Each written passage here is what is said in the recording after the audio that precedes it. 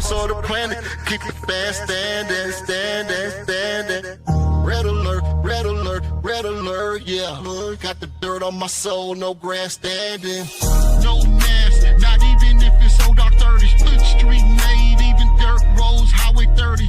50, 40, 90, that'll get you 30. That's a clean sweep. Even Welcome to Red Alert Houston Rocket Zone. I'm Hope Champion. Thanks for watching. Like, subscribe, and drop Clutch City in the comments. And lock in to hear Daily Rockets talk.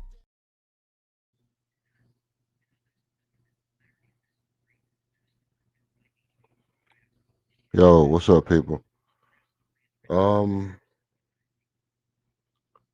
as most of you know, tonight is the opening. Tonight is the opening of the official NBA season. And so, for such a occasion, I figured it would only be fair that I gave you all a special, very special Red Alert episode today. So,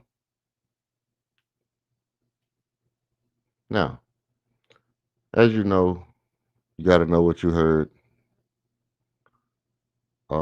This is Red Alert, Unchained, Uncut, Unfiltered. And we're about to sound the alarm. Get ready for this. Look, it was shortly after the NBA playoffs that I decided that the Houston Rockets were actually going to be a good team. I mean, I knew we were a good team, but I decided after the playoffs that we were going to become a very good team. And it wasn't because of the reason that most people felt like. It was because of what I noticed in the players that we had. Obviously, if you know me, you know I'm all about the trades. I'm all about the getting and swapping and doing what we got to do to be better until we get to where we need to be. And after the playoffs, I felt like we were very close to where we needed to be.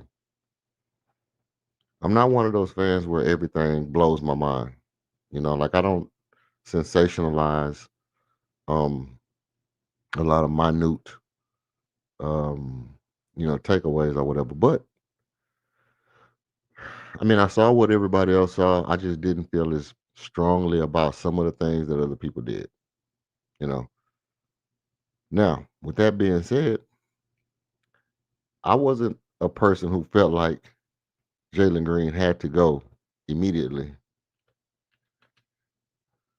I was a person who felt like Jalen Green did what was asked of him um, in the playoffs. Not very well, but it was what was asked of him. I'm also a person who feels like sometimes you're not supposed to do what's asked of you if you feel like you can do more, right? And I think that's the difference between a Kobe, a Michael, a LeBron, and a Jalen. And I think that's essentially what got Jalen Green moved. I don't think it was that he just stunk up the joint. I think that it's something about your leader that you want to say, yeah, I know I'm drawing gravity and this and that, but damn that, I'm gonna take the shot. And just to take the shot and make the shot. And if you don't make the shot, you go back to the coach and say, yeah, man, but I needed to take the shot because we was losing. So what? And and that got Jalen Green moved. I think it had a lot to do with what we call doggedness or doggishness in Jalen Green that essentially got his ass up out of Houston. Mind you, I still feel like Jalen Green will be better suited as a point guard than a shooting guard. Just for my likings, the speed, the explosiveness, the ability to get to the rim, to me that's point guard play more than it is shooting guard play. I know he can be he's not strong enough to be a slasher to me. He's not strong enough to be a slasher. But you know, that's just me. He doesn't have the core strength to be a shooting guard to me. To be a shooting guard, you have to be able to take contact and finish through contact, take hits. That's kind of shooting guard mentality. You have to be a little more rugged. Jalen Green is very finesse, quick, explosive, da da da da. Now, why am I saying all that? Because after Jalen Green's departure, what we realized was that we had landed on a gold mine. But we also lost a very valuable piece in Dylan Brooks. Yo, what's up? What's up, chat? What's up, chat? Salute to you, Lero. That piece in Dylan Brooks that we lost, I think, to me, was that was one of our more valuable pieces. I'm a staunch advocate of doggedness, rough rider, outlaw type players. That's just what I believe in. And Dylan Brooks brought that. Because obviously, people who watch Dylan Brooks, you know that he's not just the greatest defender. Mind you, he was drafted by Houston, but that's a whole totally different story. How many good defensive players that we actually drafted to Houston that got away and became, you know, essential to other teams. But Dylan Brooks brought that ruggedness back to H Town that we haven't seen. Like, we didn't even have that in the James Harden years. I know they say PJ Tucker was that, but PJ Tucker was quasi Dylan Brooks. He was strong. we gonna get there. We gonna get to the season. We gonna get to the season. But I mean, look, here's the thing, Lero. If you see the name of the stream, I'm gonna be here all day. I'm gonna be here all day. I'm not moving from this. Well, I'm moving from the seat, but I'm gonna be streaming all day. Um, but I gotta build up the suspense. This is the story that we have to tell because Dylan Brooks bringing in that aggressiveness that we had missed since the Robert Ory years was it was like bittersweet. Dylan gone, Jalen's gone, so you get the whole bittersweet feel.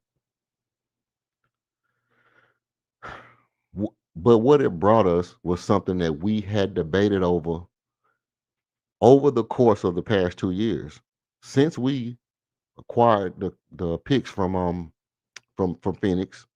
It was the Rockets going to get Kevin Durant.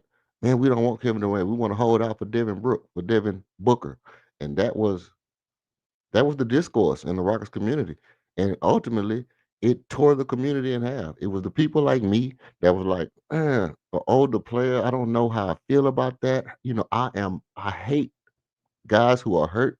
Not that I can't appreciate what they bring to the table, but I just lived through the Tracy McGrady and Yao Ming era, and I got that bitter taste in my mouth. And I was like, I don't know about it. And guys are like, yeah, but that's exactly what you need. And I was like, yeah, but if we hold out one more year and wait on Dylan Brooks, our guys will be better. And, we can develop those guys and whatever, da da da da, until the season.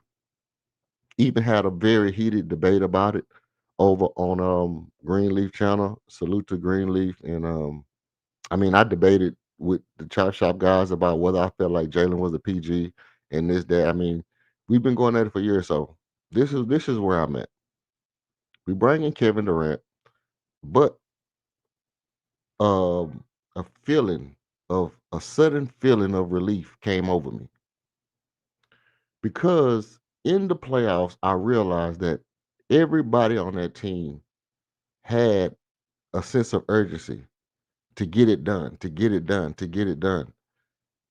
And the what people were saying about we need a guy to roll out the ball and could get a bucket, roll out the ball, get a bucket, roll out the ball, get a bucket. That was like the that was the catchphrase for like 2 3 months. Roll out the ball and get a bucket. So when we got Kevin Durant, I just came on and said from now on, that's just what I'm gonna call him. I'm just gonna call him roll out the ball and get a bucket because that's all people say about him. But what Kevin Durant brings to the team to me It's something more than roll out the ball and get a bucket. Let me tell you what it is. It's sheer confidence that the shot that I'm going to take is more valuable when I look around than anything but an open shot. There's one other person that has that same feeling on this team that makes Kevin Durant very valuable. This is where I get to the season. We have two guys on this team that when they look around, the only thing that's better than them taking the shot is a wide open shot. When you have two guys that think that way, you have a strong possibility that you're going to advance deep into the playoffs and it's going to be very hard to contain you. Kevin Durant's arrival to Houston was highly contingent upon two things, one of which is a very valuable center in Alfred Sengun, who has a like mindset. That like mindset, that I'm going to shoot the ball because I look around and I don't think necessarily that there's any better thing that can happen because you think I'm covered. I feel like this is an open. I mean, this is a good shot for me. They're not really contesting my shot. They just there. And that's the same thing we have in Kevin Durant. So when you got two guys that can have two guys in front of them and they still feel like this is a shot, it's open shot for me. You know, they're not really stopping me. I can make it, I can miss the shot. Has nothing to do with the defense. That makes you a very good offense. Okay, so you say, where am I going with this? What I'm looking at is tonight we face off against the Oklahoma City Thunder. We are going to face off against the Oklahoma City Thunder. And when we do, I don't think they're going to have their Robin, so to speak.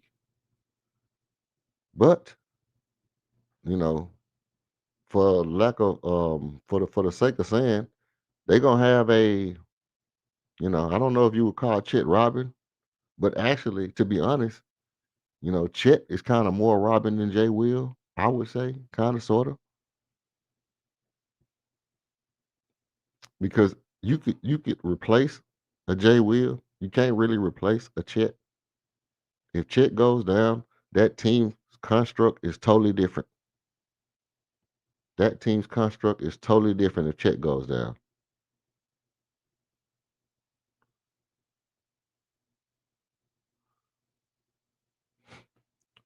Um, but they're not going to have Jay Will, and that's going to change the way that they play. Okay.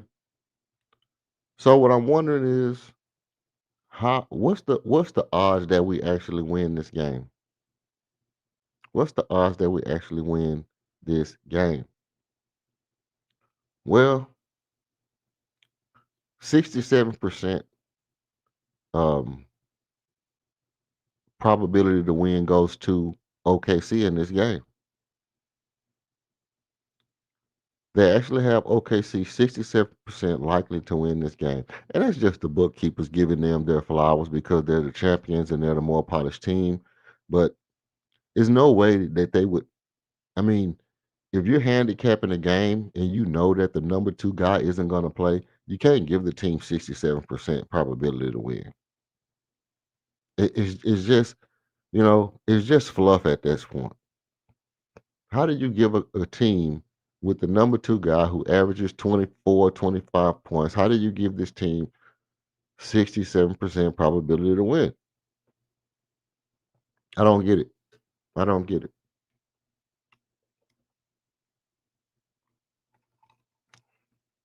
So I'll tell you what I think. I think the Rockets take this game, but you know, um, what I want to do is I want to go through let's just let's just maturate. Well, I got time. I got time. I'll get to that later. I think the Rockets take this game. This is what the easy part is. The easy part is the ball handling. Everybody's talking about the ball handling. The um everybody's talking about the lineups.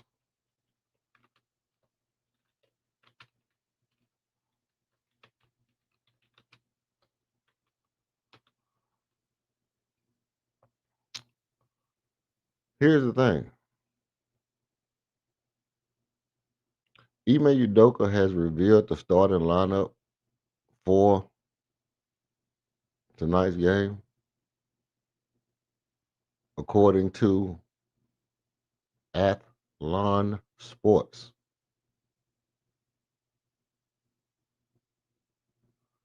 Let us pull this up and see what they have to say.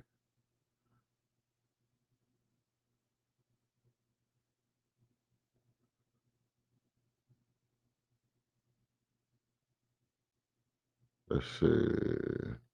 I want to share screen. No, I want to share that. Let's just share it right there.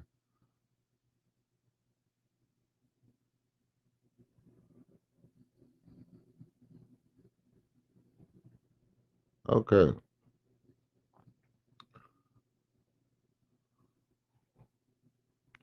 Rockets Ime Udoka revealed starting lineup for 2025-2026 season opener versus the Thunder. Houston Rockets head coach reveals the team starting lineup Monday. Houston Rockets traded for Kevin Durant, signed multiple key free agents. Their starting lineup features Durant, Thompson, Jabari Smith Jr., Alvin Şengün, and Steven Adams. Houston Rockets aim for championship debut in a tall, versatile lineup versus Oklahoma City Thunder. Okay, so this is going to be what we are going to start the game with. And for those of us who feel like this isn't the most exciting lineup, for those people who feel like, hey, look, hey, guess what? What we gonna do? We just gonna, run the ball. We just gonna run. We just gonna run. Hey, look, unless you got Hussein Bolt and Michael Johnson and Carl Lewis and what's the young bull now that be running? I'm not talking about ISO Speed and Tyreek Hill. I'm talking about the one that actually be running track. Um, unless y'all got that on your team, who cares if you're running? The court is only 94 feet. It's 94 feet. It's not 100 yards. You only can go so far. You know what I mean? You only can go so far before you have to shoot the ball. You only can go so far before you run into a Houston Rocket. And you can only run one way if we walk back. Like people who say like running is the end all be all to defeat a team is ridiculous. It's ridiculous to think that you running is going to beat a team. Yes, you can speed up the tempo and make a team play your style of basketball, but running is not going to beat a team. The court is only 94 feet. You run one way full speed, fast as you want to, throw the ball all the way down the court like Kevin Love, do whatever you want to do. But at the end of the day, you get down to the other side of the court. You either make the shot or you miss the shot. If you miss the shot and you running, you're doing yourself more damage than you are helping. Let me explain to you how this works. Now, that being said, hey, anybody in the chat want to pull up, feel free to pull up. I got time today.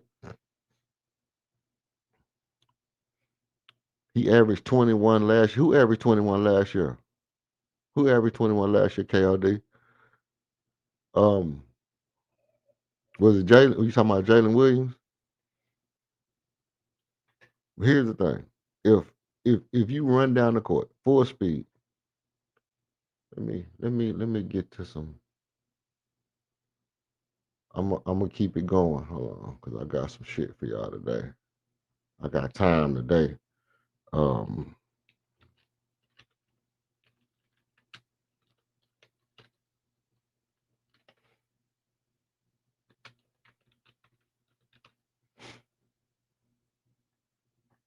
Yeah. If you run down the court full speed,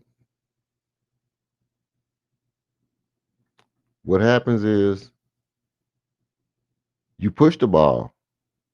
Okay, let me pull this up for you. Um, shoot, bang. Okay, that's what I want to do. I want to.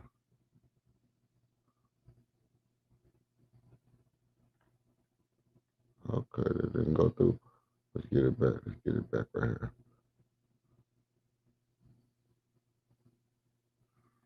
Uh, let's see. Okay. Oh, it is there. Okay. Let's no. So okay. So you push the ball down the court. You get there, and you can only make you can only make two things happen from when you get down the court.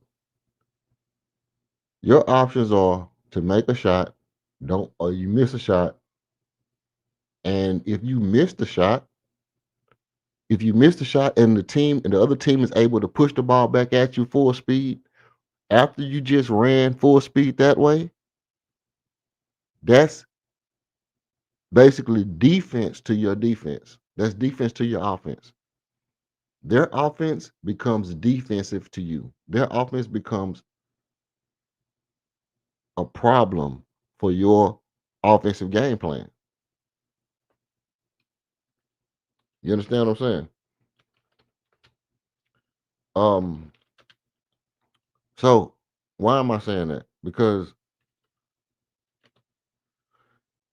if Jay Will is not playing, where's the speed on the team? Where is the speed on OKC if Jay Will ain't playing?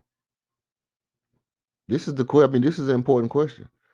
We know they got Wiggins over there. Wiggins is pretty, pretty young and spry, right? But Wiggins, Shea is fast. Shea is lengthy and whatever, can get up and down the court fast. But the thing is that without Jay Will on the team, you trying to tell me that Alex Caruso is fast? Faster than who? You try to tell me that Alex Caruso is faster than Jay Sean Tate? Right? Right? Who is Alex Caruso faster than? I don't think he's faster than nobody.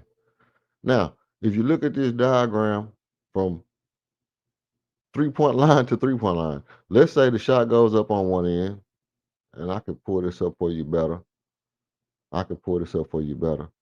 But I'm gonna just do it here for now. The shot goes up on one end. You get the rebound at like 8 feet, right? You got 23 feet to the 3-point line. So that's what. Let's just round it out just to keep it quick because I'm just waking up, just doing math ain't gonna get it for me. But let's see, 13, 15 to the 3-point line. That's 15 feet to the 3-point line. And then from 3-point line to 3-point line. Because by the time you get to the 3-point line, that's your full speed. From 3-point line to 3-point line, that's your full speed. Now, if you make the shot, if you get from 3-point line from 23 feet to the rim, that's another 23 feet, another 20 feet. If you make that shot, cool. You push the ball. But now you still got to get back because now we got to run it back at you.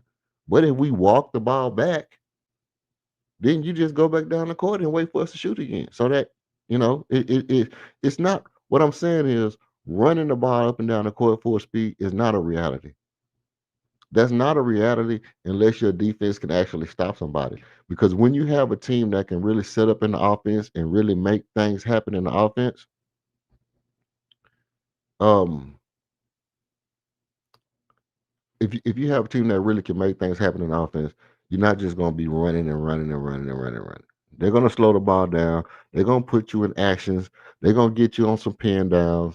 They're going to get you in some pick and rolls. They're going to slow you down and you know orchestrate the offense to where you're just not going to be running up and down the court. So that's for all the OKC just going to run and run and run. It's not realistic. Plus, they don't have the manpower to outrun us. Why do I keep bringing up that point? Because who on the team is faster than Amin Thompson? When your best defender is faster than their best offensive player, who you outrunning? Shay's not outrunning Amin. I mean, and ultimately, with Amin at the point guard position, it's a big difference when your best defender is faster than everybody and he's at the top of the key. Because now he's running the offense, and this is what Ime is gonna. Well, here's the thing. This is what Ime is gonna capitalize on. One of the reasons with Ahmed at the point guard is different because it allows you to have your best defender get back in transition, and it's gonna make our transition defense a hell of a lot better than it was last year. I know it doesn't seem like it because what we was looking at last year is that our best defender was around the rim, in the corners, locking down the whole side of the court like Deion Sanders. But what's eventually going to happen now is our best defender is going to be closer to the top of the key, and our transition defense is going to get better. It's just not going to be no bunch of running down the court when you got Amin Thompson at the top of the key, dropping the ball down to KD, you know, cutting to the basket, going back to the top wing position while KD get into his action at the at in the mid range. And KD get into the midi and Almond is popping back out, not even popping back out, but drifting back out towards the 3-point line to space the floor. That means Almond is close enough to the top of the play to where if you get the rebound, you have to race Almond from wherever you at down the court. That's not looking good for the offense. You want to race Almond to a basket? I'll take it. I'll take it. You want to try to jump toward the basket and Almond is there? I'll take it. What I'm saying is anything that has to do with athleticism, I'm hedging the bet. I'm taking Almond Thompson. So what I think a lot of people is missing is that our overall defense might take a little snag, a little snafu or typhoon or whatever you call it, because of the fact that Amin Thompson is not going to be in the 3 spot where he can just, you know, roam and probe the defense, the offense, and lock down that side of the court by himself. It's not like Amin Island like it was last year, but it's going to be something similar with him at the top of the key to where transition defense is going to take a big jump. Transition, your transition offense, what you plan on doing in transition, is not going to be what you think it is.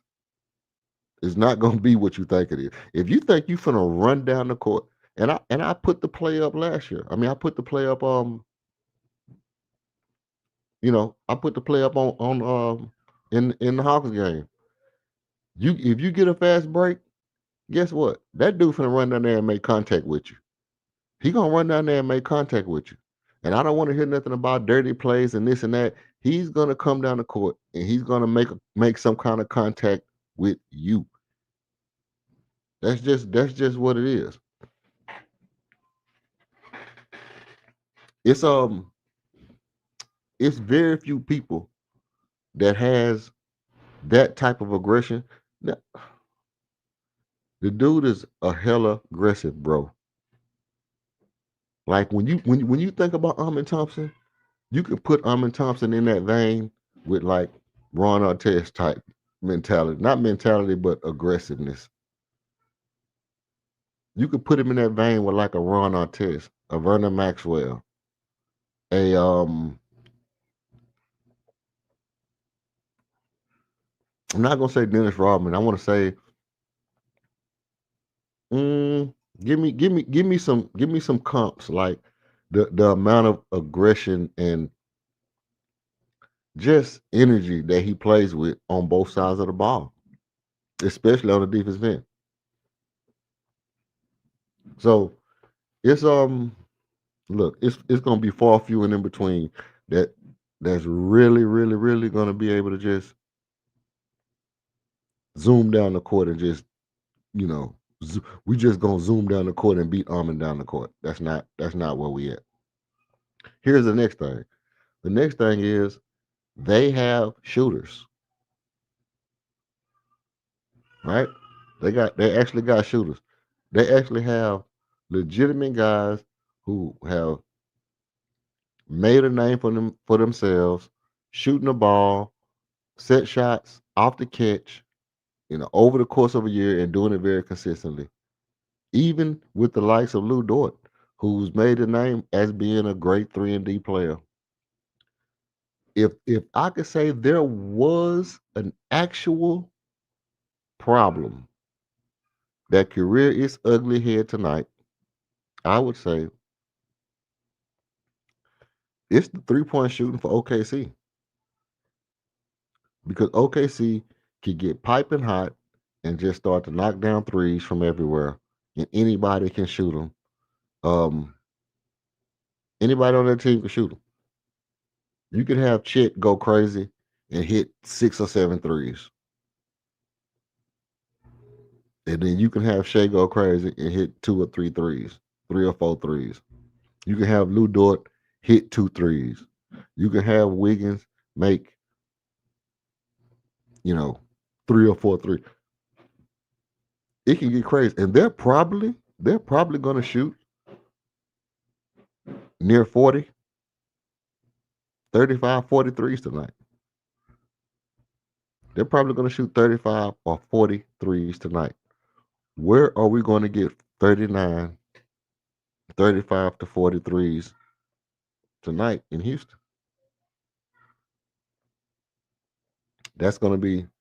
That would be my biggest concern. Not the running.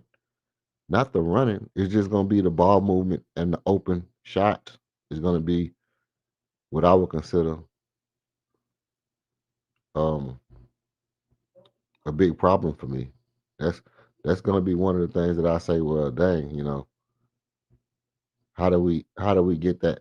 How do we get that problem? How do we get that problem under control? Um,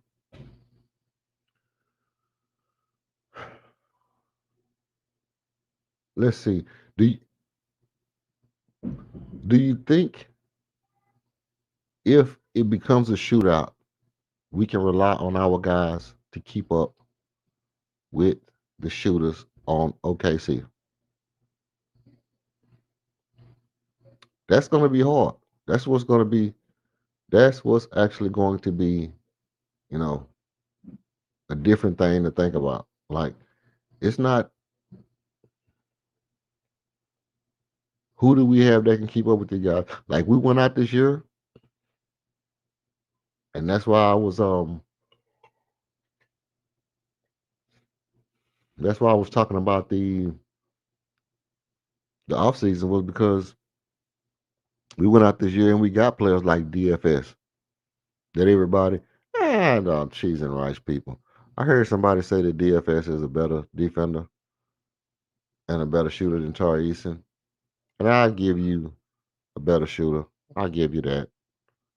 But we went out and got DFS for his shooting. We didn't go out and get DFS because he's a better defender than Tari Eason. I mean, anybody ever grabbed a pack of Pall Mall cigarettes and just smoked them to the head? Any, anybody anybody ever smoke a pack of Pall Mall cigarettes to the head?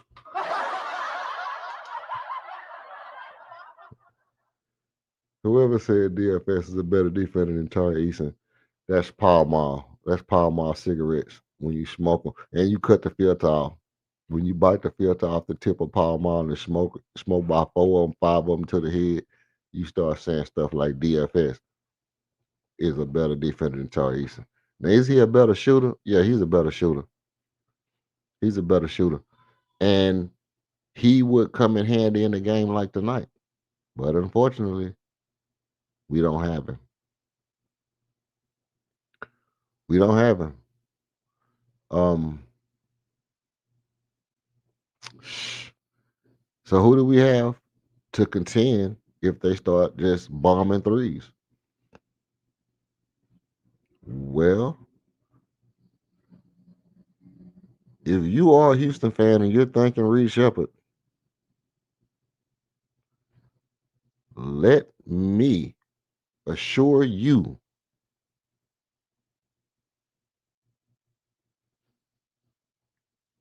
that's probably not going to work.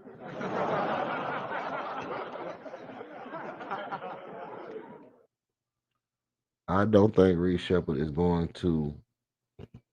I don't think Reed Shepard is going to keep us in the game if OKC starts firing away.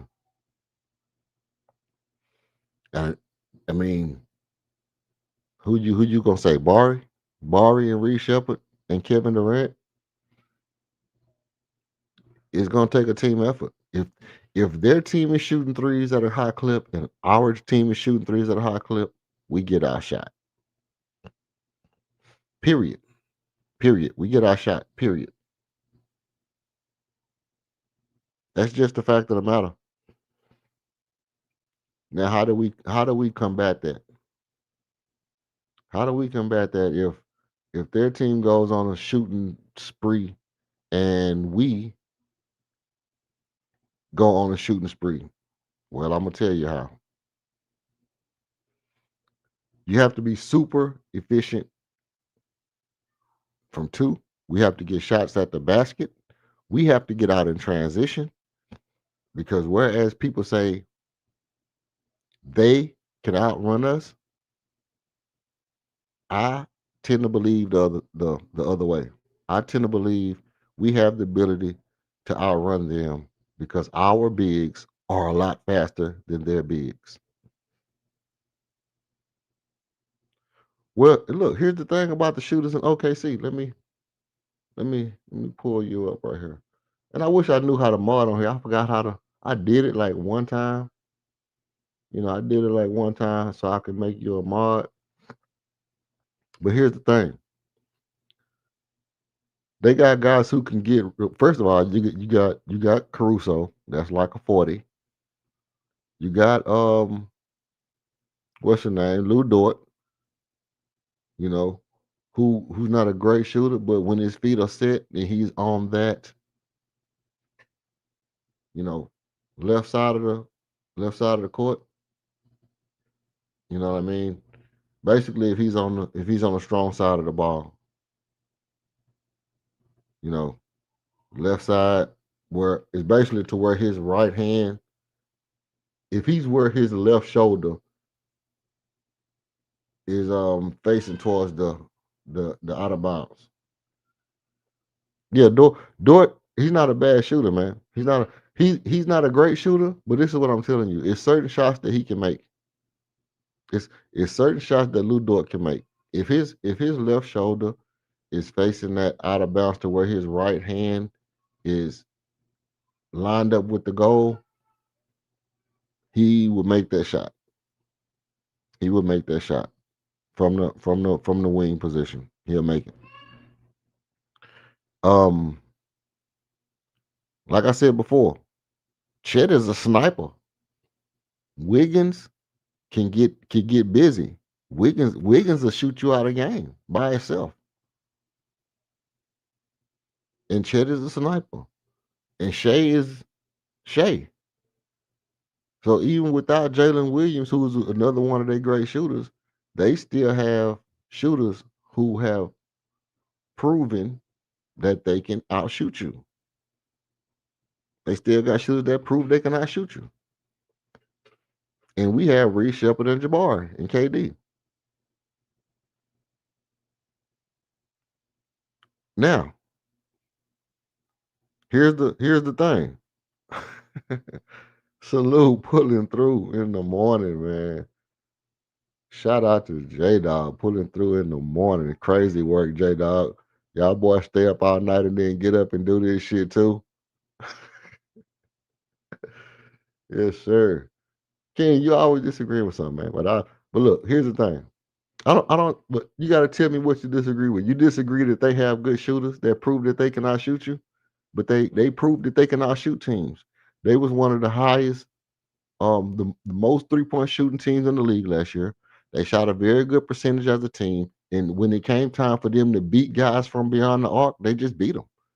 The reason OKC had the record they had was because they beat you from the outside, they beat you from the inside, and they beat you in the fast break, and then they beat you with defense.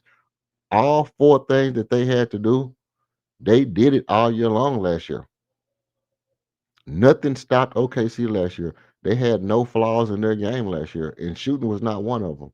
We had flaws shooting the ball last year, and we can have flaws shooting the ball this year.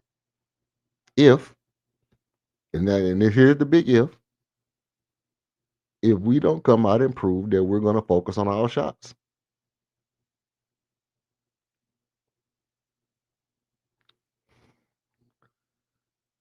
I never necessarily set a goalpost. I mean, you always say I'm goalpost moving, but I haven't really set the goalpost yet. Now I could set the goalpost right here.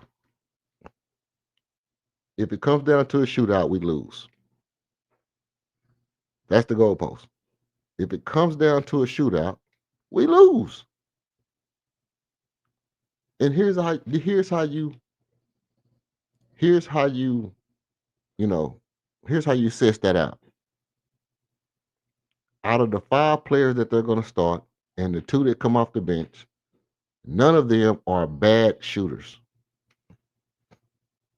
None of them are bad shooters. Even Lou Dort's, well, well, let me see, because I'm tapped in. Hold on, let me pull this down. Let me pull this down.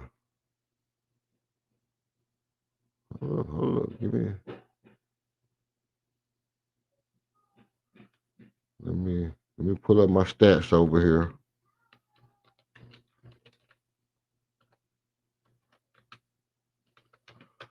Now look, even Lou Dort 3-point percentage.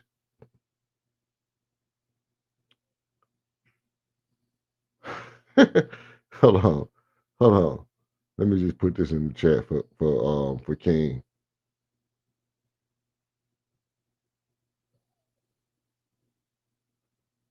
You know what I'm gonna do? I ain't gonna even put it in the chat.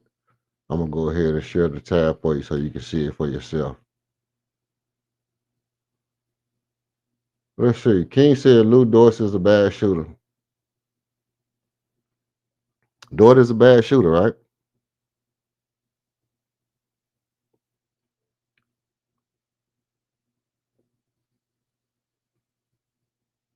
Now you can't just tell me just random.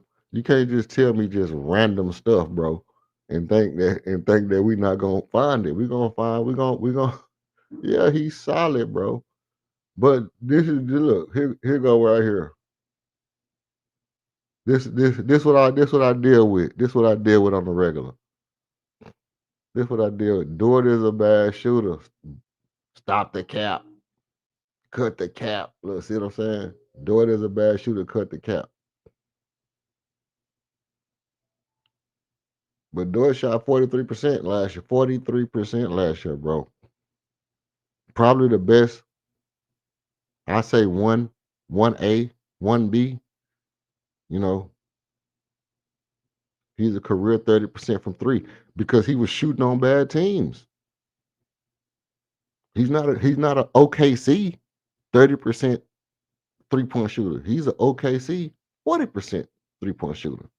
And 43 recently. What have you done for me lately?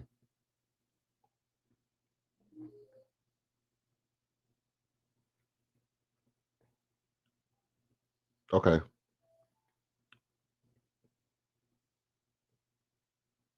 Okay. 41.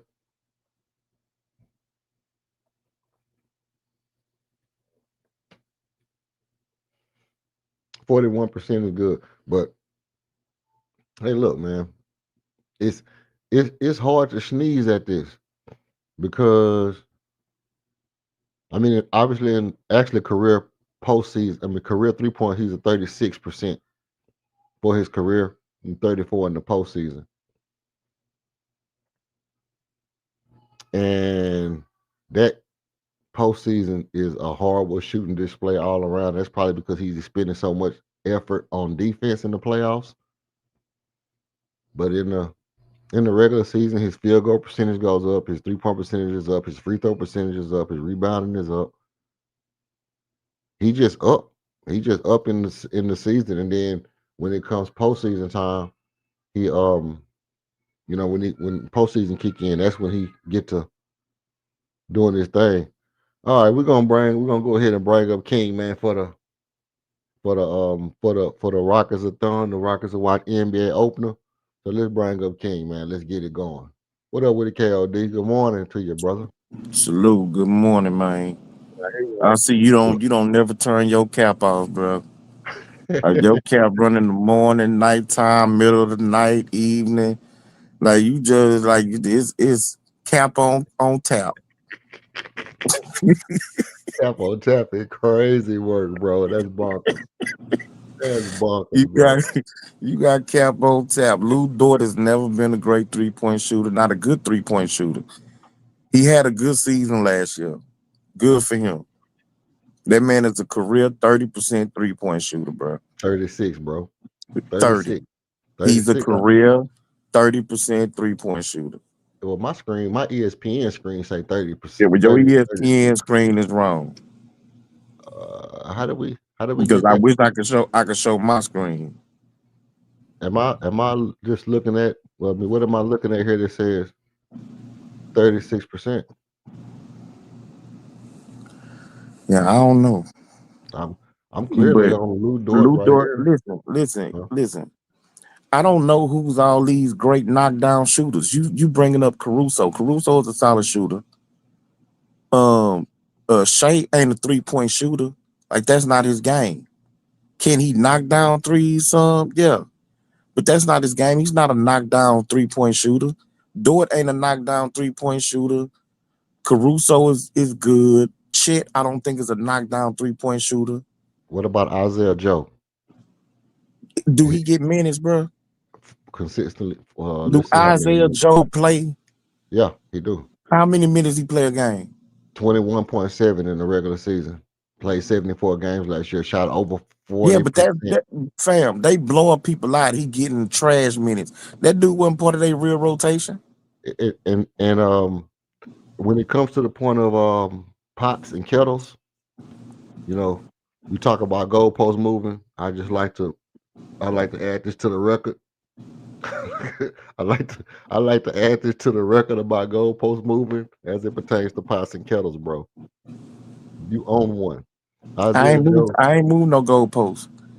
You said, do he play minutes? And then I said, yeah. And then you said they blowing people out. But 16 minutes of blowing somebody out is crazy work, bro. Because if they up by a lot and if they're up by a lot and he gets 16 minutes, that means we play horrible defense and they shot us out the building early. If they shot us out the building early, no, it's not. It don't necessarily have to be shooting nobody out the building. Remember, they was on pace for an historical defense. So they got a lot of turnovers, a lot of transition points, a lot of points in the paint, right? Mm-hmm. And so you blow teams out, and then in the fourth quarter, your starters ain't playing. So you putting in this dude, who's your 10th, 11th, 12th man, who's getting to come into a game because y'all sitting your starters midway through the third quarter. But everybody that I pull up, Casey Wallace, what he shoot? 38% career. 38% career. The worst shooter on their team is Shea Gilgeous-Alexander from 3. He is the worst shooter on their team from 3.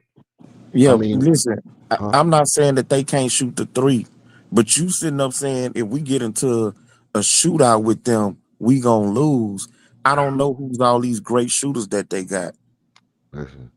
Listen, I think Tari is a decent 3-point shooter.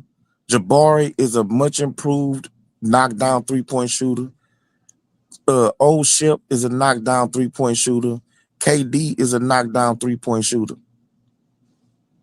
Now you add in our offensive rebounds and our defense. Yeah, I don't think that we get into a shootout and we take away, certain things from them, like the fast break points, the free throws. We take away those things from them, and it just comes down to, which teams can get a bucket. Then yeah, I don't think it's just guaranteed that we lose. I disagree with that. Well, here's the thing. For one, all these guys that's on the screen, bro, is shooting above 35%. That's just, that's just what it is right now. It's the guys are shooting above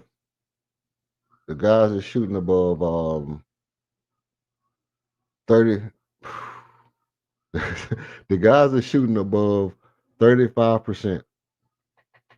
And it's not, oh my goodness, hold on. Look, this all I'm saying. The guys are shooting above 35%, and it's not no kind of way that we really can keep up with them guys if they all are hitting shots. If we get to the point in the game, to where, like you say, and this is why I said you was goalpost moving. If we get in the points of the game to where it's like, okay, hey, these guys that you say that's coming in that shouldn't be in the game, if they in the game, that means that we already beat. And then they bring in guys that can go ahead and shoot you out the building, right? We don't need that. We don't need them guys. No, we don't need that. So, that's kind of where I'm at with that. Well, they outshot us last year, and we beat them. And it was a high-scoring game, 126 to 132. Incoming transmission connected. Let's see who's that. That's Alien Man calling. I ran the stats on that take. You're about 83% delusional. Oh shoot! What did you say? Alien Man just called in and just talking noise early today. Come on, bro. I hope you don't think that shit was funny. Yeah. Come on. Come on, man. You gotta have a better drop than that, bro. Like, come on. At least put Boosie on. You know what I'm talking about? Like, come on, man. That's my boy Alien Man, man. You better leave the white folks influencing you, man. Alien Man, keep it real though, dog. Alien Man always come with the knowledge. Yeah, okay. But look, now this is all I'm saying, bro. A career 30%. He's not career 30%. All these guys is shooting the ball lights out. You bring that is not lights out, bro. 35% is not lights out. Jalen shot 35% from 3 last year. Was he a knockdown shooter? But the only person who's shooting 35% on their team is Shado, bro. Everybody else is shooting 30. Huh? You just said everybody on there is 35. Is what, 35% or up? Yeah, or up. Okay, so who's their best shooter? They best shooter? 3-point shooter.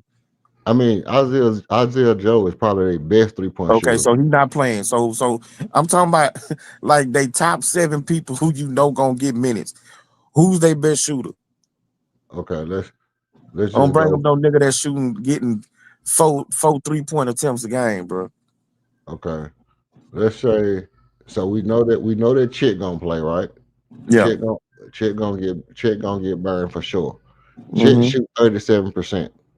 Okay, so that's less than what Dylan Brooks shot last year. That's less than what Jabari shot last year.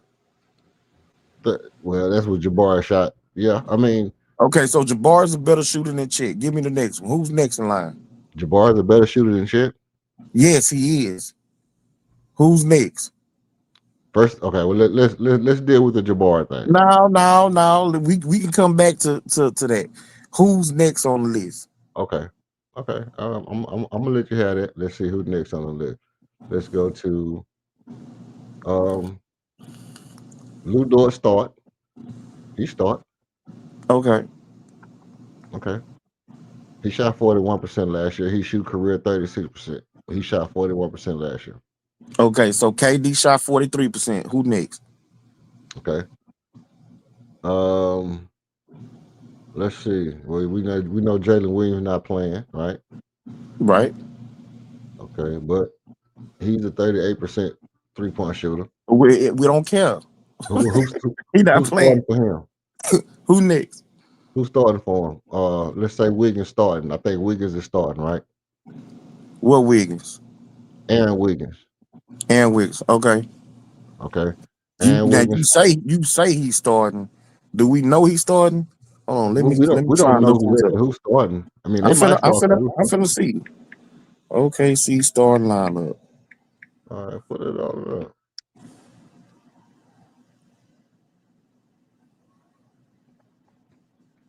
Yeah, see, Alien Man come through. The reason why Alien Man come through is because he bring the, Alex I was Caruso is the backup to Jalen Williams, so he most okay. likely gonna go into the starting lineup. Okay, so Alex Caruso right here, 37.6. That's 38%. That's another 38% 3-point shooter. 37. So 37%. Nah, we rounding up, I bro. Come got on, man. now. We don't round up. This ain't goddamn math class. Wait, You ain't in the ninth grade no more. why He would you shot round down? 37%. Why would you We round ain't down if you shoot we ain't rounding down. We 37.6? stand at 37%. No, it's hold on. Let's clear this up. If I got 37 apples and I got 0.6 of another apple, I still got to put my hand to my mouth 36 times. No, you I don't. mean, 37 You times. don't I even mean, 38 times. I mean, First of all, who in the hell is gonna deal with an apple that's already cut open? I It's rotted and everything. Man, yeah, if I'm not gonna argue with you about no goddamn point six, and nigga shot 37%. I got old Shep. I'll take old Shep over Caruso. so you saying in a shootout, you're taking Hell Reed yeah. Shepherd, the exact same guy that you said yourself that if he doesn't get high volume shots and he's streaky, according to your takes, he's streaky, and if he doesn't get high percentage shots, he doesn't shoot the ball well. I said I want to see him do it. I didn't say what he does or don't do. I said I want to see him do it. And so far in the playoffs, he shot 50% from the three. He shot 38.5% from three. The last game of the preseason. I don't remember the other night. One night he didn't even take a three. Oh man. If we take a preseason, then just say I'm I shoot everybody this year. If that's the case. Well, I mean, Armin did shoot 80% from three. And then by the way, we talking about the preseason practice. We talking about practice, but yet and still we can't talk about Lou Dort whole season. Okay. What Aaron Holiday shot? I'll take Aaron 40%. Holiday And over Holiday Caruso. shot 40%. Okay, I'll take him over Caruso. Who next? Okay. So we're taking Caruso. Now we can go to Wiggins. No, I don't know if Wiggins playing. Wiggins is gonna play. The boy's gonna play. Believe that. I mean, that's what you say. He played 22 minutes a game, bro. Okay. I'm taking Torrey. Whoever next. I'm taking Torrey. You taking Torrey over Wiggins for shooting? No, I'm saying Torrey gonna be able to cancel him out in shooting. Okay, I'll give you that. I'll give you that. Now that I'll give you. So who next? Okay, let's look at AJ Mitchell. Let's see what AJ Mitchell shoot. 38%. See, you just naming people, bro. Like I said, how many minutes he played? How many minutes he played? 16.6 minutes a game. Okay, so again, that's one of them trash, minute niggas. Like he ain't playing for real. Hey, that nigga's coming in and blowouts. He's not getting minutes, fam. How many minutes did Jae'Sean Tate play a game? Jae'Sean Tate ain't playing. You talking about exactly. That's the type of minutes them niggas getting. They getting Jay Sean type minutes, bro. And we know that nigga wasn't playing unless it was a blowout. We was blowing somebody Bro. out. We was getting blown out. Or we had 5 people injured. And this nigga gets some minutes. Cut it out. That was King got highly agitated. Hell yeah, fuck your name is Jay Sean Tate bum ass. Hey, now look, this is what I'm saying. You got to compare who they gonna get their trash minutes to who we gonna give our trash minutes to. No, And we this ain't gonna be give one of them games. This ain't gonna be no trash minutes game. but see, that's what I'm The saying. niggas at the 14, 15, 13 man, 12 man is not getting this game, bro. Okay, these guys are not the end of their bench players, bro. These guys Yes, is they their are. rotation guys. Yes, no, they not. No, they not. Bro, If they playing anything up to 20 minutes, they not a real rotation dude. What? That dog. How many minutes did Armin play in his second and third year? Harmon played damn near 30 minutes last year in his second year. This is How many third year. How many minutes did Torrey play last year?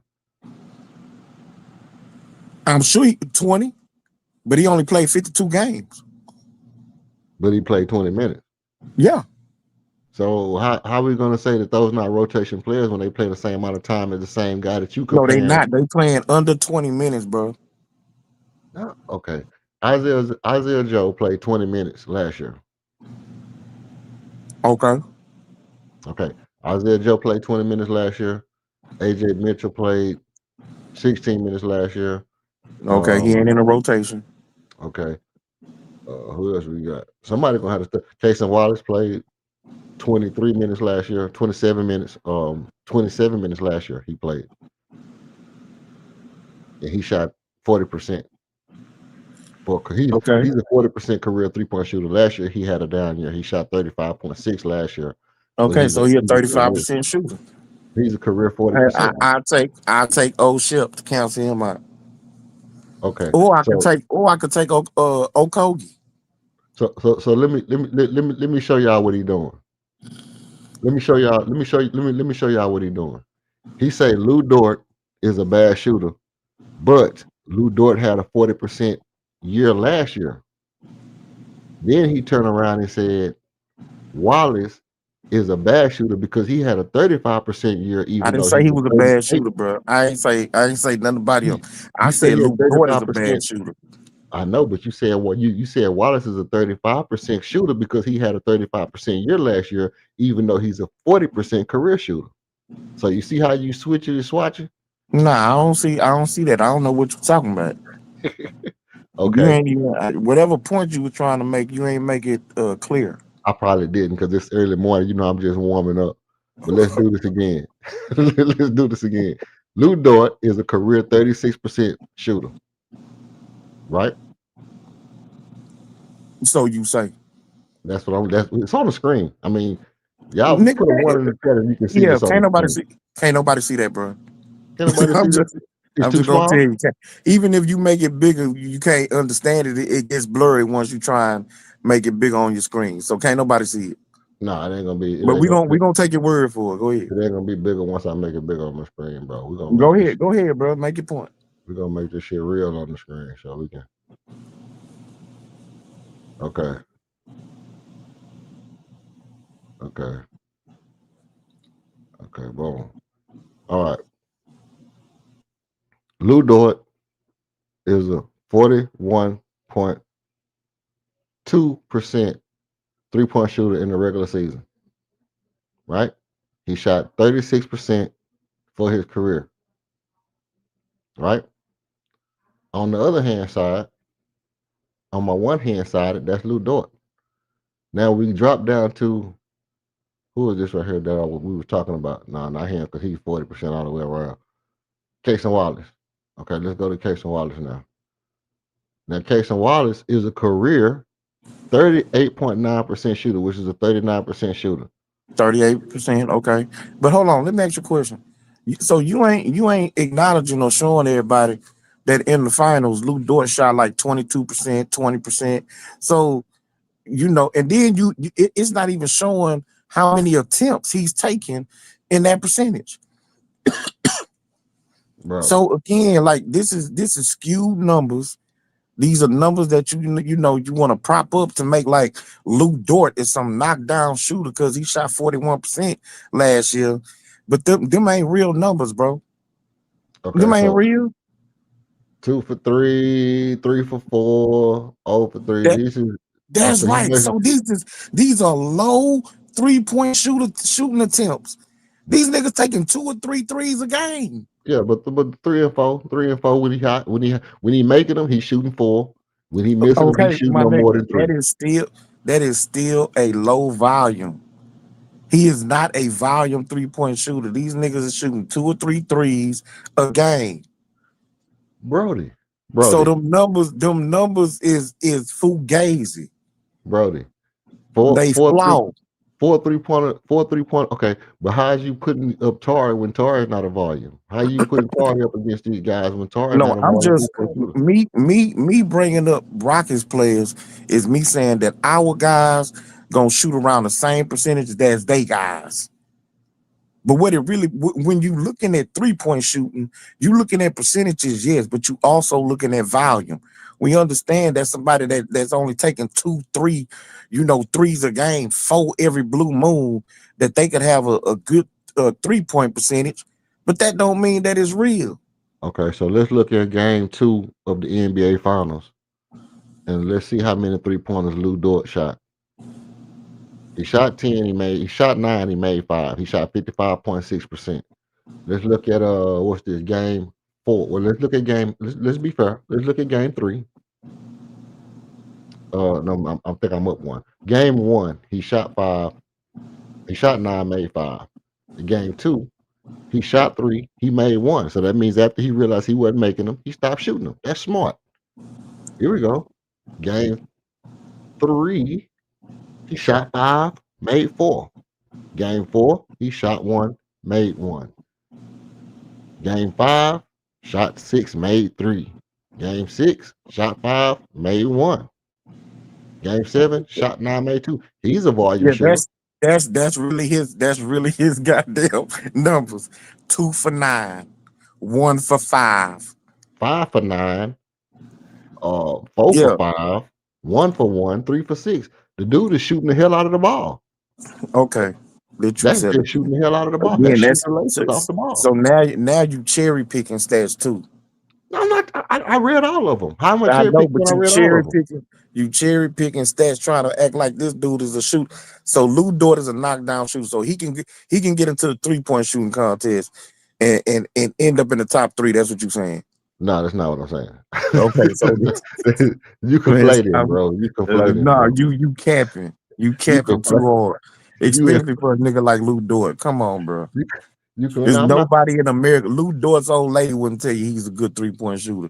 And here you is on this He's a string good capping 3-point to shooter. Lou Dort. He's a good 3-point shooter, bro. No, he's not, bro. He's a solid 3-point shooter, bro. That's why he the person that teams leave wide open every time that he on the court. Hey, hold It's on. a reason for that. Hold on. Hey, look, we got somebody new to the stream, man. On the game day broadcast. You know what I mean? I appreciate everybody putting up. So we're gonna bring up my boy, man. You know what I'm saying? One of the best debaters, one of the best point makers I done been around, man. Let's bring it up for your boy J Dog to the stage, man. The homo. Salute, man. Hey, hey, man. Hey, salute. Good morning. Good morning, bro. Look, King. Look. Yeah. I can't just sit by and just let this shit happen no longer. What, King, what the hell wrong with you this morning?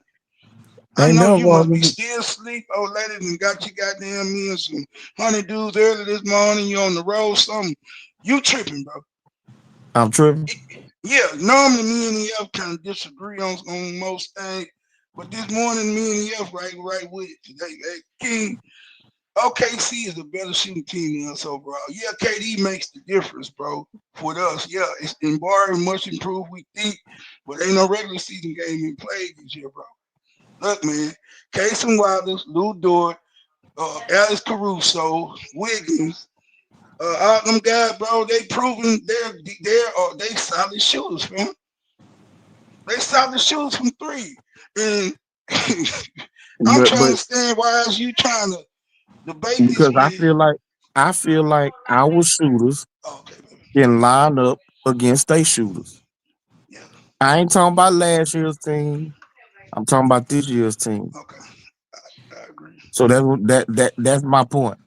His statement was if it's a shootout between us and OKC, we gonna Mm. lose.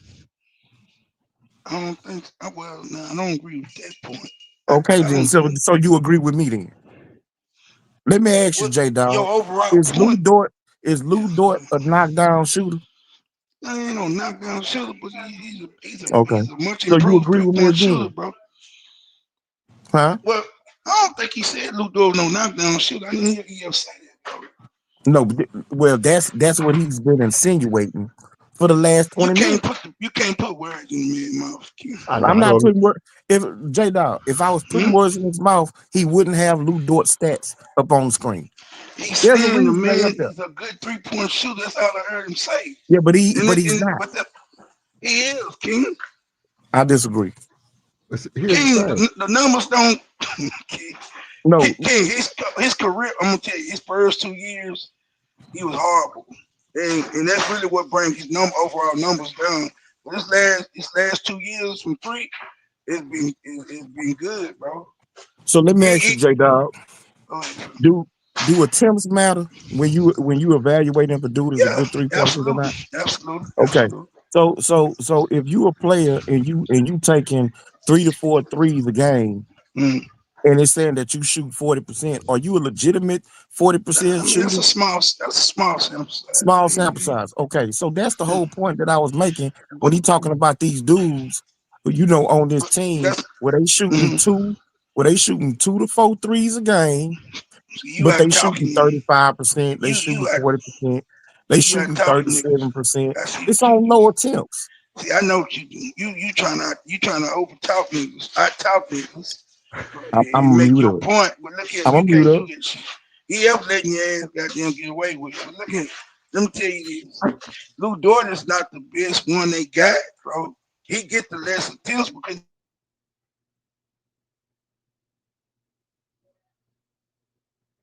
J Dog could not.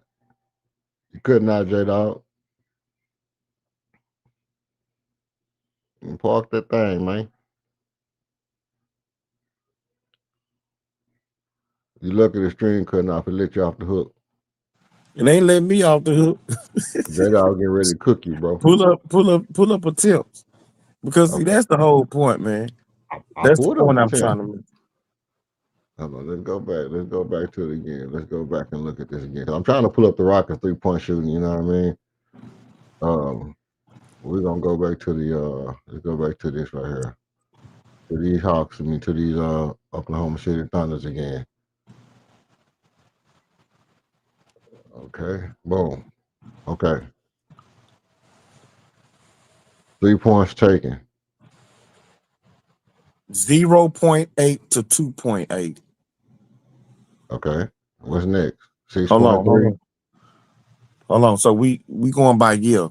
So last year he took between 2.4 to 5.8. The Okay. year before that he took between 2 and 5. Yeah, so that's a decent volume, No, bro. that's not. When you talk about 3-point shoot, go see how many 3-pointers Jalen took. Okay. Let me see. Let me see. Hold on, let me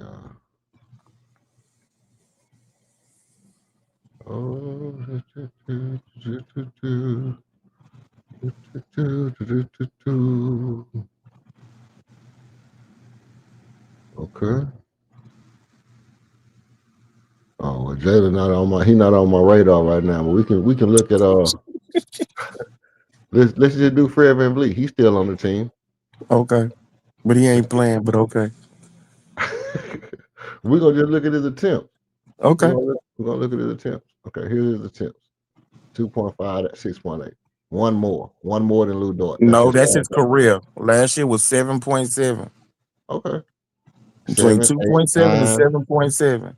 Yeah. Yeah, 9 threes, 8 threes, 8 threes, 7 threes. That is a volume shooter. So That's your his point guard. percentages are legit. That's Those your are point guard. legitimate 3-point field goal percentages. Let's look at your best shooter on the team. 33. He's not the Career. best shooter on the team, though. Let's And how you gonna look at him? He ain't even play last year. hey, 33% is bad. Hey, that's a He good ain't look. even play last year. Go look at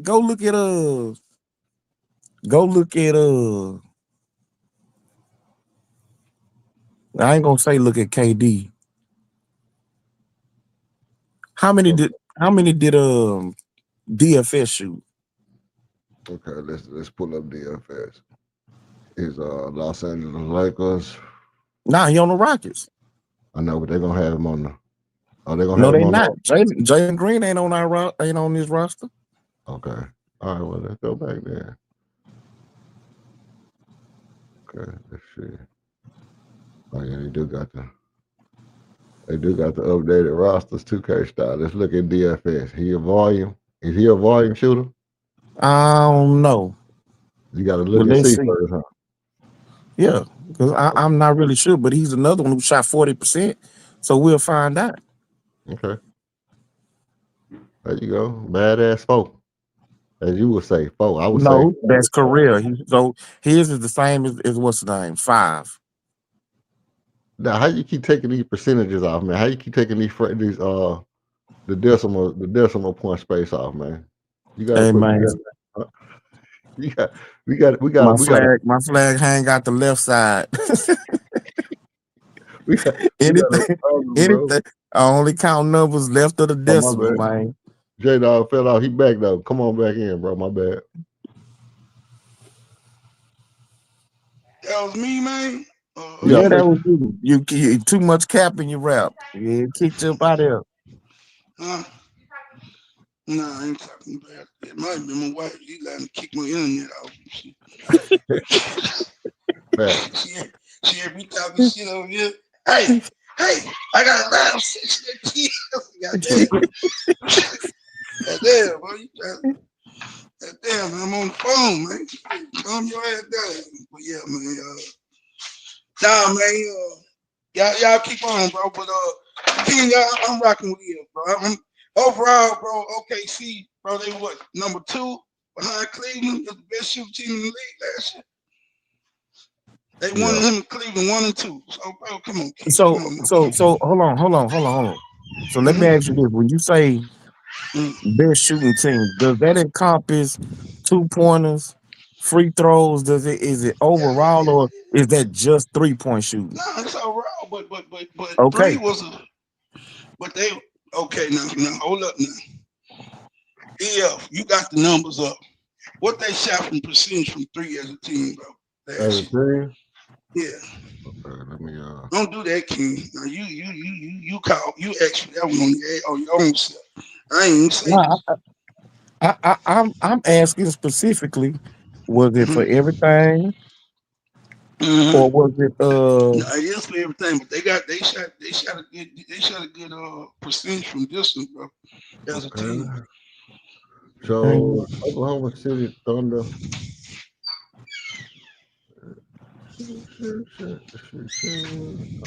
do you get to the team? You got 4 rosters. Go right here. 4 rosters.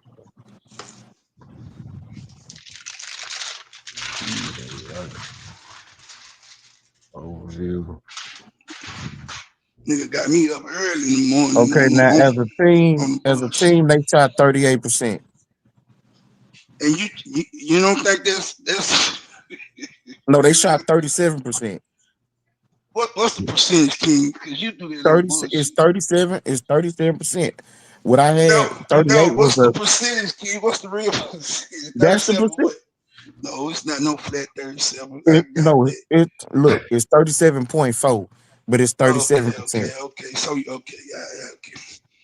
You still remember your rounding principles. No, he don't round up. That's what I'm saying. Man, Listen. this ain't no goddamn merry-go-round. There ain't no roller coaster. Ain't no rounder. I heard your ass earlier, nigga. You was he ever had your ass dead to right. Nah, nigga, that's it.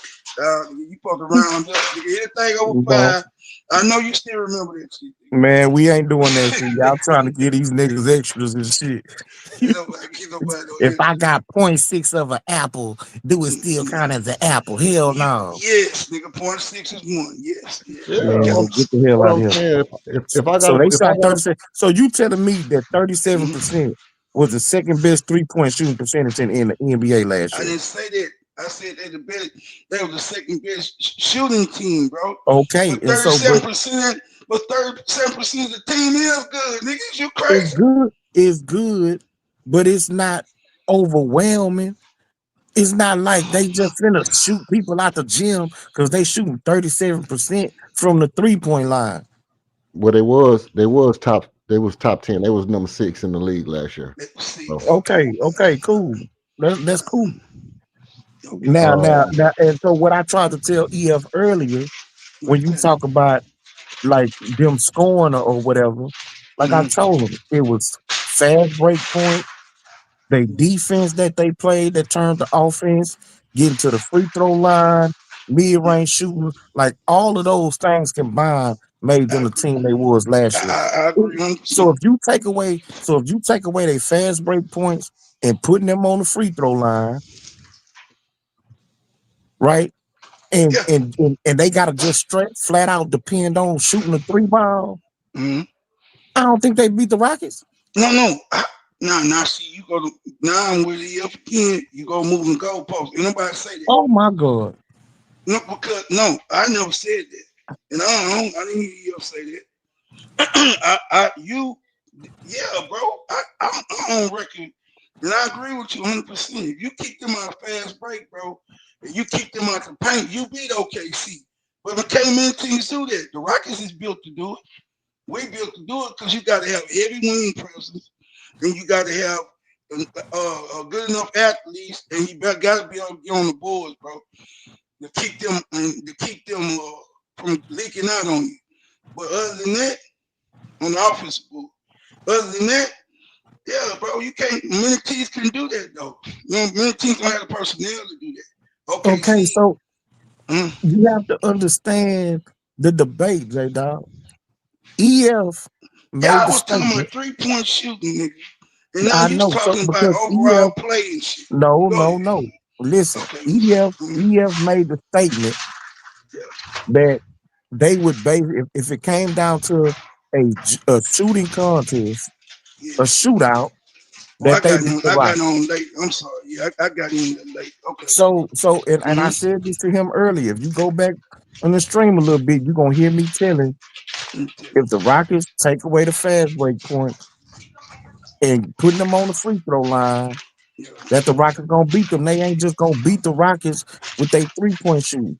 I believe this year's team is a better shooting team. We got better shooters this year, be it for improvement, individual improvement with Bari, Tari, and Oshep, or us removing Jalen Green off the team and adding That KD. nigga love his goddamn shit. hey, can I At the end can I of the say day, this? I Say, think we look, are a better 3-point shooting team this year than we was last year. hey, this what we got to do, man. We got to start. We got to start calling Reed Shepard IRS, man. We got to start calling him IRS. He the tax man, man. His mama named him Isaiah. I'm gonna call him Isaiah, man. Isaiah Reed Shepard. That's IRS, the tax man, man. That's the, That's you know his what I name, mean? bro. His name Yeah, Isaiah Reed Shepard, IRS. Oh, you don't want that Isaiah. See, too much melanin in that boy. right. That's his Yeah. name for real. Isaiah Reed Shepard. That's what I see I didn't know for that. real. I didn't Yep. know that either, kid. Reed is his middle name. That's some bullshit, nigga. You want to be Reed? You eyes with a name like Isaiah. You supposed to claim this shit. Yep.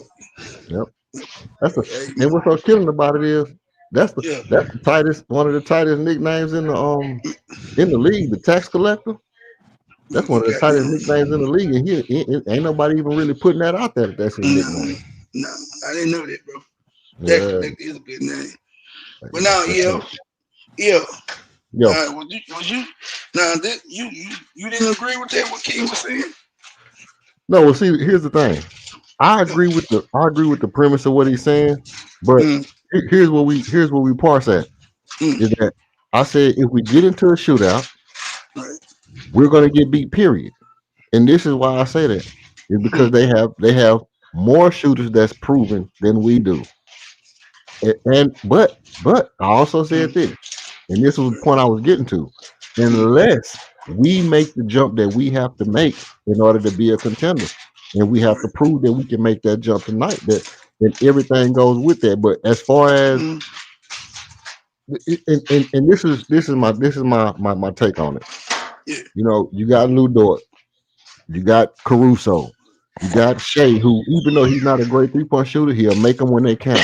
You got Chet, who's a sniper, who don't see defense when he shoot the ball. You got all these players, Isaiah Joe, you know, Wiggins. You got all these players who can shoot the ball, and we gonna roll out there, and we're gonna roll out KD, Reed Shepard, and Jabari, and say, okay, now get into a shootout with these guys. That's not a formula for success. I don't think gonna be no shootout. I don't think it is either. I don't think it is no shootout either. Well, the last game we played OKC, it was a shootout, and the Rockets won. It was a 132 to 126 game, and the Rockets won the game.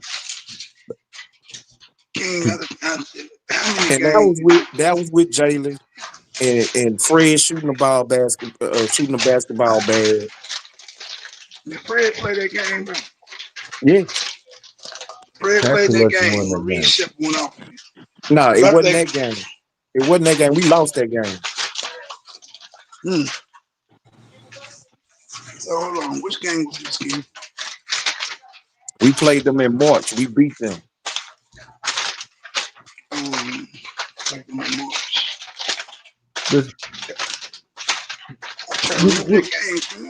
Don't pull it up. Go and pull it up. Yeah, you pull it up everything else.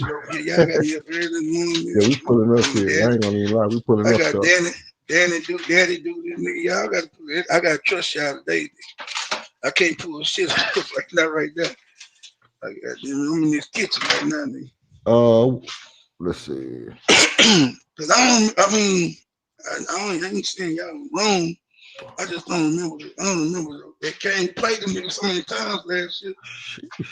They played them niggas like 4 or 5 times. Let's see. We played them niggas a lot, bro. We played them niggas a lot last year. Yeah, we did. We played them like 5 times, 4 times last year. No, that's Golden State y'all thinking about. We played OKC 3 times. We played Golden State 5 times. Which game? We played them in a we played OKC 4 times, bro. Hey, what game you talking pull up? You might be right. Shit, I'm back to the sport we did, man. You want me to pull up the game we lost or the game we won? I say the last game, it was the highest scoring game. The last game was the Reed Shepard game. You said the game in March, King. Yeah, no, that's a second. That wasn't the Reed Shepard game, bro. Because the Reed Shepard game, Al P didn't play. Van Vliet didn't play. Brooks didn't play. The last game, bro? No. That was the last game we played OKC.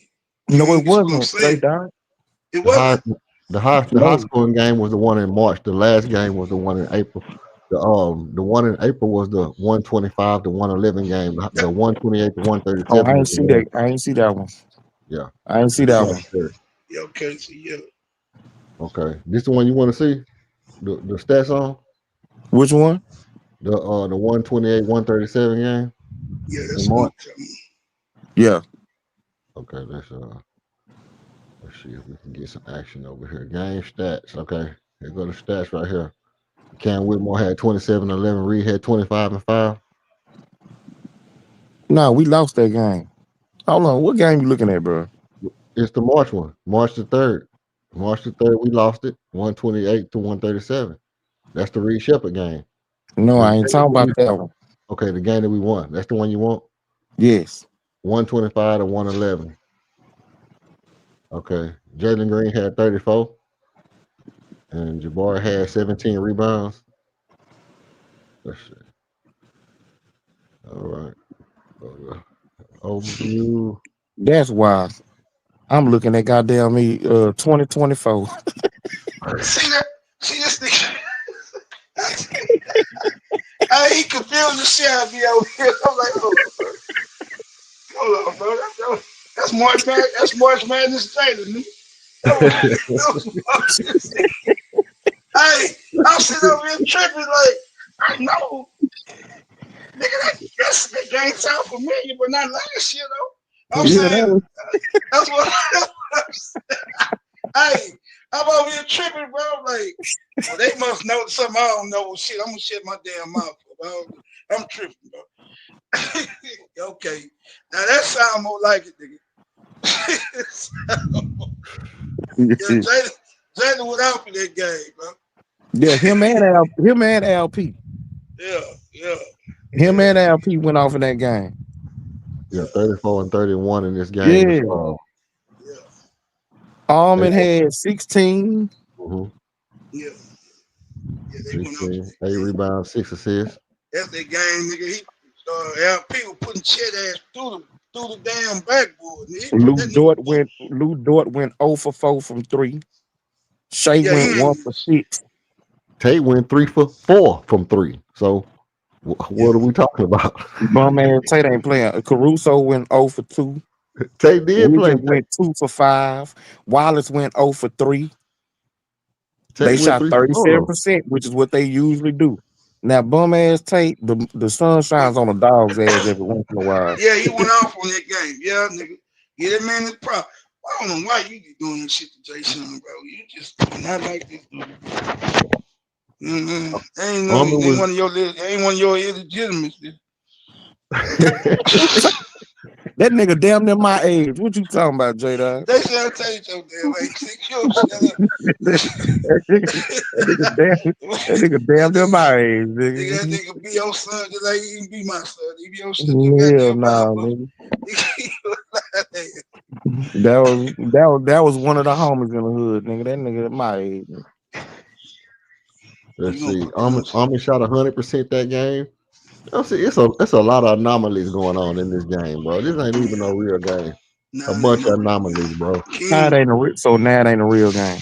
If Jay Sean Tate gonna shoot 3 for 4, it's a real game. Jay Sean Tate ain't playing. Is Armin gonna shoot 100%? So I mean, he might. He shot 80% in preseason. He might. He might take one or two threes and hit one or two of them. He on the plane, King. What you mean? Right.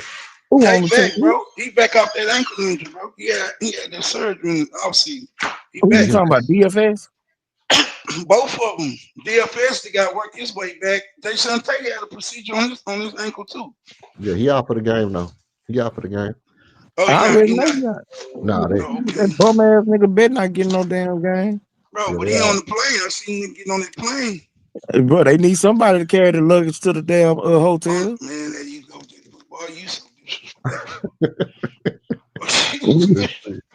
They need somebody to go pick up Chinese today. Shit. Man, Tate ain't playing this game. Him on DFS. Hell no, he ain't playing. Well, him ain't ruled like DFS for sure, but he said Tate was trying to get back in shape. Tate back on the court though. That's cool. Let's see. All our injuries, what we know, Tate ain't playing. Fred ain't playing. Dorian Finney-Smith ain't playing, and Isaiah Crawford. Isaiah Crawford is day to day with an ankle injury. What's wrong with these niggas' ankles, bro? But DFS hurt his ankle last year. Yeah, these niggas don't do. See, they ain't like nigga. You know how when we was goddamn coming up, nigga. When you in that weight room, nigga, you had to do an ankle. You had to do the motherfucking ankle goddamn strengthening workouts. You had to do. These niggas don't do none of this shit now. They just think they work on their upper body and get on the leaping machine, work on their calves. That's it. Yeah. That's it. We used to have to do the neck goddamn roll, nigga. We had to do everything in the weight room, nigga. Everything got to be strong. Them niggas make too much money. To get strong? What you mean? No, I'm talking about they make too much money to do all them old school exercises. Nigga, that's why we was strong in the bitch, nigga. Top to bottom, you just can't have no hops and can't goddamn me push a goddamn car, nigga. You can jump out in the bitch, but you ain't strong enough to push that. Man, come on, bro. You gotta strengthen all your muscles, bro. You know what's funny to me? What's funny about this whole conversation we just had? He was King. You talking about you gonna the Tari Eason gonna cancel out they best 3-point shooters and Tari I Eason did can not make say they threes. best 3-point shooters. Don't do that, EL. Don't do that. I did. You said It he was gonna one of them. cancel It out was one of Isaiah them. It Joe. was one of them last people that you named. You did say something, but I don't know who it was. It was You said somebody he who gonna shot cancel out Isaiah 35%. Joe and Wiggins. Both It of them was at the same somebody time. who he shot Huh? 35%, and I said Tari will cancel them out. But how you, Nah, he didn't shoot 35%. He shot 35% for last year, but he was a 38% 3-point shooter for his career.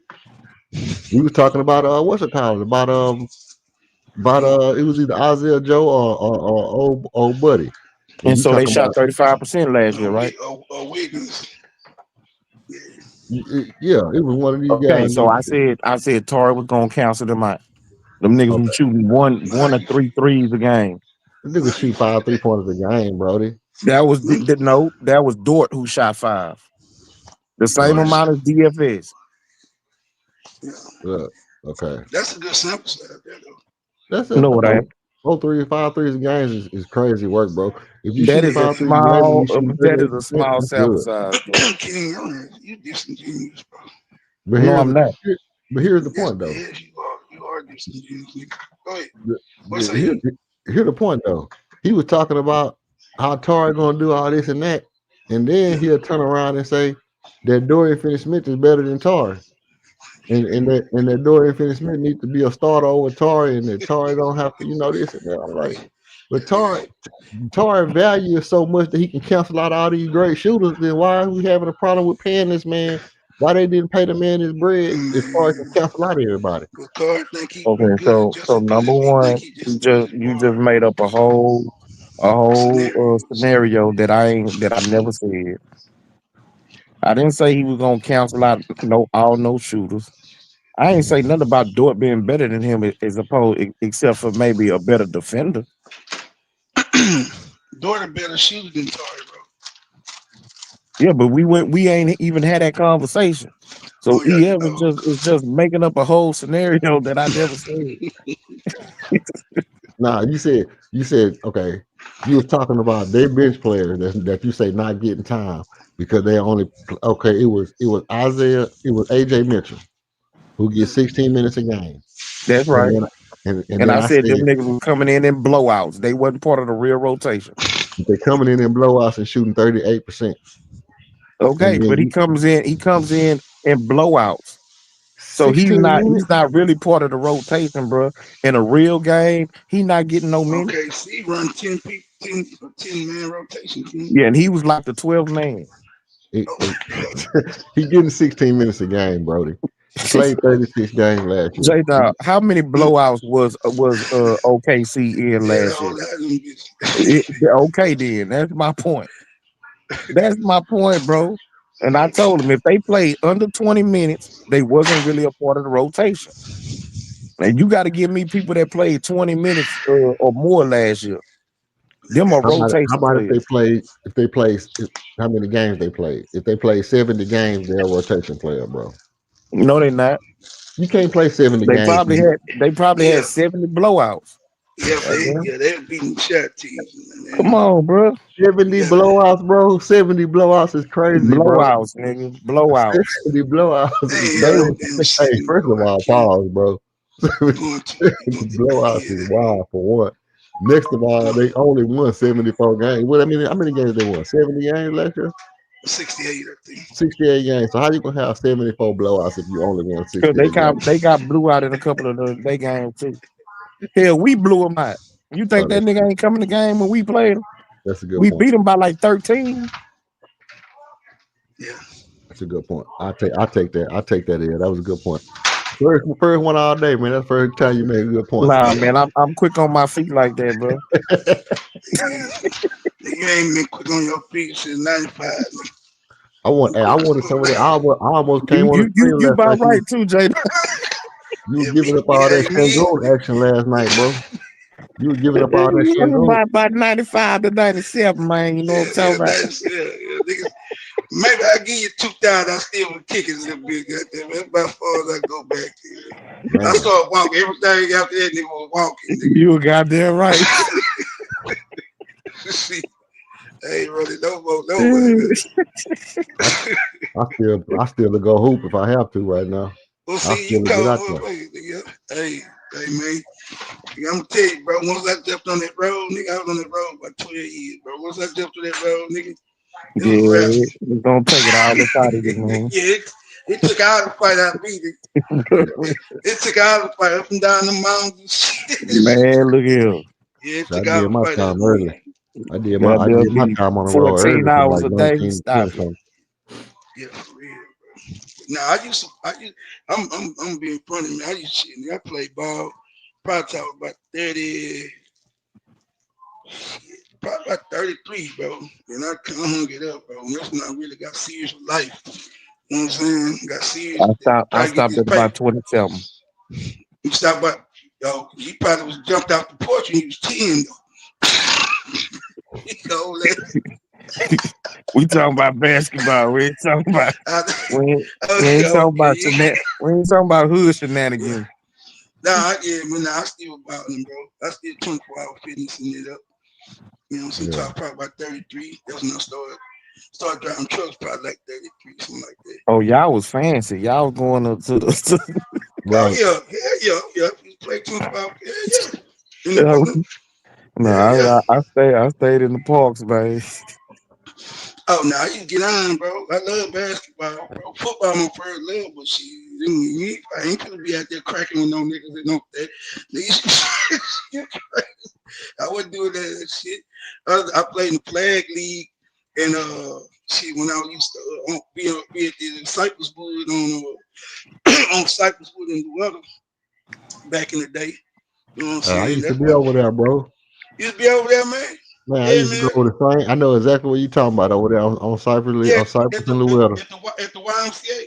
Yeah, I used to go to there. I used to play at that flag league, bro. I used to work for HP, bro. I worked for HP for 17 years. Bet. Yeah. Nah, bro. Yeah, I done did a little bit of everything, man. But I cut that shit out. Once I started driving trucks, bro, I cut all that shit out, man. Trying to get the paper. Damn, all that athleticism. I'm trying to get this bread, bro. But now, man, that truck driving, bro, take a toll on you, bro. I ain't gonna lie to you, bro. I mean, it's good bread now, that shit take a toll on you, man. You gotta stay on top of your shit. You know, for real, like health-wise, like your physical shit. You gotta stay on it. If you don't, bro, you start declining because 14 hours every day on them, motherfucker. You trying to, cause that's how you gonna eat. You gotta go get it. You know what I'm saying? Yeah. Man, yeah, bro. But now, that shit it's hard on your body. You gotta get your routine when you out there on that road, fam. Do your dips, you gotta really get on it. You gotta be on your shit. Yeah, you mess around that half sciatica if you don't. Nah, you for real. You know, I know. Mess around that half herniated disc if you don't be out there stretching. Nah, that's but hey, look. So here go the grand takeaway, because we can advance the 3-point conversation to this, because I'm with y'all on this. I think the Rockets gonna win the game. I don't think they can really get us into a 3-point. Now, okay, let's break it down. They're gonna try to push the wall. They're gonna try to get out and run in transition. This is what I was saying earlier. I don't know if y'all heard the beginning of the show, and I was saying all that talk about people just running up and down the court. That's not realistic because first of all, it's only so much real estate on the court. It's 94 feet court.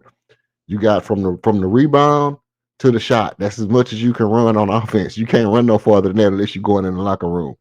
Now, if Armin Thompson is at the point guard position, well, last year he was in the, playing on the wing more to where he was able to lock down that side of the court.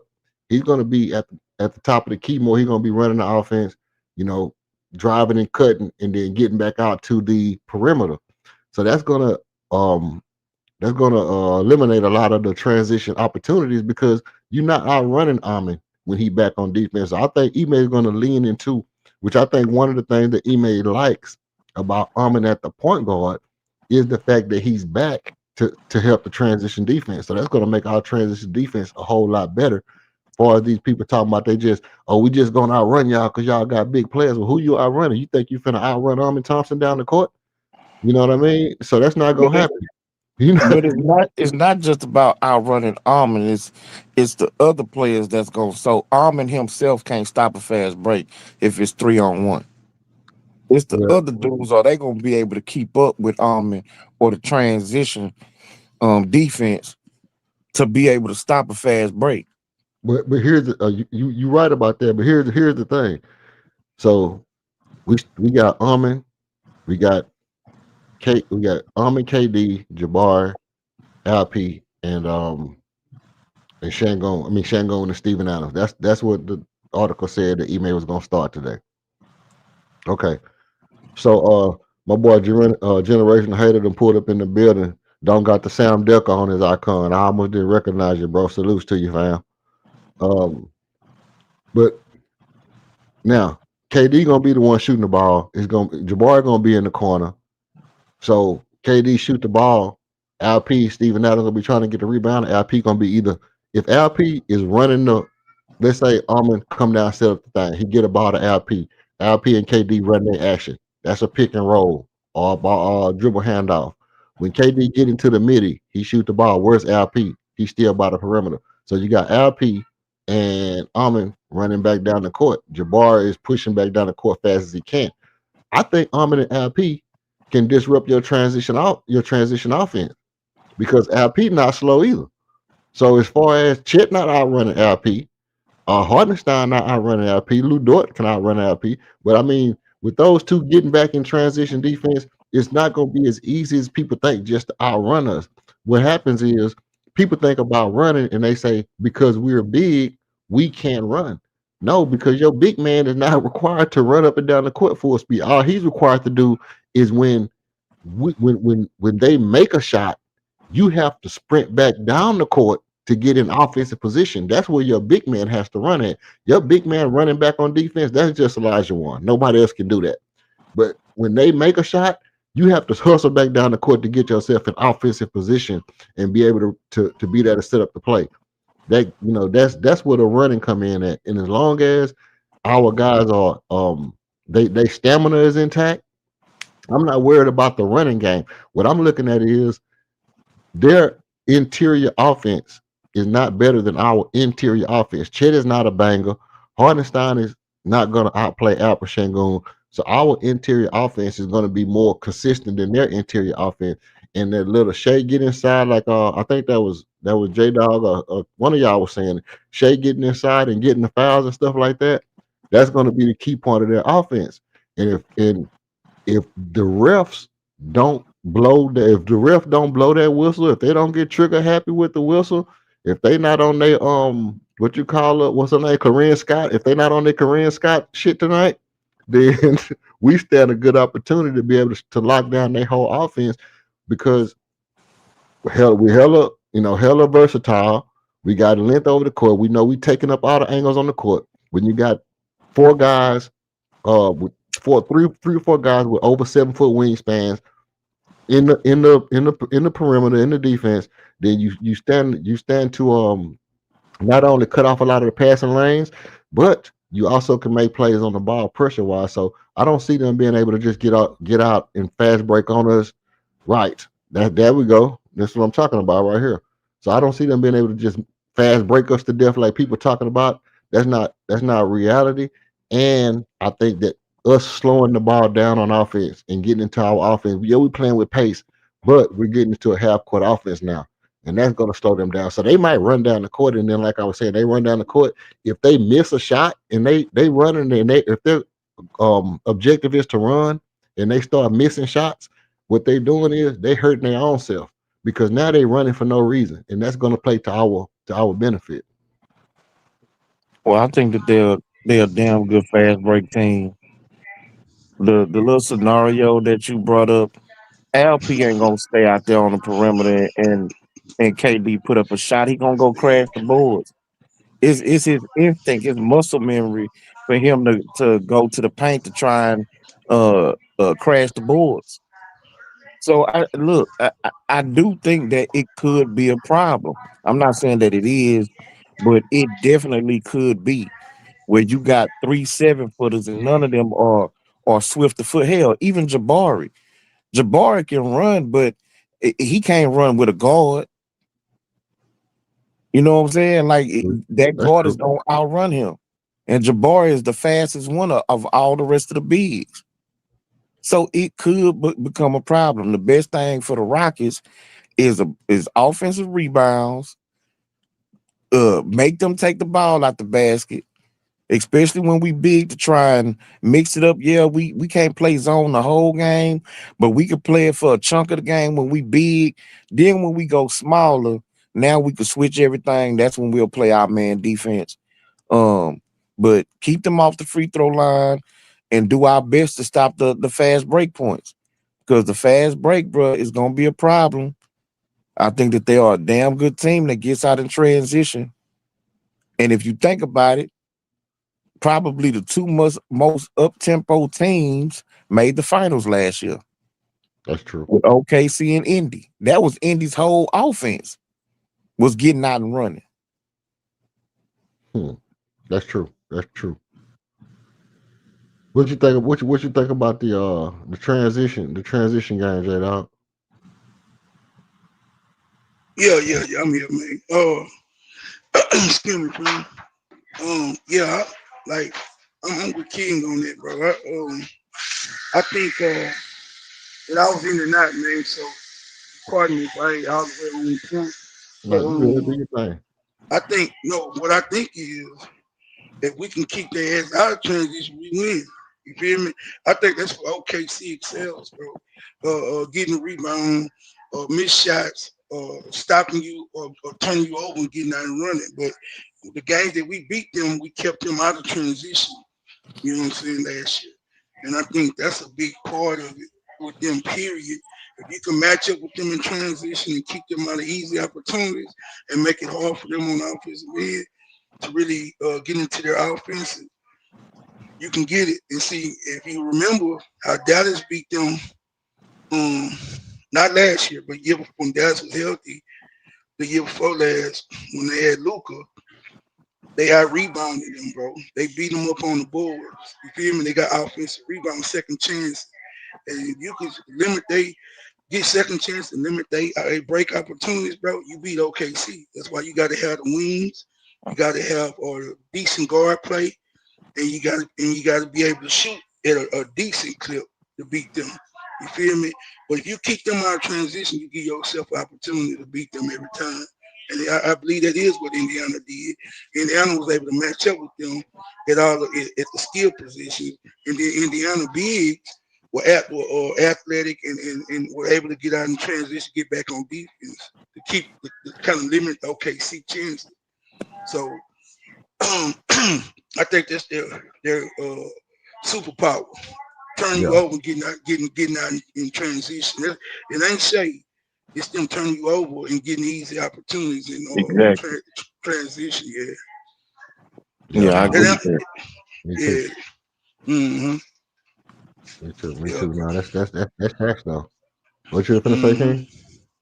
No, I was saying I agree with J Dog. It was their defense that they turned into offense. Right. You know what I'm Right. saying? And so them being able to get up and down the court quickly, getting to the free throw line, and they Mm-hmm. defense, you know what I'm saying, overall, that's how they was able to just, overwhelm teams. Right. Then from there, comes the 3-point shooting, especially in transition. Being able to get out and run and then hit them threes, Mm-hmm. off them fast breaks, bro. That was how they was able to break teams back. Right. So that's gonna be the key for us, man. Rebound and make them take the ball out the hoop. That's it. If you make them Yeah, take the ball out the hook, they can't get out and run, bro.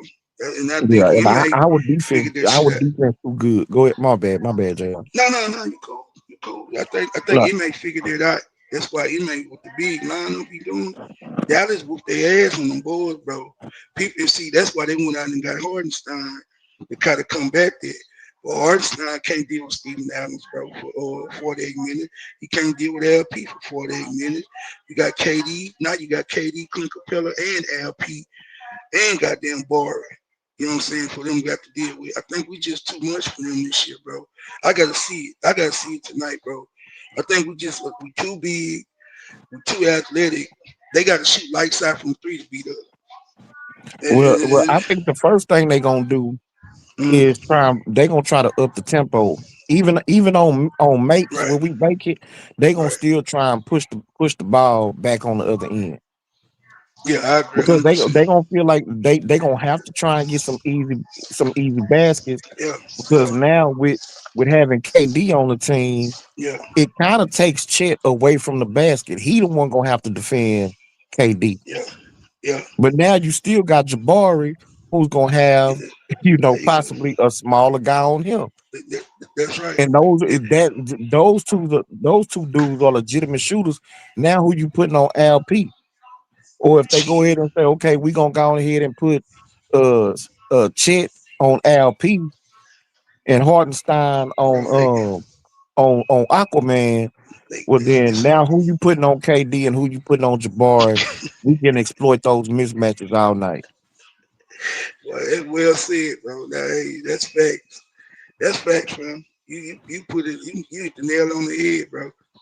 You did, bro. That it's a mismatch on our side. No matter what they do, you feel me? Exactly. And we can match up with Shea all day. You feel me? We got wings. We can throw at Shea ass all night. You know what I'm Yeah. saying? You put goddamn. You gonna start out with Harmon on it. You can bring in a Kogi. You can goddamn me. Bringing You Tari. can Tari. You feel me? Goddamn me. We got wings, bro. We got wings. Yeah. We can throw at Shea all night to get his ass tired and to the point where he taking, what I'm saying, contested threes and shit at the end of in the fourth quarter, bro. And that's what you gotta do. You gotta wear Shea down. He got a smooth game and things like that, but you got an opportunity to really get at him on the defensive end because first of all, Shea ain't no hell of a defender like that. The way and I don't know why they give him that credit. They give him that credit because OKC won out in the game. So they want to inflate his numbers, but defensively, Shea ain't really like that, bro. The team overall is a good defensive team because they play as a unit. They play connected. But to me, when you put Shea ass and isolate him and you in this one-on-one defense, bro, you can take advantage of Shea, bro. That's Well, yeah, that's what. I was just saying that is nobody in our starting lineup that Shea could hide out on No, to he try can't, and bro. preserve his energy. He can't. He can't. If you try to put him on niggas a rap. And who you gonna put on? They probably gonna try to put Dort on. Nope, they're gonna have to put Dort on goddamn KD. Yeah, they're gonna You have to feel me? put Caruso and Dort on Jabari and on KD. but yeah, they've been hiding But people on bro, Jabbar. People been trying to hide people on but Jabbar, they can't. Yeah, but they not can't. this year though. They ain't gonna be able to do Not it. this Hell, year. That's what I was just gonna say. yeah, they ain't gonna be able to do it. Bar Now is that's aggressive. one thing I'll give credit. I'll give credit to KD for that because I believe that KD is the one who say, "Look, bro, you 6'11". So when we find you with these smaller guys on you in these mismatches, we gonna feed you the ball. You know what I'm saying? And you're gonna have to dominate that. You're gonna have to dominate them matchups. A 6'5" guard should not be able to defend you. And that's why in the dress rehearsal, he had like 14 shots in the first half. Oh, pick, you know, them little pick and rolls, pick and pops, and team switching. You know, they was finding that mismatch with Jabari, either going to the rim or under the rim, or he catch the ball. He only got to take one or two dribbles and pull up, and he just rising up over people.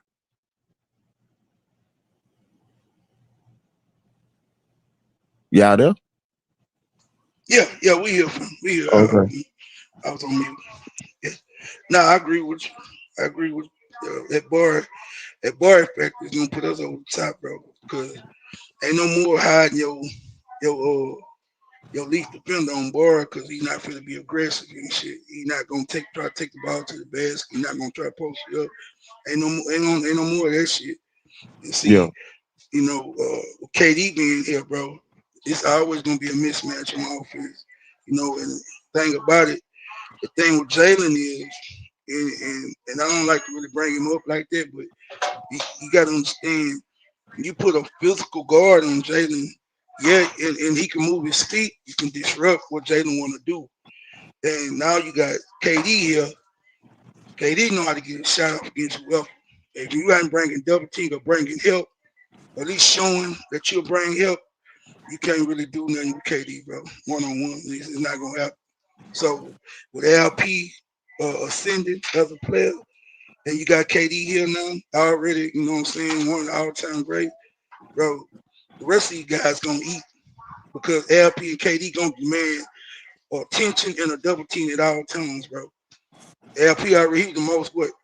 He was what second or third most double team player in the NBA last Yeah. year. Yeah. So come on, man. That ain't going nowhere. He's only 23 years Well, old. I think it might. I think it might change up this year if the shooting, you know, the shooting around LP is better. Because teams is like, hey, we'll live with a two as opposed to giving up wide open threes.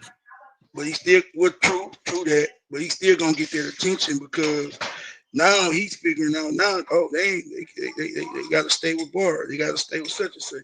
They got to stay with KD. Oh shit, well, I'm gonna be ultra aggressive and getting my shit. You feel me? Once he probably 10 games, 15 games in, once he figure that out, our defense is gonna be guarding him. LP gonna be getting numbers. That's why I say LP gonna be the second lead scorer. I know you think it's gonna be but probably gonna be the third, but I think it's gonna be LP because he gonna get the opportunity this year, bro. He gonna like you say, you just admitted he's not gonna get them double teams, bro. So if he can go one on one with the air, Well, I like nah, his chance. Huh? I still think he gonna get some double teams. I just don't think he might not get as many as he did last year.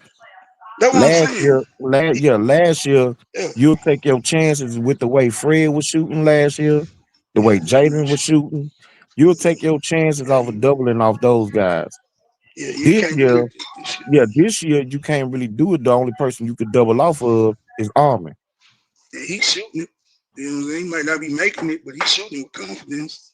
So we're gonna see the regular season how that work out for him. But if he's gonna be consistently shooting it with confidence, Well, but I'm hoping Armin don't turn into, you know, trying to shoot the ball just because he open. I want him to still put pressure well, that's on what he them said he gonna teams. do.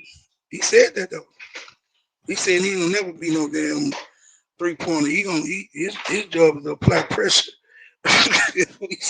Bro, that's what he said, bro. He said his job is to put pressure on the rim, bro. And he said he ain't gonna never, he don't think he'll ever be that type of player. We just gonna shoot a bunch of threes. So he don't think Right. he'll ever be that. And I don't want him to be that. You know what I'm saying? To your point. And so if you understand who you are as a player, say back. Nah, I'm good. Appreciate it. Nah, I'm cool. But yeah, if you understand who you are as a player, I know you. Yeah, but yeah, man. As long as he understand who he is as a player, then shit, we good, bro. My thing with Norman, bro, I don't want his ass on that ball so much to the point where he's doing that all that damn dribbling and shit, cause he still got to tighten his handle up, bro. And we got to admit that as a collective, bro, as a Well, Rocket. I mean, he do, but again, I see him this off season trying to work on his handle. His handle got better in year 2 than it was as a rookie. So I Yeah. expect his handle to be better in year 3 than it was in year 2. He's not gonna never be Kyrie or Steph as a ball handler, and I don't think he needs to be. You Nah, know what I'm you don't saying? need him. He Not just 6'8". he's not one of Yeah. those dudes who sit there just pounding the basketball. Like he really is surveying the defense, and then he make a decision and he make his move. But Yeah, if but you he. saw that guy doggone move he made where he Mm, came off the pick and roll mm, and then looked like he was going right and threw the ball behind his back and went left and got all the way to the rim. Like, he, bruh, like you can tell that his handle done got better, fam. when I seen him do that, it goddamn me in the overtime league. That he he could he could pound it, bro. No, I'm not saying he can't get to the rack. He know how to get to the rack. But King, him navigate sometime on that pick and roll. He picks up that dribble and tries and gets in the air at times, bro, trying to use his athletic ability. And then the defense not going to commit to him because he's so athletic. They just gonna stay in the passing lanes and try to make him turn the rock over, bro. Like he has, and see that's the thing about him. You know what I'm saying? And I don't like. And Greenlee, while we talking about this shit too, like man, all that jumping in the air trying to make a decision at the last Yeah, that minute. was he did that a lot as a He, rookie. yeah, he He got did better. it. Yeah, he Yeah, got better. That's what I'm saying. Like you yeah, can see the improvement. So you know the coaches is telling him, bro, stop leaving your feet to make passes. You yeah. 6'7". You don't have to jump to make a pass Yeah, out at you the got to. 3-point line. Yeah, yeah, You know what I'm saying? Like you don't have to right. leave your feet for these passes. Like you already bigger than the dudes that's defending you. Shit, for So you real. can tell that he's learning He and he's worked on picking that it shit. up. Yeah, Bro, yeah. I say put the ball in his hands. You live with whatever gonna come with it. All he gonna do is get better from it. No, true that. But we still trying to win championships though, bro. So you can put the ball in his hand and do all that shit. But if LP is a better goddamn option on the wing, running offense to him as a point center, I think you gotta explore that, bro. Because I know King, you're not subscribed to that because you don't think it's passing out of double teams and shit like that, and you don't think it's crisp as it need to be. Uh, yeah, you don't think it's crisp as it need to be. But I think, bro, I think they run a lot of what he did with his national team kind of offense with the Rock. I've seen a lot of him on ball, surveying at the top of the key, at the elbow. You feel me? Damn, near almost like some triangle type shit. You know what I'm saying? Hey, With LP. So I like that. I like that version of LP. I think when you put the ball not with his back to the basketball, him facing the defense, I think he look a lot better, bro. And I hey, think but see, we can eat off that shit. We can eat off that. but you make a good point. I'm gonna say two things. Mm, Um, one, LP and passing out the double team is kind of irrelevant point to the point that you're making though, J Dog, because we talking about somebody who can handle the ball that's mm, you know half court line, the 3-point line, or bring the ball up the court when we need to. I believe me myself personally. mm. I believe one of our best point guards on the team is LP. Now I know we don't, we don't want to use the point center and all that stuff like that, Yeah, yeah, but yeah, I like LP's ball handling, bro. I mean, pushing the ball up the court. Nobody's never stole the ball from LP when he was pushing the ball up the court, whether he fast breaking or not. He able to make all the moves. That's why I call him Big Manu. He remind me he dribble the ball, like a big version of Manu Ginobili. He make all the moves. He make all the passes. And if King's Ridiculous. only if King's only problem is about Alpha Shangoon getting double teamed, we don't have to worry about him getting double teamed when he bringing the ball up. That's called a yeah. trap. That's not a double team. Nah, they But, ain't gonna trap it. but, Yeah, but before we get into that, we got your boy Laro pulling up to the stage, man, pulling up on the opening night extravaganza. So we're gonna bring up Laro. We know it's finna go up right now. Laro is always up and it's stuck when Laro in the building, man. Bring Laro up to the stage. yeah. Hey, You hey, gave hey, this hold on, nigga, hold on, hold on. you Hey, gave this hold on. nigga First too of all, much hey, goddamn hold up. slack. You know I'm gonna go there. First of all, it's 10:30 in the morning, so nobody's drinking right now. So you know it's all Man, it's ain't all nobody gonna be. shit. Nigga, don't come here with that No, bullshit, I man. gotta make a joke out of it, bro. I mean, I'm just making a joke out of it, Oh bro. Some no, I niggas done do met a take it. couple of early Some niggas morning take. drunks. I done Yeah, met quite some a niggas few get. of them. You got that right. Well, it's not. Niggas get the Well, it's shade not tree and all one of type them, of shit nigga. this morning. Hold up. Well, it's not one of them, I, King. So I can go goddamn. right on OST right now and find five niggas doing that shit. Well, it's not one of them, man. Bygones, bygones. I mean, let's keep it going on the Rockets, right? Yeah, Man, I don't like J Dog. I don't like him in, bro. I mean, I love him as a player. He gonna be that dog, but is he ready to be Magic Johnson right now? I don't think so, bro. yeah, I mean, they're asking a lot of this dude. Like right now, I I mean, agree. it's cool. Yeah, I want to see it. I think that what everybody says about him, he's an elite athlete. You got people saying he's the best athlete in the NBA. I agree. So do you put that pressure on it? I mean, when you had that high ceiling, right? When people telling you that he's the best athlete in the league, right? Yeah, But then at this level right now, we saying we don't see it. Man, they watching him just like we watching him, bro. yeah, yeah. God press his dribble, bro. But they I don't, agree they with you. don't, they don't watch them like we watch them. Like Now they these watch him talking in, heads, bro. Now King, these talking heads don't watch the Rockets King. like Houston Rocket fans watch the Rockets. I don't think they watch him like we do, but King, I'm gonna say this. I almost said something, bro, in during training camp that made a lot of sense. And they asked him, I think Vanessa Richards asked him, bro, are you used to this? He like, because this ranking came out and I think he 30 something. And he was like, we got KD now, and I see how attention he get. And then Vanessa Richards act like, oh, you getting a lot of attention too. He's like, I know. He said, I ain't used to it.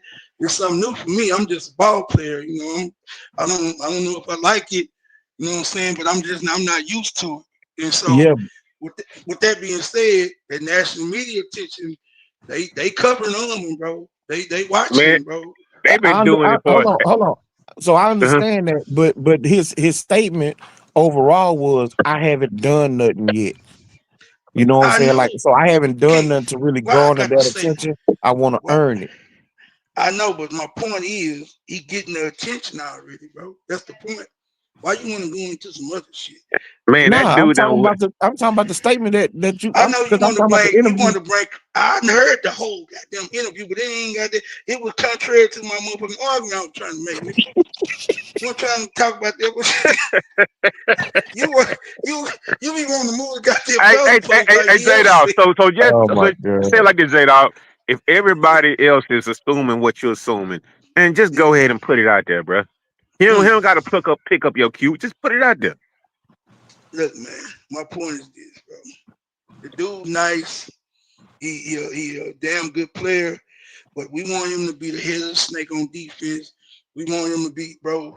We need to that responsibility of running a team and getting your team in his offense. It got to be on multiple guys, bro. We can't. We got to alleviate that pressure off him. I don't want to. I heard King earlier. I didn't say nothing too much, but I don't want to just put the ball in his hands, bro, and just let him go. Yeah, he can. Yeah, on fast break, get that bitch off the board, go do what you do. But in a half court offense, I think we got to move that thing around. We got to get KD, got to get LP touching, got to get everybody touching, and just find the Hey, mismatch. But him, J, far as him now, hold on, J I'm Dog. gonna let you finish. Okay. I'm about to land. I'm about to land. That's why I said it. But far as him just getting it and navigating, trying to navigate a pick and roll every play down with the ball in his hands, pounding the rock, hell no. Go Hey, ahead. J Dog. Yeah, We doing this on the fly, bro. I mean, I'm the last yeah. person to say that we Mm. missing Fred, but what we got to do right now because of the Fred injury, bro, we got to do this because we missing Fred, bro. Like we gotta. It, it's not gonna be perfect at first, right? But it Yeah, could be a blessing in disguise at the end of the season. yeah, I I am believe willing to now. say that because we No, do have Reed and we do have Amin.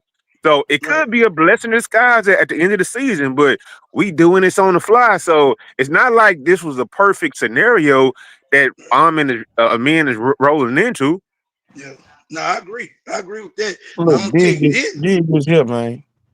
Go I ahead. wouldn't give a damn who the point guard was. It could be prime Chris Paul. No point guard is gonna come here and completely run the show like this is James Harden 2018.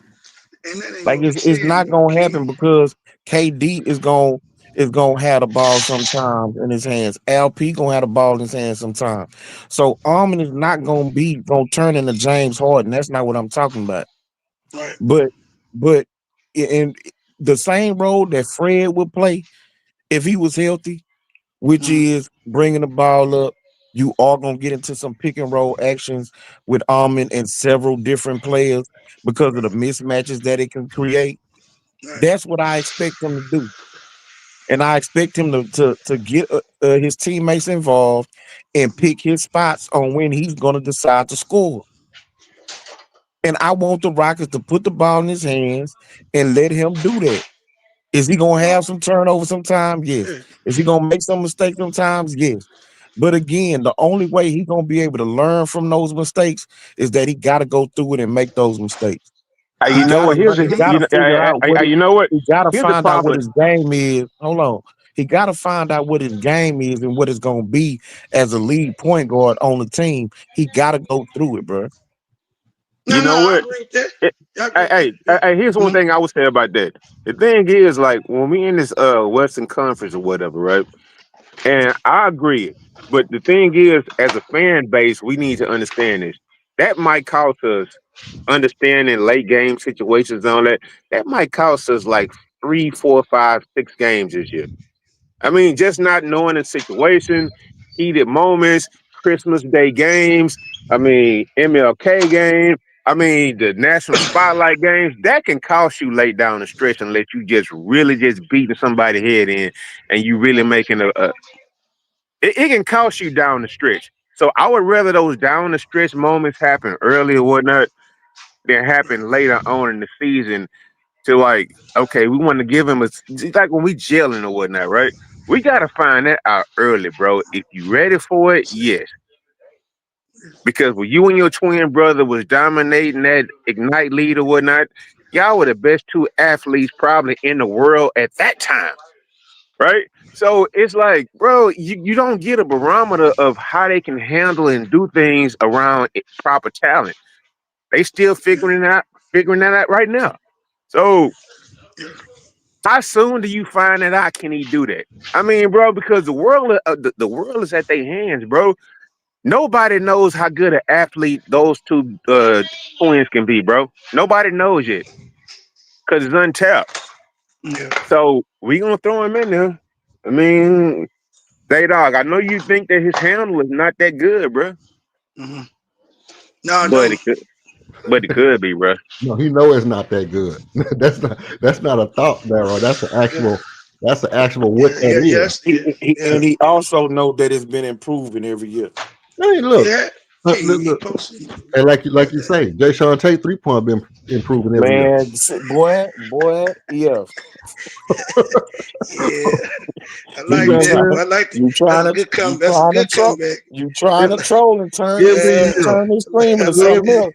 every year, Yeah. Jay Sean Tate, he been working on his three, and his 3-point look really good every year. Am I Yeah. lying? Yeah, you lying. Yeah. Okay. No, Now you last ain't. year You he ain't shot lying. 4 for 5 in the game against Nigga, that's Utah. one damn game. Nigga, no, I ain't shot King. Man, I ain't gonna give me to you with this Yeah, damn don't personal start J Dog because he man. found one game where Jay Sean Tate went 4 for 5 from 3. Now Look, he come shot on, all J right Dog. last You year, know Bro, bro. he ain't no Tate, 80% 3-point shooter. nigga, Tate shot and got better this shit, bro. Not only that, bro, we gonna keep it a buck though, man. Jay Yeah. Sean Tate had one of the best alley oops in the past 5 or 6 years on this team, bro. What? That alley oop he threw to Cam Whitmore off Boy, that if off you that don't steal was stop. one of the best Did you alley oops. Yeah, forget? Did yeah, you yeah, forget? yeah, yeah. Did you Come on, forget bro. Kevin Porter Jr. was on this team and he was throwing at like, Yeah, you got what to are you stop, talking man. about? Man, listen, but that alley oop from Jay Sean Tate to Cam Whitmore was a fool, Yes, bro. yes. That was a fool, man. I ain't gonna even hold you on that. Yeah. You talking about when Cam Whitmore delivered what he should have delivered, and it looked good, bro. I mean, come on, bro.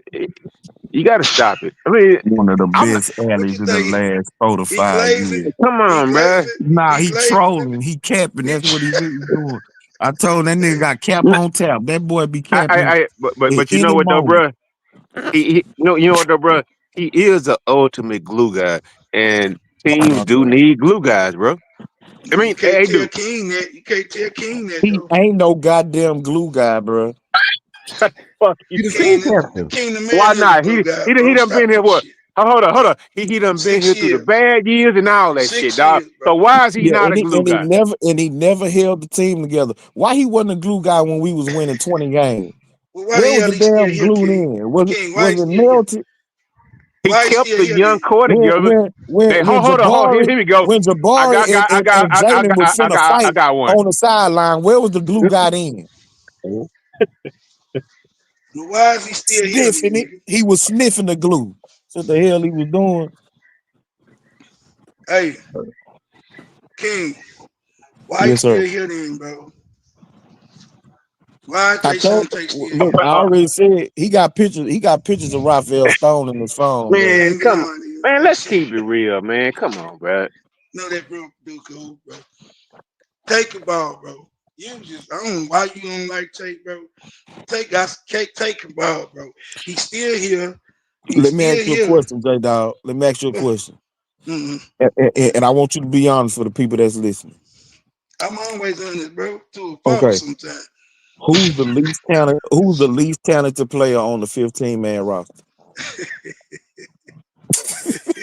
Don't you fucking lie. Corey Don't you lie to these people, J Dog. Who's the Now, least hold on, J talented Dog. player on this roster? J Dog, do you know the 15-man roster right now? Yeah, I think I know it. Yeah, I think I know it Okay. pretty good. Who's the Yeah, least talented player? Who's the least talented player on the team, J Dog? Crawford. You a goddamn lie. He is not less talented. You said 15, man. Nigga. That's right. I said talent too. I ain't say and Holiday. I ain't say proven. I ain't say who you gonna put in the game first. I said talent. Who's the least Hey, talented player? you know Crawford what? is Hey, not hold less on. talented Lee. than Jay Sean Tate. Hey, you know what? Lee. Hey, Eve, let me ask you a question. Man, what's that dude who stuck around Miami for 20 years, bro? Man, I can't Udonis think of his Haslam. name right now. Udonis Haslam. Yeah, Man, you know what? He couldn't really play like that yeah, later but on in his he'll career, put, yeah, bro. Oh but But you he'll know my put, what? he'll put God. a hand, He he'll put kept it hands on all your ass, together. bro. Yeah, He but he'll kept put it hands all on your That's a together, good right? ass. point, man. That's a Hold good on. point, He'll bro. put hands on the motherfucker, right? Man, That's a Hey, good point, J man, Ron. Dog, J Dog. Are What's up, you bro? gonna sit up here and let this man disrespect Udonis Haslam? That's a good point he made, though. You got Well, to he give I him mean, played. that. It's not a good I point. mean, hold I on. know the game, You know, we all Oh think it's a my good point except fucking King. It's a good bro, point except for King. Udonis Haslam was an important piece on a yes, championship team. Pull up bro. his goddamn scoring averages, bro. That was Doing those back years. in the day, King. The nigga was That's on what. his fourth Okay, rest but of his listen, career. Man, he pull not up talking his about scoring averages, bro. bro. He not talking about Udonis Haslam the last 2 years of his career. He said Udonis Haslam who played 20 years in the NBA. I'm And y'all saying sitting up pull trying up to his act like scoring averages. Jay Sean Pull up Tate his is man. on the same level as Udonis No, Haslam. no, no, he not, bro. Pull up his scoring averages, He bro. trying to make a point, bro. I'm We pulling him up. talking about It's a impact terrible on the No, damn team. point. no, Oh, he was yeah, We I'm he pulling talking him was up. about no, impact on the team, bro. he was impactful on the team when he was in his prime, though, bro. No, So that's pull not up the his. king point. So The what I'm saying king is pull point. up his scoring averages, bro. The That's all I'm king saying. point. Career I averages. mean, Career averages 7.5 a game. 6.6 rebounds. His notable role as a leader and enforcer. yeah, That's it. exactly. Nothing to write home about, buddy. That's a glue guy. Three championships. Glue guy. That's a glue guy. You need them, That's bro. right. And A Jay Sean glue Tate is guy not on a that. super team. On a super team. Jay Sean Tate is not that. They should take He is King not then. no damn Udonis Haslam. He the team captain, though. You Man, don't want to see it, bro. get You the don't hell want to out of see here. it. You don't want to Bro. see it. You don't want to see it. You don't want to see it. King. Don't nobody see it. King, MA tried to trade for Jay Sean Tate when he was in Boston, bro. Man, I don't want to hear He none of said that, that bro. shit. See, you don't want to Udonis Haslam. Hold on. hit Did he win Defensive Player of the Year? Hell no. Nah, he got vote. He got votes Hell for no. it. He got votes Nigga ain't for never it. won no damn defense. No damn year, nigga. Hey, we wasn't trying to develop all them players. Listen, if James Harden would have stayed, Jayshawn Tate career would have went a lot different. I think it would have too. The whole thing was we started trying to develop players. That's what Jayshawn Tate did. If James Harden would have stayed, he wouldn't have been on this damn team. No, he James would have. Harden would have had that He would've nigga been shipped out faster than a hooker can drop her draws. If James Harden would have stayed, Jayshawn Tate probably would have been a great shooting guard or point guard by now. Oh my God. And J Dog, you just sit here and let them say this crazy. Hey, no, that's not fair because you know what? That wouldn't have happened on Twitter, right? That wouldn't have happened. That wouldn't have What hell? Because y'all look, don't think he was. When we got him, they were saying, "Oh, he got similar comparison to James Harden. James Harden body type. He can handle the ball. He can get inside the paint. He can get around the rim. You know what I mean? My God, they had all boy, kinds of comparisons to James Harden when they got him. Yeah. Huh? It was PJ Tucker who they were comparing him to. They compared him to James Harden, bro. James Harden. They compared him to James Harden. Trust me, because they say he can play multiple positions. He can handle the ball. Because he the only thing I remember about Jayshawn Tate was like his draft day highlights, bro. I mean, they look good or whatever, but I mean, it is what it is, man. He undersized. He's a junkyard dog. I mean, PJ Tucker is a good comparison, but bro, I mean, he hasn't done anything to like garner like disrespect because everything he's given to the Rockets is straight up playing like a dog, bro. Like you might not like him personally, but a miniature dog. Want to do all that goddamn barking shit. Hey, he get you buckets around. Jayshawn Tate remind me of like the black version of Luis Scola. He get you buckets around. You be pushing it like a motherfucker. Yeah, he'll push the line, nigga. He pushed the line on some shit now. So he pushing the line on Luis Scola, but not on Udonis Haslam. What y'all niggas be killing me right now, bro. Scola was a 20-10 a power forward that was undersized. That all his moves was around the basket pivots. Jayshawn Tate could have been a 20-10 power forward with all his baskets being around the basket. Hold up, Scola got like 5 inches on Tate, bro. But no, they don't matter. And he was a mid-range shooter. Like his game was versatile. He wasn't just no one mystery hook. That nigga score all his points because don't nobody think a 6'4" tweener is finna try that little regular ass jump hook that he's shooting that come from his hip up to a book. Man, and look here. And Tate his first year, what is his first year? He had double figures. Like Tate was getting buckets, nigga. He was a basket, bro, around the rim, bro. He was getting buckets, bro. Pull up the nigga rookie. Pull up his first year. Hey, wait a minute. Hold on.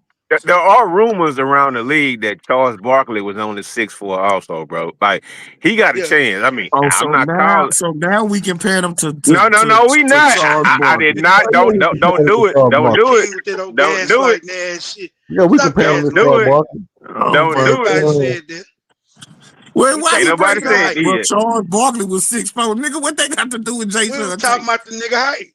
What they got to do with Jayshawn Tate? I was doing a height comparison.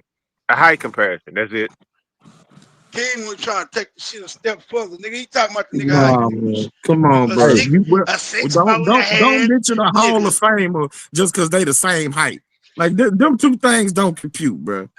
What he's saying is, nigga, it ain't always all about height, nigga. That's I know it's about talent, which is something that he don't got. Tate do got talent. Hey man, he wouldn't be in the NBA if he didn't have talent. He wouldn't be in the NBA if he didn't have talent. There's a lot of motherfuckers in the NBA who ain't got no damn talent. Hey, Jayshawn Tate. Those are usually the tall dudes, bro. Jayshawn Tate, man. Hey, look, he averaged 11.3 and 5 rebounds his rookie year. Come on, Mike. 60 splits, bro. Boy, come on, Mike. You understand me? Yeah, that boy was a hooper, man. Like that ain't shit. His rookie year. Yeah. And the nigga get to his left hand, nigga, it's automatic, nigga. If you let the nigga get to his left hand within 10 feet of the So rim, it's so automatic, nigga. so y'all talking about a year Rookie stars. where there was no damn body on the team. James Harden left. Eric Gordon quit.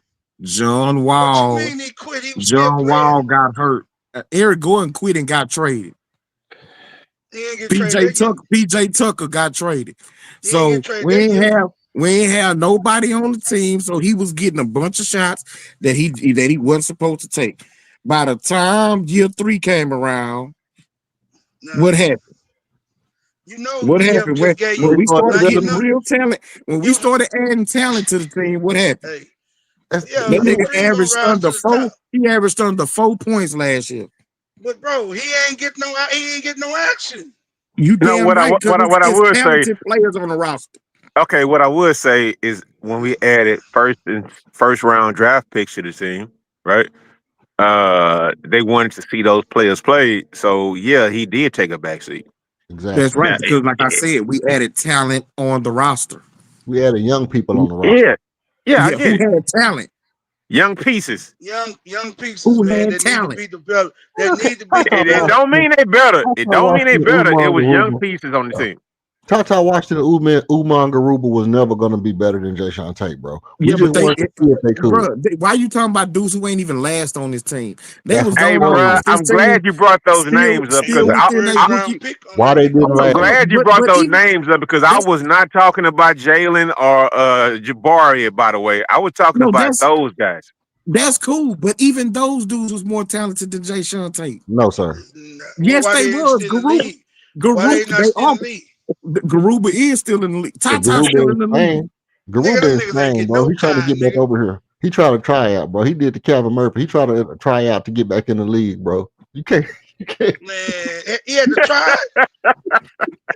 You can't try out for the NBA, bro. You gotta get your contract fixed before you can come over here. You can't just try out and then they be like, you can come back. And King motherfucking ass with his old goddamn old floater ass Tata nigga. Tata got one of the best floaters. J-Dog. Tata got yeah, nigga, I still remember that bullshit. Tata, I said nigga ain't got King, this nigga ain't gonna last, nigga. J-Dog, that nigga better than KP, man, nigga, that nigga ain't gonna take nothing from KP, nigga. So here we go. So J-Dog bringing up Greenleaf season 1 like a motherfucker. Yeah, that's you damn right. Cause King, man, that nigga used to fight. We used to fight, goddamn it, every goddamn game. Damn, he hated KPJ. The nigga we thought ain't Tata was goddamn no fight. Tata wouldn't even. They wouldn't even give Tata no playing time. nigga, Like knock it out. but you, that's my point. Cause you thought he should have been getting playing time. He should have. No, the fuck he. Boy, I ain't gonna cuss on EF. Well, he's No, the hell, still in the NBA. Somebody thought he should have been getting some playing time. Who he playing for? Who he playing for? Phoenix. That nigga ain't played in the preseason. Nigga. Boy, King, you don't stop, bro. You be reaching, boy. Your arms gonna be long as a mug. I'm just saying he played for Phoenix, bro. Yeah, but he on the roster. Say what it is, nigga. He don't get no playing time. He Like the don't dude get no OKC that you playing was talking time, about. bro. He clinging on to an NBA spot like a motherfucker. I mean, I So, wish He gonna be so like the thing is, that shit. Raphael Stone didn't make all the right choices and whatnot, right? I mean, we got dealt some hands. Yeah. Laro. He had to do something with them picks, Laro. Goddamn. We had And it was a good 100,000 gamble. picks. It was a good gamble though. The dude had 25 assists in the college game, And bro. they was late. They was late picks anyway. Yeah. That don't matter. 25 in the first round ain't that bad. That's almost what Torrey was, and look how Torrey panned out. Well, not quite 25. Not quite 25. I mean, Cam was hey, you know what? Hey, why Torrey drop, bro? Hold on. I need to ask this. Laro, this to all y'all, bro. King, that's what I want to talk about too. Why Torrey dropped to 17 in the draft, bro? I mean, because he had a better player like LP in front of him. He had in the same draft. They weren't in the same draft. No, because he had a better guy like Hold up. It was. Now I got to go back. I know it was. I Tar mean, was in the same no, draft as it OKC. was Jabari because he had a better No. guy like Jabari. He had a better guy like Who was it? Mark the guy Williams, from all them Duke. guys. The Who guy was it? from Duke. Mark Williams. Well, Mark Witt played Nah, with Duke, but he bro. got drafted behind old boy who came to the Rockets and then retired. Yeah. Who the fuck? What's his name? That nigga we just traded for him. We traded for him, and then he played in the summer league and he retired after that. Yeah. Matthews. No, not Matthews. Is that Matthews? Nah, it wasn't Matthews. J Dog, you know who I'm talking about. Yeah, I know you're talking about the shooting guard. No, the shooting guard No, from Duke. Torrey was in the same draft. Torrey got drafted one pick behind him. The shooting guard from Duke that got drafted. Hey, you got to think about that goddamn Kyler Bencaro Yeah. draft, bro. It was that draft. Or something. He was a forward, wasn't Small forward. Yeah, he played small forward. he? Yeah, I know what you're talking about. Yeah. The one that he Yeah, but turned into Tari, I think Tari led them in scoring, didn't crazy one. Keep God first, man. He turned into a preacher. He quit basketball to be a preacher or something. he? Be a preacher. Oh, Yeah. Okay, keep God first, Hey, man. hey, check this out. One thing about anybody, Crazy. hey man, one thing that y'all need to know: anybody that went to LSU, bro, they got a lot of people in their ear. Like they linked Yeah, but he in wasn't across. in LSU. He wasn't in I'm LSU at first. I'm though, talking about bro. Tari He Eason. transferred. Yeah. Anybody that got LSU in their ear, those people linked in all over. Bro, his mama or whatever might be hearing all kind of things about all kind of offers he can get from all across the world, bro. I mean, if it's about bet on yourself, I'm with the young man, bro. Bet on yourself. I mean, Hey, I'm with it. I'm Laro, with it. If AJ it means he Griffin. gonna still be here, that's cool. If it means he goes somewhere else, I'm cool too. Hey, real talk. Okay. His name was AJ Griffin. Yeah. Oh, the dude from AJ Duke. Griffin. Somebody from Duke. Yeah. Yeah. He got picked ahead of Torrey. Yeah. Well, I'm saying at LSU, Tari came off the bench, bro. Yeah. Get it. It's all those contacts, man. His mama was out there mingling and Why willing y'all and think he came off Bruh. the bench, Laro? What I'm saying is, what has he done in the NBA? What he's done, he showed that he's just as good as Tari. It's He Barnes. has.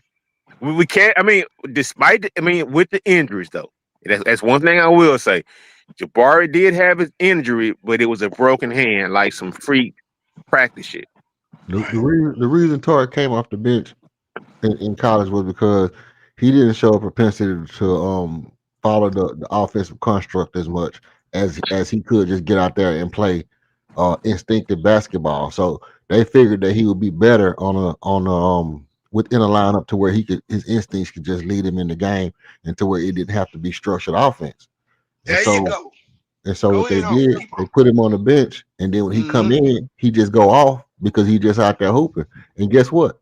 I'm cool. I'm cool with a guy that just can go out there and it's just like what I was saying earlier. The coach tell me, hey, I need to do this, I need to do that. And I say, nah, I'm good enough to do what the hell I want to do. And then you need to make sure that the other guys do what they supposed to do, because that's what makes a real superstar. You only as good as your coach lets you be. Do you think LeBron James go out there and then Ty Lue say, hey man, we need to do XYZ, and LeBron say, okay. No, LeBron gonna say, hold on. I'm gonna tell you what we need to do. I'm gonna play basketball. You tell them guys what they need to do to make us win. I'm gonna go out And there. that's why his ass lost 6 finals too. Yeah. Lord have mercy. Your ass was driving the car. You was going straight to the mother. I said, nigga, he up is a Nah. kid. Then Hey, you ran your J-Dog, ass you know in what? the dick. Hey, J-Dog. J-Dog, to me, hey, J-Dog, King, all y'all, you know what it sounds like to me? That sounds like a dude that's going to get traded before the end of the goddamn season, bro. Right. That's what it sounds like to me, bro. It sound like me too, yeah. Well, I ain't gonna say that. It's gonna depend on if he buy in. Like at the end of the day, both sides have made their decision. So the best thing that he can do is put his best foot forward, where teams will be lining up to sign him. Well, If the he if thing he if is, he comes the, out and he the pouts and he don't play the right way, that's just gonna sink his but value even more. the thing is, the Rockets are not gonna let that asset go for nothing. So that's what I'm saying. If man, we can be rolling through the first 45, 50 games of the season, but since we know we can't sign him and everybody else want to sign him, if he doing that good off the bench, bruh, we gonna have to trade him. I mean, bro. even if it means sacrificing the championship or whatever because of how good he doing, man, teams don't let assets like that go. If he Okay, is a but leading candidate for if sixth he man helping of the the year, team, if he helping the team win and get to the finals, why would you want to get rid of him? Bro, You'll go into the luxury tax and pay the y'all luxury miss. tax. You'll pay the penalty to keep a championship team together. Yeah, bro, but you missing the point, bro. I think you missing it a little bit. Not all the way, but you missing it, bro. It ain't everything y'all saying about him as far as the intangibles and all that and team glue guy is right. What's the problem? I'm gonna tell you what's wrong with the situation. Tari inflated value of himself, bro. Yeah, ain't nothing wrong with a man thinking high of himself, but you have to understand, bro. Everybody got a place value, bro, and a number when it comes to. He has to understand, bro. Like you're not you're not better than LP. You're not better than Armour. They not they invested in them guys, and they evidently they feel like Barry is better than you. So this is the thing, bro. You're gonna have to get in where you fit in. If you want to be a part of this team and you're going forward, KD already showed you he took 30, bro. The dude took a $30 million haircut, bro. Fred already took less money. Like, bro, at That some ain't point, fair. That ain't fair, J Dog. no, but hold on. I know it's his first contract. I get that. But check this out. Bro, listen. If you think now last night, bro, we on stream. Now you heard all them people who were taking them contracts last night, bro. All them guys who proven 30 million a game players. These guys already got numbers. Some of them averaging 20 points a game. Wasn't no big $30 million, 25 million. I think the biggest contract that got signed last night, I think shit, who it was, bro. Somebody signed 5 years, like 113 million or something like that. Yeah. That was I think Shaden Sharp. yeah, that was a big one. I mean, because I was That was surprised the because he biggest got one. more than Jabari got. I was like, Yeah, damn, but it was only but they 27 ain't have though, to do Darrow. that though. They didn't have to do that though. They No, they could have like didn't. Right. they didn't have to do that, bro. They didn't. But that's the biggest one, bro. Dyson Oh, Daniels got like a $22 million, a $20 million, or Kamaro got like a $20 million. All these people got numbers big, higher than Tari Eason, bro. Like Tari Eason got to understand, bro. Man, Yeah, I hey, the feel thing like is, hold on. Let J me Dog, land. they Let had me land. numbers higher than Jabari too, and Yes, bro, Jabari got a deal. They had the numbers higher than Jabari, bro. That's a good yeah, point. but all the number, but all their contracts came in. But see, Bari got held back, bro. Everybody knows Jabari got held back last year, bro. We ain't finna sit in and play games, bro. No, I The get dude it. I shot get it. I get it. 43%, and the Rockets knew they held him back, but they rewarded him for it, bro. They ain't giving the Yeah, they held him back waiting on fucking Jalen, bro. Real talk. I don't think it To might keep be it a some of real, that. No, they held the nigga no. back because they want to keep that nigga number low. That's what Hey, shout out to that's Broken big. Berlin from Germany, man. That's a good look, man. Shout Hey, out to salute to Germany and you. Broken Salute to Berlin, you. man. Yeah, I was salute. born in Germany. For real? Yeah, I can tell. I can tell. My old man was in the military. Yeah, I can Okay, tell, okay. man. I think my daughter started out her stint in the military, in Germany as well. Yeah, man. Yep.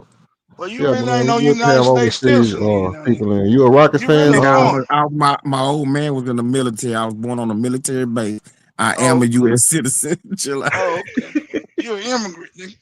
I ain't no fucking immigrant. Nigga, my family is from Texas, H-Town to Galveston, man.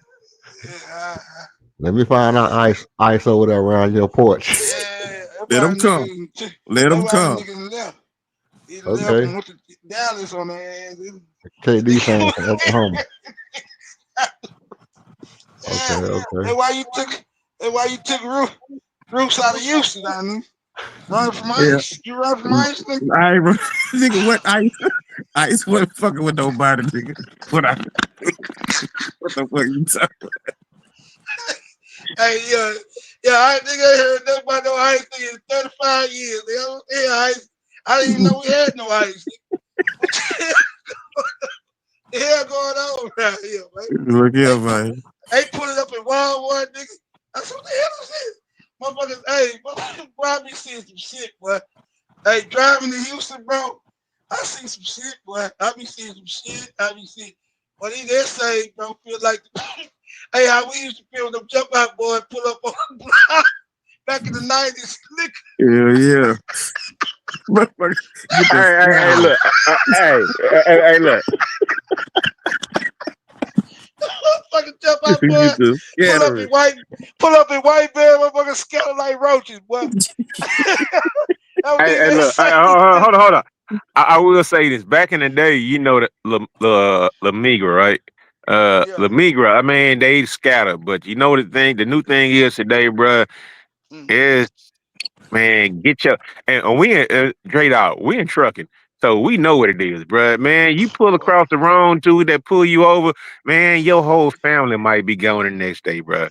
Real talk. Like, you get pulled over, it's just like, where you live, where you stay. I mean, it's not just where you're delivering to, what's your cargo. I mean, where you going.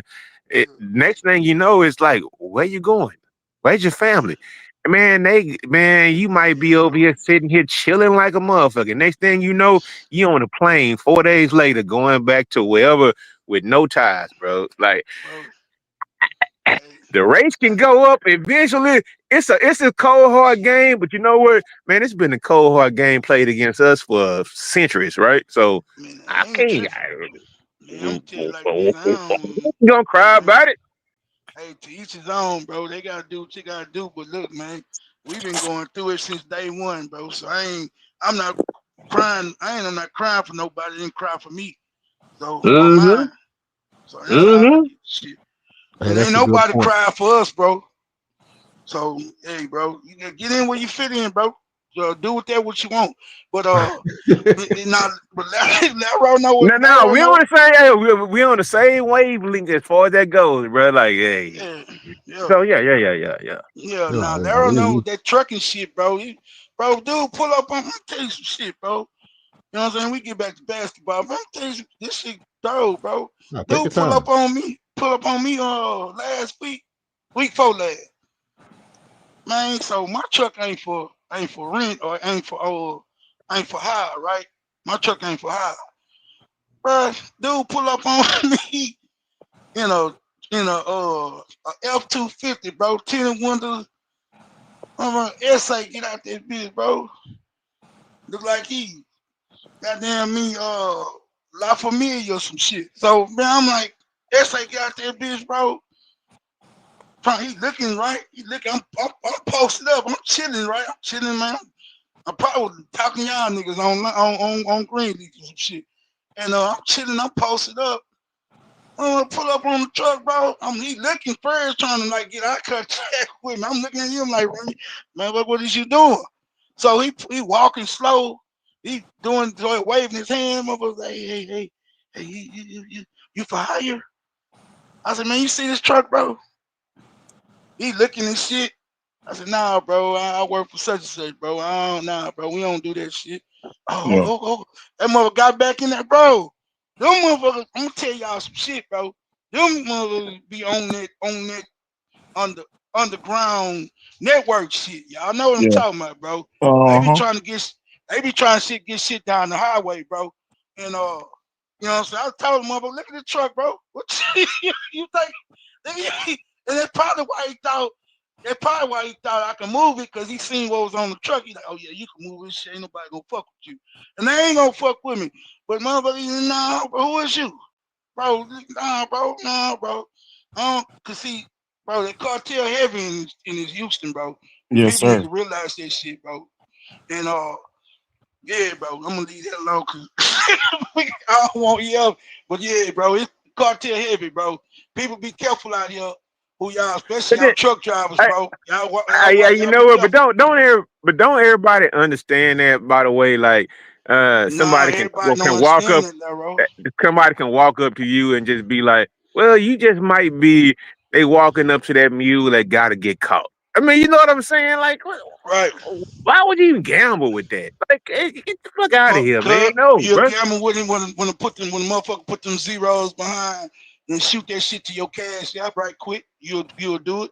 That's why. Motherfuckers out here playing with real money, bro. Or they on the cash out.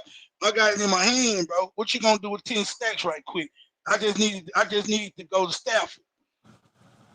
You feel me? Bro, you got people out Shit, here taking them chances, bro. shit. Especially when you got that CDL, you gotta be careful. Like, bro, I know that money, all Hey, our money ain't good money, bro. hey, Y'all be careful out here, cause these boys My, out here trying to get my it, thing bro. And would they be if hold it's on, like that, why you hold on need right quick. me? Hey, hold on right quick. Yeah, Hey, all the way from yeah. Berlin, man. We got our first person coming up for the first time, all the way from Berlin, broken Berlin. Your fan, KD fan from Germany.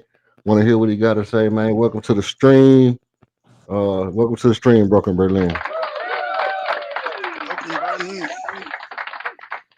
Hey, I feel bad. I wish I had like a German accent or something, but I'm American. But I'll It's all still good. It's take all this. good. Now Okay. he said KD will be salty seeing that ring party. He gonna put up 35. I really think so.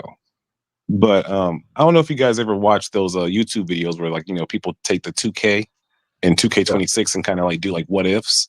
Right. And I was wondering, like, maybe it'd be kind of fun, like, if we could all pick like one Rockets player from the past to put on the team now. Who do you think would make the best team that would win if we put it like on a computer and put the teams against everybody? Like, you could pick James Harden prime in the Rockets. You could pick Steve Francis. You could pick Elijah. Like, who out of all of us, who do you think would like? What would be the one player you would put on this team, and which team do you think would win? Dream, of course. I don't know. Nah, it's Dream, nigga. Like, I think if you It's put Dream. if you Every put question you ask Hey, me hold on, about hold on, hold on, Houston hold on, hold shit, on. I gonna got be one. I Elijah got one. one. He kind of said it. You know what? He did kind of say it, bro. The thing is, Akeem, he said it, so he got it. But that's the first player I went to was T Yeah, Mac. He said it before, but he said it. I mean, that's the first name I went to because everybody gonna say like Dream, bro. Rockets T Mac with Durant would be Bruh, insane. man. no, Dream with KD would be insane. It'll be They play. insane. They play. It's a different 1-2 punch, man. It's You need one in, one out, bro. T-Mac and KD do too much of the same type shit. but T that's Mac the and thing. KD wouldn't play like it's your turn, it's my turn. That's one thing that he did with Russ. He did with all that. I don't think T Mac and Tracy would be like it's your turn, my turn, your turn, my turn, your turn, my turn. I think they would just be this fluid playing together or whatever, right? And So T-Mac can he run that point guard too. The same way Francis and Katino Mobley was. I think T Mac and Durant would be the same way Yeah, but they never won. That duo never won together. because it was too short. And it was a my turn. It was a your turn, my turn. Yeah, It was no inside presence. Like you put Hakeem Olajuwon, the best defensive player of all time, with Ime Udoka, these wings, this defense, and a shooter like KD. Like, and come then on, hold on, bro. hold on, hold on. That would be far more dominant than Kobe and Shaq. Hey, you know what? I will say this. Hey, young man, I don't know what your name is, but you know what? T Mac did go like viral by saying that he would have did the same thing as Kobe with Shaq. So I mean, I Ain't see the nobody point by killing seeing T-Mac, bro. I mean, I see that electricity like with T Mac or whatnot with a that shit. Shaq, but it kind of would have been the same thing with Elijah one. I mean, because the game was played differently back then. I'm thinking about today's game. The Yeah, game Elijah back Wan then, he wouldn't be so good in today's game. Who What? wouldn't? Oh my Who wouldn't? Oh my God. God. Hold He on, would hold be on. LP Hold on. plus, bro. You better stop it, man. Man, Who said? oh my You- God, man. Wait. You Elijah better Wan didn't stop. have a jump. Wait. Oh Elijah He didn't have Wan's a When, bro? amazing. Oh yeah, Wait. you young, bro. I'm Yeah, not he young. I'm is. Yeah, you 43. Yeah, he young. is. I'm 43 years old. I'm not young. Well, you I'm when 43. your ass say you must be blind, then you can't get You I'm beat not. like weren't that. watching I've seen basketball when Akeem's you jumper. It was. ain't that sweet. Huh? He, The he fuck, was man? money. Dream Come on, shape. man. The He was dream money. Yeah, shape this was a dude. He 50. didn't This watch dude the came games. up to Son, You know troll. what? In the He pro, didn't watch the games, look, bro. He didn't Oh watch my the games, Lord bro. look, He Jesus. came He didn't up watch here the to he wouldn't be games, troll. bro. he He wouldn't came be up here chucking to up no troll, threes in bro. today's game. Could Akeem hit a Brother, 3 in today's game? Yes, he brother, could, bro. He had a 3 back in bro, that game when he was playing. Yeah, bro, the team was money from the corner three. Because here's the thing bro. Okay. Hold on. corner We're three. not gonna cop. Man, we know. I'm not gonna let Hold on. y'all. Hold on. Let me say Y'all this. I can't ain't do that. never Arrow. seen. Let I've me say watched this the right quick. Rockets. I've never seen Akeem hitting threes. Hold on. Let me say Okay. this. Let me say this. That corner three is only like 20 feet, and the king was money from 18, 19 feet. He hit One about step back is money. he hit about 2 a season, bro. He wasn't taking threes.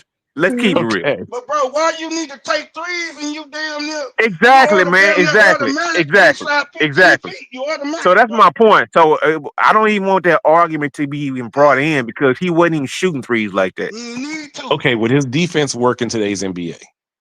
Of Fuck course. yeah, he was blocking He's shots. He's an all-time all leading time shot shot blocker, bro. What are blocker. you talking about, bro? Hey, bro. I'm just Hey, asking. hey, bro. The Yeah, fuck? we I'm gotta telling get you, he came up here to yeah, troll, bro. yeah, Yeah, gotta be. Gotta be. yeah, bro. I mean, did he have good footwork to keep up with like the fast game of today? Man, I'm not answering no I more say, questions yeah, from you know you. what? I'm not, You I'm know, trolling on that one. To answer your question, yes, bro. yeah, He yeah, is, yeah. man. He was ahead of his time. A kid probably 20 years ahead of his time, bro. Real talk. I agree with that. Oh I my agree God. with that. Okay, so He is all right. versatile, So, bro. okay, so besides Akeem, so Akeem's going to be the unanimous number one. Who's a different player then besides him that y'all will put on this team? I give you three. I'll give you three Okay. right now. And it's the three that I put when you asked me the question. One of them, I'm gonna start with Ralph Sampson. Ralph Sampson would Oh, see, dominate good one. in today's Oh league my because, God. because Man. I'm not but I gonna mean, put look, Ralph. everybody jocking I Wimby, respect but him. what's the difference between Wimby and Ralph Sampson? Nothing. There's no difference Because you between. already got your center About in a 5 in a inches. team. You But, already but got your center, bruh. hold Nah. up, They He did talking hold play on. about together. he talking I'm about saying if take I was Akeem gonna, away. yeah, no. What I'm saying is if I was gonna take a player and put him right on this Rockets team right now, Mhm. I can take Ralph Sampson, drop him right on the team right now, and put him at the 3 or the 4, play beside Al Shangoon, and we would be way better. Because But his knees ain't gonna work out though, bruh. but I mean that goes without saying. We talking about hypothetical. So I mean Victor Wembanyama needs might not work out, but if he was gonna come right now to the team today, you would take him. So that's one. Tracy McGrady back ain't gonna work out, but you picked him anyway too. So you know, All right.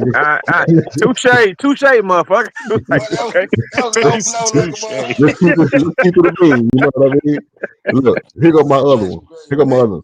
My other one is Robert Horry. Robert Horry would dominate in today's league. I mean, you talk about stretch forward, and you talk about young Robert Horry too, with the going Yo, behind his shit. back and then dunk and then wobble the head, Robert Horry, 100, 100, 100. You talk He's about, you talk 95 about, Rabador. Yeah, yeah, 95 Rabador was something serious, but the stocks, the Well, one where would you they put? made up, Will we be on this team? What a small forward? So you move yeah, he played. KD to the shooting guard? I mean, who? you Who could put that? Robert Horry at the 4 or the 3. Yeah, he played both. Yeah, he Okay. played center in college, so You talking he's the about most. young Ori? Okay. Yeah, Yeah, he played young Orr when they were Okay. comparing him to Pippen. You know, he was the reason that they made up the stat stocks because he had 100 and 100 in 1 year. He was the reason Ooh, for is the young stat. Ori better than Jabari Smith now? Yeah, absolutely, Yes, 100%. yes, he is. Ooh, really? Young Yeah, Orr bro, was the Young Horror reason. did everything, bro. Young You Horror talking Young, did about the everything. dude that was gonna get traded for Sean, whoever had the fucking lip in that's San Sean, Antonio? that's because Sean Robert Orr Elliott. was and choking You out talking Sean about people, that man. one? Was an all-star, nigga. And Robert Orr was choking out people in Houston, man. Let's just keep it a bean. You know, Robert Orr was Who he putting his choking hands out? on people, man. You know Who what I he mean? put his hands on? I ain't gonna say for allegedly somebody in the organization who's very, very prominent who wore like different kind of suits. Allegedly, Robert Orr was having the thing with his mama, with his What not his mama, kind with of his daughter. description is a man in the organization who wear different kind of suits? What You know Yeah. what they talking about, what bro. kind of Yeah. vague ass shit was Oregon. that? No, that ain't vague. Oregon. That ain't vague. We all know who he talking about. Yeah, Yeah, what right. you talking about, bro? Allegedly, We know Robert what you Earl was talking messing about. with his Yeah, daughter, you can't be doing that. and yeah, he Hey put his man, hand on her. But it's that's not why a he got moved. crime to say the name, bruh. He Hey. was fucking Calvin Murphy's daughter. I think Thank they you. had a baby, bruh. Ain't nothing Yeah, wrong they with had a saying baby. that, Right? bruh. Ain't no Well, the secret. thing is that Shit. somebody say the Robert Earl choked out, and that's why he ended up getting moved. That's Calvin why I Murphy didn't want. was bad though, boy. Hey, Rain was bad, boy. for real, for real.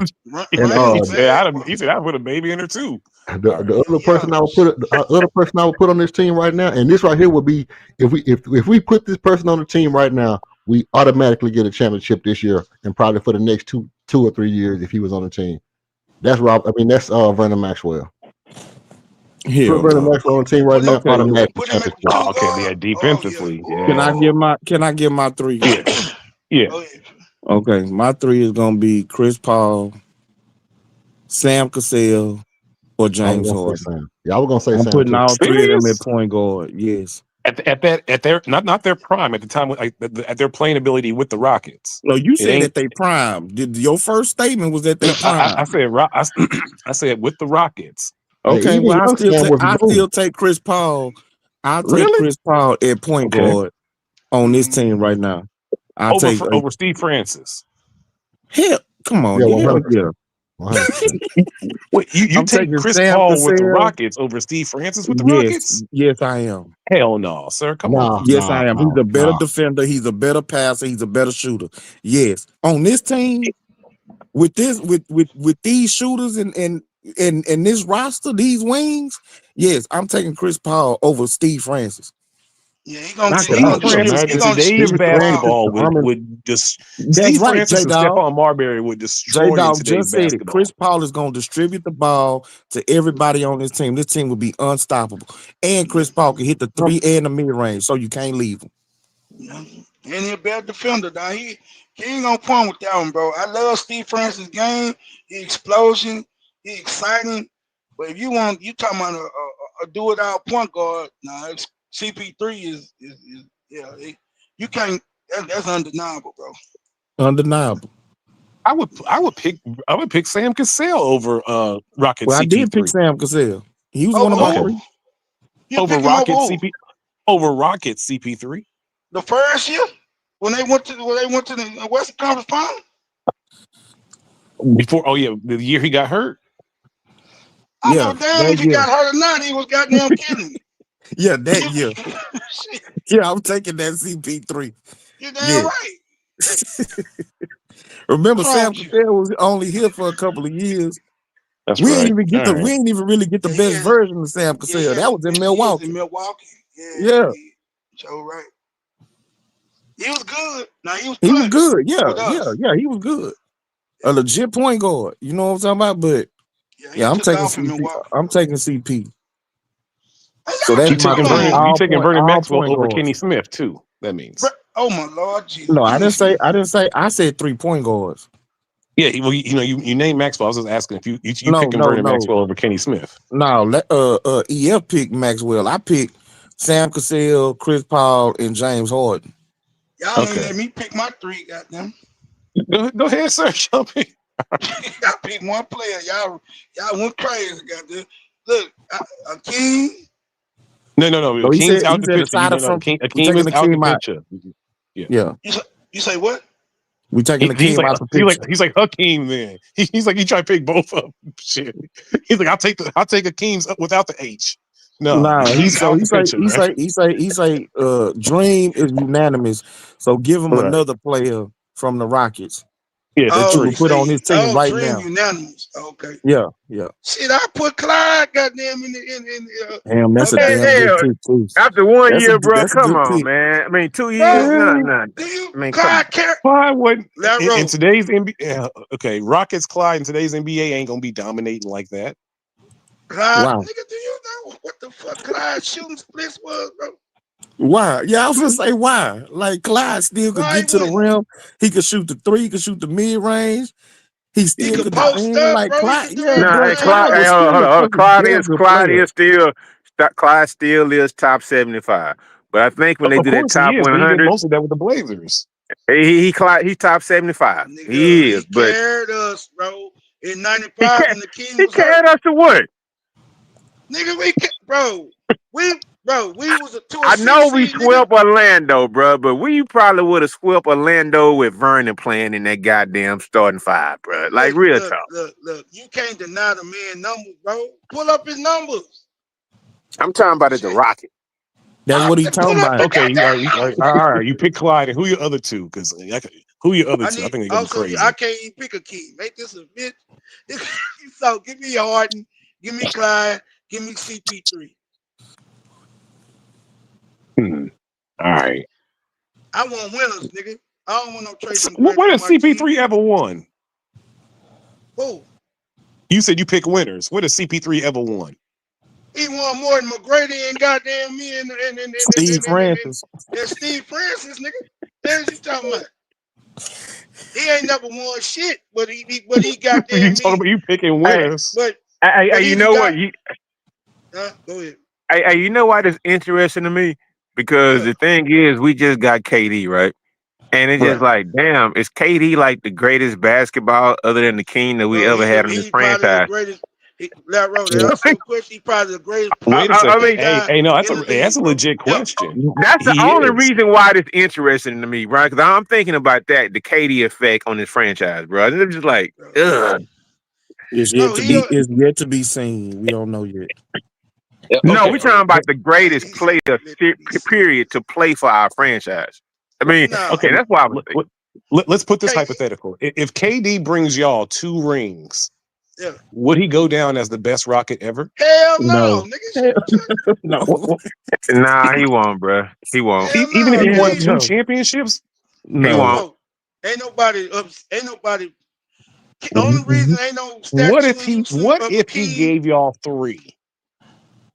No, he still wouldn't be the greatest Rocket. Man. Get out the come on. That mean that mean the city of Houston gonna grow by a million more people, and it's gonna be like the Showtime Lakers, bro. I mean, you know what? If you that's like a 5% chance of happening. And you know what? If that happens, 5% chance. Is it that high? That might be too high, Laro. Okay, 3% chance, 2% chance of happening. No, you gotta put a decimal in front of them numbers. Yeah, you ain't lying. 0.5. To 3P, yeah. Okay. A Rocket's 3P is probably less than 5%. Hey, Laro, nah, bro. I don't want to say that because of Berlin. Man Thompson is on this team, bro. Berlin. What's up? What is wrong with you? What's going on? What is wrong with me? What? I ain't even gave my 3. What do you mean? What have I said that's wrong? No, because you asked my KD, man.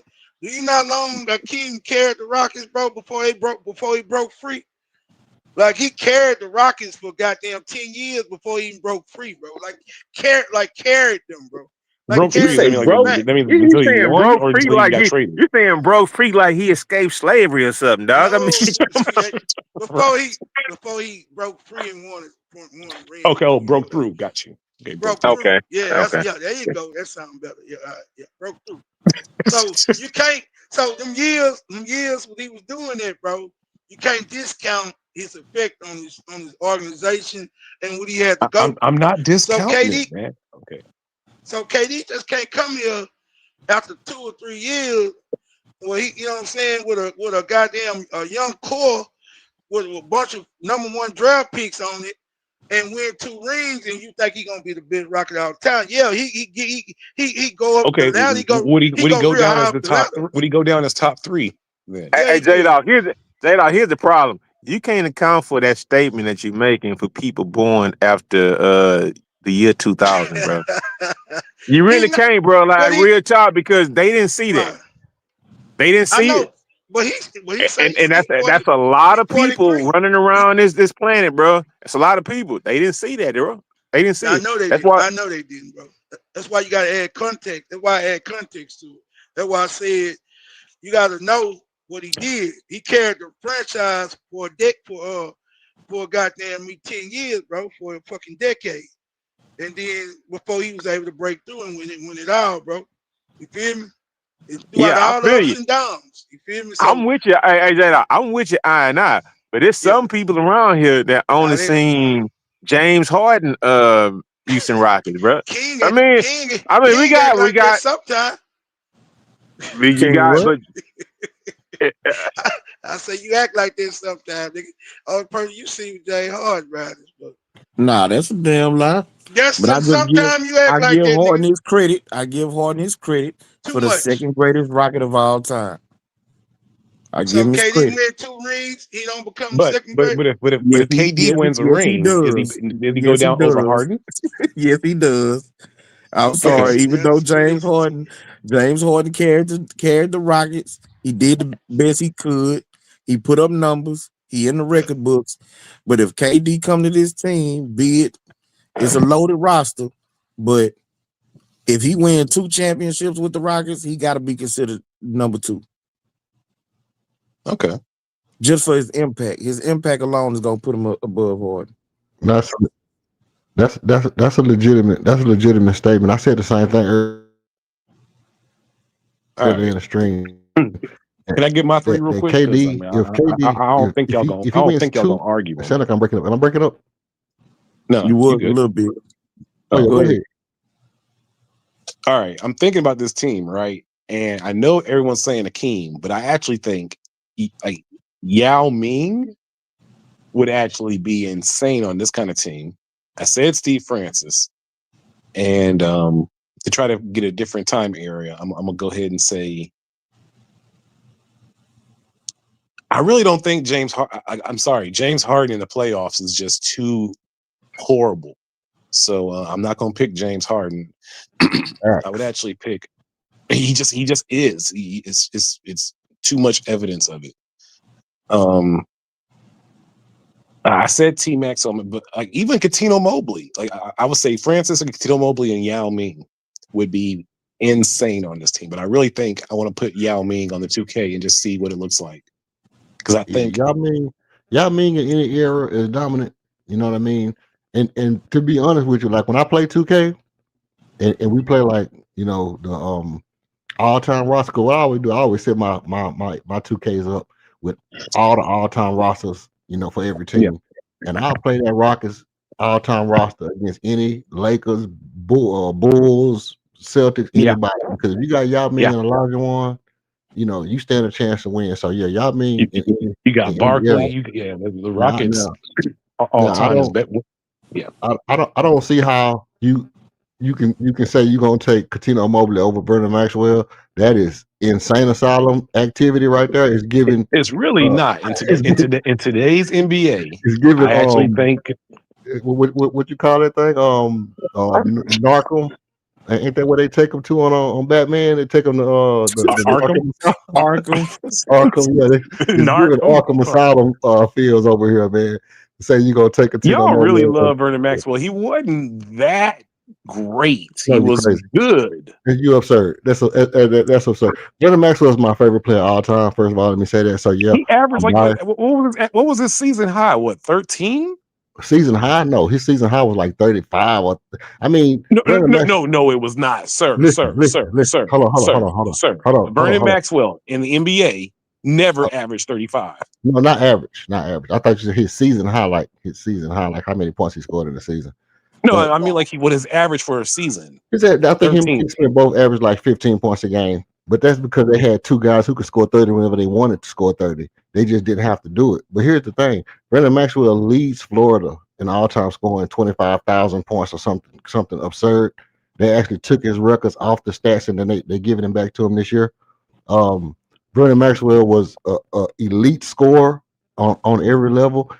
Elite defensive. Like you talk about guys who both sides of the ball, 3 and D, but could handle the ball, play point guard, play shooting guard. The reason I said I would actually, if you say Akeem Olajuwon or Vernon Maxwell, I got to take Akeem. But next to Akeem, I'm taking Vernon Maxwell over anybody else to go on this team right now because of the fact that he can play the point guard. And if you put Vernon Maxwell defense and Amin Thomas defense on that perimeter, that's locked down on everybody. Nobody gets no points at all.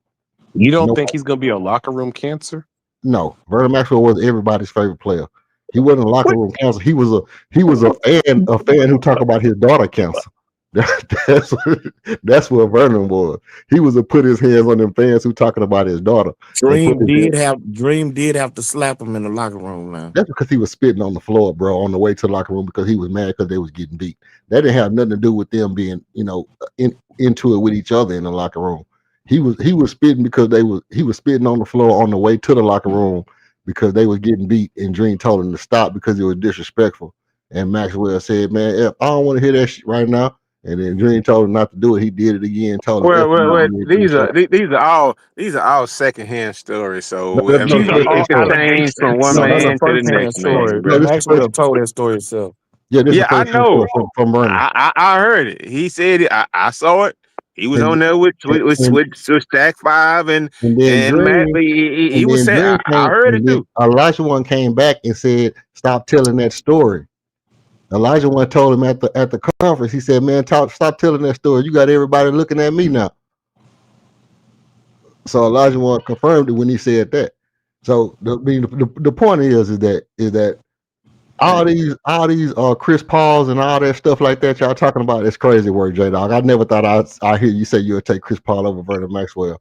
Sam Cassell is a good one because Sam Cassell helped lead us to 2 championships. He was a clutch player who also, by the way, averaged down to 30 points when he got off by himself. So I could see Sam Cassell. But what Laro jumped out because I wouldn't let him. Laro jumped out because I wouldn't let him say that it was a story. No, he gonna pop back up. No, but I mean, let's be real though. Vernon Maxwell was the reason we won that first championship, bro, and he was the reason that our team was as dominant as it was that second season. And if he wouldn't have got an attitude, he'd have been on that team to win that second championship, and it'd have been a lot easier. But yeah, Yeah, man, we just not gonna see eye to eye on that. I think most Rocket fans respect Vernon. We like Vernon. We loved him when he played for the Rockets, but second best Rocket all time, not in nobody's galaxy except for yours. Nah, I didn't say he's the second best Rocket. I say he's my favorite player. I would as far as what would make this team better out of everybody we named, Elijah one obviously number one. But what will make this team right now better? What are we missing? We're missing point guard. That's why y'all keep saying James Harden and Chris Paul. I'm with you, bro. I'm with you. Yeah. I accept the ass kicking. You right, bro. So give me Vernon. He gonna hit the threes. He gonna hit the clutch threes. He gonna D up all up and down the court. Harden, bro, but not All CP3. day. I'm not taking Vernon over CP. I'm not taking him over Sam Cassell. Vernon clutch, nigga. Harden ass ain't clutch. I understand. I'm not taking him over neither one of any of the people I named. I ain't taking them over. Are you taking him over Steve Franchise? Maybe you can make an argument for him over James for the playoffs. You can maybe make that. You can make that argument. I would definitely take Vernon Maxwell in the playoffs. Yeah, over so James you can make that argument. But if I just got to take the overall package, I'm still taking Harden because I don't got to depend on Harden in the playoff. I got KD on the team. I got LP. I got Armin. I got Jabari. I got all these other players. I don't necessarily have to depend on you James. depending on him because he's going to be on the court. He's never so he's going to be bricking those shots. Yeah, but I'm saying so he don't. I don't have to depend on his scoring. Right, but you got to depend on him not throwing up, not choking. That's the problem with Harden. He's gonna shoot 18 shots. And break about 10 of them. No, in the playoffs. No, he's not. And the only reason why he was doing that because he didn't have these other players on those rosters. It wasn't okay. And when he was in Houston, he ain't had no KD next to him. He ain't have no LP next to him. He ain't have an Armin next to him. He ain't have a Jabari next to him. He had CP3 next to him. He did have CP, but I'm saying they wouldn't be on the same team. He had enough time to show that he was gonna wet that bed in the playoffs, bro. And the nigga been wetting the bed there since. He had enough time, bro. We was here in that playoff, and what was that? 18 against San Antonio, or hell, even against that was very Blazers. early. That was very early in his career with Houston, man. Okay, what about man, come on. That was like his second year. That was like his second year in Houston. You gotta stop making excuses. Okay. What year in Houston did he do good in the playoffs? Yes, you is, nigga. Say what? What year in Houston did he do good in the playoffs? He did good every year in the playoffs. He just had Every year moments till where Who it's said time to that? close the Who motherfucker said out. that? he had moments. You know Call what? him out. You know what? The one thing I won't blame him. I won't blame James Harden for when the 2 years or 2.5 years where he went against Steph and them when KD went there. I can't blame him for that. Yes, you can. I can't. I can't. No, I can't. I can't, man. No, They were he up did. No, 3-2. man. No, I blame him for that Yeah, San with a bunch of Antonio role year, players, who couldn't hit the bruh. wide side of a barn. Bruh, I can't. I cannot blame him for going against KD and all them. We made it look good one year, bruh, but I can't blame Harden for that, bruh. They went against a stacked team. You know, I They were can't up blame. He 3-2. couldn't Did you beat that, see bruh. what he did? You Bruh, see what he did I that can't game blame him for 6, that, bruh. sir? Wait. Hey, You said you can't blame him. Did you see the game 6 he did after they were up 3-2 on that Warriors super team? Yeah, let me when help he you dropped out. 30, and they lost. Well, let me help He, you Talking out. about he, that act- game, he No, see, you want or to you put that talking about, on or you talking about game vacuums. 7, or you talking about I'm talking game about 7 when he games. dropped I'm talking 30 about Hey, games. and the, they I'm talking about the lost. reason game why I 6 when can't blame him is because you he know what? how many was them We free had him. throws? He was We bricking and bricking had and him. bricking. We He had him. dropped But 30 Chris points Paul, in those we games had against him, but the Chris Warriors. Paul What was got his hurt, bro. percentage? What was his percentage? Chris Paul got hurt, bro. So nobody cared about Kobe's percentages or George's Yes we percentages did. or Yes they Allen did. Niggas Iverson's won. percentages. They It was won, Yes nigga. they called. It was did. called. No, Allen Iverson ain't win shit. No, I ain't talking about no AI, nigga. Ain't nobody talking about no AI. And when they was taking all them shots, they said you went out on your shield, you went out on your sword, you fired all the bullets in your gun. Then when James Harden is It still doesn't trying to negate win a the fact damn he game, chokes in he the don't got no playoffs. other playmakers on his team. He ain't got nobody else that can create their own shot. Now we criticize him because he got a bad shooting percentage. Y'all He better get didn't out of want here. people who could create their own shot. He wanted 3-point shooters on his team. Who else was on the team that could create a shot? Tell me. He didn't want nobody else on the No, team that can create shots. don't move around. Don't dance around it. Don't tootsie slide around the question. Who else on the team could create I'm their sorry. own shot? Tootsie slide, sir. This Yeah, slide is yeah, crazy. Tootsie because slide. you tootsie How old? sliding around the question. Hey, pussy I'm slide. sorry. I'm sorry. I'm Little pussyfooting around the topic. Okay. Jesus Christ, Nigga say pussyfooting. pussy slide. Kid, you made some shit up, bro. No, I Y'all said ain't No, talking about this I that's a slide. said real tootsie term. slide. You know, I know a lot of y'all them Drake fans, so I said tootsie slide. Well, I ain't no Drake Hey, fan, bro. No. but let me help y'all out, man. Okay. The problem with James Harden is the games where he always have 11 and 12 turnovers. That's the problem with James Harden. It's not the fact that he don't be scoring out. He like, yeah, he'll go, 3 for 13 on some games, which is crazy for him to only shoot 13 shots when you say you are the system. But it's the 11, 12 turnovers in those big games that stick out the most to me. Yeah. I would never pick James Harden for a playoff game. He's a glorified John Starks. Oh man, come on, bro. You In kidding the me? You took my playoffs. argument with that one. That was one game, bro. Don't Man, trip, that's a bro. reach, bro. Hey, who got one question I have for y'all, man? Who has a game tonight? The Rockets and Lakers? No, No. no. That's not Warriors. what I'm asking. Okay, who's carrying the game? Who's announcing the game? Oh. What Peacock. network? I think Peacock is carrying it. Oh, so we gonna see MJ tonight, bro? Oh, he commentating? He on Peacock? He on Peacock? Yeah, he went with the NBC Peacock network or whatever. So You I might was just, do. Yeah. I mean, he's not gonna do the game, but he gonna do the in show. That even though he might be doing it from his living room or whatever, right? They gonna tap into. I doubt he comes to studio like a motherfucker. Right? I doubt he come in the studio, but yeah, this should be his first night, bro. That's what I was thinking about. Yeah, Hey, Peacock. Hold up, real quick. That game 6, James Harden had 32 points, 9 assists, 7 rebounds, 3 steals. How many What was his turnovers? percentage? How many turnovers? What was the stats? The shooting stat? He shot 42% from the field and 33% from 3. How many Hey, turnovers? man. He had 4 turnovers. Okay. In what game? Game In 6. Game 6 where they lost against the Warriors and they came back and won. Hey man, we miss Chris. We miss Chris Paul, dog. Real tough. No, we gotta say that, bro. I mean, goddamn, we miss Chris Paul, bro. Yeah, we real tough.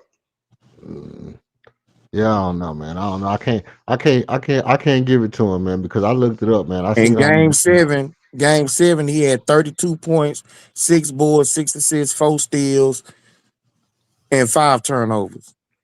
What the nigga do in the fourth quarter of them games? That's what I want to know. I would not shoot it. Pull up the fourth quarter. In both game 6 and game 7, bro. What did he do in the fourth quarter, both of them games when he was trying to win them games? I don't like that, man. 'Cause you know what? He went against a team that won 72 games. Like added Kevin Durant to it, bro. Come in there trying to get that nigga no height. Hey, man. They did cheat that game 7, Atlanta. That's right. Cheated what? Y'all bricked every shot. How do you all them cheated? times that they was fouling James Harden behind the 3-point line, falling into his legs. They wasn't calling shit, man. Stop it, bro. King is in the back signal line, nigga. They run. Hey, Laney, already. Hey, Laney, hit the link, man. Come up here, man. No. Come up here, Laney. He's in the back signal line for this nigga hard, bro. He's in the back. All hard fans, nigga. All hard fans, nigga. On deck, we on deck. Yeah, that's what your ass done, King.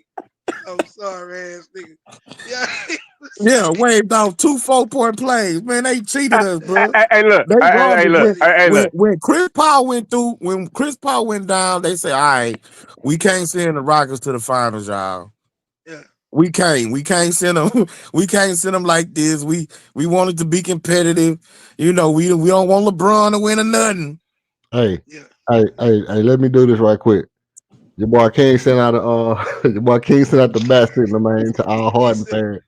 And so your boy popped up foreign, man, to come support that boy King. You know how we support each other over here, man. So prior to the stage of opening night of the NBA Open, the Houston Rockets versus OKC, we bringing your boy Atlanta to the stage, man. Give it up for your boy Atlanta to the stage. Nigga, don't come up here with that hard shit, Atlanta. Don't you do it. Don't you do that shit. We got one nigga in the studio already. We don't need another. Don't come up here on that apologetic ass shit for Harden, man.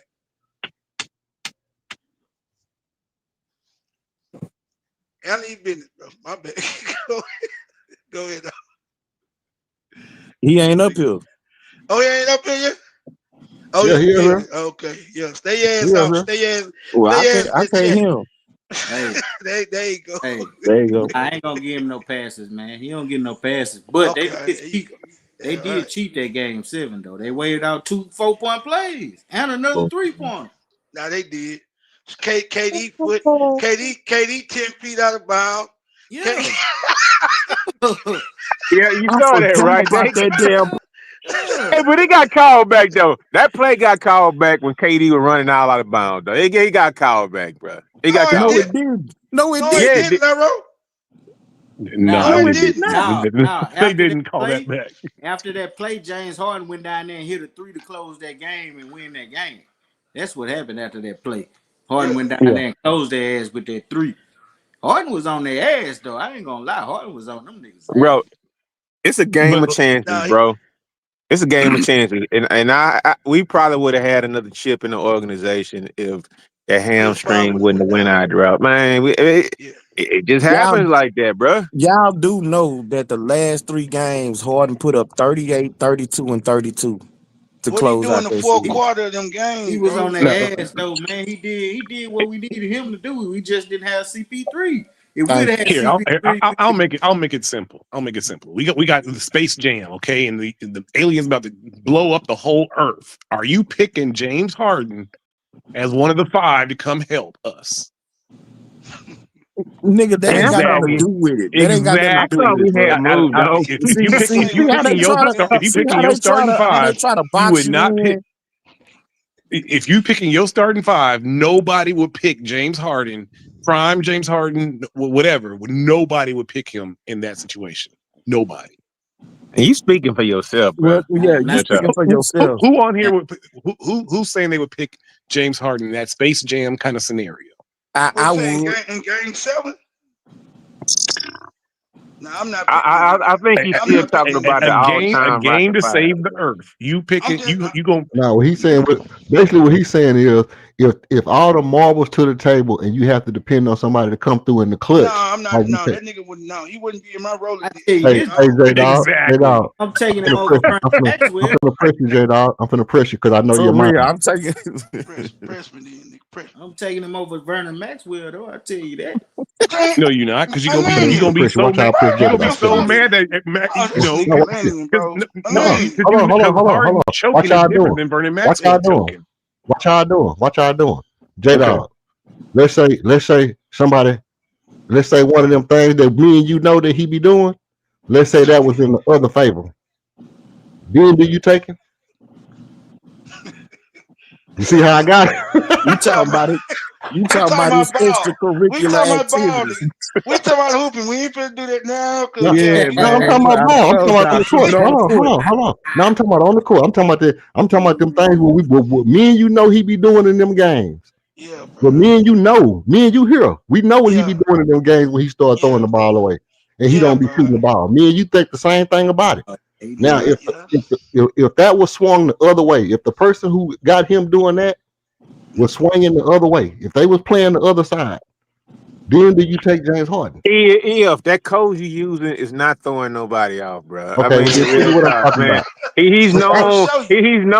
He's known to be commiserating with several gangsters from Fifth Ward or wherever the fuck they at, and maybe they be gambling on games. And I mean, no, get off the bullshit, dog. Like real talk. That little fucking innuendo or whatever the fuck you want to call it, man. It's not throwing nobody off, bro. Allegedly. It's not throwing nobody out. That's all I'm saying. I just want to see if J-Dog was going to step to the plate. We ain't put nobody hood in it. We ain't say shit. We just, that man just, he got Well, we know what he's talking about. I mean, come on, bro. Do we? No, nobody knows. All right, cool. Nobody knows. Well, we know now. Well, come on, J-Dog. Exactly. We know come now. on. Come on with it, J-Dog. Now speak on it. If it was swinging the other way, then do you take him in that life or death scenario? You got damn right. 24 hours after the day, I would take the nigga. You got that right. If the person swung that way, but I know, nigga. Look, I followed this nigga. I watch every game to the detail, nigga. I watch details. Nah, bro. Yeah, I know the business, bro. You too goddamn good a player to do dumb shit at the wrong time every time, nigga. You too good a player, bro. Nah.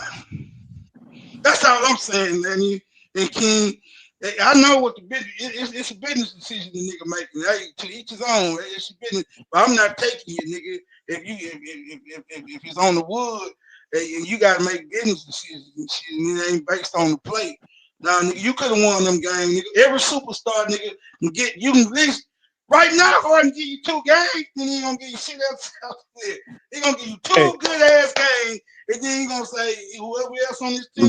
Look here, man. I done said this before. Can we try this then? Hold on. I done said this before.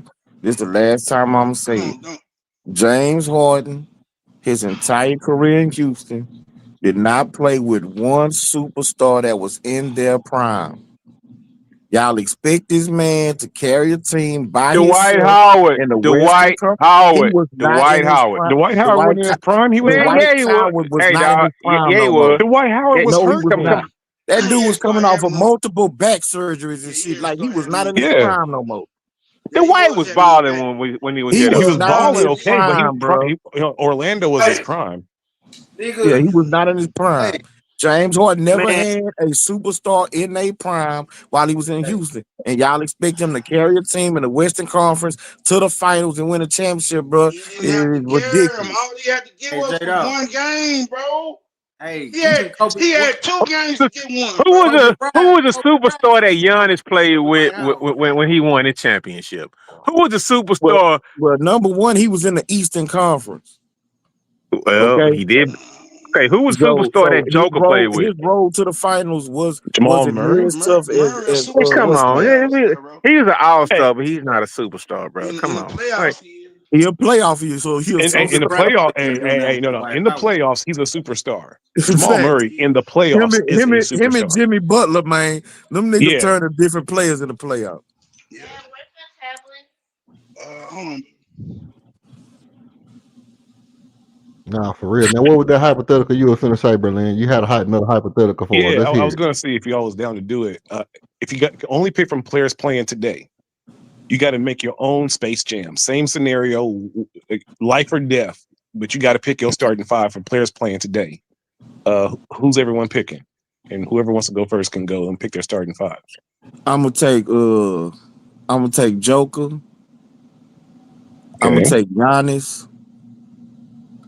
I'm gonna take KD. Okay. I'm gonna take Shea at the point, and I'm gonna take.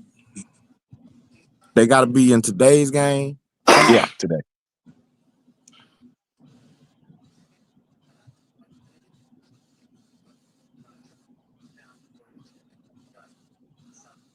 Damn. Who would be perfect with Shea? I'm taking Wemby, goddamn. Nah. I'm gonna go on here and take the young bull, man. I'm gonna take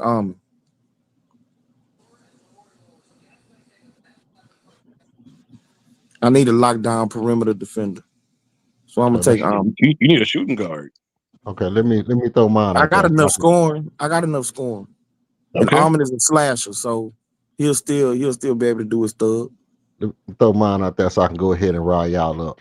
Wait, hold on. He got to drop his last one. So before Oh, I thought he had he's No, five. that stuck on four. was my five. That was my Yeah, five. yeah, It's that was Shea. five. No, you only dropped four. You said No. Shea. You said Shea, Almond. Listen, Joker. Shea, Almond, KD, Giannis and Joker. Giannis, and Joker.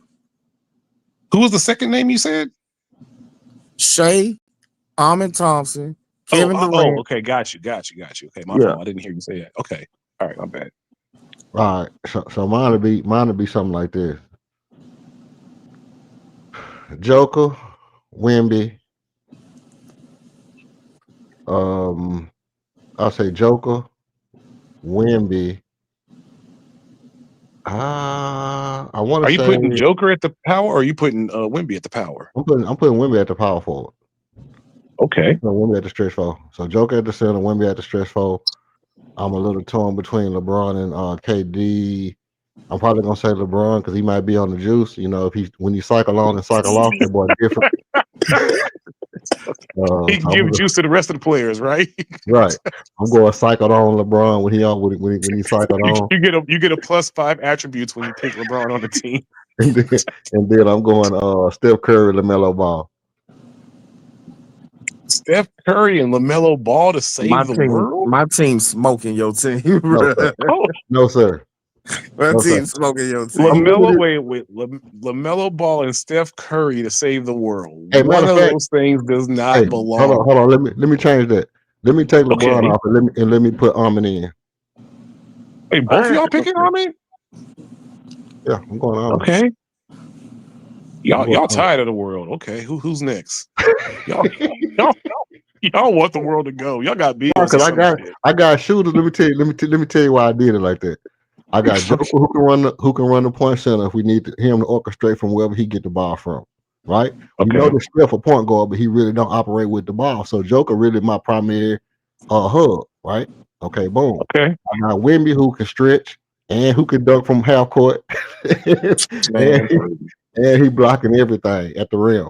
So that's my defense to help back up Joker. I brought Armin in just for defensive purposes, just for perimeter defense and speed. And then I got LaMelo to actually run the real point guard. So Steph is my shooting guard, and LaMelo is my real point guard. So that's for my fast breaks. So that way, and then LaMelo can shoot from everywhere too. So I got two shooters at my guards that can shoot from anywhere on the court. I got Armin who gonna play defense and slash. I got Wemby who can shoot from three a little bit. And then I got Joker who can shoot from three. I got 3-point shooters on the court. And then I got defense at my 3 and my 4. And I'm good. And Steph I played hear defense. you. Yeah, okay.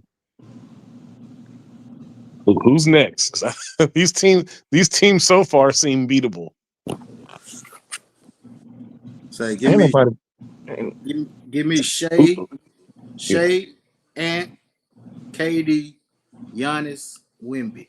That's mine. Now that's a fucking okay, yeah. Now that Shea Ant combo is nasty. Nobody said Well, Luka yet. okay, so here we go. So if I'm gonna do mine, even though I think this is a silly ass exercise or whatnot, right? I'm gonna go All American, bro. I'm gonna go. Oh, Ant. we losing, fam. Come on. Hey, I'm gonna go Ant. I'm gonna go Jason Tatum. I'm gonna go KD. I mean, hold up now. Since Joel Embiid played for America in the He's not American, sir. No. right? But he did play for the USA. He's as American as Akeem Olajuwon, okay? Embiid ain't played 2 years. All right, I got my first three, right? You know what? Yeah. I'm going Steph. Okay, so my five would be Steph, Ant-Man, Jason Tatum, and I gotta be able to add Joel Embiid to my team and KD, bro. I mean, I think they could actually take that. Real talk. But if y'all don't want to let me have Embiid, but you ain't scared about Embiid being in a life or death situation for the same. I mean, he can give you 4 games in a 7-game series, bro. Real talk. This is one game, man. And hold on. And first of all, we talking about some shit that ain't gonna never happen in life about the state of the world scenario. You don't know. So if you can imagine that, I can imagine Joel Embiid. We don't know. If you can imagine that, I can imagine Joel Embiid at being at full strength and fully healthy, bro. Real talk. Oh shit, you got a hell of an imagination. You can imagine that.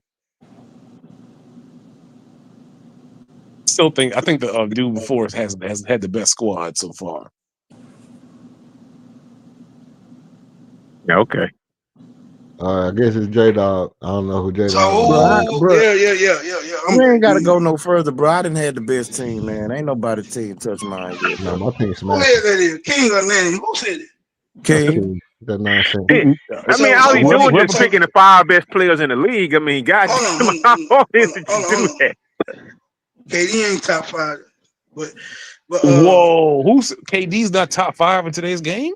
No, he's not top 5. Kevin Durant is not in the top top 5. He's top 10, 10, but he's not top 5, bro. Yeah, he's not top 5.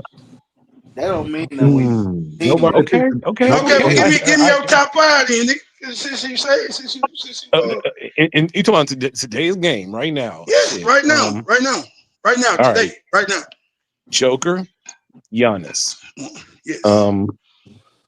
Shea. Yes. Luka. Yes. And Anthony Edwards. No. Hold on. I'm supposed to say Jalen Brunson, right? No. Did he name Joker? Yeah, I named Joker. Yeah, he said yo. Yeah. I named Joker and Giannis, Shea and Yeah. You're right. Luka Luka. Yeah, Luka and KD number 5, man. So you say I would pick this KD over Ant-Man. I still would. You take this KD over Ant-Man over Tatum. You take him over. Yes. In the playoff, just smashed him in the playoff. I'm gonna tell you. I understand it, but I think I'm I'm just saying that I think this year's Luka is going to be something special. I'm gonna tell you how the first I know. time we've seen Luka in shape like this. I'm gonna tell you how I know I beat y'all in basketball, bro. Because neither one of y'all named the guy who got 4 or 5 championships. None of y'all named the guy. I'm the only person who named the guy who got 4 or 5 championships. How many 5? He ain't got no damn 5 championships. Oh, he got 4. Yeah, he got 4. Yeah, he got 4. He got 4. And nobody named LeBron. So well, how you gonna name that? Okay, you named LeBron. I didn't name. No, I named Steph. Nobody wanted to name LeBron because we saw that trash ass movie. We ain't even trying to see. We ain't trying to even put him in the hypothetical. LeBron ain't top 5 no more. That nigga 40. Nah, he ain't no top 5. He better than the top 15. Come on, man. Get that. Hey, but for about 26 minutes a game, He's still probably the Nah, second best no, small forward in the he ain't league. Hey playing no man, you defense. you Nigga send it, you don't even send him play over. defense no Them more, bro. 26 minutes. I don't know. He ain't You playing no think if defense at all in them do 26 minutes. y'all think if he hooked up with old boy at Balco chemicals or whatnot, you think he can still do that? Like at this age, I mean, I'm just saying, if he just got a couple of cycles in, you think he got something in the tank, bro?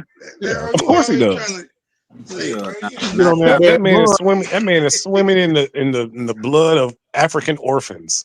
Bro, Huh. I will guarantee you this because it's been Why they out gotta and it's be been African This orphans nigga though? the one Because sickest. they're the He only the one ones the world sickest ain't looking society. for. You This can't bro. say nigga that, I'm bro. got gonna tell you basketball, this. bro. I guarantee you, by the end of it, right, this man has been built up so much that is gonna officially come out like they did Barry Bonds, bro. It's gonna Yeah, come out, dude. they waiting for him to retire though, bro. They waiting for It's him to been retire. hidden for so long, bro. Why his It's ass don't going. want to retire? Yeah. He know that shit hanging over his. No, hey, I'm telling you, bro. That shit hanging over his head, bro, like a goddamn like a Christmas goddamn wreath, nigga. I'm telling you, bro. I That mean, that though, shit is hanging over his head, and he don't everybody want to retire. Wait, Because does a Christmas wreath hang over your head? That's mistletoe. mistletoe, that's Right. what I mean. Mistletoe. I'm like, Yeah, wait a yeah. second. Well, yeah, mistletoe. Damn, you know what I meant, nigga. Mistletoe. everybody else Mistletoe. Yeah, access yeah. to it though. So I mean, I don't fault him for taking the shit. Everybody else got access to it. Facts. Hold up now. We ain't gonna do that. We ain't gonna do What? that because that's a part of the longevity kind of thing, bro. We ain't gonna do that. Cause that's one of the arguments. Who's done it for this long doing this? No, we're not gonna just overlook that. No, stop that. No, Hey, T-Mac nah, bro. said he was No. about to do it when his back was messed up. Yeah, we ain't gonna overlook that because that's a part of how he done broke that been playing all these years, bro. You can't overlook that. And then, man, there was one year when he was like in year 16, 17, 18 or whatever, going against Golden State. I'm like, this dude is the fastest motherfucker on the court 18 years in. No, I am not gonna fucking overlook that. You got me fucked No, up. but no, you can't Sir, say that. don't You you can't love say the that, game of Leroy. basketball? Because listen, if you willing to go out there and do that, and you willing to sneak around and hide around and spend money on your body and pay somebody to hide the paperwork, you doing everything you can to be the best you can be, then you the best you can be. That's So how you got there. it's called cheating the game, right? I listen. It ain't Hey, no no, cheating game. no. We can't. Oh, no. Is it called cheating the game? No. Okay, so what is the game? He playing the game. The game is to be the best you can be, and that's what he did. And the game is to be marketable. The game is to have Okay. longevity. All Right? right. So cool. So So then he's if not you cheating ain't the game. so if you ain't cheating, you ain't trying, right? You ain't cheating, you ain't trying. All Ask the right. Patriots. Cool. If Yeah, that, all I right. ain't trying to shit. The Come on, Yeah. NBA get him to piss. Is Hey, Tom Brady? so you Is see Tom what Brady kind of not looked time at as they the on, greatest? right? You see, Wait, but is hold Tom up. Brady You not see looked at as the greatest quarterback of all times? all right, man. I see what kind of time y'all I'm on, just bro. asking. Is Tom It is Brady what not it is, universally bro. seen as Tom the Brady. greatest quarterback Tom of all Brady times? cheated. Tom Yeah, Brady they cheated. cheated. Yeah, they cheated. Okay, and he cheated, but Whole he's career. universally seen as the greatest quarterback of all How times. many Me and King had the same how many discussion. championships he won, bro? 7, Tom Brady 7, How many championships LeBron won? 4. 4. All that If cheating for you 4 gonna motherfucking cheat, be the best. championships, dog. Hey, all I'm saying, you cheat, you gonna cheat, be And the here's the best. thing. He hold up. He like Tom Brady did it with with 2 teams, one at the end. But Yeah. yeah, LeBron had to go hunt super teams like a motherfucker. Like real talk. Hey. If Kyrie Irving wasn't that number 1 pick that went to the Cleveland fucking goddamn Cavaliers, LeBron wouldn't have went back there. He gave straight the fuck King. up. Hey, He King. wouldn't have went back there, man. Look, Leroy sound like he a Jordan fan, bro. Every time somebody say that means you're a Jordan fan, bro. He's trolling. What that he did steroids and he motherfucking me hunted super teams? I mean, he Hey, did. y'all Those are facts. would hear one day, man. A dude came on my stream one night. It was after the James Harden debate, right? And me and him was on. He came on. I was here by myself talking. Dude, he said he got in my chat. He was like, "Man, can I come up? I got something to talk about. Man, it's gonna make your stream go viral." I was like, it don't really. He said it ain't really about the Rockets, but it's about basketball. So I pulled him up. And so he said, "Man, I'm gonna tell you right now. You can always tell a Jordan fan when they start talking." And he just started going down a list of all the things that let you know who a Jordan fan. And they were like, Jordan fans always say that, LeBron is the greatest. I mean, Jordan fans always say that Jordan is this and LeBron do this wrong. And every time he had a long list line of stuff. And so then King got on, and King was like, "Man, your argument ain't making no sense." And so he said, the first thing he hollered, he said, "That's the first thing a Jordan fan would say." But didn't I tell you a Jordan fan was gonna say that? And when he started calling King a Jordan fan, when he got mad at King, he got mad at King. They was on here arguing, dog. I ain't never laughed so hard in my life. Everything King said, he was like, "See, I told you that's what a Jordan fan will say." But he was mad. He got Boy, off. that nigga, that was crazy, bro. He got off the stream, bro. Here's the thing: when he got on my stream, all of a sudden my chest started popping. It was nothing. I forgot his name. Was like Galaxy something. He was like, "Man, I'm glad you got Galaxy on and da da da da. He good people. He cool and this that. Y'all getting along fine and this that and third." And so then when he got off the stream, after King ran him hot, the King kept saying his argument was stupid. You know how we laugh and shit like that. He was, "Oh, you laughing at me?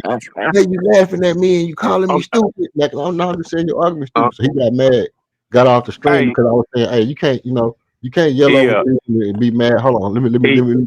Huh? yeah. Let me ask you this. Go ahead. What about when you have people who have seen both eras, right? You be a And Jordan fan. what? Oh, wait a minute, hold on. So personally, when you can see the body of work one next to each other, and as a young man, as an older gentleman or whatnot, right? When you can like measure them up against each other, it hit different. I mean, Yeah, it just hit different, bro. you do. Yeah. No, I guess our boy got off. Shout out to you, man, for pulling up, man. Pull up whenever you want to. But look, now I low key thought Berlin was that dude, bro. he might have been. That might have been why he It jumped off kind the of stream. sounded like him, bro. It might it might be why he jumped off the stream when I started talking about it. But Can you run niggas off stream? Nah, bro. You gotta You listen to that. You gotta listen to that live, J Dog. Like that dude there was crazy, bro. hey, And no, he got full blown mad because I was laughing. Like he'll say something, I'll bust out laughing, Probably dude. got a little following, bro. He probably brought his people over here. He probably felt disrespected, bro. man, that dude was mad, man. That dude got mad. He got off the stream and then started texting from the chat on the burner account. Started saying, Oh yeah. He a troll, bro. "Oh yeah, you wasn't checking your homeboy, but you were checking Galaxy, and all Galaxy was saying is y'all not being fair, and you should Hey have, man, look, hold up. These niggas be I serious kind of, about this internet shit, boy. hey bro, I saw it a little bit, man, because that last question, man, that we actually entertained or whatever, I was just like, man, what's the point, bro? Like, this not gonna never happen in life, but we still gonna entertain, I Hey, bro, guess, because it's this a basketball. game. Larry, you gotta understand, bro. This a game of this era is something different, bro. People get more into that gaming shit. You know what I'm saying? The online shit. You know what I'm saying? They really don't get into no real life shit. So everything is about movies, everything about anime, everything about gaming, bro. You gotta Man, understand the bro, mindset of these people. man, I go hit that power box and I turn the electricity off in my house, bro. Like real talk. Nah, it's not gonna be on this bullshit. Like, I mean, Hey, goddamn, you hey, can't bro. come downstairs. You don't want to have Can't dinner at the dinner you table can't no shit more, on man, you can't bro. shit on No, these bro. people, Larry Road. We're in a different era, bro. You can't shit on these people. That's how they feel, bro. and That's not, still nigga. not only You that can't too, make your life their life, bro. but And see, I also, relate to what you're saying. I agree with you 100%. But you still gotta understand, bro. We're in a different time, bro. It's about that now. but see, for me, it's a way for me. For one, like I said, I got time. I'm gonna be on here pretty much all day today. I might, you know what I mean. I might just stay on here all the way until the game come on or whatever. I ain't really. I was actually gonna start last night when y'all got off Greenleaf. When I got through doing my little work around Yeah. here, I was actually just gonna start right then and just stay on for 24 hours and God just go damn, you ahead. must be retired now, huh? Yeah, You what's God wrong damn. with you, man? Well, I had the day off for the opening of the NBA season. You know what I mean? So Yeah. I had the whole day planned for the opener of the season, man. You know what I'm saying? I sent my whole day around it. But this is what I was gonna say. When we do exercises like that, it let me see if I can trust your judgment when you start talking about trading players on the Rockets. That's why I be Hey, thinking. look. One thing I Hold can on. say, dude Like, said he was. Dude, he did say he was 43, bro. I'm like, come on, man. You You got some people a out there, you got mid. some gamers out here You a 50 did, years man. old, nigga. I yeah, get it. He didn't LeBron 50 sound like he years was a old play game. gamer. You right. You right. Oh, you LeBron right. like Knocking number bras 4, down. number 5 in the league in the world in Madden. Say, nigga, let me tell you something. Nigga, hey, I learned some shit. These niggas is in this game and shit, knocking holes down and all type of shit. Hey, it's a whole community. These motherfuckers, bro. That's a fact. And they with the business with the action, bro. Offline too. You understand? Yeah. You get in that little world, bro. It's a bunch of freaky motherfuckers. Bro, it go down, bro. I'm telling you, my little nephew put me on game. I don't know. My little nephew put me on game, bro. They get them, man, look here, bro. It's a whole nother world, bro. I And you got still old game. niggas on there. You got young niggas on here. It's really a Gen Z, Gen X type. I mean, not Gen X, Gen Z, millennial type shit. But you got old niggas in peak game like us and Gen X's. We with the freaky shit, some of us still. But we get in and figure out, oh shit, got some okay, let me get on. They knock me, knocking niggas, knocking hoes down, all type of shit in this game and shit, bro. It go down, bro. Hey, you know what? One thing I will say is this. I did meet this chick who was into like going to like Comic-Con and dressing up and doing all that. I mean, Yo, bro, that's With a furry. it's a man. whole thing, Lero. It's a whole thing, I bro. feel yeah, I feel you. I know, but can we keep our sanctity of having? Let's talk about basketball in the game.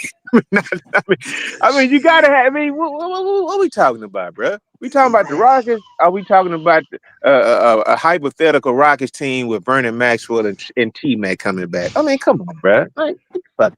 Nah, I I mean, mean, it's cool. it let me know if I can trust you. Like when you start, like with Lero, when you start talking about, hey man, we need to trade Fred VanVleet and go and get Dylan Harper. I'll be like, man, what the? I mean, I never said that. I know I'm that just that's saying, another hypothetical, but I yeah. never I mean, said that. I'm saying, but like you do be coming up with some time where you be saying we need to make a move or this or that, and I'll be like, okay, I Oh, just have to okay, what listen to about what this? the hell. What about this? We don't Salute have. to you Oh, boys, man. I'm what finna about get this? some shut eye right quick before I gotta go to work, man. All right, KO. All Shout out right. to y'all Appreciate you boys. for pulling up, man. Hey, look, pop back on if I'm still on, man. Appreciate you for pulling up, man. Yeah, salute to you, man. King off deck, man. So how about how about this? How about this? Real talk. What if we didn't sign Fred? We ain't gonna have him anyway. That would have been money for Toy right now. I mean, we ain't gonna have him no way. What if Well, we didn't sign him? We gonna make do, right? mm-hmm. Right. So what if we didn't re-sign Fred? What if we had released him? That money would have been free to keep Tar right now. Would you agree with that or not? Yeah, that's true, but then we wouldn't have a trade asset. So Fred's contract is a tradable contract, and Tar's contract is a tradable contract, and we wanted to leave ourselves that wiggle room open so that in case we have to make a trade. So that's not a. I understand what you said, but that's not a big deal that we got him. It's not even a big deal that he's not playing because in my mind's eye, it was the best thing for the team that he didn't play early in the season. And them saying, the fact that he got an injury, I didn't, if it would have been something like a lot less, time consuming, it don't really matter. But the bottom line is Reed Shepard needed to play this year. He needed to play this year, so it don't matter we have Fred or not, in my mind. I mean, yeah, we could have had some more money, but what else do we really need on the team that we don't have? No, that's facts. No, that's facts, bro. No. Fred, the best thing happened to this team and the worst is Fred going down, bro. And I know Yeah. y'all know what two ways I mean it. Mm-hmm. So yeah, bro. So Reed do need to be thrust into action because we gotta see what we got. And if Fred was here, just real, be real. You wasn't gonna, yeah, we might see something. We ain't gonna get no healthy sample size. It might depend on Fred, bro. He leans on Fred. Right. And Fred not gonna turn the ball over. We gonna get it for the most part. You're gonna get a good shot every time down when the ball in Fred's hands. He's gonna make the right decision. And Coach leans on this shit, bro. You can say, man, we breathe need time, but shit, nigga, when you got Fred VanVleet, especially if he's shooting at a decent clip, for what? Nigga, read for what? And the nigga 5'11" and play defense on any guard. Right. Like No, real that's talk. the problem. Can't post him up. He's strong as fuck. If you bring the ball down around it, nigga, he taking that bit. Right. You know what I'm saying? Or he causing deflection. Like the dude is a junkyard dog, bro, and he got a high IQ and he cuts. So it's hard to keep a guy like that off the court, bro. Exactly. So I mean, it's good, and it's one of them things where I said, even if he wasn't really hurt, but they say, hey, look, we're gonna just give you a lesser contract. We're gonna say that you got hurt overseas somewhere, and we're gonna let you go ahead and take time off, and we're gonna just go ahead and pay you to chill this season. Since you're taking this lesser contract, it's on us. Take you some time off and go rehab, get yourself together. We're gonna play this young bull. If it was even a situation like that, I still wouldn't care. I wouldn't care at all. And it's the kind of thing like Lero, was saying, if you ain't cheating, you ain't trying. I don't think it's really cheating. I think it's just things that you do behind the scenes that you do to make yourself better. And I think that's, like it's just like when John Wall wasn't playing, we knew why he wasn't playing. We knew why John Wall wasn't playing, and it's just that the information started to get out because they were trying to leak it to put pressure on the team to do this and that. So even like with the Tar situation, somebody mentioned earlier that they was hindering Jabari's playing time last year, and they kept him from getting his full contract because they was kind of I forgot the exact word somebody used, but it was like you were holding him back. You know what I mean? Yeah, they freezing him out. Yeah, they freezing Bar out last year. And I think that's what they do in the Tar. I think that's what's really making Tar mad. Like I said on the other stream, is that if I'm Tar, that was you I was telling that to, J Dog, on Greenleaf stream. Shout out to Greenleaf. Greenleaf gonna have the game on tonight too. If y'all listen, you know what I mean. If you at we're gonna be over there in the mix. We gotta get it in tonight, boy. It's gonna go down tonight. If I'm Tar and I feel like, hey man, they trying to style me out, bro. They trying to hold me back so they can penny pinch me. That's gonna piss me off more than any other thing that they do, because that's what they're saying is we're gonna make you be a failure so we can have a reason to shortchange you. Don't make me be a failure to shortchange me. Let me go all out and then come straight to me and say, hey, I want to shortchange you. And then I can say, okay. So let me just say this. Because I got some pushback too. Go ahead, Larry. So if you coming from the Rocket standpoint, you have several key factors that say, man, we can't pay you this kind of money. Okay. Number one is your health, right? So, I mean, that's number one. And number two, your health. You had a significant ailment or whatnot. I don't even want to say injury because that don't even sound like an injury to me. Ailment or whatnot, and it had to be corrected. And we had to babysit you for a couple of years. Okay. Of your 3 years here, we know of your whole entire career here, we had to babysit you and babysit your minutes, bro. Right. So now, since you came out and you can shine just a little bit, I mean, we know you're a good player, but we had to also babysit you for 3 years. And the player can look at it, organization can be like, what have you done for me? And the player can look at it like, what can I do for you? Right, okay, right. So if you want to bet on yourself, you can bet on yourself. But don't think that we done babysit you for all these years. And I don't think it could be some whole shit that come from email or organization. But if they commingle your ass when DFS get back, bruh, don't be surprised because it's a business. It's a business, bruh. And if he can do the same things you can do, maybe you might be worth $14-15 million a year. Okay. Go ahead, Jada. Let's hear what you got to say before I chop y'all up right quick.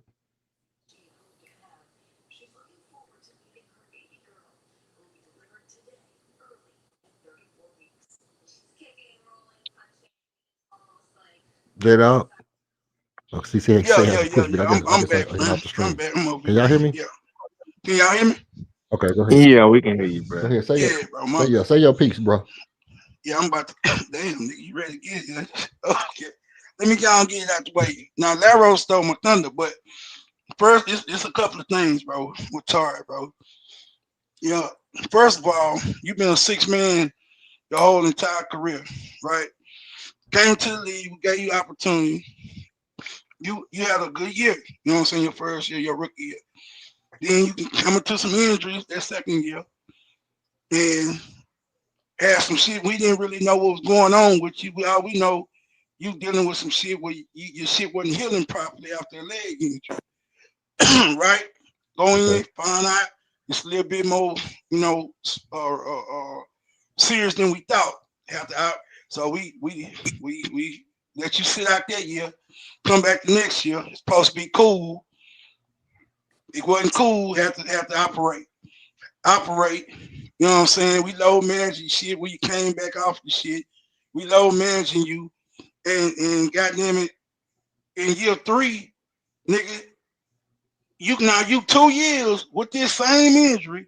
We low managing your motherfucking ass. The first year, we didn't even know what was going on for damn near 3/4 of the season because your leg wasn't. You go out for a couple of games, you come back. You go out for a couple of games, you come back. But you never did get right. Then we finally figure out what was going on with you. Then okay, you got to have surgery on your leg or whatever. So we low manage you the next year. So nigga, you went a whole season with couldn't play back to backs. You 22, 23 years old, bro, and you want us to now 3 years into your NBA career, 2 years of it you've been injured. Well, we can't really we know, nigga, when you're on the court, you the business. But how much have we really got out of you? We ain't got a full season out your ass since your rookie year. So how in the fuck we gonna just commit to you a long term to a Jabari type contract where you 23 years old and you already got an injury history? Well, we ain't even really seen your whole package when it comes to can you stay healthy? What can you give us in an 82-game season type shit? You can say what you want to say about Jaden, you can say what you want to say about LP or Jabari, but their health wasn't the issue, bro. So you got some red flags with you, bro. And the Rockets probably know more about the shit than, you know what I'm saying, than anybody. So they might be scared to go all in on a nigga who 24 years old and goddamn it, he got some shit going on with him that look like it could be degenerate long term. So I don't blame the Rockets for not wanting to commit big money to him long term. I land on that, bro. Your health is what's betraying you, fam. Your health. It ain't the fact that they don't want to commit to you. It's the fact you got some red flags with your health, bro. You know what though? Look, here's the thing. I really don't have no problem with that. That's not the problem that I have with it. You know what I mean? I don't have no problem. Like if it's a real situation to where his health is really the issue. If that's the real life issue, okay, that's the real life issue. I don't got no quarrel with that. I don't got no beef if that's what's going on. Right. You know, like I said before, my thing is if it's a situation to where everybody dropped off the stream. If it's a situation to where he do have the capabilities to play. Right. I don't know if everybody dropped off the stream or if I kicked everybody off the stream. Let me move some of this stuff out the way right quick. You kicking people out, man? You can't still on. Yeah. She stopped screaming. I just got to try to drop some of this stuff. I do got a lot of stuff in my studio, so it might have started booting niggas. You know what I mean? But if I booted you, Leroy, my bad. You can pop back up, man. I moving some stuff out the way.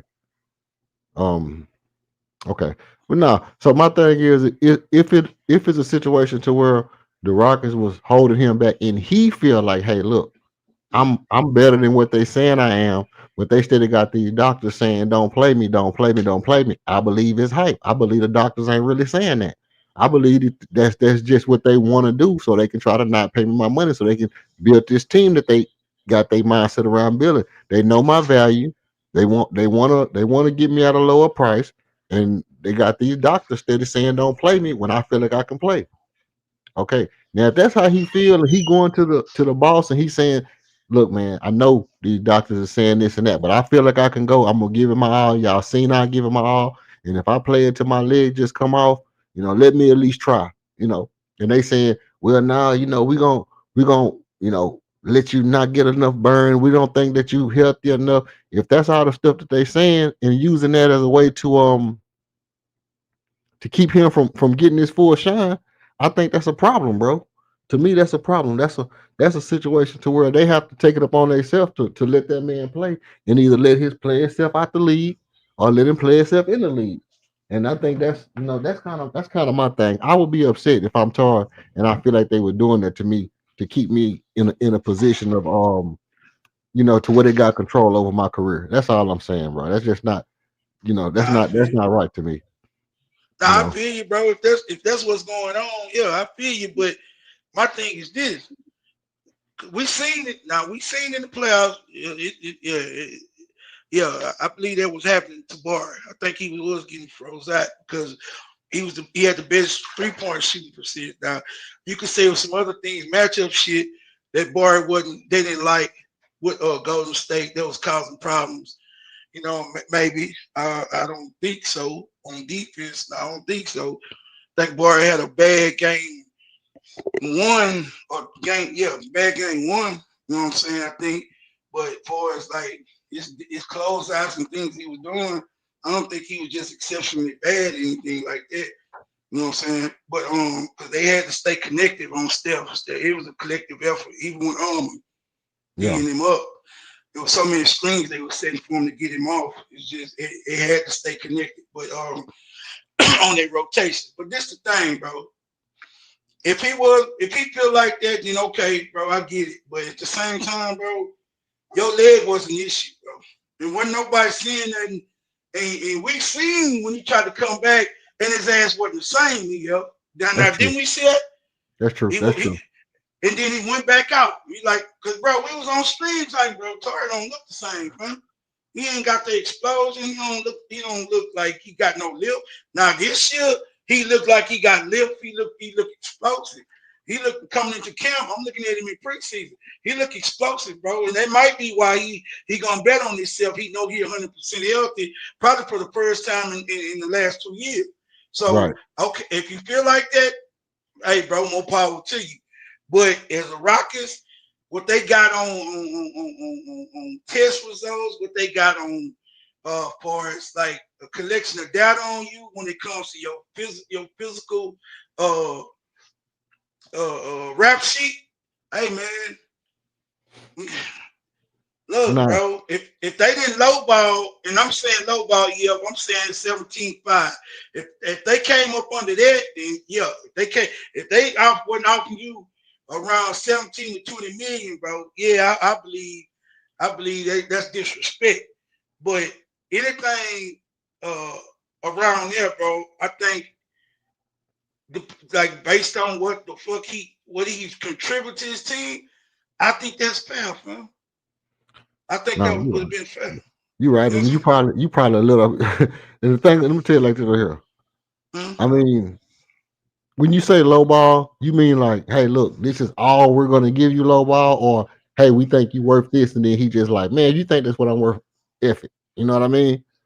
So that's kind of like, to me, that's a difference because if you say, hey, look, we think you worth, we think we can give you this because we're trying to build this team, we really think you worth more, but we want to keep our flexibility in case we need to do extra stuff and this, that, and the third. And they give me all the reasons. Right. Yeah. If that's the case, bro, and he was like, man, fucking, I need my money. I need my munions. Right. Hey, Stone, I need my munions, bro. Then okay, I get it. Okay, he need to go. Yeah, that's what that's where I'm at with it, bro. That's where I'm at with it. Like that's what I'm saying. I'm with you on that. I'm with everybody on that. If that's the case, if they sit you down and they say, hey, look, we really think you worth what Jabari is worth. But the fact that you had the injury, that's could be chronic. We still willing to invest in you long term. We'll still give you the time you want on your contract.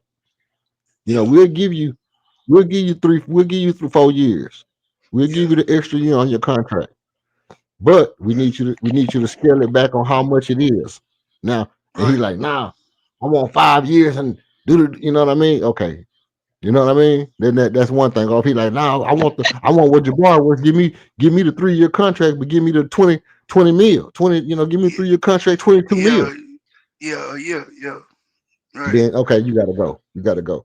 But But if they try to negotiate with him, they try to make it soft on him, they try to make it light on him, and he just didn't want to take it because he feel like he's worth it or he needed or or it could have been he could have just been, hey, look, man, my mom depending on me, my family depending on me. I need my money because my leg might be going out, and if I'm gonna go all out, to and put my health on the line for this team to try to get a championship, I need to know that if my career is over with and I have to go back and get surgery and all this, and I need to know that my family is taken care of. I just need the most money I can get. I understand it. yeah, I understand I it, but you got to understand get it too. somewhere else. Yeah, but these jokers be having $5 million policies on their legs and shit. Look, bro. Once you get in the league, bro, ain't no way, really, bro. Once you get a certain amount of money, bro, like Tar making 5 point whatever this year. Now we could say, oh man, that's money. Yeah, in this days of coming, 5 million ain't what it used to be. Feel me? I get it, True. but at the same time, it's still 5 million, bro. And if you know how to if you know how to goddamn me flip that, bro, you know how to hustle with it. Far as like move your money around, get you a couple of streams of income coming in besides basketball. Which as a basketball player, bro, connection shouldn't be hard for you to get in the league, bro. Especially on a winning team, bro. You still got, like you were talking about last night. Stephon Marbury, bro, got goddamn meat statues, nigga, in China and shit. Like, bro, it's bro, you if your team is winning and you know what I'm saying, depending on the connections you make, y'all mean when he was with the Rockets, bro. T-Mac still got goddamn contact in China, bro, right now. These niggas, True. Catino, doing camps with y'all in China. Like, That's true. bro, right now. So, bro, I don't want to hear that shit, bro. When you're a winning team, bro, and you got an influential player like Kevin Durant on this team, bro, the world is your oyster, bro. You're the 2 seed last year. You coming in this year, top 3 seed predicted for y'all in the West, bro. Like, you gotta understand, bro. This is a time for you to be able to take advantage of certain shit, bro. In your career, it can't be, yes, your money, your contract with the team, it's got to be a big part of it. That's the most biggest. But at the same time, bro, the connections, the influence, and the things of that nature that the Rockets is gonna have on the rest of the world, bro. And y'all still got influence around in the China league. He got his own goddamn league. He still got them reach out to the Rockets. Right now, they got business ties. So, bro, listen, you got all type of shit. Hell, KPJ had goddamn endorsement deal in China for some kind of goddamn branding deal, bro. Yeah. And That's true. bro, so look, man, I find a hard time. You talking about a motherfucker $1 million feeling sorry for a dude, bro. And I know they couldn't have lowballed you lower than 16, 17 million, bro. You know what I'm saying? And I'm with you, EF. If they came to you like, bro, we think you worth about 25 a year, but this is what we can offer you, man.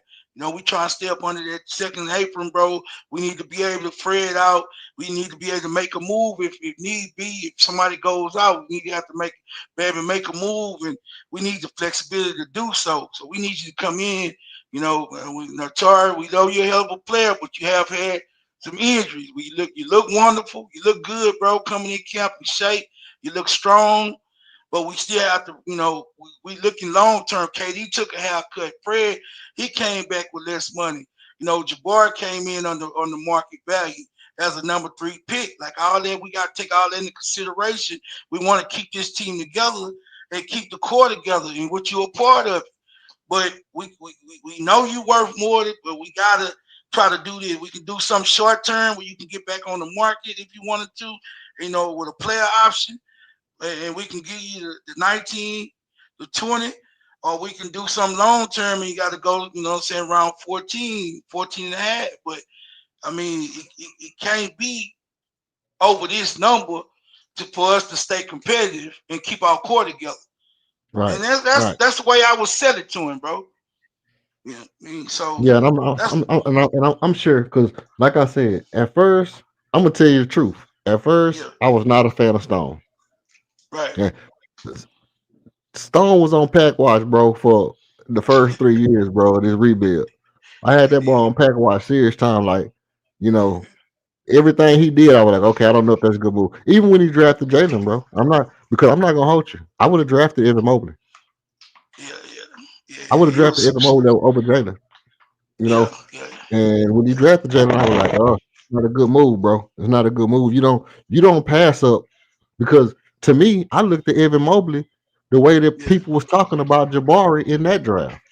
And people was That's true. talking about Jabari like he was the first overall pick, shoe in for the first overall pick in that draft. That's how I was looking at Evan Mobley. Like, yeah, Right. Cade is that boy. I'm taking Cade first because Cade is that boy. Yeah, Everybody knew that. But when it right. came down to Jalen or Evan, I would have took Evan over Jalen all day long. Yeah, And so when he took Jalen, I was like, okay, this dude here don't know what he's doing. You know. yeah. And then he made some good moves. He made some good moves. He made some, he got the LPs in, and he got to, come back and get the Tories in later, and Yeah, the Kevin Moore Jr. and Tata Washington. Even we were talking about Tata. Even with Tata Washington, yeah. I didn't have no problem with them taking Tata Washington because, like I said, them 25 assists a game tricked me too. Tricked me Yeah, too. I was but like, okay. his game intrigued me though, bro. That Tata, yeah, bro. He was very what you call it, he vertically challenged, bro. And Right. his I just didn't see no separation in his game, bro. That's why I used to laugh. The only thing nigga he can't get to the rim. Only thing nigga to do is a 10-foot floater. It goddamn me decent. He ain't had no mid range. Nigga 3-point shot was damn near non-existent too. Like Tata, bro, Non-existent. really, like the nigga ain't really. He wasn't. I didn't see it. I'm gonna just be real with you, bro. Only thing gave him a pass was the fact that he was a Kentucky guard, and Kentucky guard normally come to the NBA and goddamn excel. So you like, okay, well, shit, he might be one of them ones, just like John Wall, just like you feel me, Devin Booker, like he come to the league and gonna turn it up. Like shit, man, Tata ain't got that kind of talent like no John. His quick twitch. Devin Booker was a knockdown shooter. John Wall was you couldn't nobody stay in front of John Wall in the open court or get into the rack and half court. Like, and he was explosive at the rim. Tata had none of them attributes. Yeah, he had that game, bro, where he was played out of his body, but shit. When I watched his ass, bro, I just couldn't see it, bro. I couldn't see the separation. I couldn't see acceleration. That nigga had one little loping ass speed. And I'm like, nah, niggas too talented out here. They got that quick twitches is for real. And I don't see none of that shit. And I'm gonna be Yeah. real with you. What separated Reed Shepherd is the fact that he got down because he's a dead eye shooter when open. And the fact that he is good around the rim. Now that vertical is is inflated, and you can see Fact. that. He got damn it when he going to the rack ducking like he's 6'2", nigga. I know Greenlee goddamn get up high in that nigga right now. So goddamn Right. it, you know what I'm saying? So I'm just saying, bro. And Greenlee goddamn got ankle issue. And he still goddamn jump high in that nigga. They about the same height, 6'2", 6'3". So, bro, listen, bro. He ducking. And I'm looking at him on the open court. Bro, he reaching out. He ain't over that rim like that, bro. He ain't Right. over that rim like that, bro. And people need to stop that shit. So that's why I said Reed Shepherd, okay, if you want to pick him, cool. I would rather pick him later in the first round. I mean, if we want to, like what Green said, number 9. You know what I'm saying? Pick him number 9, number 8, and pick up. Yeah. You want to get Klingen or you want to trade out and get a, you know what I'm saying? Whatever, bro. Get more picks and pick him later. Cool, but top 3, top 4, like, nah, I didn't see that. But he shot 50% from the 3, so he had an outlier that really made people like, ooh, you feel me? Tata, Yeah, I didn't fact. see that, bro. I didn't see it. I just didn't see it. So I ain't Nah, see I, it. didn't- I, I didn't either. But you know that because I like point guards so much, bro. I like point guards, and like I say, I like passing point guards with Yeah. with wingspans. So I was kind of like I kind of can see a little Rondo in him if he can get Yeah, his he strength had up long and arms. Yeah. yeah, I Yeah. can see a little Rondo if he get his strength up and he can pass Yeah. the ball. I kind of can see a little Rondo in it, but Yeah. Well, he Rondo just was wasn't. so crafty with that rock, bro. Yeah. Tata was kind of like a straight line. Rondo was shifty. Right, That's right. you know what I'm But see, saying. That's what I'm but, talking about. Like even with what's the dude name, bro? That the Portland drafted. You ain't like him, did you? Scoop, Please tell me you ain't like talking that about nigga. Scoop Henderson. Yes, bro. No, no, I wasn't a Okay, Scoop. so I wasn't going for the so Scoop you shit. wasn't fooled by this nigga game. No, I You wasn't wasn't going for the fooled. Scoop shit. Okay, all right. Well, you see, you because you know you got people out here, bro. They was fooled by that athleticism, bro. I wasn't fooled by that shit. I At told you all. that nigga was gonna be. Well, I said on draft. I said that nigga gonna be a goddamn me. What's that nigga who played for Denver? Nigga, that Uh, goddamn guard that played for Denver. Nigga, had which them one? hops. Oh, The guard who played for Denver, bro, with that the little had the little fade, had the little high top fade. Got a I know you talking about. You talking about Hey, I know exactly who you talking about yeah, I too. know you know what I'm talking about. Yeah. That's who Scoot Hills reminded me of. It's skipping me, dog. But Yeah, not. bro. Yeah. You know what I'm saying? He had that good showing against Wimby, and I think that's what really kind of solidified him at the number 2 because he Well, came out and showed that yeah, when the lights is bright, I can up my game. yeah, yeah, yeah. I mean, I understand that, bro, but You- I looked at his game. I watched him play a lot, with the Ignite, bro. And I'm watching him play, bro. It left a lot to be desired, bro. Like this nigga, he athletic, but like I ain't seeing it, bro. Like let people talk about, oh, he's an ultimate leader. Well, that nigga team wasn't doing nothing like that, bro. Like he wasn't doing no shit. He wasn't doing no major shit, bro. Like he all right. You feel me? The nigga was in the right. league damn 2 years. Shit. People Ain't didn't that even shit. know that. They like, oh, that's just 1 year something. No, nigga, it was 2. Yeah. Yeah. Yeah. No, hey, that boy came in the league and haven't done anything, bro. Nothing. Nothing. He actually lost his spot to people who was on the bench. You lost your Bro, bench spot, bro. If you bro, lose your spot on the bench, you know you ass. you ass, bro. Bro, You bro, they cheats done when you brought lose your Lillard. bench They, spot. they done brought 2 niggas back. They done brought Damon Lillard and goddamn Drew Holiday. They done brought them 2 niggas in there, bro. These old ass guards, nigga. You supposed to be the next best thing, nigga. Look out here. For real. So But nah, bro. Bro. but Shaden Sharp the truth. I like his game. Shane Sharp is true. Yeah, I do yeah, too. I fuck with Shane Sharp. yeah. They got some good players on Denver, man. Like I Nah, say, if it's a they do. team that we can snatch a couple of players from, Yeah. Denver right up there on my list, bro. Denver be Nah, right for up there on real. my list of players that I would like to snatch some players from. I mean, not Nah, Denver they or got some. Portland. I mean, Portland, yeah, nah, he got it. And Johnson got them boys buying in on defense this year. And last year right? they playing good, better defense. Like they'll beat you. Portland will sneak up on your ass and beat you, bro. So, hey man, it ain't no secret that they building something nice up there and solid. And Clinton look like he gonna be nice at the center spot for him. You know what I'm saying? And that other Chinaman, Chinese dude they got, what's his name? Yanson, whatever it is. Yeah, Yeah, he look like he only gonna be Yankee one. yeah. That So boy hey he got man, swag. He got some swag, man. nah, yeah. Look like somebody been working with his ass. And somebody been Mm-hmm. working with him. I don't know if he been working with y'all or whatever. I know y'all got a Right, lot of influence over them young up and coming players over there. So and he right. got camp, he got leagues over there. Like he own a Chinese league and he running camps and shit. I think he trying to get them boys, he trying to get like a pipeline to the NBA and shit from China. And I Okay. think he trying to create that. So I think that's why a lot y'all really was, bro, that's crazy. That's y'all story. People don't even realize how strong that story, bro. The China, China, the way they do things over there. They put his mom and dad together, bro. They both was on the Chinese national team, bro, to create a Yao. That's right. Yes, bro. That's right. Yes, that's crazy. Yeah, And that's what makes sense, though. Yeah, that is what they arranged marriage. Yeah, that is what they. Yeah, but I'm bro, with the shits, bro. what you think? What bro? Yeah, but look at the shit though. Look at it like this though, bro.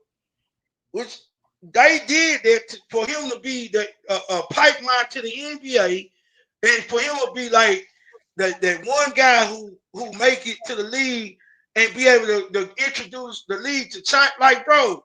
And he did damn near exactly what they tried to get him to do, or what they bred them two people to do, like Callow and shit. Bro, they created a bully pit. They created the ultimate fight dog type shit. Like, bro, that shit is crazy, bro. Like they took like one of the best players. His mom was one of the best Chinese basketball players over there, and his dad was the best. Like at that time, doing when they was, bro, and made and put them together. They had a baby, and the nigga and he gonna go down as the greatest Chinese player to ever play in the NBA right now. You know what I'm saying? But like, hey, let me tell you what China is good at doing, bro. China has mastered capitalism. Even though they're not known as a capitalist community, China has mastered capitalism. They known for identifying where your cash cow is, moving their people over there, getting into embedding themselves in your economy, and then establishing themselves right in the heart of your cash cow. Come on, bro. You go to any one of these foreign countries, Africa, Jamaica, Belize, bro. Mexico, they right there. They go right there. They get themselves a convenience store right by where you got to go to every day and buy your groceries. And they're gonna sell food out there and come up. They're gonna come up right there. They're gonna import their food for hella cheap. They're gonna sell it to you for whatever you selling your food for, plus about 50 cents. And they're gonna come up right there in your face. Ain't nothing you can do about it. That's facts, bro. You go to any hood in goddamn Houston, bro. They there in the heart, bro, selling some goddamn chicken and some soul food shit like black folk. The shit we grew up on in the 80s, it was all blacks and shit doing that shit. 80s, 70s and shit. We young. Black people own restaurants, bro. It's Asians. Like but you feel me? You gonna have one black person back there, if that, or Hispanic, that know how to cook our food, and that's a wrap, bro. Or you know what I'm saying? So, hey man, I'm a North Side baby, bro. So everything on the North Side, damn near that's cooking something, damn is either Asian or black, unless you Mexican food, but yeah, you feel me? So yeah, man, you right, bro. You 100% correct. They gonna put them in the heart, and then they got their own goddamn side of town on the southwest, bro. You go over there, they got their own goddamn district. You feel me? Supermarket. Supermarket. And the shit cheap in there, man. When you go in there, you're like, God damn. These motherfuckers, they looking out for their people shit. Man, you go in Chinese supermarket in Houston, bro. Man, the prices, bro, man. Yeah, why we don't get these kind of prices? I go to sale, nigga. It get priced out my goddamn pants, goddamn. They be importing shit. They be importing shit from their own shit. Right. You know what I mean? Right. Yeah. But look, tell me this. Like here's the thing. You know how King be. We all know that. I mean, he said he don't be hating on IP, and we know that King be having some good points of view about what he feel like. But this my thing. If it's a player that I'm strong on him for a reason. Just like I know, you remember I came up there that night when Greenleaf was like, he was saying, Reed Shepard not looking good. You know what I mean? He was playing bad, and then we was in the chat, and we were like, nah, hold on, he gonna be all right. And I was like, nah, but he playing fast. I came up there and I told y'all, I said he playing fast. I noticed that as long as he continues to play fast, he'll be all right. He came out that next game and went on to scorch him, right? See, I got a different eye for basketball. So when I be looking at somebody like Alper Shangoon or Tari Issa Yeah. for this matter, and I be saying, bro, this dude is our best ball handler. Not only is he, first of all, passing is a part of ball handling. You can't be Yeah. the passing is a part of ball handling. So what I'm saying, like Alper Shangoon is our best ball handler, bro. You know, you can't really look at even when Fred was on the court, he was not our Yeah. best passer. Alper was our best passer then. And I asked King this question. I said, who is our best ball handler? He said Reed Shepard.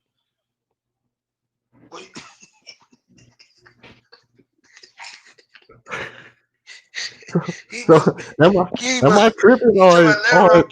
He huh? talking about Larry King must be drinking that night. Am I tripping or is Alper Shangoon a better ball handler than Reed Shepard? I mean, Yeah. Alper Shangoon ought to be able to facilitate for us, you know, for the majority of the, I mean, for the most of our possessions, right? Uh, well, put it like this: you talking about like you in your offense, and I would lean towards LP.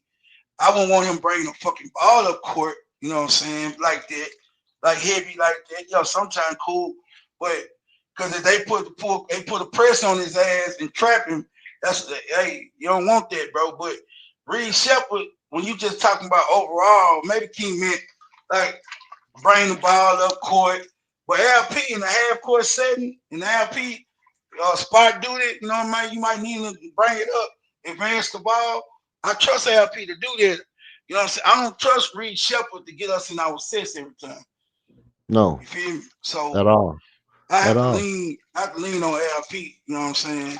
When he Well, talks about overall, because when the ball's in his hands on the elbow, at the top of the key, you mm-hmm. know what I'm saying? As long as he ain't tunnel vision, you know what I'm saying?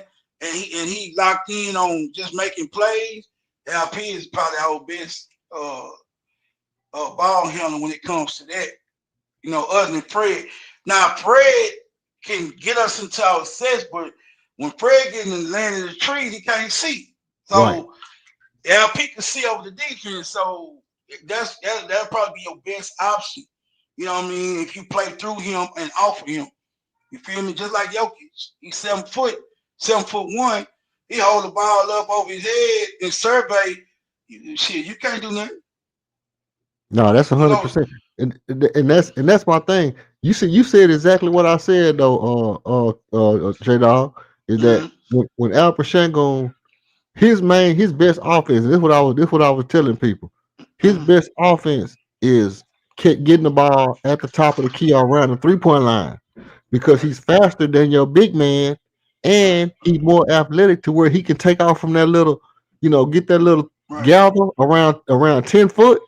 And And he it's putting slow. it on your head Yeah, right there. He gonna yeah, put that on your head. And if you're not big enough for he can put his shoulder into you and move you out the way. He dunking yeah, the ball on you. yeah, And if you are big enough, he gonna speed by you. And then by the time you catch up, he gonna hit you with the little head fake and the little Shangoon shake. yeah. And then he gonna throw the little hook up there. So Right. he got ball handling skills, athleticism, mixed with the ability to be creative around the Nice rim. fact. Yeah. And And he in then the best shape of his life this year. He look good, man.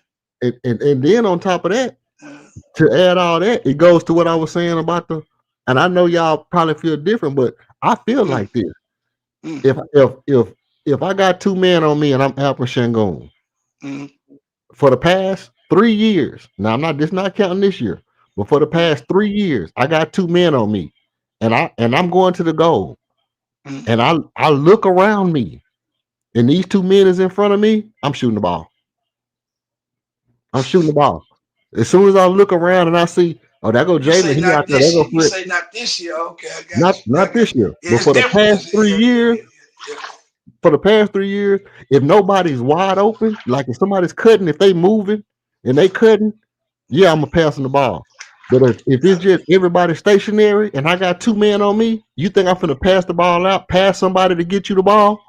No, I'm not finna. I'm not finna try to whip this ball past somebody Well, to somebody get you the open ball and so you help can you. miss They it. double team you. Somebody open. Listen, no, not always because the passing lane can be covered. If two men on me, the passing lane of two people can still be covered, but depending on what that third person is. Right. And then the other who can get to the corner and cover the elbow. Right. Top of the key. I can kick the ball out to Fred. I can kick the ball to Jabari Smith Jr. in the corner.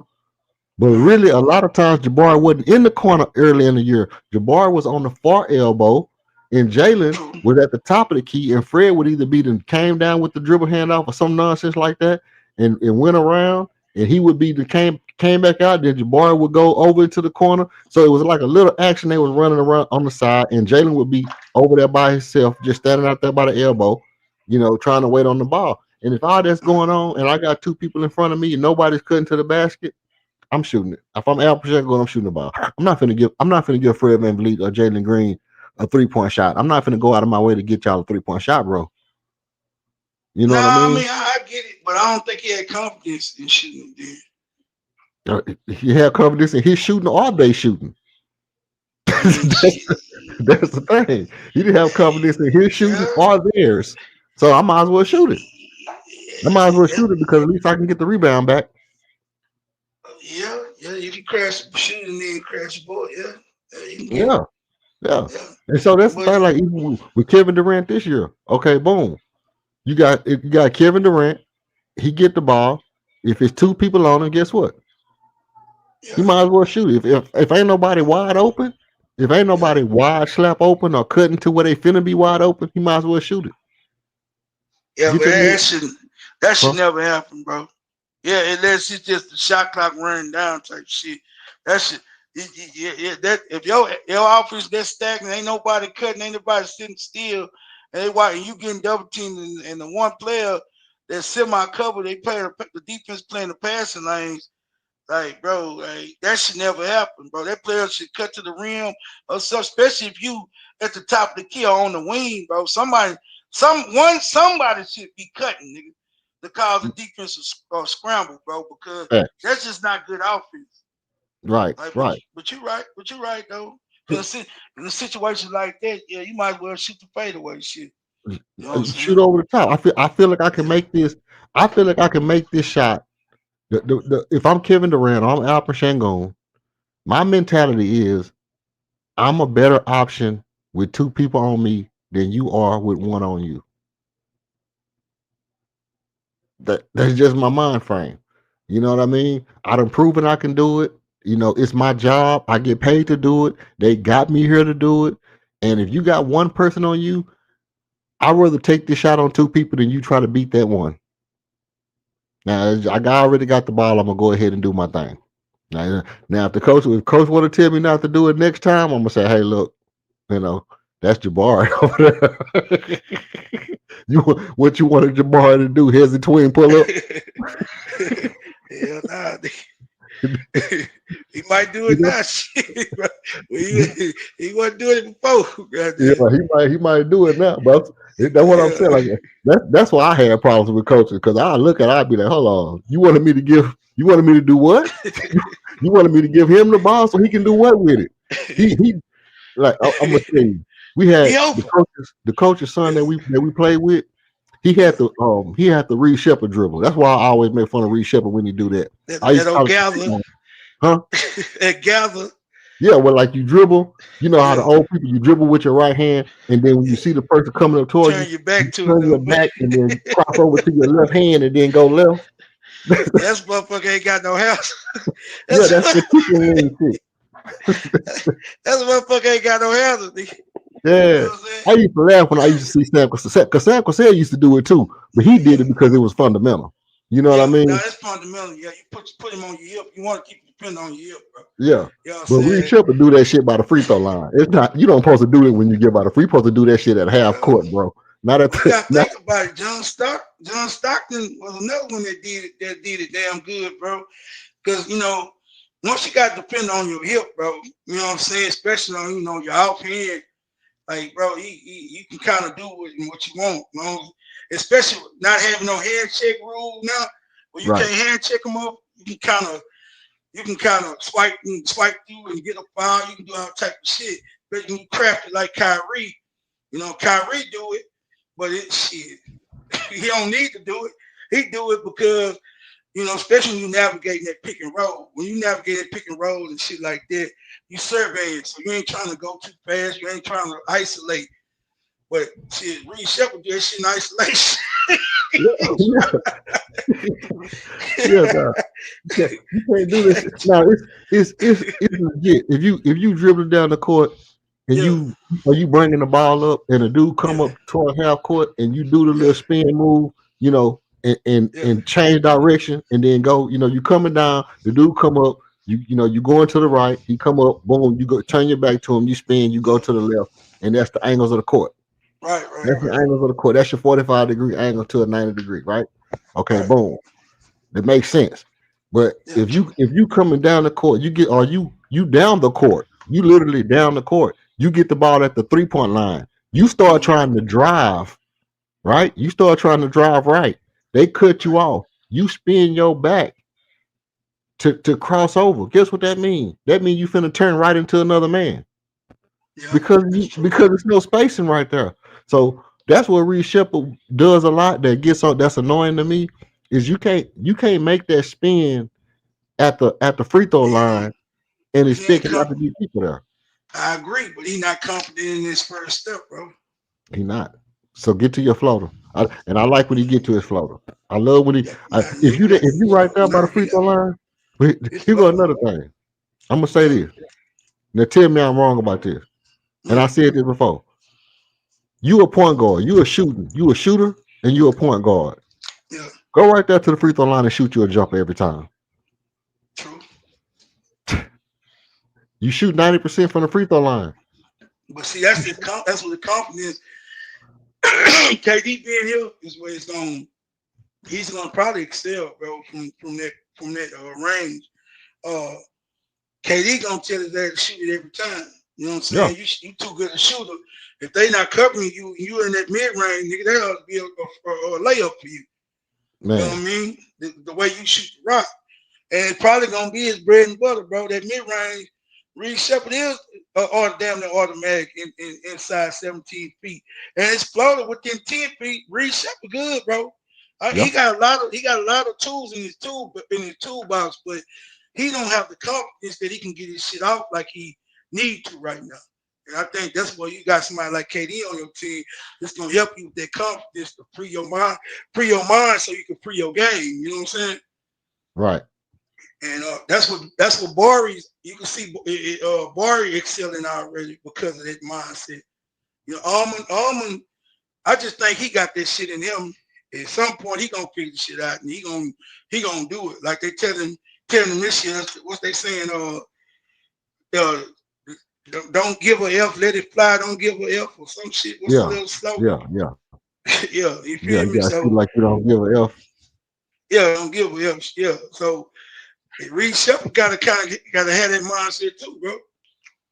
You know what I mean? You got to. So yeah, you gotta have it. Not only that, but like I said before, and I'm gonna be saying that a lot this stream because a lot of this stuff I'm just recapping stuff that we already said leading up to the year. But Reed Shepard, you gotta play with some swag, bro. You gotta play with some swag. And I know how misunderstood what I was saying other night. He might have just been trolling, but he misunderstood what I was saying. I wasn't saying there's nothing against white players. I was saying white players have an advantage on defense. White players have an advantage on defense because they can foul and get away with it. Right. Yeah, right. White players can foul you and get away with it. You're supposed to use that to your advantage. Be physical. You know what I mean? Hit somebody. You know what I mean? They're not finna call 5 fouls on Reed Shepard. There's no way Reed Shepard's gonna get 5 fouls called on him. The other thing is that everybody on the stream knew it was when a white player plays, he was the only one talking that goofy shit. Yeah. Right. Talking about you racist. No, I am. I want you to use your white privilege in basketball. You know what I mean? that's the only time you should be using that shit in real life. You know what I mean? But the other thing is, if you don't have a certain let's say if you don't have a certain skill set, it's what we call fake it till you make it. You understand what I'm saying? We know you're not fast. We know you don't really have no real offensive game. But if you do some shit that make it look like you got offensive game, it could confuse people enough to make them not play you with so much anticipation. They can't always anticipate what the hell you gonna do. You just coming down the court doing that fundamental shit. Everybody knows what you're gonna do because it's fundamentally what people do. You can't just come down and just go boom, boom. Oh, I'm gonna do this crossover, and then I'm gonna go right, and then I'm gonna go right here. That's not gonna work, bro. You have to put the one play, and I always bring this up. The one play that made everybody eyes pop with Reed Shep was when he did that little hesitation to Dr. Connect. When he did the little stutter hesitation on Dr. Connect in the summer league, and then crossed him and went left. Everybody eyes popped because we didn't know he had that to his game. So that's the kind of swag, that's the kind of sauce you got to put in your game if you really want to make people not be able to anticipate what you're gonna do. I would like to see Reed Shepard doing behind the back passes, no look passes, coming down acting like he John Stockton, coming down acting like he Jay Will. Just watch like I say, I used to watch Come Fly With Me when we was little. I want to go hoop. I watch that Blue Chips or Come Fly With Me. I put on Shaquille O'Neal. I got skills tape, and I'm gonna go out to the park and I'm gonna do everything that my mind can think of to do. And that's how Reed Shepard got to play. I know you want to be conservative and not make mistakes or whatever, but come on, man, practice that shit. Practice that shit in your garage. You know what I mean? Practice that shit when you in the game, you in practice, and then come out there and do that shit in the game, bro. You can't be out there looking stale. It's just not gonna work for you. Yeah, but you That's gotta understand something, bro. You got grade A athletes around you, bro. Like I know he got game, bro. I know he got because his mama played ball, his daddy played ball, and his daddy was a hell of an athlete at Kentucky, bro. Bro, his daddy was nice, bro. So and very athletic. You know what I'm saying? So the shit in him, but I think like that confidence, bro. Like I think probably what's this year 2? With KD on the team, he might be elevated. Probably year 3, you probably gonna see a change because Fred not being here gonna make him grow up a whole lot. So probably by the end of the season, you'll start seeing him really like start swagging out. But bro, Reed Shepard probably when he go to the playground, just around. And bro, I'm pretty sure he make boys look bad, quickness and everything. yeah, When you get to the league and you got Armor Thompson, you got Jalen Green, you got Jabari 6'11", 7 foot, you know what I'm saying, could close out on your ass and get back to the rim and all type of shit and to contest and you can't go by. That shit gotta be mind jarring, bro, for him to see these type of athletes, Tari Eason, all these old quick twitch ass athletes, and they all 5-6 inches taller than you or more. So that's true. and then you looking around the league and you playing these guys like, God damn. So the NBA got some thoroughbreds, bro. And then Reed Shepard, yeah, he can shoot the rock, but the exceptionalism when it comes to his athletic ability makes him doubt what he could do. And he don't need to do that, is what you're saying. He just need to play. Just play how you play, bro. At some point, you know what I'm saying, your game and the journal will take over. You know what I'm saying? And like I watch him with his floater. His floater game is already top notch. He just needs to have Yeah, the confidence he can get to it. You feel me? right, So, right. a lot of confidence changes a lot of shit in a lot of people's game, bro. And when you see all these athletes around you that's damn near a foot taller than your ass, and faster than you and quicker than you and jump higher than you, it'll kind of mess with your mind a little bit till you around guys like KD and let you know, like, hey, bro, your size ain't shit, bro. It's about your skill level. You know what I'm saying? It's about how you do it. Then you start showing the film on John Stockton. That's what his mom and dad she's been doing. She's Exactly, showing the film like Mark Price, guys who exactly. your height or small, maybe they're smaller than you, getting to their shots. Again, big brutes back then, bro. Them dudes knock your ass out, knock you out your socks, and they don't call no foul. For and, real. and they still getting up doing their thing. So he gonna have to learn that, bro. Yeah, you ain't gonna be top notch athlete. Yeah, you ain't gonna butt, bro. You still the skill level that you got and the touch that you got, you can still get your shit off. You just gotta learn how. That's it, and have confidence that you can get to it. You know what I'm saying? Nah, that's 100%. It's confidence first, bro, and then everything else will fall into place for him. And I think that's what he's struggling with. Well, I'm gonna add something to that because I want to piggyback with what you said. But Yeah. it's easy to have confidence if Right. you playing the game like you dreamed about playing it as a kid, because then you having fun while you playing. You know, I doubt, and I could be wrong. I doubt that Reed Shepard was at home and every shot he took, it was like, I'm gonna form up, I'm gonna shoot it like this, and that's all I'm gonna do. I'm just gonna dribble the ball like this. I'm gonna dribble straight down with one hand. I'm gonna put the ball over here in one hand and dribble. I'm gonna go to my floater. I'm gonna run back down the court. I doubt that you played basketball like that as a kid. You might have shot perfect form every time, because I tried to. Once I got to a certain age, I said I'm gonna shoot the perfect form every time I shoot. Try to shoot it perfect form every time. But when I'm going to the goal and I know this dude taller than me, I'm jumping, Jordan, flip it over my shoulder, scoop up under your arms, hook shot from the from the 3 point. I'm doing everything. I'm trying everything. You know what I mean? And I'm not saying he's supposed to be out there going crazy, but I'm definitely like, because I'm gonna say this. I'm definitely with the shits when it comes to passing, bro. That's what it boils down to me. All this, what I'm saying, really, is about the fact that he need to be a more flashy passer. That's kind of what it boils down to me. He ain't right for Austin, man. But look, he's not right for Austin. I know he's not white chocolate. I know he's not Jay Will. Yeah, nah. But I mean, Steve Nash was nasty with the pass too. He was nasty with the pass, but Steve Nash was much quicker than Reed Shepard, bro. But let me tell you what Steve Nash's strong point was. First of all, they got similarities in this aspect. Both of them shooters. Yeah. Both of them shooters. And what Steve Nash would do when push came to shove, he would cross over right, dribble left to the free throw line, shoot him a free throw. Same thing Jordan would do.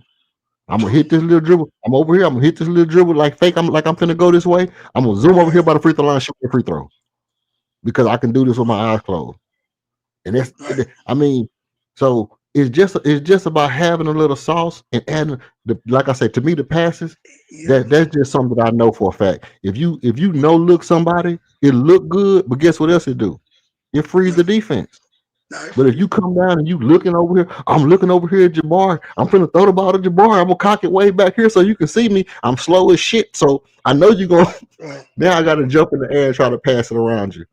But if I just look with my head and think,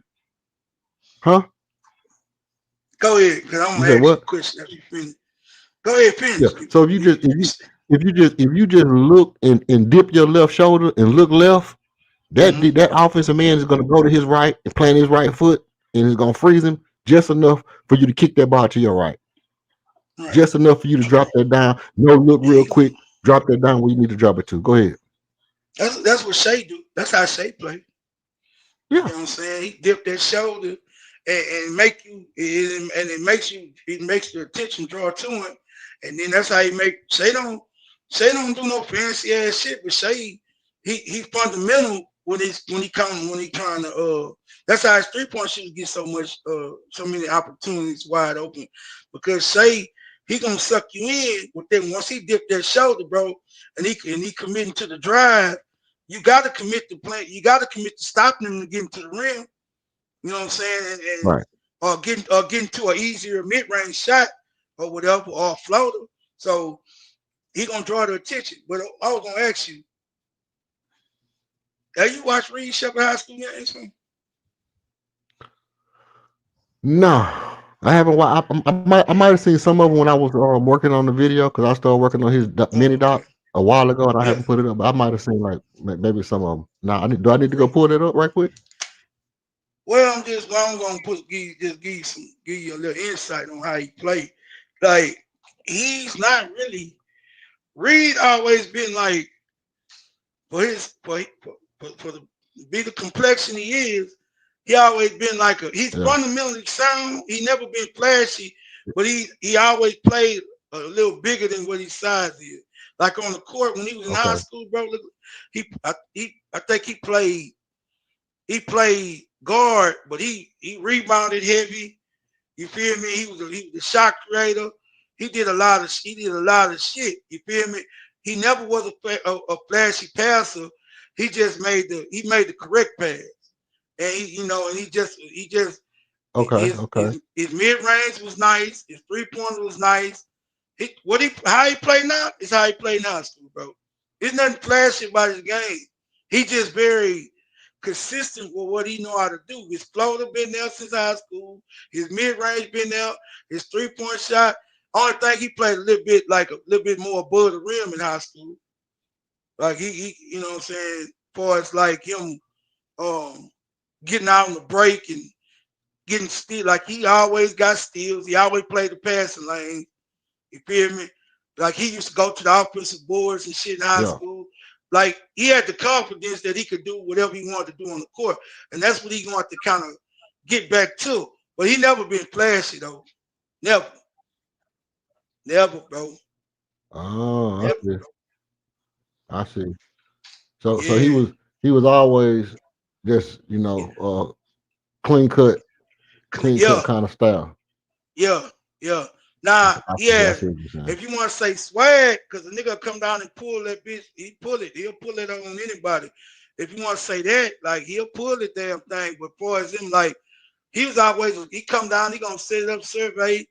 You know what I'm saying? He might get it coming off a pin down, but you know what I'm saying, for as that shit like that. But he wasn't never just like he always played within the confines of the offense. You know what I mean? Like he ain't push the issue. He ain't really push the issue like that. He just was better than everybody. You know what I mean? And when you come to the NBA, shit, who you better than? Yeah, that's not, yeah, Shit, not, that's what I think was fucking with his brain right now. But he gonna be all not right, better man. than nobody. Exactly. Yeah. Who you better than, bro? Emmanuel Mudiay, bro. That was the guard, nigga. I knew I was gonna remember that shit. Emmanuel Mudiay, but Emmanuel Mudiay was different though. Nah, he was different athletically, and that's what they thought skill. I mean, they thought he was gonna Emmanuel Mudiay was different. shit. Yeah, man. Mudiay played well. Was it Kentucky? Where he was, yeah. Yeah. Yep. Yeah, Yep. Mudiay I was think he played nice, in bro. Kentucky. Yeah, he played Kentucky. Yeah. He was nice too. Mudiay was nice, but like they thought your boy was gonna be Mudiay. What's his name? I mean, he gonna be Mudiay. They Ta-ta. thought he gonna be better than Mudiay. Yeah. What's his name? Not Tata. The other nigga with the fro. Scoop. Scoop Oh yeah, Henderson, yeah, bro. yeah. Yeah. No jump shot having They ass thought that nigga. was Emmanuel Mudiay. Yeah, nah, bro. That's not what it is. Nah, bro. Even Mudiay Bullshit. Moody had a couple of good years. Didn't he have about 2 good years in the league? Yeah. Yeah. Yeah, Emmanuel Mudiay was he did his thing. Emmanuel Mudiay did his thing when he first came out. when he first came out. Yeah. See, Scoot ain't did as much as he did, bro. But that jump shot is what he never developed a jumper, bro. Ain't nobody can let you get to the rim on them, bro. You can't shoot. Like, nigga, I'm just gonna backpedal when you get that bitch. It's like Almond. I had to build me a jumper. They finna clog the paint on LP and KD ain't gonna be able to do shit. Like, nigga, hey, Almond have to shoot that thing, bro. You know what I'm saying? Like that's what separates the good ones. Even Ricky Rubio had developed a jump shot, bro, and he had some hell of a handles, bro. Hell of a passing game too. And hell of a passing game for real. But he had developed that mid range. Yep. He had developed, because his layup package was crazy. But they wasn't letting that dude get to the rim, bro. You can't shoot, Rubio. We just gonna sit out there and let you shoot. Then he started making a couple of threes. Yeah, He got a little better. You know what I'm saying? Before he retired. But he was underrated, bro. Moutier was underrated. With Reed Shepard. You see how he get to the rim, yeah. bro? Yeah, Yeah. I'm watching the high school Yeah. highlights and shit. I see what you're Yeah. talking about. You know, Yeah. he basically just Yeah. a straight up shooter. He was like He was one of straight the up. we had boys like Yeah. this on our team. Mm-hmm. You know what I'm saying? Like he could have He did some shit always right shot there. He that could have did some percentage he shit to old shot boy too, right man. there. Instead of just blow past him. Yeah. Yeah. Yeah, bro. Ryan Mitty. Nigga, don't get me wrong. Now he's automatic, nigga. And he shot damn near the same percentages, bro, in high school that he did at Kentucky, bro. Just in high school, he had more attempts. So he was a little bit under. I think he shot like 40-some% from the three. Like 48, shit like that, Right. 40. But yeah, man. But he never was no volume shooter like that. He ain't never been no nigga. You see how he play? Like you see, he still Left like late. nigga. That's what he do. That's what he do, bro. Tax collector. That's the tax collector, man. Yep. Yeah, bro. Yeah. But he play, Mama but call him like you say, Isaiah. I'm you gonna see how call he him play Isaiah. bad? Yeah. Look, that's his shit. See, he ain't never gonna blow by his man, bro, except in the open court. Like he And see, that's the thing. Look who he playing against. He playing against a bunch of white boys that's bunch of smaller white than boys. him. Smaller than He him. playing against a bunch of white boys that's smarter than him. Hey, don't he look like he the biggest motherfucker on the court at 6'2"? Hey, bro. Yeah. Look at it, bro. He look big. Giant over these dudes. That surprised me, bro. When I seen him, I said, damn, he look like a big ass guard in high school. Yeah, you see it, bro? Like, bro, he do look big. Like, look at this little ass guard trying to guard me, bro. And when he rise up, bro, he ain't no hesitation. He's bigger than you. He big, bro. That's what I'm talking about. Like he played right now how he played in high school and shit. Like he don't do no fans. He That's just super slow. fundamental. Yeah, he shoots slow, bro. Yeah. Now he changed up his goddamn. You say what? I said that's a problem for me, man. That's a problem. Yeah, it is. Because look at this right here. Yeah, definitely. See that? Hold on, let me see if I can go back to this right here. Let me see if I can go back to this so I can show you what I'm talking about. I'm gonna show you why it's a problem for me. Because you're a point guard, right? All right. I'm gonna show you this right here. Was it that one? No, it wasn't that one. This is the next one coming up. Yeah. It almost made me throw up when I saw it though. J Dog, I'm gonna tell you real talk. This almost made me throw up when I seen this. This is kind of, I'm telling you, this kind of stuff that made me sick to my stomach, bro. Okay, right here. Yeah. Bill, what you see? You goddamn me, why you stopping, slowing down? I stopped it. No, not that. Not that. Look at the gap between him and the man in the white and the man that's the other man in the white, right? Yeah. Okay. Now look at that gap in between them. He don't see his trailer right there, got a wide open layup. He got a man on him that's taller than him. Yeah, he can get to the basket. Yeah. Yeah, but he got his left hand, bro, is off. Like ain't no way in hell he supposed to miss that shot, bro. Like, yeah, you could throw it over your shoulder, your right shoulder, and it's an alley oop, but this is high school?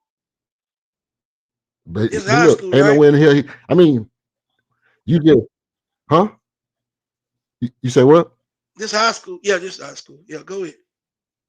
Yeah, this high school. Okay, so let me tell you what I see. Okay, he got right foot down. He dribbling the ball. He already finna make his gather, right? Now you jump and put your right arm out with the ball in it. You get your teammate a easy basket.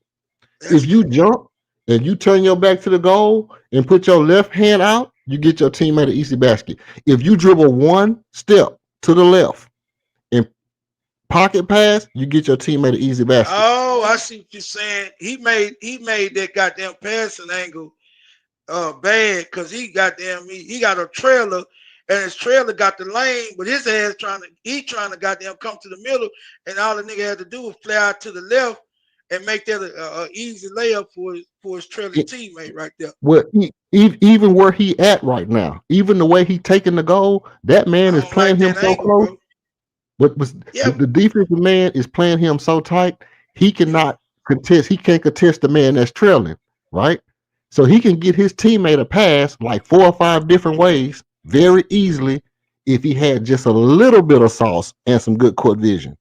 True. If he had just a little bit of creativity and some court vision, that's an easier basket for his teammate than it is for him. So you think his vision is lacking, bro? I don't know if his vision, he might have saw. The dude might not have been running hard though. Because if he's not running hard and dude in the white running hard, he can get in the passing lanes on that shit. You feel me? Because the dude might have eased up in the blue and might have said, "Oh, Reed got this layup. This Reed Shepard." His head is coming. Yeah, that's why I say. That's why. Yeah, you must got a delay, bro. You got a delay? Yeah, I think you got a delay.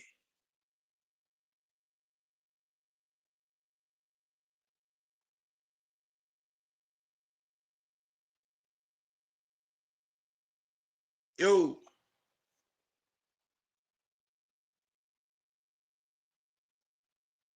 A little trouble. I'm having a little glitch over here.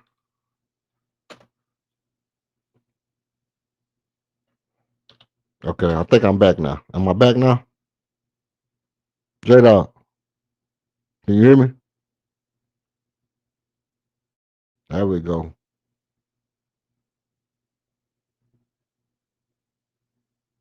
Let me just stop that all together. Okay, you can hear me now? Now let me pull this down. Okay, he all got off the stream. Okay, so I guess he got off the stream. Maybe my stream kicked everybody out finally after all. But you know, that's where I'm at with mine. If I kicked you off, my bad about that. I don't know my stream kicking people off one by one. My stream is trying to kick everybody off the stream. But that's just me, bro. That's just me. That's how I feel about certain things. It's a way you go about making yourself, just adding a little, because it's entertainment for one. For one, it's entertainment.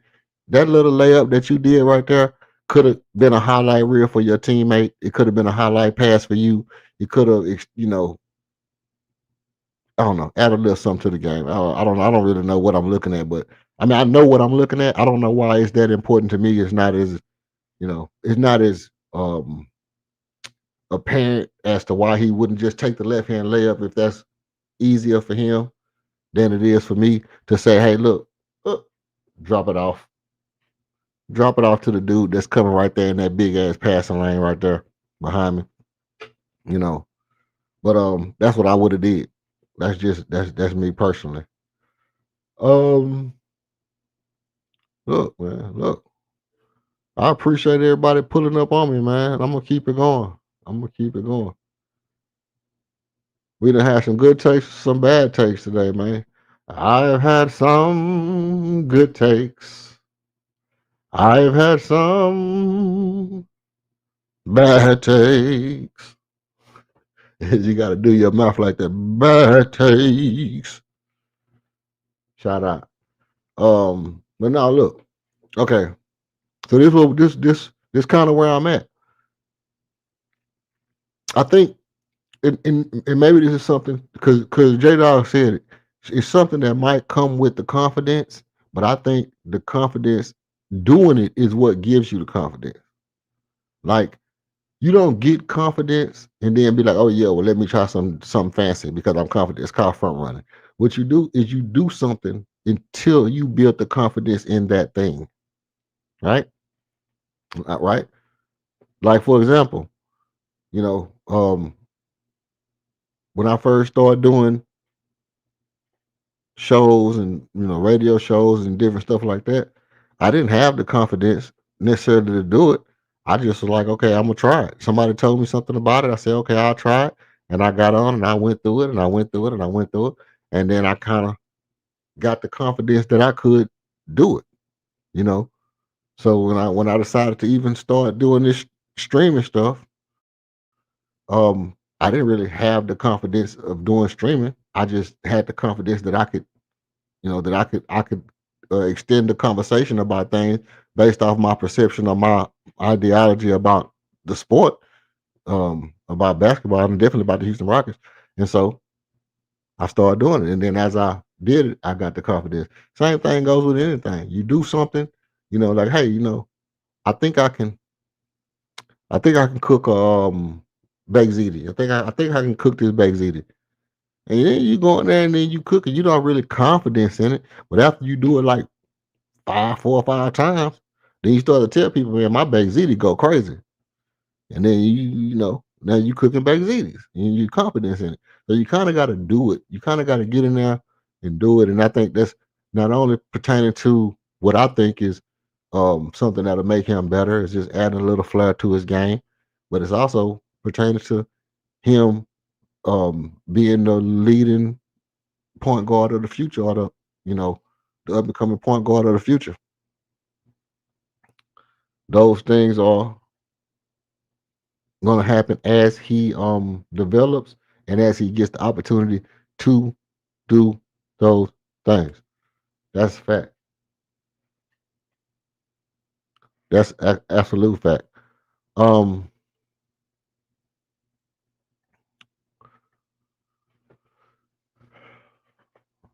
we talked a little bit about Armin. We talked a little bit about Armin and his ball handling. And I know I say, he's not a good ball handler, and I think that's probably underselling him a lot, because obviously he's a good ball handler. He's been a good ball handler, been a very good ball handler. But when I say I'm comparing that to the guys who can move at a certain speed, tempo with the ball, also have people trying to get the ball from them and make multiple decisions with the ball. That's basically what I'm talking about. That's basically what I'm talking about. I'm not just talking about the fact of, you know, him being able to get the ball up and down the court. I'm talking about, hey, I'm moving with the ball. I'm moving full speed with the ball at my full speed with the ball. I got people trying to get the ball from me, and I'm able to make multiple decisions and counters with the ball. Right? And that's where I think he falls short at. It's the making multiple decisions with the ball without losing it while people trying to get it at his full speed is where I think Armin doesn't excel to the point that we want to see him excel to. And when he gets to that point, which not going to happen this year, but we'll see times in every game where he does. We'll see times in every game where Armin is moving full speed at his speed. He makes multiple decisions with the ball. He doesn't turn it over. He got somebody trying to get it, and he makes multiple decisions, and it turns out to be a good play. When that happens, it looks amazing. It looks amazing. Like it's literally like it's what makes us feel like Armin is gonna be that guy. Every time somebody talks about Armin, it's very rarely about the time that he dunked on somebody, or the time that he got a lot of rebounds, or the time that he blew past somebody. It's most of the time about the defense, and the rest of the time it's about, you seen that move he made? You seen that in and out crossover? Did he went behind his back? Or you seen he went crossover, and then did a spin move, and then it's always about the move he made. It's all about the making the multiple moves with the ball at the speed he can go. If you can make multiple decisions with the ball, you can make multiple moves with the ball and then make the right decision at that speed. It's something to be said about the greatness of the people who've been able to do that, right? Who can go at their full speed, have people trying to get the ball, you know, make multiple decisions with the ball, and don't lose it at that kind of. And Amon is one of the rare people who we've seen do it, and we all agree that if he continues to do it, if he does it consistently, this guy is going to be a phenomenal player in Houston Rockets. Now, I said this. I said Amon Thompson last year. I said Amon Thompson is on his way to becoming the third greatest Rocket ever. He's on his way to becoming the third greatest Rocket ever. Soon. Um, and I mean, I think you give him 4, 5 years in the league, he could very well be the third greatest Rocket ever. And this year could be the beginning of his actual ascension. We saw the maturation, you know, culminating up into this point, and now it's kind of at the spot where he has to be on his ascension already. Salute to you, man. Appreciate you pulling up, man. It was good chopping it up. Which I'm gonna get you on that debate, man. I don't remember which one you said you were gonna take me on, but I remember you said you were gonna take me up on one of them debates. I heard Laro try to make an argument for Yamin. I said about the Ralph Sampson, who career would have been better if they career would have panned out of Ralph Sampson and Yamin if they would have stayed healthy. That's the one I want to get somebody on. I know somebody got smoke for me on that one, but maybe think of a debate topic and shoot it to me, man. Think of a debate topic, shoot it to me. What you want to debate me on, and then we can get it like that. If you don't like none of the ones that I got, um, you know. But yeah, appreciate you pulling up, man. It was, that's a blessing, man. Thanks for that. Um, no, but ultimately, the the downfall with Amon Thompson's game is, I don't just think it's his shooting. Like people say, well, his shooting, but we haven't seen his shooting cost us a game. We haven't seen anything that Amon does cost us a game. So if we had to say what's the actual hang up for his game? What is it that he needs to do to get to his level that he needs to be at? What I would say is this. He wasn't the person that was designated to take X amount of shots last year. I think this year his workload is going to expand. This year he's going to be required to make more shots. He's going to be required to take more shots, right? And if he's required to take more shots this year, then what you're going to have is opportunity to see if he can carry that workload. And that's where you're going to see his point total go up. I tell you again, if Amon Thompson, 20, 10, 5, 2, and 2. Now I know 20 and 10 is crazy. I don't think he's gonna get 10 rebounds this year. But if Amon Thompson was to average 20, 10, 5, 2, and 2, I think that would be the craziest stat line for any guard in their first 3. What's this? His 3rd year? In their first 3 years?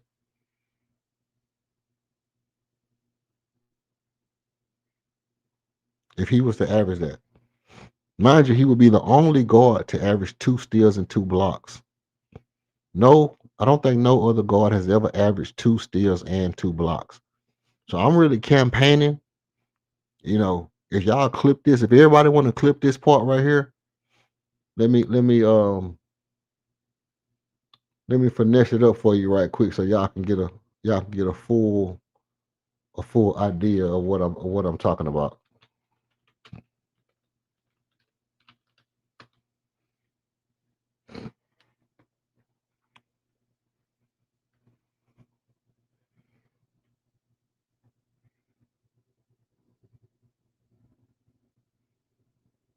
Okay.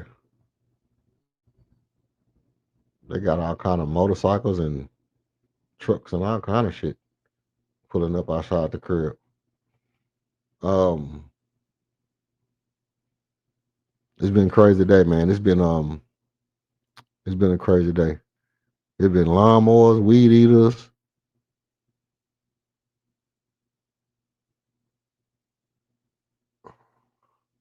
Not that one.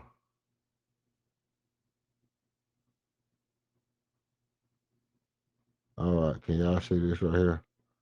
Let me see. All right, let me go back here. Okay, boom. All right.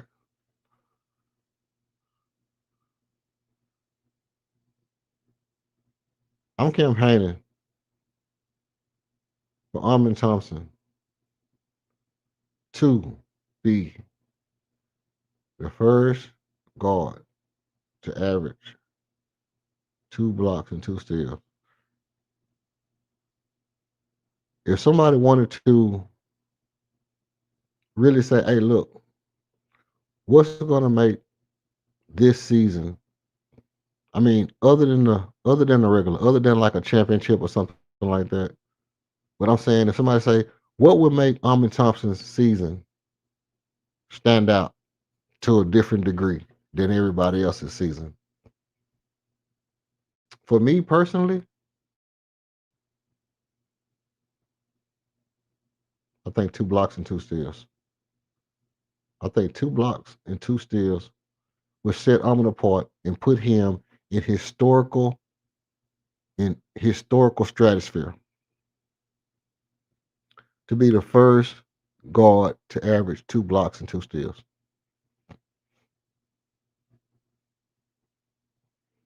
And it'd be in his 3rd year. First of all, he will win DPOY. If he averaged 2 blocks and 2 steals this year, he's a shoe-in for DPOY.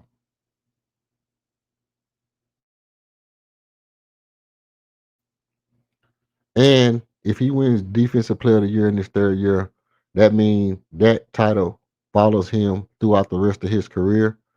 And it's just going to open up doors for him. It's going to make it to where it's going to be hard to, it's going to be hard for him to be on the court and you just want to call hella fouls on him.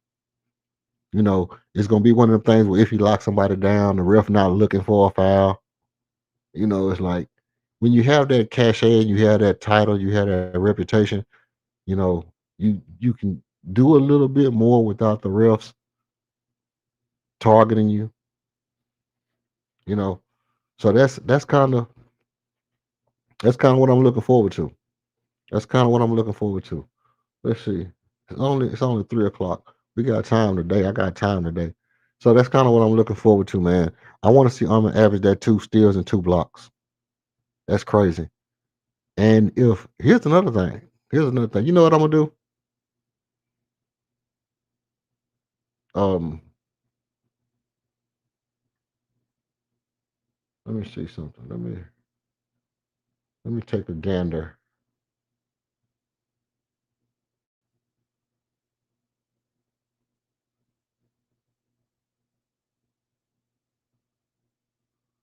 Hold on. Check this out. I'm gonna tell you what I'm gonna do right after this little brief commercial.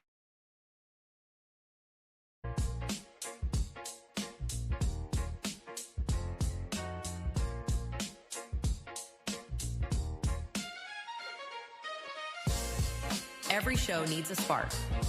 Ours, you. Step into the spotlight for a one-on-one fire debate. Call out a take, defend your own or a beat and teach masterclass. Winners earn bragging rights and rewards. Email redalert.rocketzone@gmail.com to lock your spot or choose a topic from our board. Thanks for supporting the movement. Tap subscribe, drop a like, and if you want to buy us a coffee, Cash App, $26KG1. Every show needs a spark, and you are ours.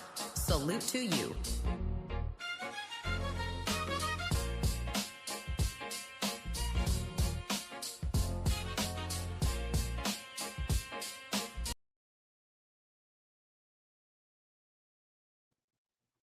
All right, thank you for the hold. Thank you for the hold. We back. Yeah, I don't know what that was though, but we gonna get right back to it.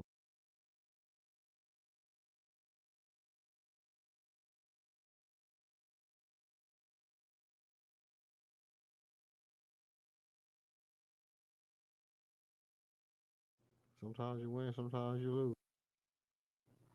Am I on the mic? Can you hear me? Okay, mic check, mic check. I'm messing with stuff around up here. I realized my sound box was a little what settings on my sound box wasn't quite right like I wanted them to be. No. The other thing that I think Tar Tar Eason, like I said before, not only that, but like we've seen before, I think it's a foregone conclusion. All indications point to, you know, the fact that if you give two people a title that, you know, points to their compatibility with one another as it pertains to winning basketball or whatever the case may be, I would assume that that means that that situation or relationship has substantial amount of value as it pertains to compatibility. Why is that important? Because just like we talked about Armin and how amazing he is and how amazing he can be this year with the steps that he can take, we have to draw that same thing out to its logical conclusion as it pertains to Tar Eason. We have to say, hey, look, um, Tari and Armin ability to play together, what they bring to the table when they both on the floor together, what they bring to what they bring to the game when they're on the floor together. How do you, you know, how do you account for that? How do you view that? Do you view that as something that we want that we're willing to risk? And obviously, the Rocket, I don't think they're willing to risk it. I think they're just looking at it and saying, hey, if you go ahead and wait till the end of the year, go as unrestricted free agent, maybe we can move Fred VanVleet and we can get your money. So just, go ahead and play this year without it so we don't hit the cap. Go ahead and play. And it might just be that. Like it really might just simply be that. Tari Eason's contract might simply be this. It might simply be, hey, look, we can't give you what you worth right now. We can't give you what you want. Plus, you've been hurt. We really want you to play this year out.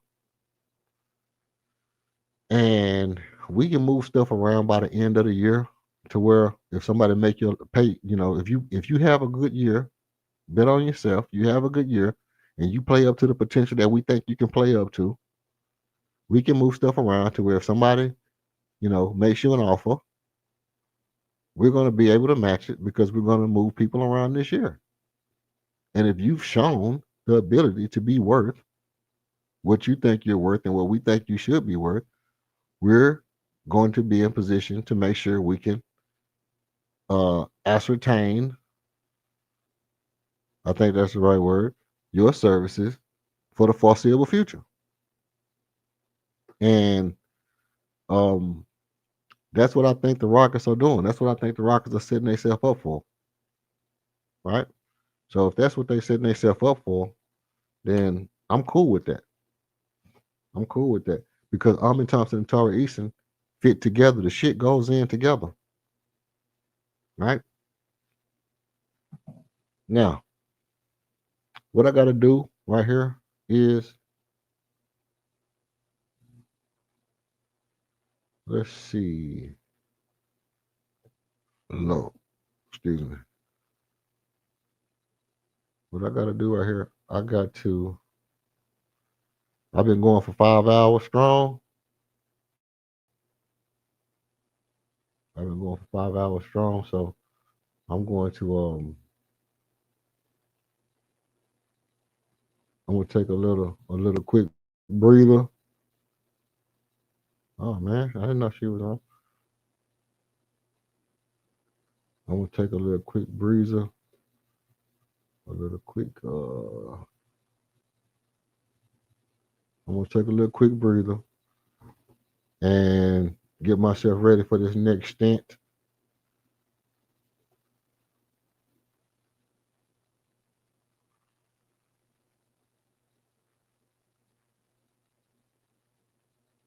And you know what I'm gonna do? I'm gonna give y'all this right here.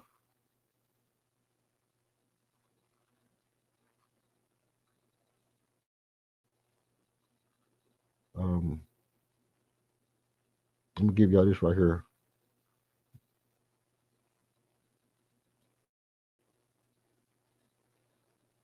to watch.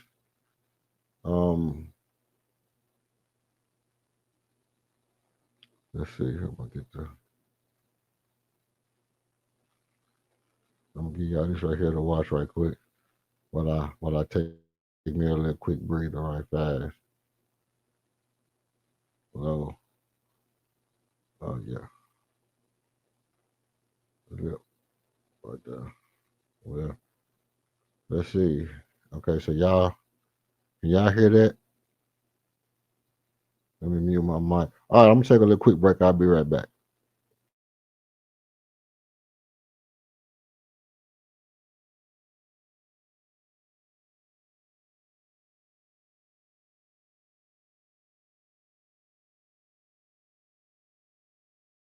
I got some stuff I want to show y'all. We're gonna get into a little bit of this Kevin Durant stuff real quick. And I'm basically going to go over some of the things that's being discussed on, throughout the Rocket sphere. Yeah, that. So first thing I'm gonna do is I'm gonna take y'all off of here, and we're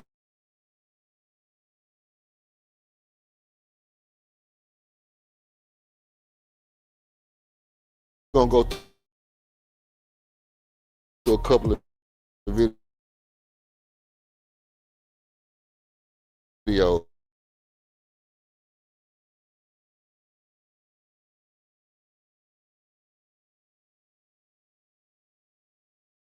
Now I'm gonna be going 8. Let's start. It can be a little bit annoying. Like, look at everybody's face. Teammate looking like Motorola. Gil, he got the, I'm finna say some bullshit. Steven, you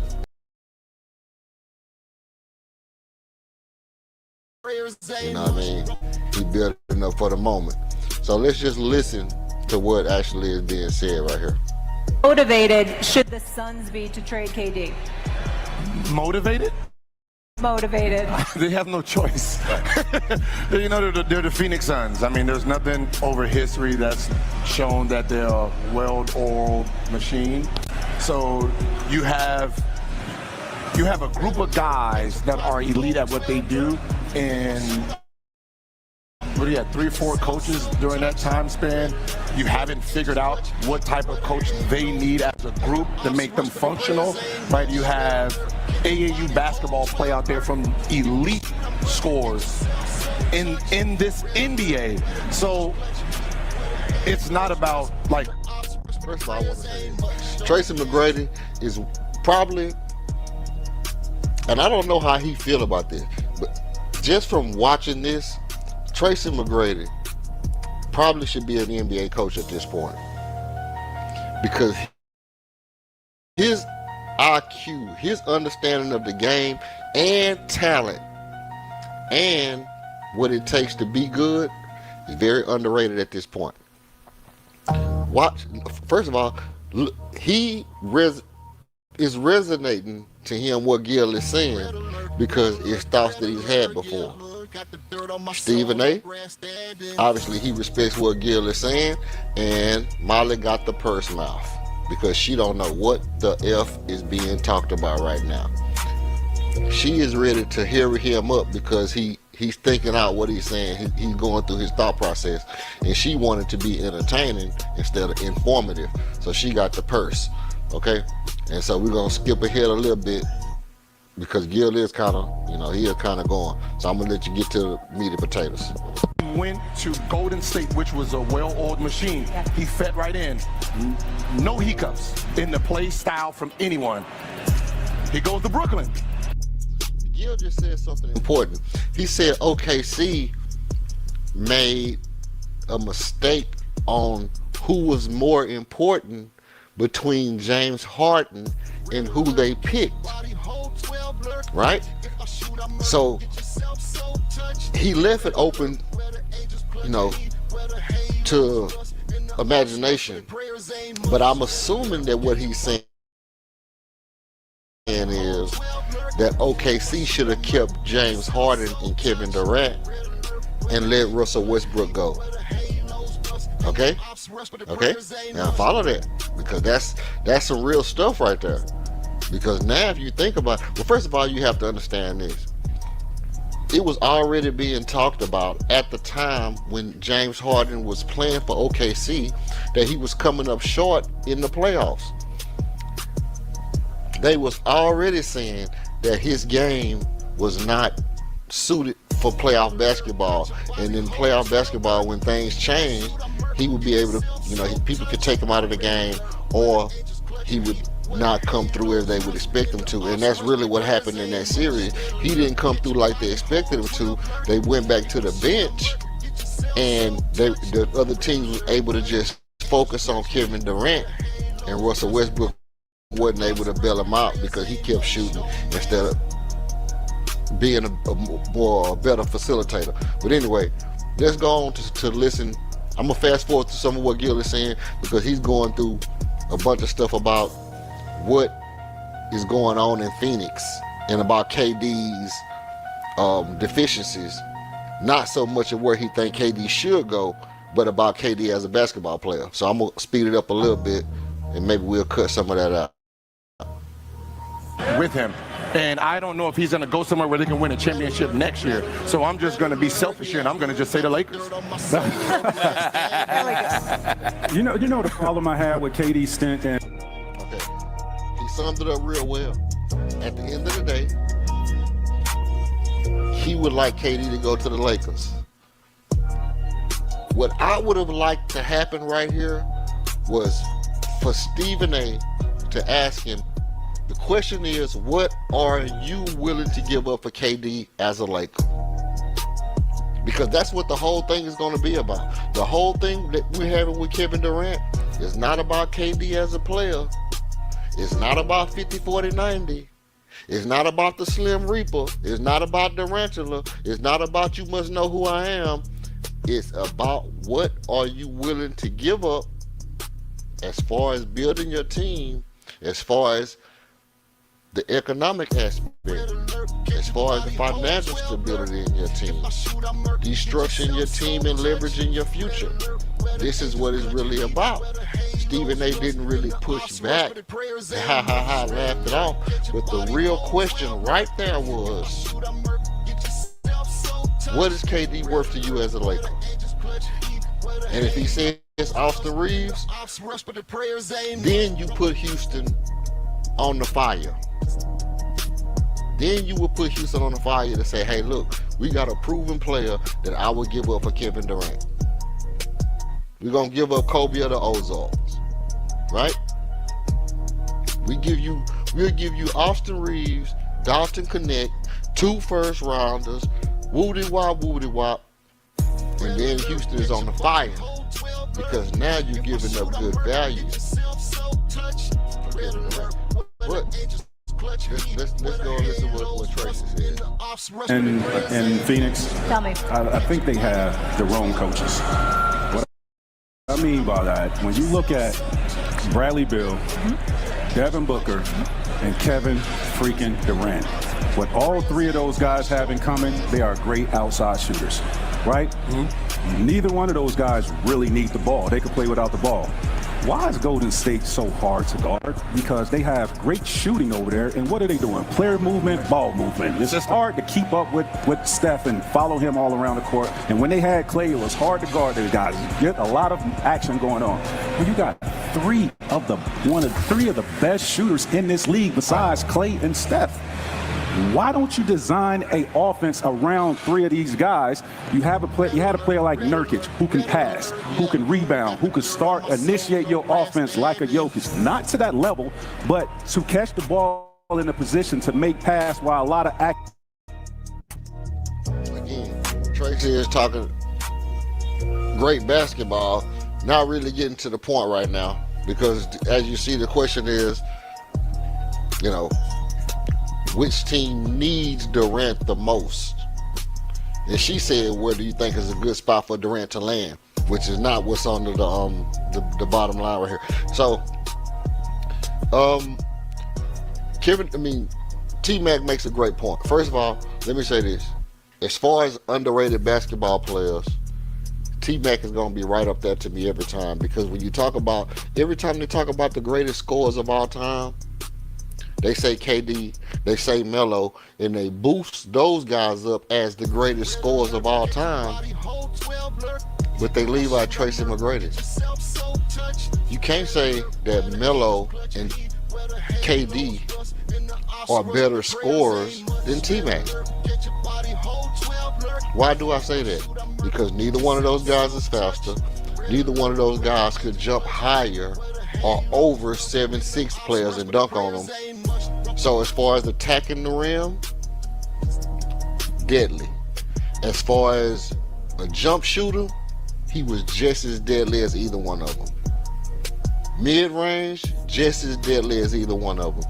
And offensively, overall, T-Mac is as good a passer as LeBron James. I'll put that on everything. Skip Bayless says LeBron James is probably one of the best passers he's ever seen next to Magic Johnson. I say T-Mac would have to be a 2B, which obviously I don't think they're better passers than Jason Williams or Steve Nash or Jason Kidd. But if we're talking about big guys that's 6'8", 6'9", and you say Magic, you know, then you're going to throw LeBron in there after Magic over Pistol Pete, which I think is absurd. But then I would say T-Mac is a way better passer than Kevin Durant or Carmelo Anthony. So being a better passer, being just as good as a shooter, being better at attacking the rim, having an efficient mid-range, efficient three-point game, not efficient, but he was very, very good at shooting threes and very clutch at shooting threes. So I would just put T-Mac, you know, as a better offensive player, or equal offensive player to Kevin Durant. That's just my liking. But he's talking basketball. I still haven't got to where Kevin Durant could go yet. But let's let it play out a little bit more. action is going on both sides of that court with great shooters. No one has come in to put that in place. Kevin Durant is 36, 37 years old, still trying to take guys. Oh yeah, that's the point I was gonna make. The point I wanted to make was, he's making a good point about the way basketball is being played. I watched teams play the triangle offense, and I said, why everybody don't implement the triangle? And then when I started to study basketball more, I found out that teams were implementing the triangle, but it wasn't from the same angle inside of the three-point line that Phil Jackson would implement the triangle.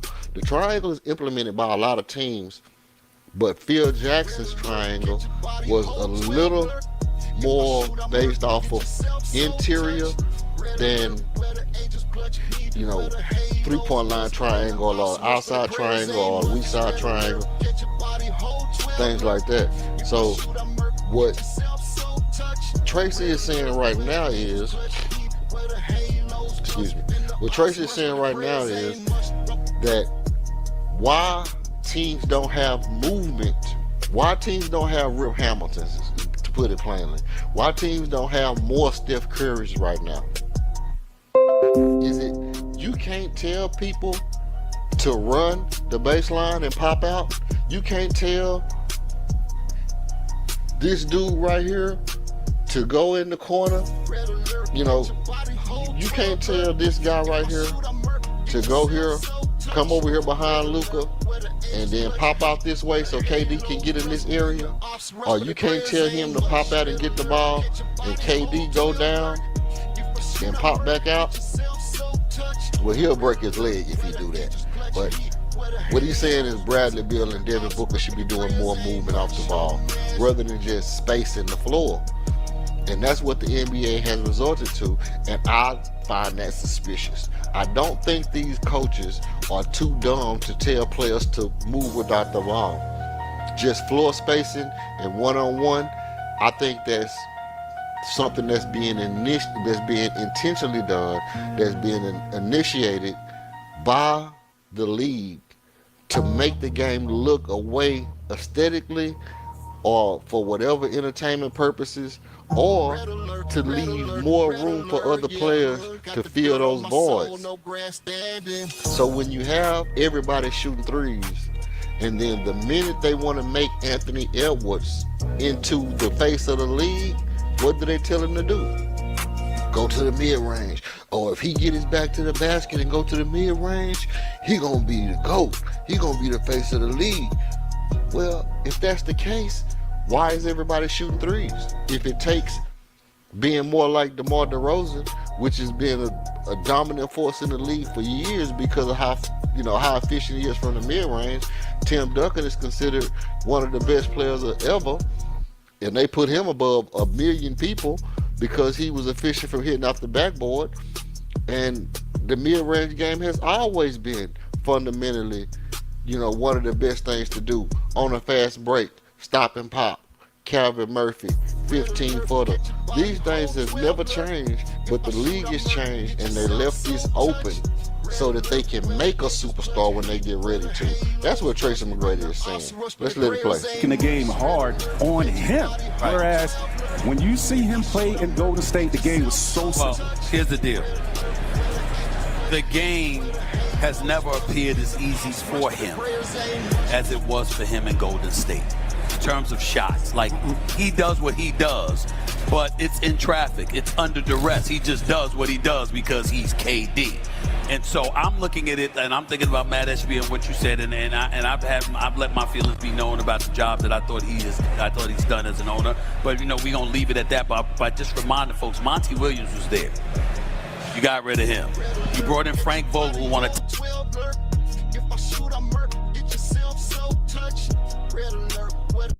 Stephen A. is just talking about the same thing. Nobody has addressed yet where KD should go. And Stephen A. is just pointing to what the problem is in Phoenix. So what they're doing, now if you listen to what everybody just did, everybody just made a bunch of points about why KD wasn't successful in Phoenix. Nobody has said where he should go yet, which that's what the question is about. You would ask yourself, why have they not addressed that? Maybe because they just rambling and they haven't got to the point. Molly is going to bring them in a little while, I'm sure. But as to this point, everybody is throwing out excuses to why Kevin Durant hasn't been successful in Phoenix. But Stephen A. is itching. same points per game average. The brother's elite. I think Houston. It's perfect. I love Houston for him. Perfect. I do, Gil. Gil says they're not ready. I love the Lakers too. Trade clause. They would love to get rid of him, but they can't. And so KD, like Gil said, you have to get rid of him. KD fits anywhere. KD is an all-time. I've let my feelings be known about the job that I thought he's done as an owner. But we gonna leave it at that by just reminding folks, Monty Williams was there. You got rid of him. KD fits anywhere. KD is an all-time great. Okay, the brother is doing stuff in his 30s better than he was doing it in his 20s. I'm talking about field goal percentage shooting, 3-point percentage shooting, same points per game average. The brother's elite. I think Houston. It's perfect. I love Houston for him. Perfect. I do, Gil. Gil says they're not ready. I love the Lakers too. I don't tell you why. But I love the Lakers for him too. But Houston with Ime Udoka, yes, with the parts around him, that you just do your job, yes, and you give that brother the number one option. If he was in OKC right now, it wouldn't even be a situation. That's what Houston's problem was in his playoff this year.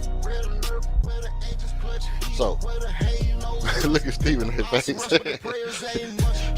Stephen A is serious about that. And he does like Ime Udoka. And he does feel like Kevin Durant would help the Houston Rockets. But here's the problem with what he said. The parts you have around it.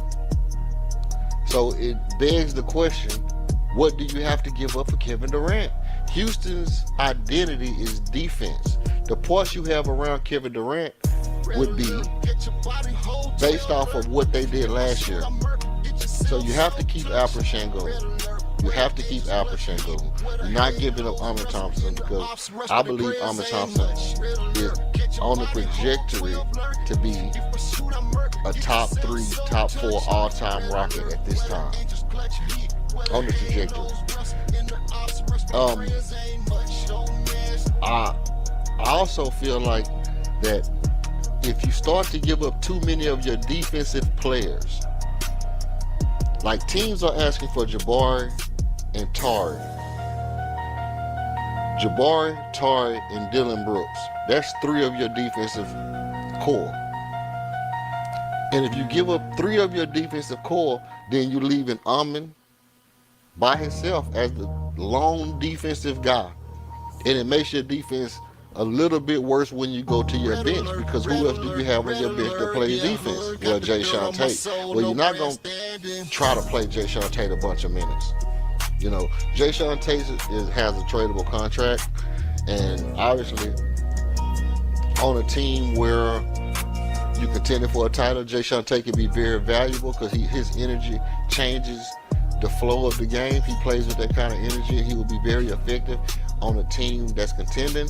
But he's also 6'4" and plays, you know, very much below the rim, you know.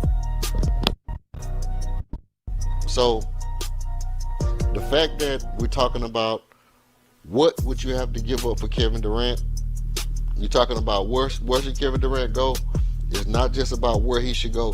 It's also about, are you going to have to scoop the ice cream out of your team in order to play him?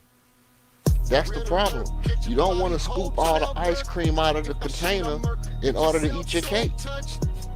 That's just ridiculous. And for Kevin Durant to only have projected, you know, he's 37. Let's say he plays to 41. That's 3-4 years tops. How good will he be at 41? You know, he played, I think they say he played 56 games last year.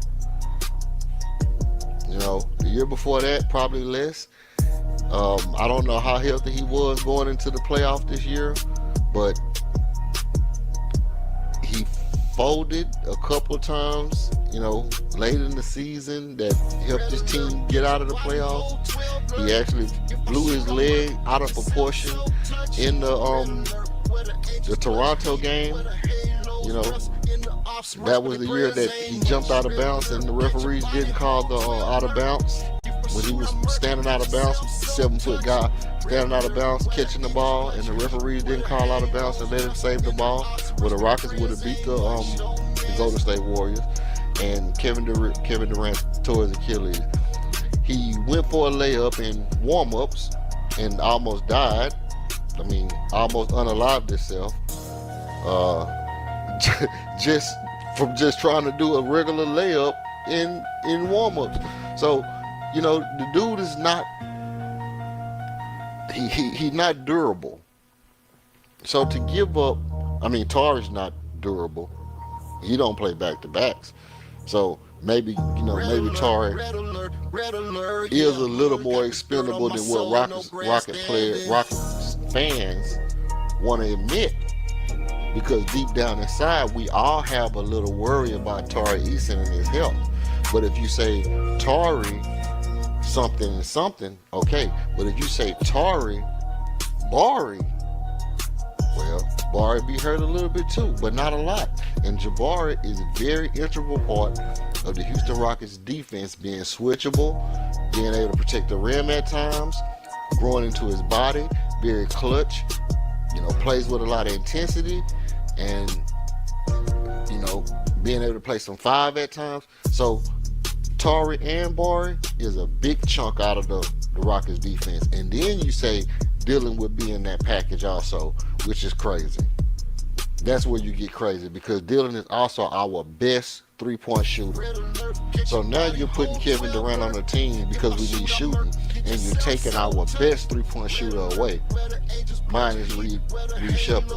And there are videos where people are saying, oh, give us Reed Shepard, Dylan Brooks, Tari Eason, Cam Whitmore. Child, please. This is just ridiculous. Some of these people are crazy. I wish I could get to all these videos. I don't know if I'm going to get to all of them, but I'm going to get to a couple of them. So let's let this play out a little bit more. Sure. Huh? They needed a bona fide scorer. That's right. Defensively, everything else, they have everything else. Scoring is where they got in trouble in big games. Like, I'm looking more of how the game is being played, right? When you talk about where's the two-man game, where's the three-man game, where's the down screen, where's the up screen, where's the movement, right? The reason you couldn't guard him, Steph, or Clay, movement. Okay. Pass, cut, screen, look away. Like, there was so much movement in the game itself, right? When we talk about the triangle with Michael Jordan, the triangle was never for Michael Jordan. The triangle hate Michael. I mean, he hated the triangle. The triangle's for the team. Okay, that's good. Because he went right back to what Tracy McGrady was saying about the movement, which is going to eventually be, I think, the downfall of Ime Udoka. He doesn't have enough movement in his offense. I don't know if his assistant coaches are offensive-minded guys, but Houston Rockets offense was very blah, man. You know what I mean? So, but I think that's a league-wide thing that they've implemented into the league, to where guys are just 4-out spacing. You don't have a center. We do have a center, so we can play 4 out, 1 in. But you have to have 4 shooters, which is why I say KD and Dylan Brooks and Fred VanVleet which I actually feel like if you get KD, that gives Reed Shepard a great opportunity to play basketball. Listen, if you get a legit superstar, Reed Shepard becomes monumentally better immediately, because now you have a guy that's polished, and he doesn't take a lot of the burden to not make mistakes on himself. He just has to come down, get the guys into the offense, and then wait on the ball to come to him, or come down, shoot the first open 3, and let the offensive rebound happen, and stuff like that. So, but it's a lot about the way the game is being played, blah blah blah blah blah blah blah, and Gil doesn't think Houston is a good place for Durant, because of the fact that the game, the way that we play in Houston, don't really match his game, which I kind of agree. All right, let's go to another video.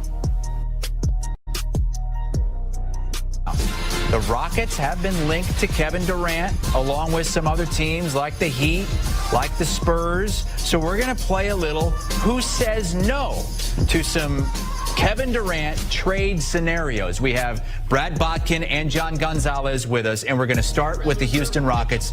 We've cooked up some potential trades. Now, who did that? Was our producer came with the trades, or did you guys come up with the trades? We're just going to say the CBS Who's Sports playing GM? Brain Trust. Okay, CBS Sports Brain Trust. If it's dumb, I just need to know who to go after. Future first-round pick. Who says no, fellas? You want me to go? And a future first. Fred VanVleet, Jalen Grant in Houston, and Sports Break. Just need to know, So the trade involving the Rockets is you get Kevin Durant in Houston, and you give up Fred VanVleet, Jalen Green, and a future first-round pick. Who says no, fellas? You want me to go? Yeah, you go. Okay, if this is me, now I like to play GM. If I'm playing this for real, I'm saying that the Rockets say no here. Okay. Hold on, let me let them go. I'm sorry, the Suns say no because. Hold on. Red alert, red alert, red alert. I'm confused here. Debating this, I'll pick it up for you. I would say that you confuse yourself. Who's getting who? I would say that the Suns would say no on this one because, for me, primarily, the Suns have no control of their draft moving forward for the next several years. Who controls a big chunk of their draft? The Houston Rockets. You saw future draft pick on that list. The Rockets control 2027.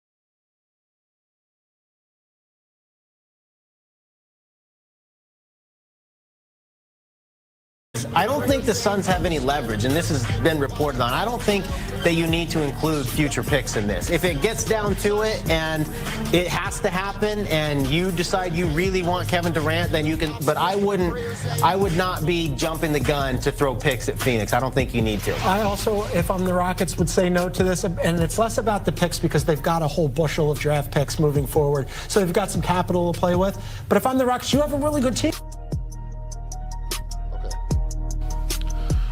So let me try to do a little quick recap.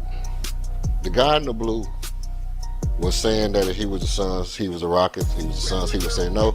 The guy in the gray said if he was the Suns, he would say no. If he was the Rockets, he would say no. And the guy in the gray is basically saying that the Suns should say no because they're not getting enough of their draft capital back,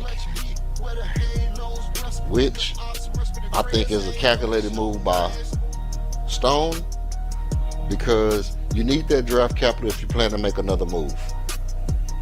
Because here's the thing, if you get Kevin Durant and you lose a young player, you can't replace that player with anything else unless you have draft capital.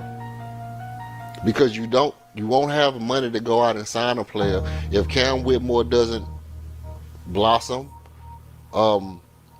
Who's your legit shooting guard? I've said before that I think Dylan Brooks will be valuable as a shooting guard, but he doesn't have a lot of to him, like a lot of creating and stuff like that. He got more than what people give him credit for. Don't get me wrong. It's not flashy, but it's enough to get him to where he want to go and get the shot off if he want to get a shot off. But at the same time, the guy that's saying that Kevin Durant is worth Jalen Green, Fred VanVleet, more picks is absurd. The reason why it's absurd is just simply because those picks are going to be high picks, period, point blank. Those picks are going to be high picks, period, point blank. There is a report came out, and I'm probably going to get to it later. I don't want to, how you say, I don't want to spoil it for later or whatever, bury the lead, or well, it's not burying the lead because I've already buried the lead, but something about fights in the locker room in Phoenix, which also is something that I think is leaked from some kind of source to depreciate the value of Kevin Durant. But the next guy turns around and says that the guy in the blue with the glasses, he said that if he was the Rockets, he wouldn't do it. If he was the Suns, he would, because they are getting a trade, even if it's not this year's pick, right? Which is valuable to the Rockets, because if you have to give up a Jalen Green, you want this year's pick to try to replace something, right? Now, I did notice that when we went to this shot here, let me see if I can, right here. When we went to this shot here, they got Amon as your starting point guard, Dylan Brooks as your shooting guard, Tari Eason as your power forward, and Kevin Durant as your small forward. These guys are insane if they think that Kevin Durant is not going to be the power forward in this scenario. Obviously, these guys don't know basketball. Kevin Durant is very much going to be the power forward in this scenario. If Reed Shepard or Aaron Holiday is not starting there, and Amen Thompson is not playing the 4 or the 3. I think we want Amen to be a point guard, but his handle and his decision making hasn't just, it hasn't blown anybody away to this point. And I think that's a very valuable part of this conversation, that if you give up Fred VanVleet, this is where it gets really sketchy, because in order for us to really be a contender, you would like to keep Fred VanVleet here. And you would like to keep Dylan Brooks, which is impossible, right? But if you have to, to be totally honest, and I'll be totally honest, I'd rather give up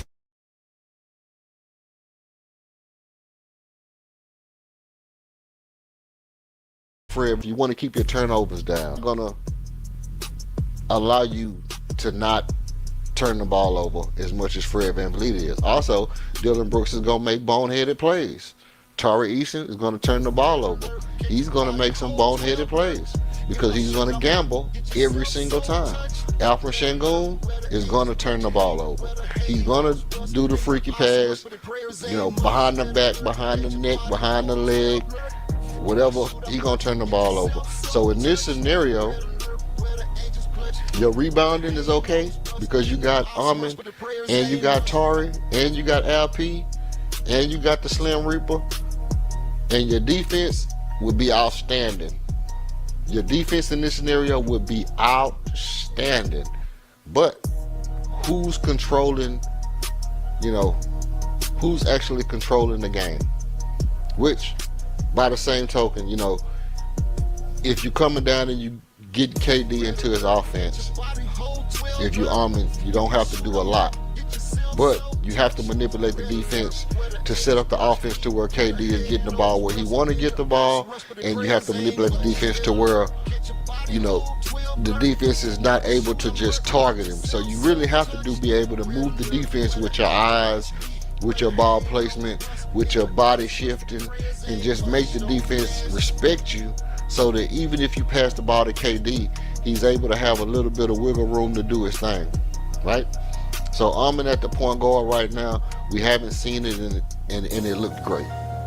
This is where I think Reed Shepard would really come into play, and Tari Eason would go back to the bench, and Kevin Durant, Amen Thompson will be your forwards. So I could see it, and this would be a great lineup, for the second half of the first quarter or early in the second quarter. This would be a great lineup to have on the floor. Not going to deny that. But you only got 2 shooters and a possible third, with Tari being okay at shooting the 3 ball, and Dylan being plus 40 at shooting the 3 ball, and Kevin Durant being the Slim Reaper. So it would be a good lineup, but you're losing the head of the snake here. You're really losing the head of the snake. And so this is why Rockets fans are really having problems when you look at it, is because of this thing right here. Once you take Fred VanVleet from this team, you've taken a big enough chunk from the Rockets to where you already hurt them. They already hurting because we're giving you a starting point guard. We're giving you a championship level point guard. Not only a championship level point guard, a guy that when we needed him in the playoffs, he just went bananas. We tried to get Jalen Green the ball, we tried to get Alfred Sengun the ball, and when nothing else would work, Fred just took over and said, I'm going to show you what you're supposed to do in the playoff. And he went out there and just smacked Curry for a whole game and a half. Like, we just going to smack Curry. Just hands down outplayed him. And, he's done it before in the playoffs, so we know he can do it. So I think really the thing that we're looking at is, what would the Rockets be losing? Is losing Jalen Green the big deal here? No, because we still got Cam, we still got Reed, we still got Amen and Tari. But if you have to lose Jalen, Jalen being 22 points per game score. Jalen being, one of your most athletic guys, one of your fastest guys, one of your better shooters, whether people believe it or not. One of the leaders on the team, whether you believe it or not. One of the faces of the team, whether you believe it or not. Jalen being that guy for the Houston Rockets, even though it didn't pan out well in the playoffs, you want Jalen Green and Fred VanVleet, you probably can get that. You want that next year's pick, 2027, you probably can get that. But once you go past that point, if you ask for anything else, the phone conversation is over. Don't send me no phone, don't call me, don't text me, don't fax me, don't email me, don't nothing if you want more than Jalen Green and Fred VanVleet 2027 pick. And for me, I probably would say 2029 and 2 second rounders. That's just me.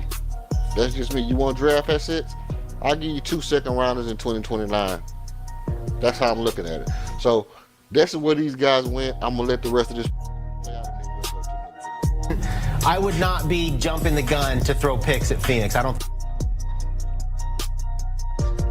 not ready to blow this thing up yet. We talked about this a little bit earlier. They have a team that finished second in the Western Conference without really one established superstar. They have some really good players, some really good stars. Alperen Şengün, Amin Thompson, I think, could potentially be a superstar in this league. You saw Jalen Green there. He's a little hit or miss, but I'm a big Tari Eason guy. Cam Whitmore. You get on the roster, they've got a whole bunch of players. They did last year. They were way ahead of schedule. I want to see another at least half a season from this Houston Rockets team up to the next trade deadline before I make any major moves. And again, these are all young players. Kevin Durant, fantastic player, Hall of Fame player, NBA champion, but 37 years old. Does he fit on the same timeline? Pump the brakes a little bit if you're the Houston Rockets. Okay, so that's the Rockets. Let's go to another.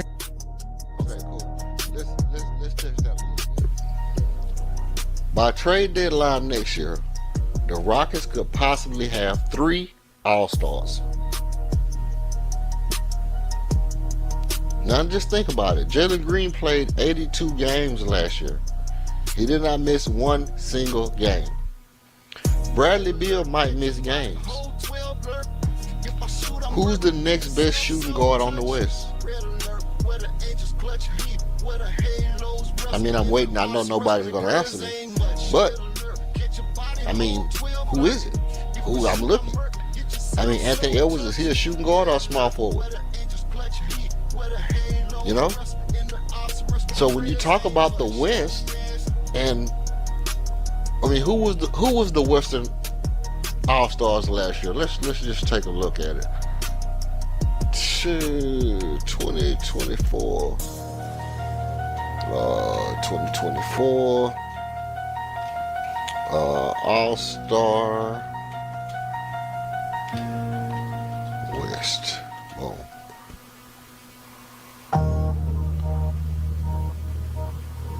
Okay. Let's look at this. Red alert, red alert, red alert. Bing, bing, boom, boom, bop, bam. Okay. Let's close this up.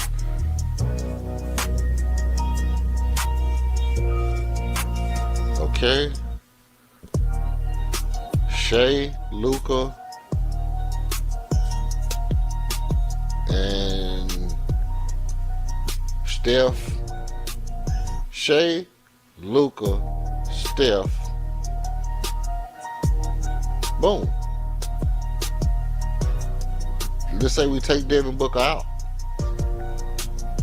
Shea, Luka, and Steph.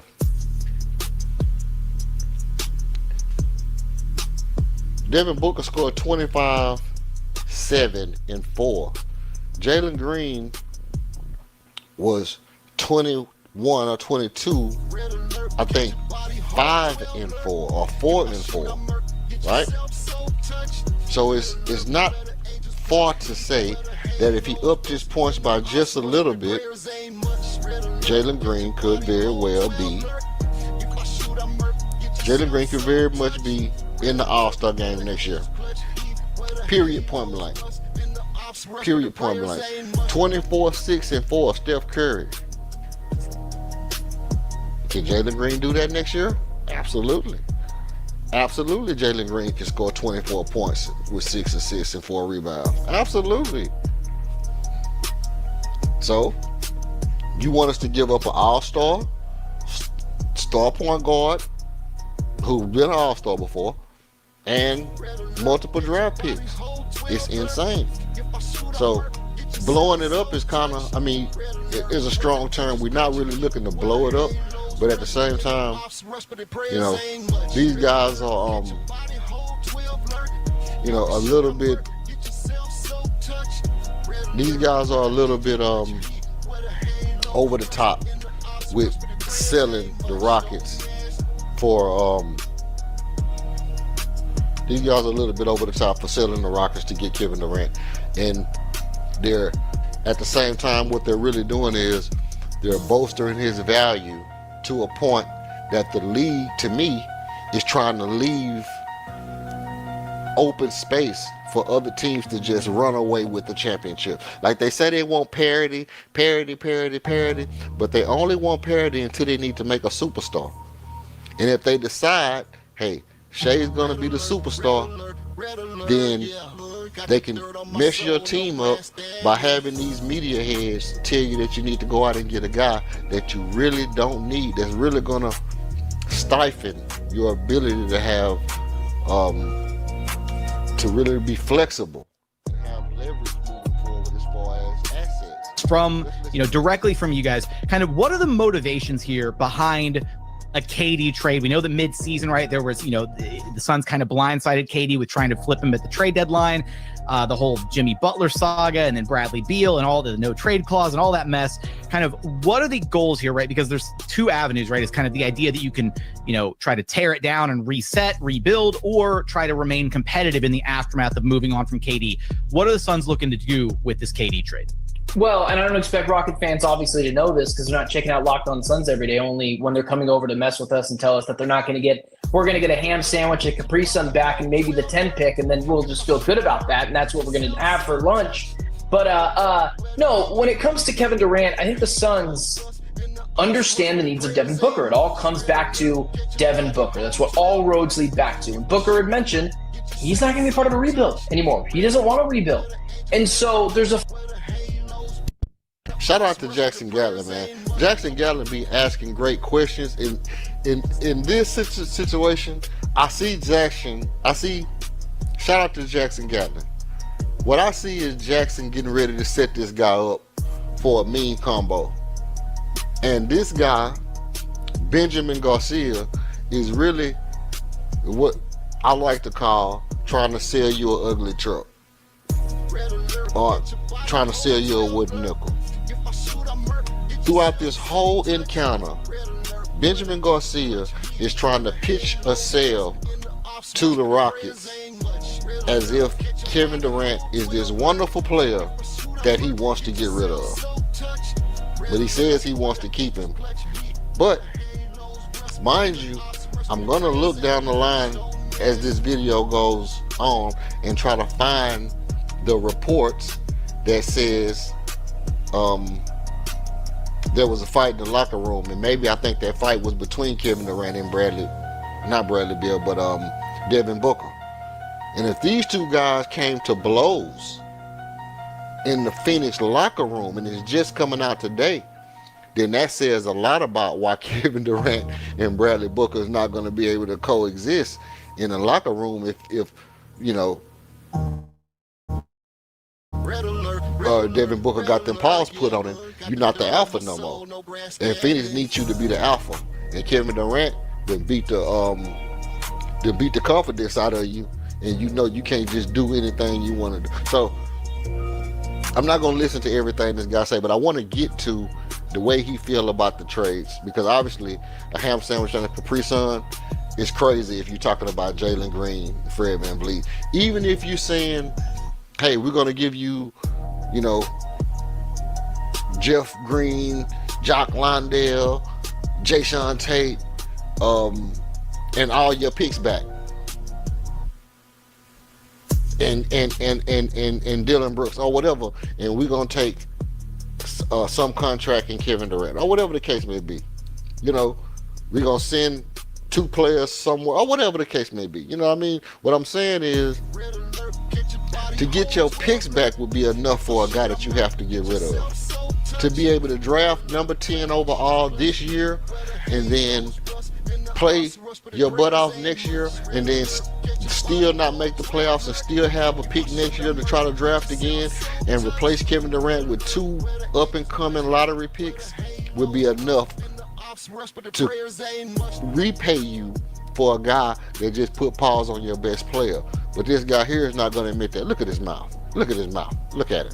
Look at it. He got his eyes closed. He over here making up a wish in his head. Right now, you can see the wheels, like in the cartoon, when you see the little screws turning in his head. He got the little watch in his head, like the back of a Rolex. And you can see his head, mind, and the gears just turning inside of his head while he's making up this bullshit he's finna say. The fine line of the Suns need assets, picks. The Suns need players that can help you win now. It's what makes the Minnesota... Okay, listen to the bullshit. Listen to the bullshit. The Suns need picks, but the Suns need players that can help you win now. Why? Why do you need to win now if you want to get your picks back so that you can draft a lottery pick next year? See? So they want to draft a lottery pick this year for Kevin Durant, and then they want to win, and then they still think they're going to get a lottery pick next year with their pick? No, because if you win, you won't get a lottery pick next year.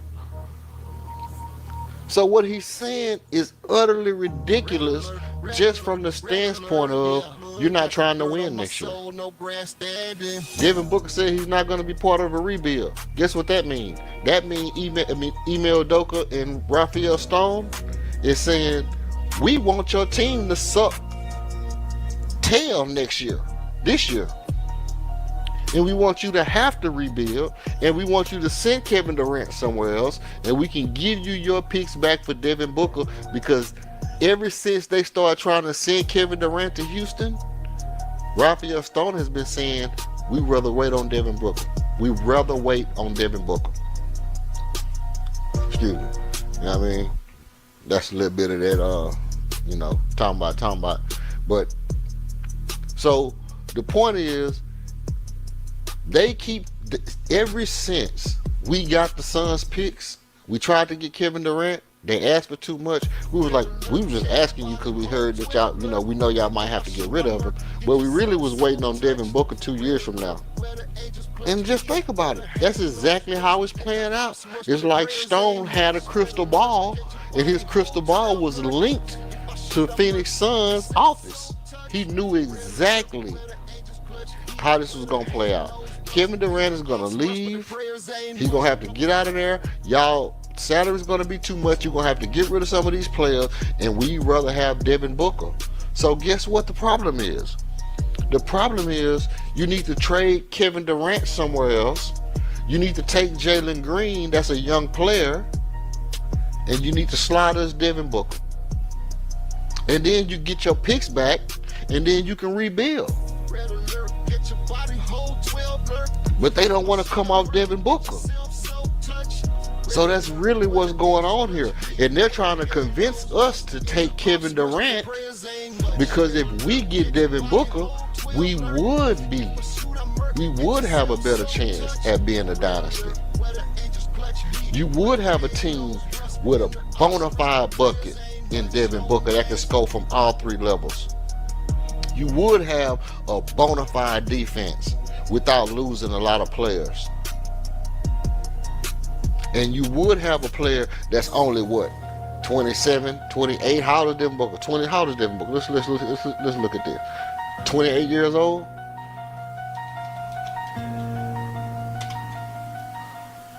Let's see how old Devin Booker is.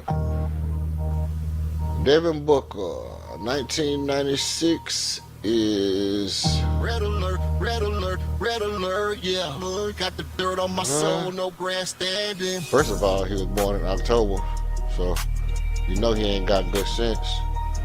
But yeah, so what? 20 something, 20, still in his 20s, basically still in his 20s. I'm not finna do no math right now, but let me see. I can see this right here. Okay, I'm gonna just stick this up here.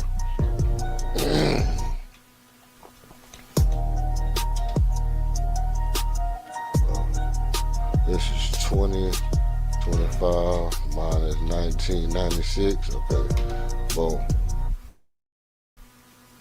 I said minus 4.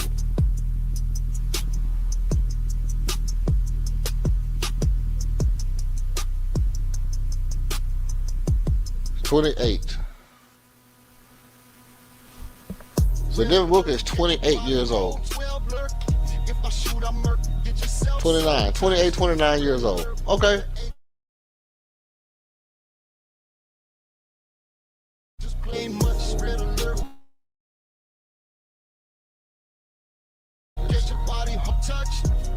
Okay. So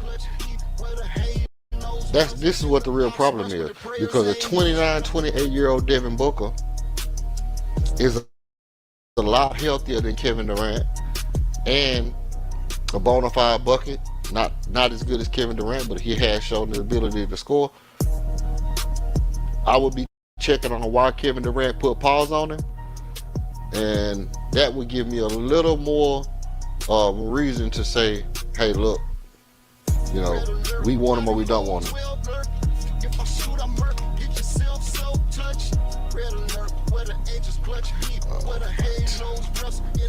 Let's see what this is going to pop up right here.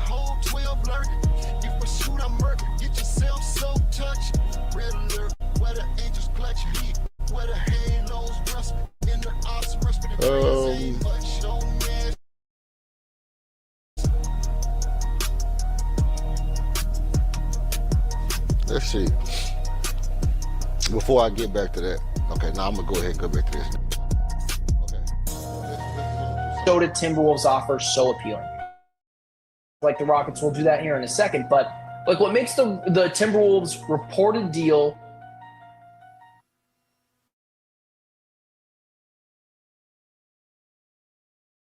out of a deal, something that can keep them competitive for now, but also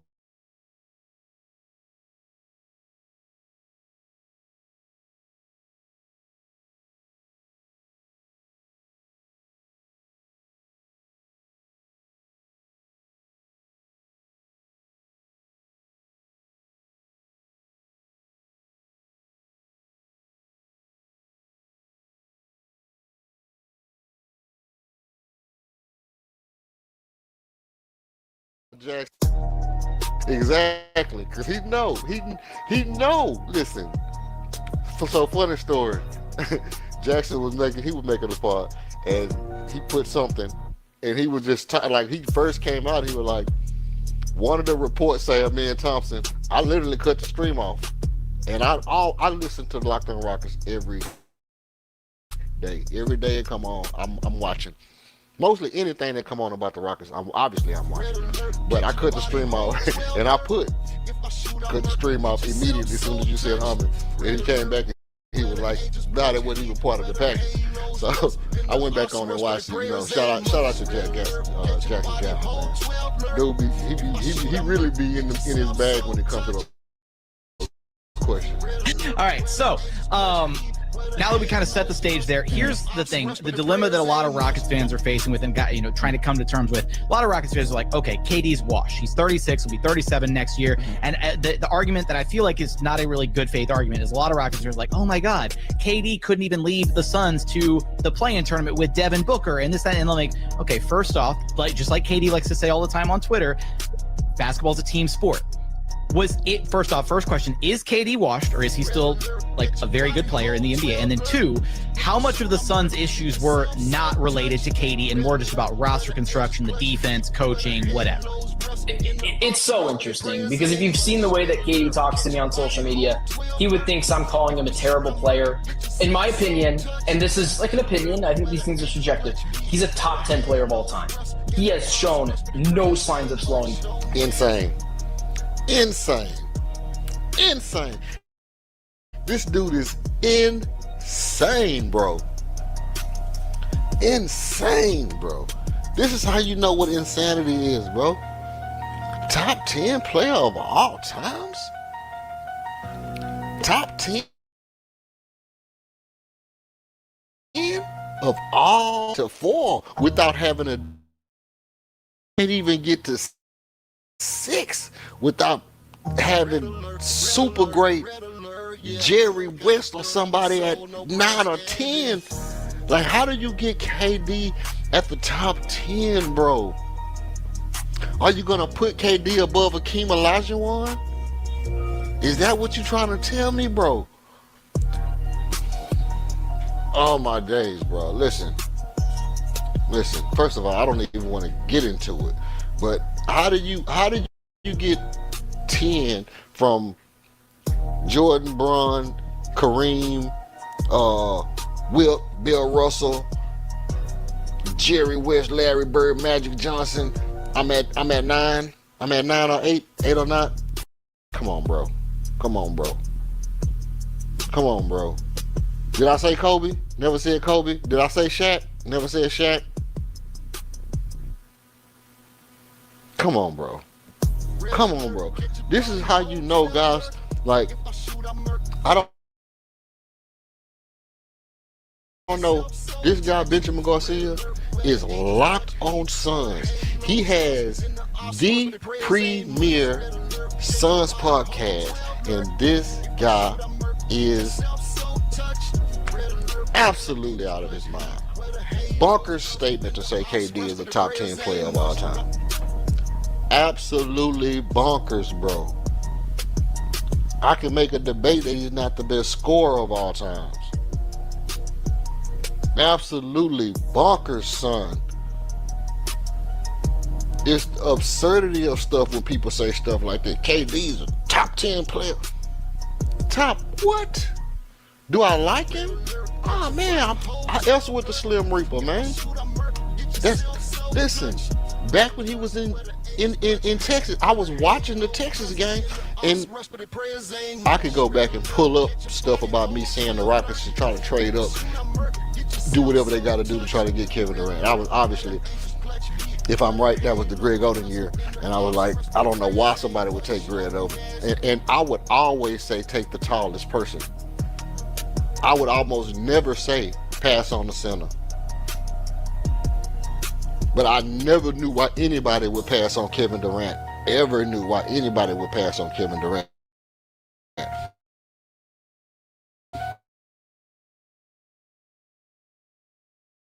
And I would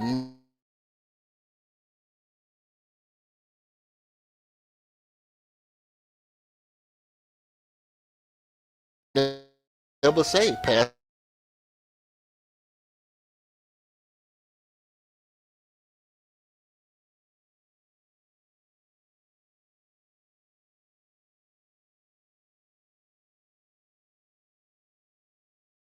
I ask you a question. Do you think if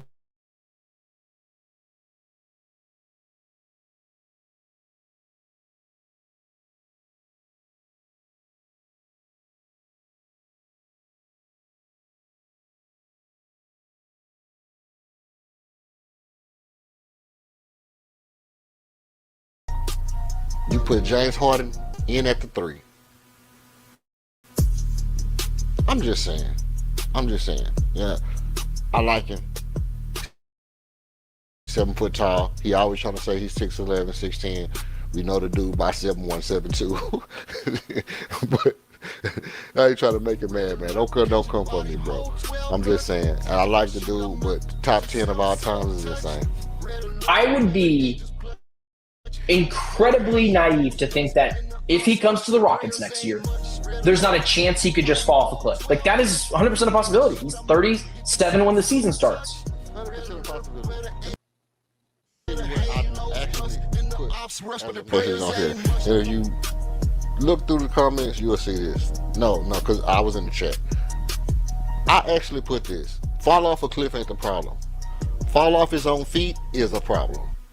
That's what I put in the chat. It's not about him falling off a cliff, because all we need him to literally do is come in and be Ray Allen. Come in and be older Ray Allen. That's really all we need him to do.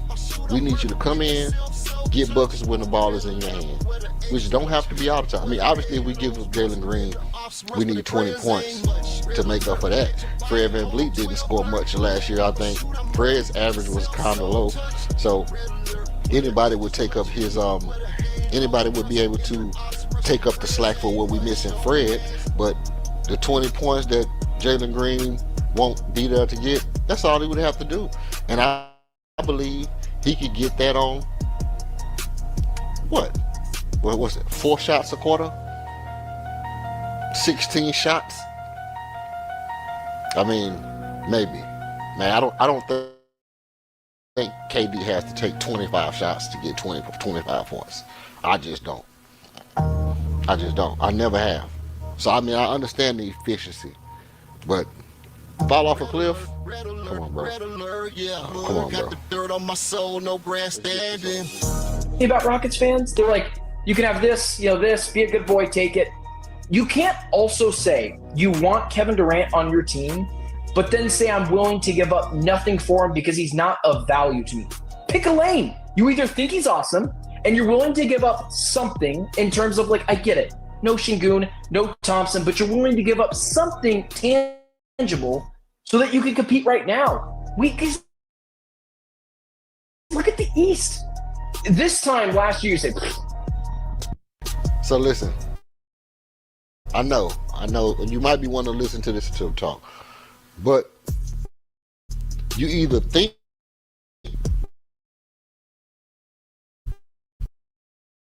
can he be a but does he have to be? Do I think he's awesome?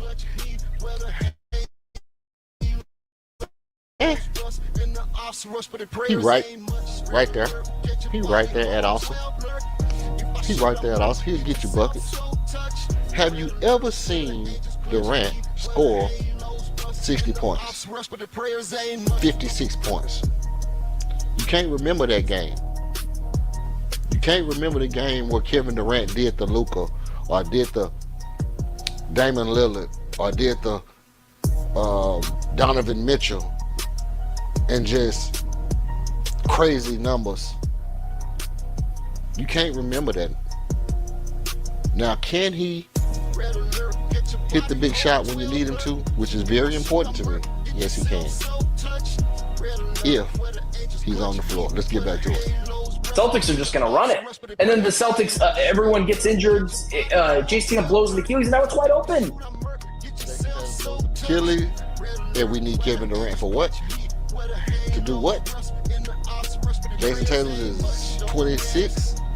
Kevin Durant is 11 years older than that. Jason Tatum tore his Achilles, and we need Kevin Durant for what? Look at Jackson's face. I want y'all to look at Jackson. I want y'all to look at Jackson's face when he said blow an Achilles. In his mind, I wonder if Jackson was like, yeah, that's what we're saying. People blow Achilles. Mainly the guy that you over here bloviating about. Mainly the guy that you glazing over here. Don't do that. Stop doing that. The Rockets need to I believe, act, whether it's KD or not, man. KD, Giannis, whatever, right? It could be anyone. But, like, waiting is not always the best thing. And the reason why I think KD makes so much more sense than Giannis is because, like, guys, I'm not crazy.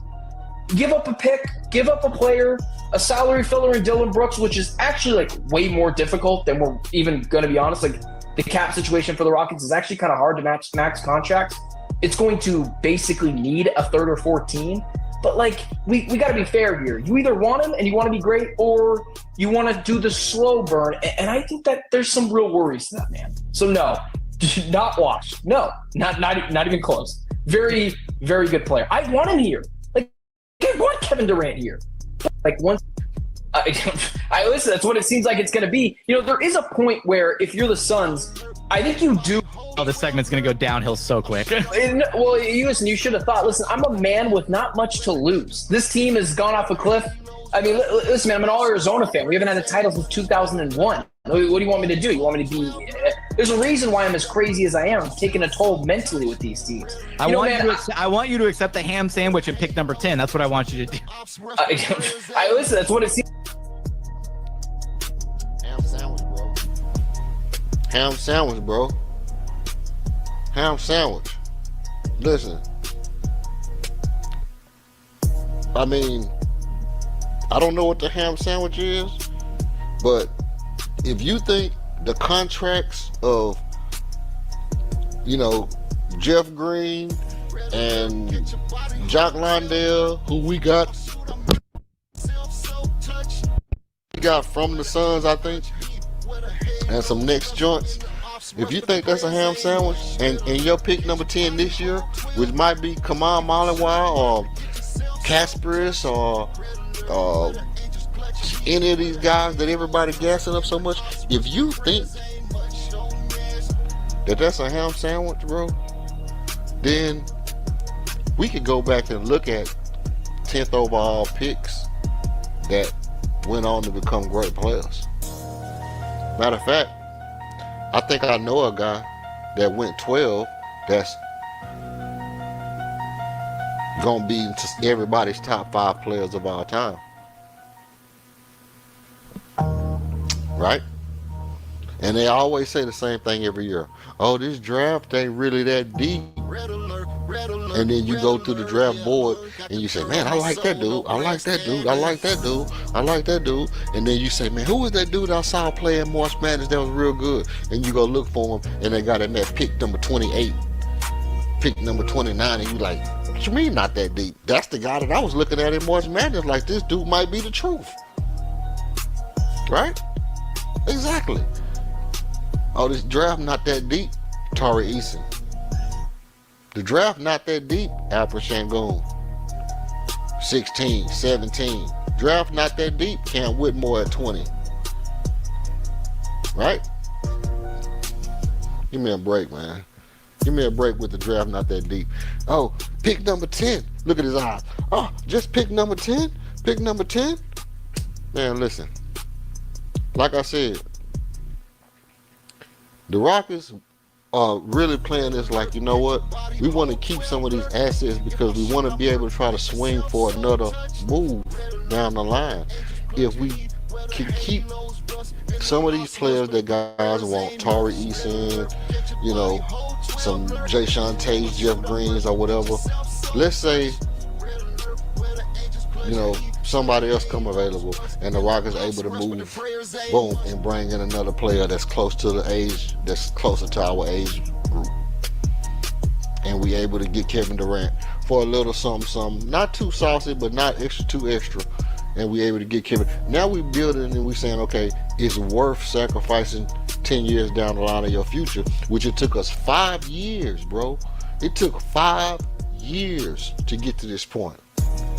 And you want to mortgage it for the hope that KD is going to be healthy 365 days from today? In your mind, bro. 365 days from today. Is Kevin Durant healthy? Just in your mind, think about it.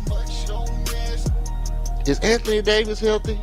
Is Kevin Durant healthy? Is Joel Embiid healthy? In your mind. Child, please. Seems like it's going to be, there is a point where if you're the Suns, I think you do think about potentially running it back with Kevin Durant next year with the absolute thought of you're trading him at the deadline. And it gets to it like this. If you're a Suns fan, I think you can get everything that you're getting right now in terms of I think the Spurs would be willing to part with Devin Vassell at the deadline for Kevin Durant and a first-round pick. If that's all the deal's going to be, and Harrison Barnes.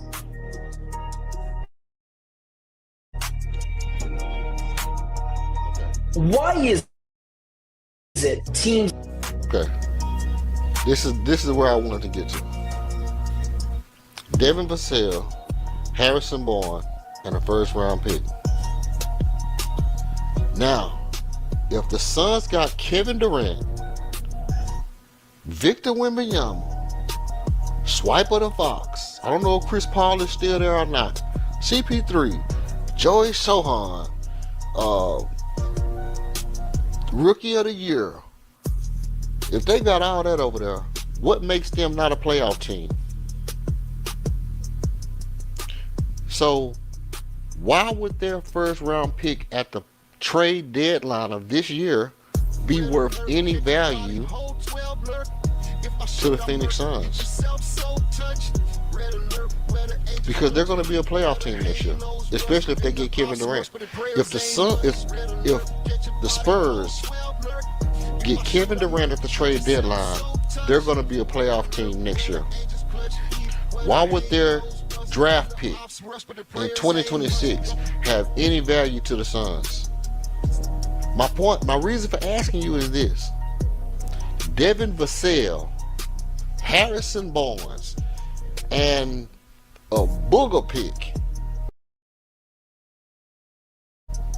for Kevin Durant is what you think the Spurs will offer you at the trade deadline. But you want Jalen Green, Fred VanVleet, hobbity, blah, blah, blah, blah. Listen to all this stuff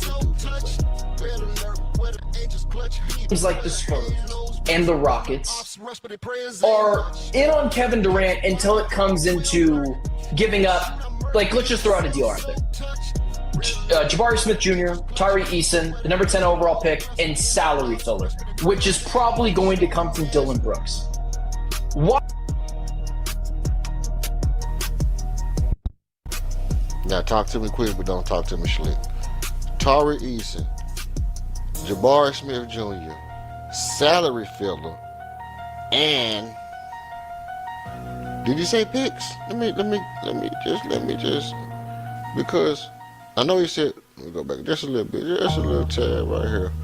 We're gonna just Giving up, like, let's just throw out a deal out there. Jabari Smith Jr., Tyree Eason, the number 10 overall pick, and salary filler, which is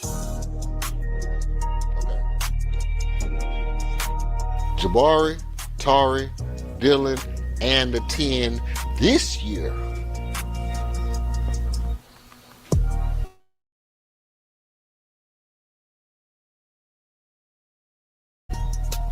The 10 this year. Listen.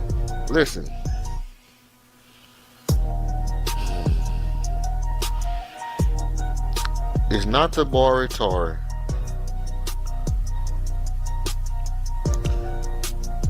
It's not the 10 overall.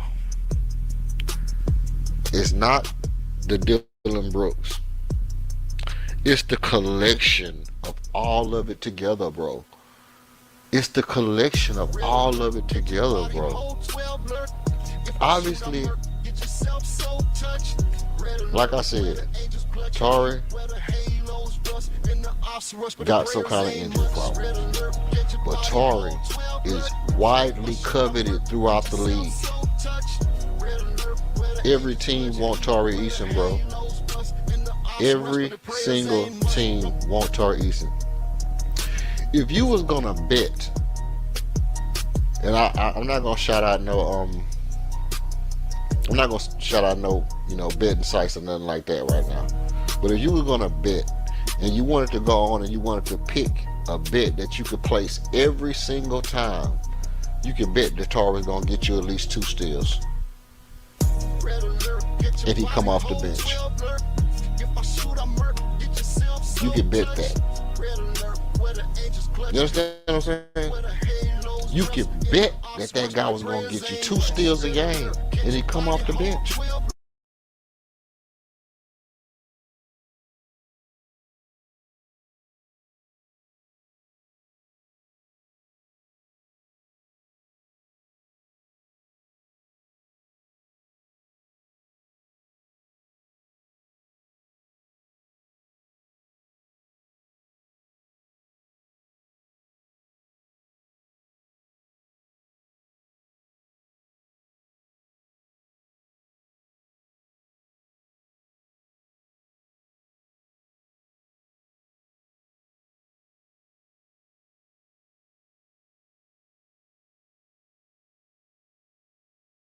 He do be hurt. So that's not the big deal. Dylan Brooks, whether you believe it or not, Dylan Brooks is a bucket. Dylan Brooks is a bucket, bro. He can get to the rim when he want to get to the rim. He can get to his midi, his little fadeaway, his little Kobe Michael Jordan fadeaway. And he's going to hit it 50, 60%, somewhere around there. And he's going to shoot 40% from three. And guess what else he going to do? He going to be cool as a fan. He going to antagonize the other team. He's your only chance. He's your only chance that you know if it come down to somebody who got to get under somebody's skin, Dylan can do it. He gonna get up under anybody's skin he want to get under their skin like Draymond. Right? And be laughing while he doing it. He's so Dennis Rodman like that. That he's playing with you and he get under your skin. He ain't even mad like you mad. He just goofy like that. So now you want the ultimate 3-and-D defender. One of the top defenders in the league. I don't care what nobody say about him. One of the top perimeter defenders in the league. Shut your mouth. Shut your mouth. Don't say he's not. Is he Amin Thompson? No, he's not Amin Thompson. Is he Tari Eason? Huh? He's not getting steals, but he's putting mad pressure on whoever your small forward and shooting guard is. They're getting that pressure. That's just Tari and Dylan. Separate that. But you want Jabari? You want the number 3 overall pick? 6'10". Shot 43% in college. Haven't shot well since he's been in the league, but I would like to see his clutch shooting percentage. I would like to look up Jabari's clutch shooting percentage over the course of his career. If it's one thing you can ask any Rockets fan, hey, you got one shot in the clutch. You got one shot in the clutch. First name pop in your mind on the Rockets team. Stop it. Shut your mouth. Shut your mouth. Shut your mouth. Some people might say Fred, because obviously Fred is a veteran. Nobody's going to pass up Jabari. Out of 12 people on that team, Jabari is going to be in the top 3 people that you want to take that shot. You might say Reed, you might say Jalen. I mean, I doubt you're going to say Jalen. But you got to, I mean, Jabari has hit so many clutch shots, bro. Mind you, he held Giannis to 12 points when Bucks came to Houston in the second year. Mind you, he dominated the summer league every time he went. Mind you, he switches everything, bro. He switched everything. He out there on your point guard. He's in there with your center. He don't got no bunch of wiggle to his hip. His offensive bag ain't what it is, but his mid-range is steadily. His mid-range is on the way to being KD. Think it ain't? Like I say, all he got to do is start using the backboard. If Jabari high post, mid post, from the elbow was a little more predicated on kissing off the glass, he would be unstoppable, bro. Because his shot is so fundamental. His shot is so fundamental, man. And that's just to get to this. The 10th overall pick. The 10th overall pick in this draft is not a bum. It's not a bum, bro. You looking at guys that's, I mean, we're not even talking about 11, 12, 13, 14, 15, where, you know, the Rockets consistently draft 13, 14, 15 for like 5 years that kept us in our winning era. Just drafting at 14 and 15, draft at 13 and 14, draft at 14, like back to back to back years at 13, 14, and 15, bro. And you saying you want all the defensive players in the world and a number 10 this year. But if you get to the trade deadline, the Spurs might give you Devin Vassell, Harrison Barnes, and 2026 first round draft pick that's gonna be Cheeks. This is the problem what I'm saying, bro. These people, when they be talking so crazy. I know I be saying crazy stuff sometimes because obviously I'm saying like, I don't even know, you know, I mean, I know the salary not gonna match up with like Jock Londell. I know you can't trade a bunch of players for one guy. I understand all that. That's not where I'm going with it. What I'm going with it is, if you could take your picks back and not really get the players that you want. Let's say you was gonna take Jabari and you was gonna take some iteration of Jeff Green, Jock Londell, and Tari Eason. Let's say you were going to take Dylan Brooks, some iteration of Jeff Green, Jock Londell, and you wanted Tari Eason. And next year's pick, we wouldn't be having this kind of conversation. You want Tari, Cam, and then you want to ship Jeff Green and those guys somewhere else and bring a player back and you get next year's pick, and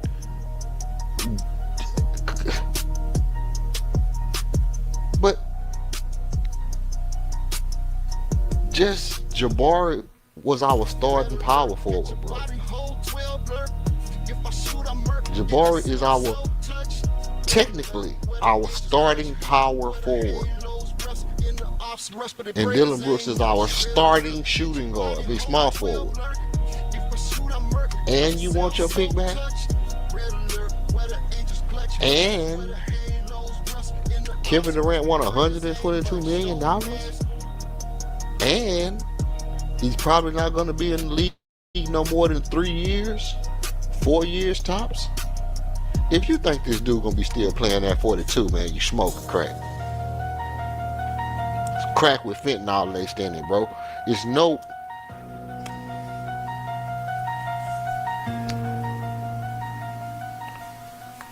Fair uses, man. Fair use. Fair use. Don't do that in real life. Hey, look. Don't do that in real life. All I'm saying is no.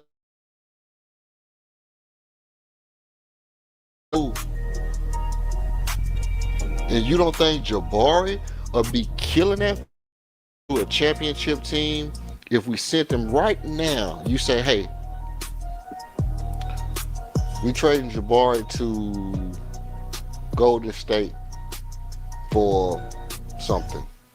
You don't think Jabari make them a contender again immediately? Just with Jabari, Draymond, Jimmy Butler, Steph Curry, you don't think Jabari make them a contender automatically? Come on, man. Get off the gas. This is all cap season on trades, man. These dudes is capped out because everybody is saying this team want to give them this and this team want to give them this. Oh, they would give you Carl. That was the best one. Best possible thing was like Carl Anthony Towns or something to New York, because Carl Anthony Towns is a proven all-star, and what he does, he do it regardless. Ain't none of the other trades, Jaime Jaquez Jr. and player 99 from Miami and some picks for Kevin Durant, Scary Terry or something like that. You're not even giving up Tyler Hero, Bam Adebayo, or Khalil Ware, or what's his name? What's the center name? 7-2. Look, you go around all the picks. None of these guys are giving up their star players, bro, for Kevin Durant. But they want the Rockets to give up star players. Do we got a lot of star players? Maybe. But that's not the point. You're not asking from that level, that quality of player from other teams. Only from the Rockets. It's suspect to me, man. It's suspect to me. Let's get over here and look at this thing. Let's see if I can find this right here. No, that's not it. Was that it? Was that it? Okay, it was it.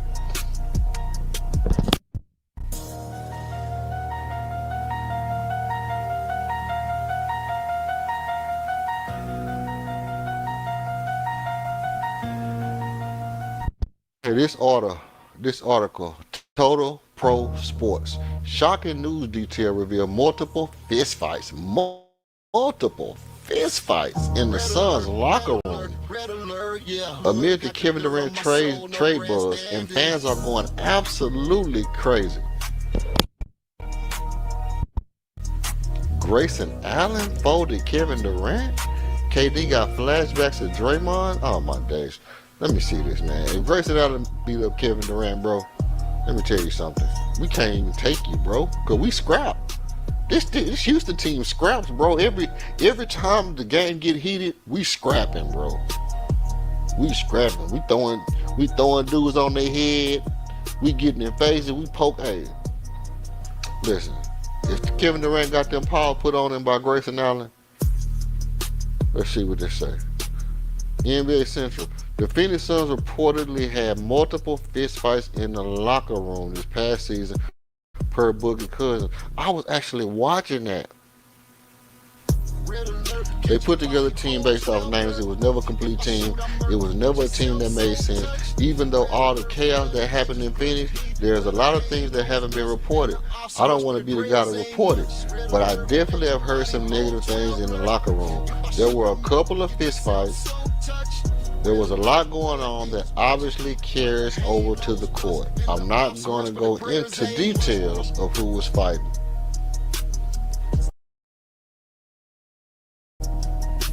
Yo, listen, I'm finna go down here and see if I can find out who was fighting.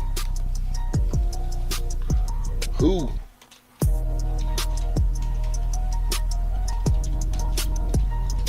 Was fighting in his locker rooms. News about who was fighting in Phoenix locker room. Okay.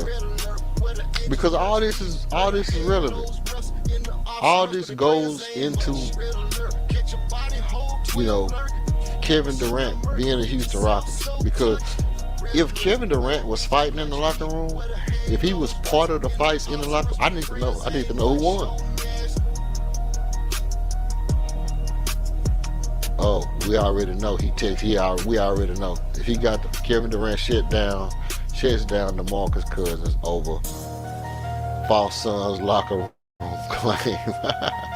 Attention, absurdity. That's the currency now. And former players turned podcasters are crashing in. One hot take at a time. Friday, right here, another first batch of baseline false allegations. Basis allegation. Served up with the subtlety of sledgehammer. This time, and maybe I'm part of the problem, shining a light on this noise that doesn't deserve. Maybe giving our time to this nonsense on the PC machine.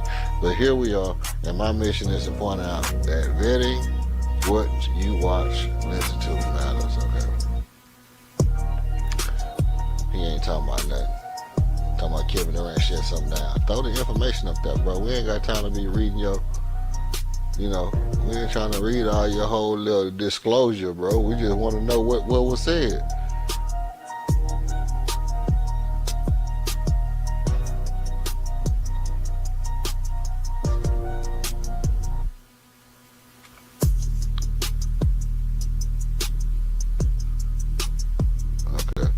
Okay, here we go. I have to contest this 94-footer.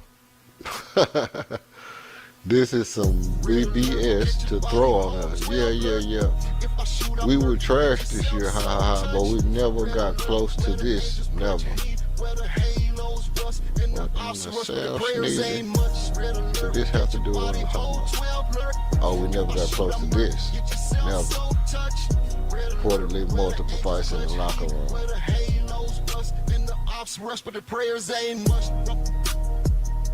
I know we don't hear everything that comes out of the locker room, but it's hard to believe that we wouldn't hear about fights that broke out in the Suns locker room. Okay.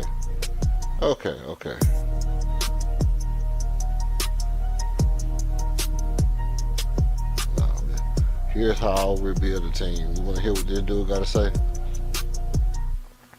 I ain't gonna listen to it. But anyway, so right now we're not getting no information on who got them paws put on them and who didn't. This might just be Kevin Durant trying to be a leader because everybody say he's not a leader. So maybe he's, coming out and being a blanket and covering for the franchise and for the team and making sure that these guys not going, getting a bad name put on them. Maybe he put them paws on somebody. He just saying, hey, I'm gonna brush it under the table so nobody have to find out I put these paws on somebody. I don't want to be known as that guy trying to get traded. Or he might just be saying, let me go ahead and shut it down so my trade value don't go down so they'll get me out of here. So I don't have to put these paws on somebody again. Pow, pow, pow. Okay, so listen. At the end of the day, bro, I just want y'all to, I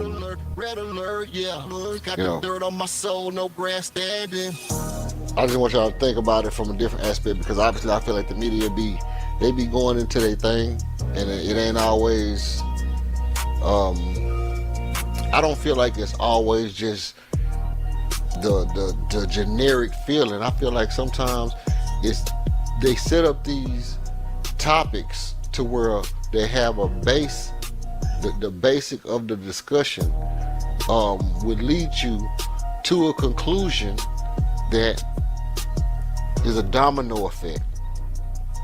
And that domino effect is going to cause a certain ripple that's going to allow the money to be made. Now, let me finish with this.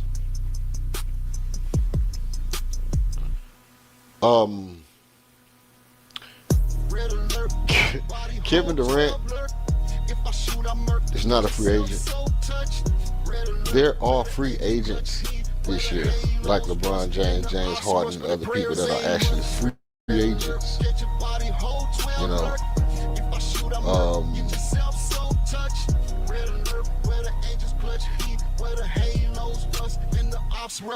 see. So the cap ceiling, 154.65 million. That's the 25-26 projection. Committed salaries is at 141.5 million, not count KD. Şengün 5 years, 185 million. Green 3 years, 105 million. Fred VanVleet 44.9 million. The KD deal, 54.7 million for 25-26 could add up to 122 million via extension. Crazy money.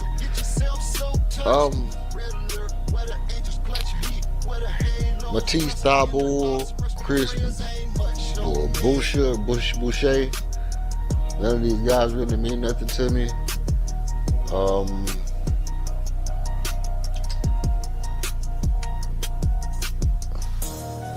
I mean, look, at the end of the day, bro, at the end of the day, this is what we're looking at. We're looking at the fact that if you just listen to the fans are like, just let us run it back and be mad when we lose. Don't make me have to be mad you made a dumbass mistake. That's what it's boiling down to, because we know that it's problems there. We understand that it's problems that's already in the buildup of our team. People don't like Jalen Green. Blah, blah, blah, blah, blah, blah, blah.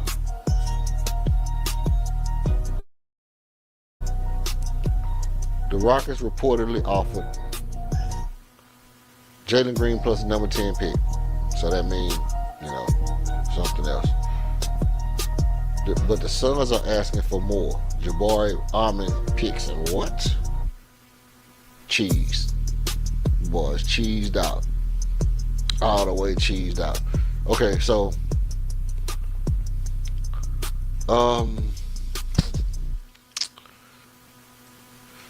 so it's basically a KD deal with mean sacrificing young talent and flexibility and dropping draft picks or trading Şengün or Green.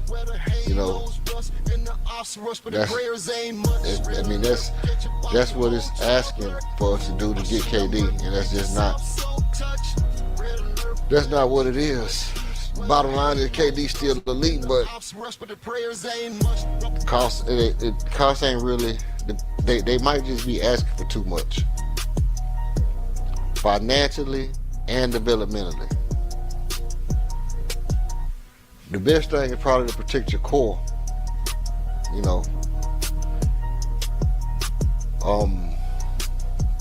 got the picks, and we've been drafting pretty good.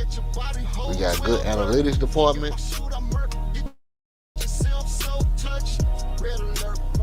It's not really anybody in the league that fits our timeline that's an unrestricted free agent this year. Especially not nobody who, could really bolster the scoring like Kevin D can bolster the scoring. So the things that we could do is bolster the rebounding more, bolster our defense more, get another shooter. It don't have to be a consistently great shooter. Implement Reed Sheppard, because Reed Sheppard is a great shooter. So we get Reed Sheppard more playing time. Tailor the offense to him a little bit. Let him get out there and cook a little bit earlier. Both our defense and both we re-sign Steven Adams. We're gonna need that because we don't have the shooter. We're gonna need that offensive rebounding, but we need our defense to be a little bit stronger, and we need a little bit of help for LP. So,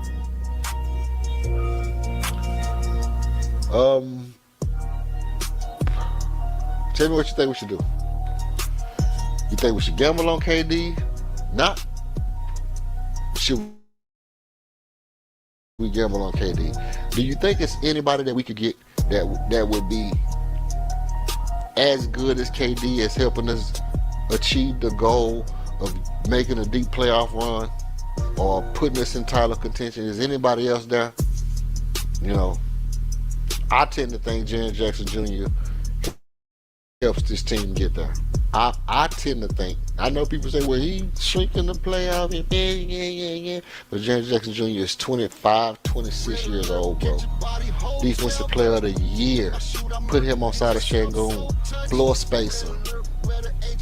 You understand what I'm saying? Defensive player of the year. Floor spacer. Add another 3-and-D guy to the team.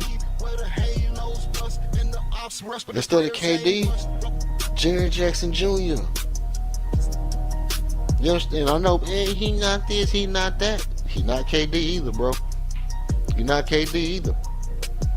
We don't need him to be the best scorer in the world. Well, that's what y'all was missing. No, that's not all we was missing. That's not all we was missing.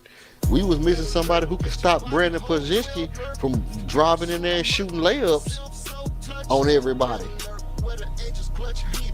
We was missing somebody who could switch without losing where they at on the court sometimes.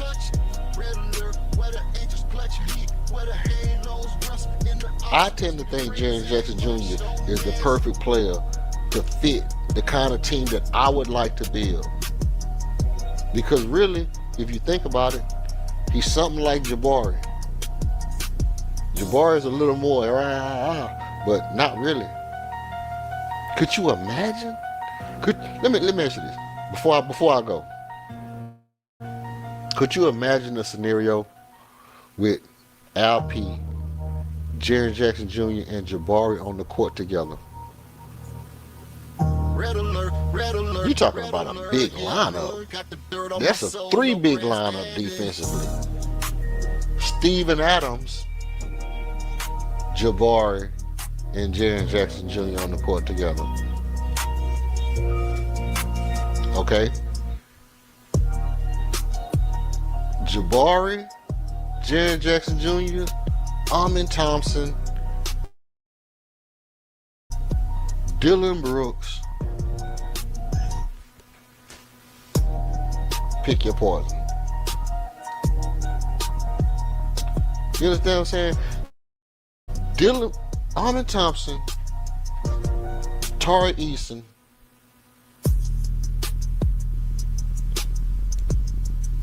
hold on. Amin Thompson, Tari Eason, Dylan, Jaren, Jabari.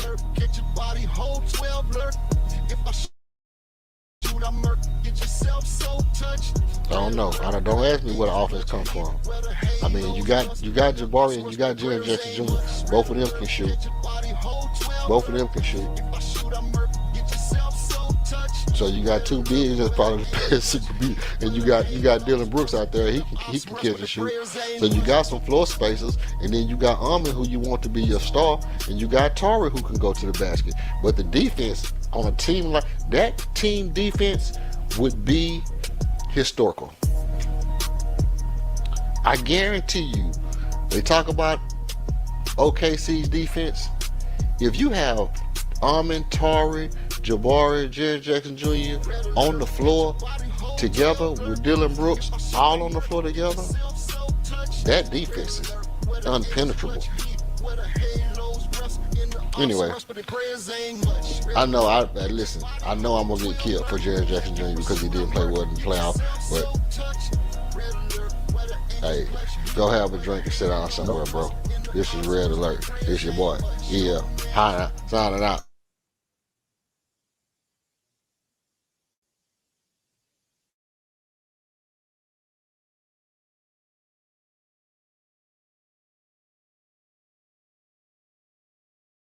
All right, man. All right. That was just a recap, man, of how we got to where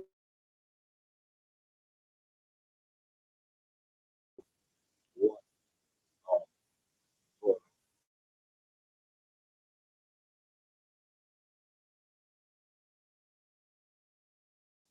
I'm gonna need it.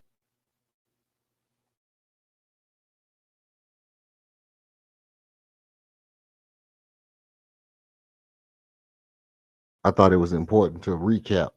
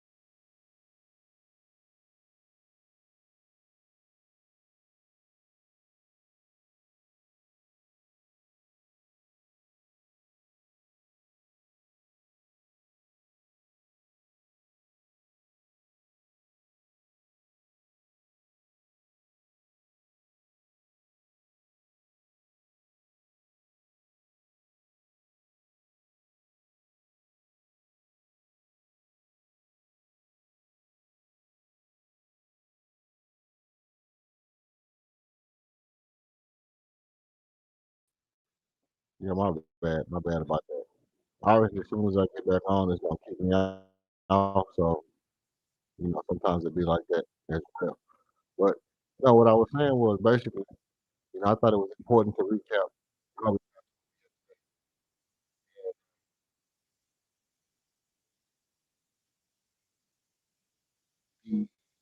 the addition of Kevin Durant journey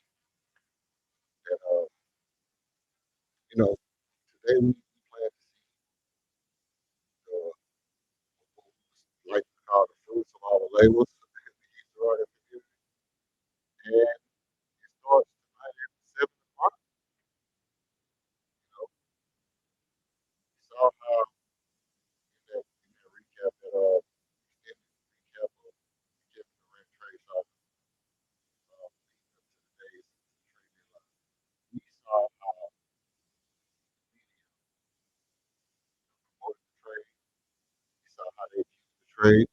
We saw how they tried to push the narrative of what they needed to do in order to make the trade.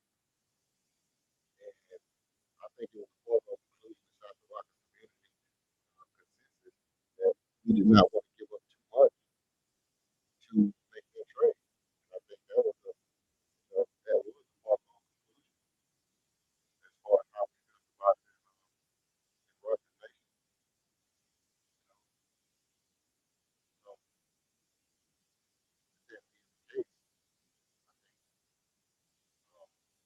for those people, like it was really something that it wasn't. We never felt like we never my bad. We never felt like it was a thing to where we wanted to give up a lot of pieces. Kevin Durant.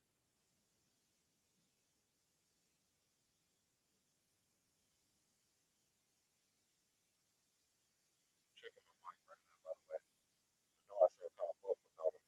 I said I'm too muffled. Don't worry, I'm gonna be fixing it here in just a couple seconds.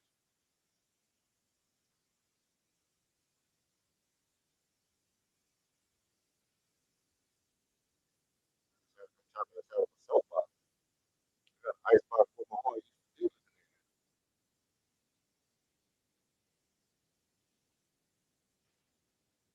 Okay,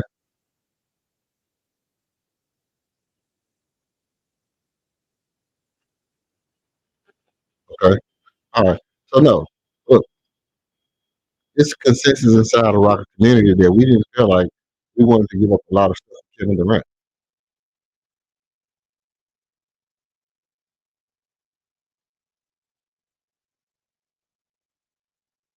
But what we did feel was, it would be nice to have him. It would be cool. Don't have no problem with it. You know, not that I want to be a part of the whole movement and all that, but not just gonna give up everything for him. We got away with what some people call theft, highway robbery, so on and so forth.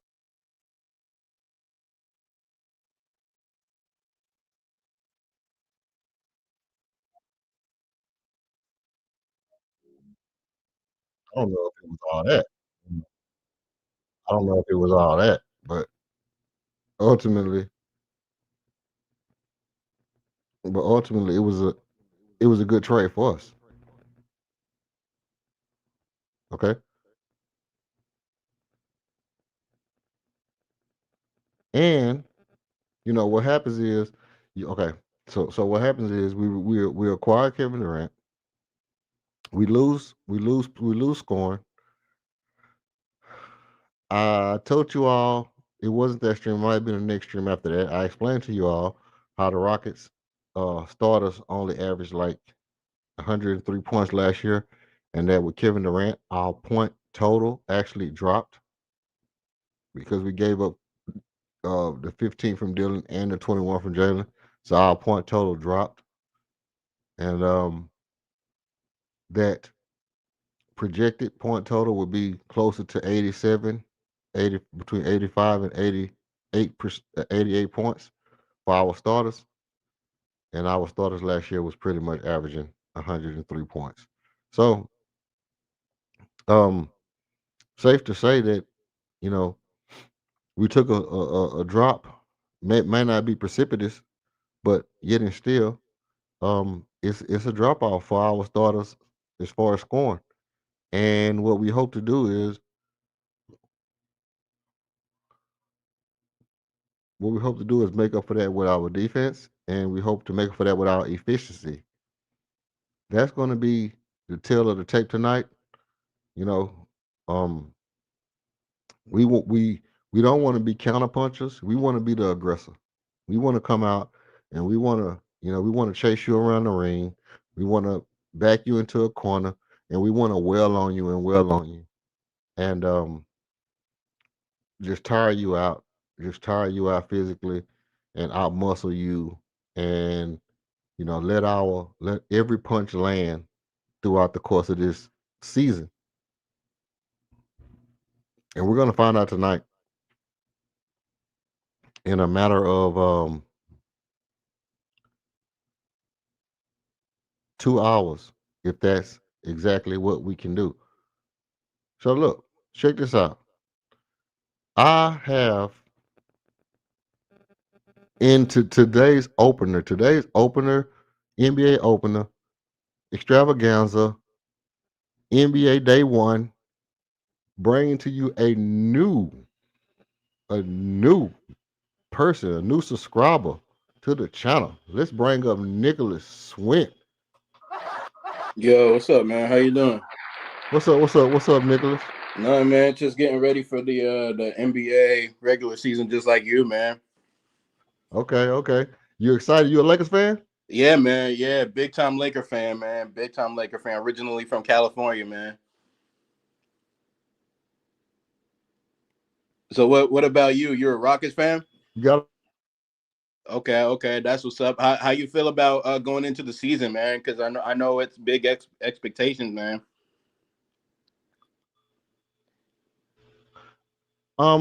No, yeah, I'm a Rockets fan. We got big expectations. I know a lot of people felt like that once Fred VanVleet went down, that the Right. Rockets dropped out of contention.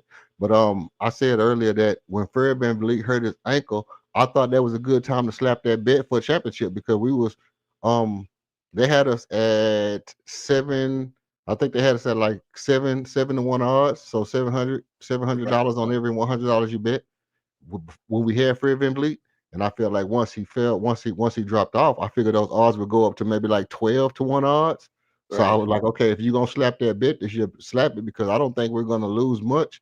I mean, we're gonna lose the floor general, but that'll come with experience with our guys, and it would be a Right. good time to slap that bet if you was gonna slap it because we still could win the championship. It would be great for KD's legacy, and it would be great for the guys like Reece Shepard. And we know how the NBA treats their I mean, not to be racist, but the Caitlin Clarks of the league and things like that. Oh When yeah. we got Reece Shepard, and it would be a good opportunity for Reece Shepard to take advance, man.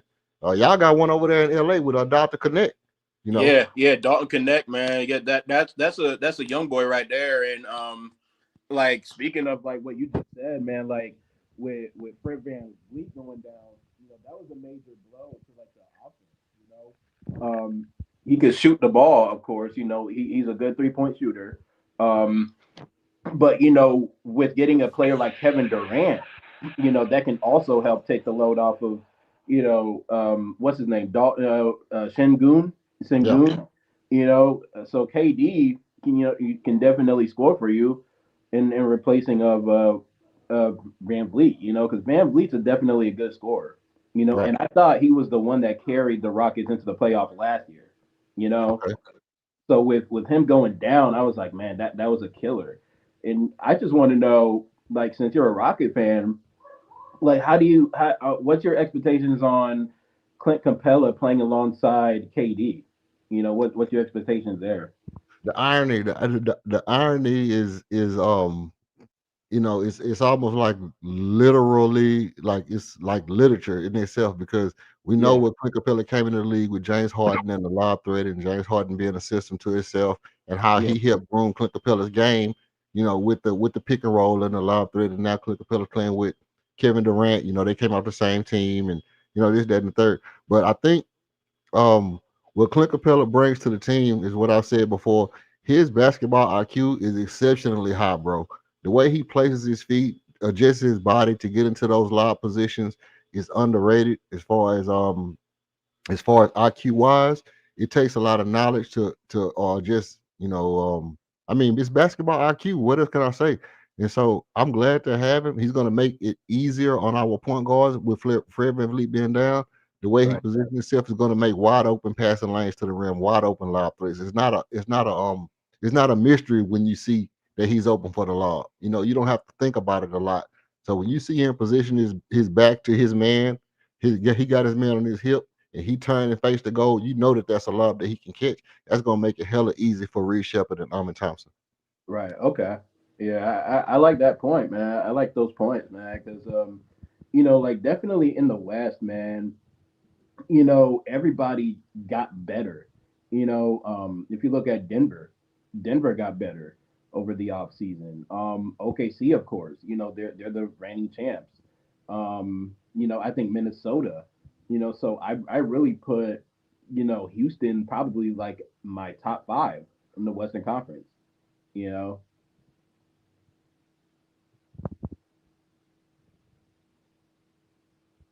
So yeah, I'm definitely excited for the season, bro. Because like, with the Lakers, LeBron being out for at least a month, we don't know who's gonna run the table like fast and forward. Like who's gonna be the one that's gonna take off running and then really show that they can be the team to beat. With like the first couple weeks of the season. You know. Exactly. Because when Christmas Day heats up, to me that's when basketball season really starts. November, October, NBA season. You're starting to get under your feet a little bit, but when Christmas Day basketball comes, that's when everybody puts their foot forward. Like that's when everybody, that's when the season really kicks off. So I really want to see when Christmas time comes, in the West, like where are the Lakers gonna be? Where are the Rockets going to be? And you definitely can't count out Houston. I mean, Houston and Golden State. They're definitely veteran presence. Um, so I really want to see, where that will change like once December comes.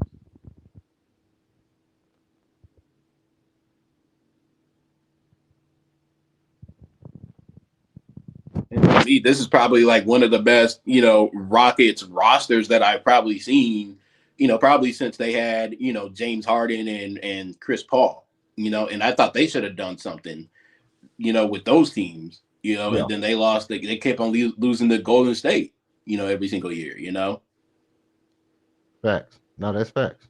And as a Laker fan, I'm actually scared, of this Rockets team, hands down. Like if we were to play in the playoffs, like I would be scared of this Rockets team, like no doubt, you know.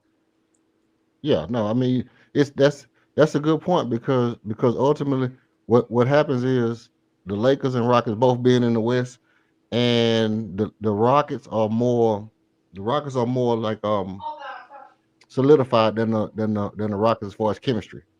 You know, y'all have to rebuild y'all chemistry with Luca and LeBron. I mean, y'all had some time last year to get y'all chemistry together, but then y'all bring in Aiden, you bring in Marcus Smart, you bring in all these other players who have to get acclimated to one another. And with LeBron being older, and it's just a lot that I think the Lakers have to overcome this year in order to really be better. And with the what do you call it? The circus, the media circus that's gonna be going on around LeBron. I think it's um I think it's gonna be a little bit different, you know. So what happened? They kicked him off. Hey, you can pull back up, bro. My internet is over here tripping, so don't worry about that. Um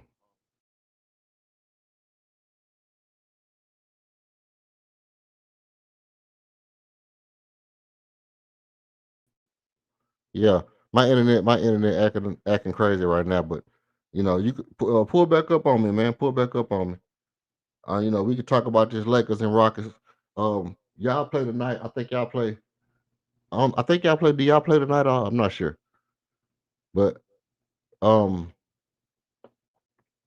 the the the difference between what the Rockets are going to do this year and what the Lakers. First of all, let me say this. My brother's a Lakers fan, and I grew up watching the Lakers. The Showtime Lakers. I'm a big Magic Johnson fan, obviously. And so, the Lakers are one of the teams that I like to see succeed. I just also like to see them not succeed when it comes down to the Rockets. So that's the catch 22. But the the thing about the Lakers this year is the Lakers are going to have a real opportunity to push themselves into the top four. They're going to have a real opportunity to push themselves into the top four with Luca actually being on a team that's a contender again. It's been a while since he's been on a team that's a contender again, and everybody's talking about Ozempic Zion, you know. But what about what about 24-hour Luca, 24-hour fitness Luca? He comes in and he looks like he's healthy and he's ready to play on a elite level this year. He got his stamina together. JJ Redick's going to push him to be the best that he could be, and that Lakers team is going to look really, really good. So between the Rockets and the Lakers vying for those top positions and trying to beat out teams like Denver or Golden State or Minnesota, I think it's going to be a challenging Western Conference run. It's going to have a lot to do with who gets off to a strong start this year, right? So you're looking at it and you're saying, okay, whoever gets off to the strongest start this year is going to have the momentum going into the All-Star break, right? So October, November, December. These first 3 months going to determine how teams end the season up, because you get off to a strong start, then you got your guys who start to get tired, maybe an injury or two. You got guys who want to sit out a little bit. You got guys who preparing for the All-Star game, maybe some stuff at the trade deadline. But if you get up to a strong start and then you kind of can tell what you need to do to round out your team, then the stuff you do around the trade deadline makes more sense. But if you get off to a bad start and then you start to make hasty moves at the trade deadline, that's never a good look. That's never a good look to do that. So I think you know these teams on the West, it's crazy because the Western Conference is so congested. The Western Conference is so congested that it's going to be a absolute gauntlet just in the regular season. Like not even talking about the playoff, the play in, the what do you call it, the in season tournament. Like we're not even discussing none of those types of things. That's good. That goes to be undetermined and unsaid. But the overall aspect of, hey, look, you got to play these guys. Um, you literally have to play these guys 4 times a season. The best, the best teams in the West have to play each other 3 or 4 times a season, and that's gonna be crazy in and of itself, right? So, let's see what that is right there. Let me see if I can pull that up and maybe get that out of here. I hear echo. Put a 1 in the chat if I'm clear. Put a 2 in the chat if you hear echo back there. Okay, I think I got that echo out of here. Okay. Oh, the echo is killing me, Brody. Yeah, every now and again, I've been on for a while, and then the technical stuff. Every now and again, the internet will come in and kick me out. I got so much stuff opening on my tab. I need to close some stuff down, but I was working 2 or 3 days preparing for today, so still got a lot of stuff open. I want to make sure I don't close the wrong thing, because going down to the wire of the game tonight, I'm gonna start pulling up more stats and more info, more highlights, um, and what I'm gonna do now. Dang, I sure wanted to talk to old boy, man. Old boy. Let me see. He didn't even leave a comment in the chat, man. If you're still in the building, man, put a comment in the chat. Just subscribe to the channel, Brody. I like chopping it up with you, man. Seem like you know the game. So what I'm gonna do now is I really want to pull up some of this good doctor right here, because in my recap I was talking about what it would take to for the Rockets to be successful this year, and we touched on it a little bit. We've touched on it a little bit. So I kind of want to bring it back to the forefront, um, and let's look at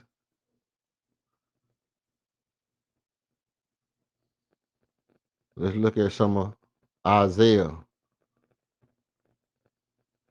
I want to look at some of Isaiah, man. We're finna check out the tax collector a little bit. We're gonna check out the tax collector a little bit, and we might just go through every player. I might pull up some of my mini docs and let y'all check out some of my mini docs.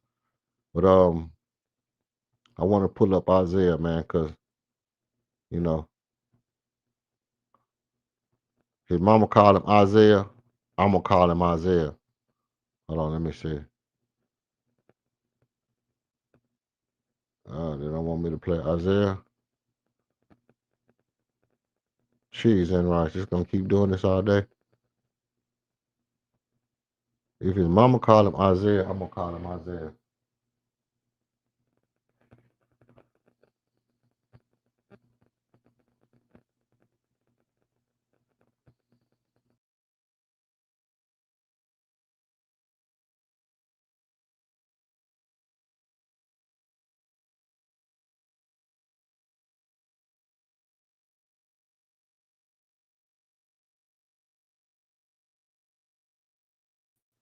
Can y'all hear me? Okay, cool. Cool. All right. Yeah, his mama called him Isaiah, man. I'm gonna call him Isaiah. But we're gonna pull up some of these Isaiah stats as soon as my internet stopped going crazy. It's been going crazy for like the last, I don't know how long, to be honest.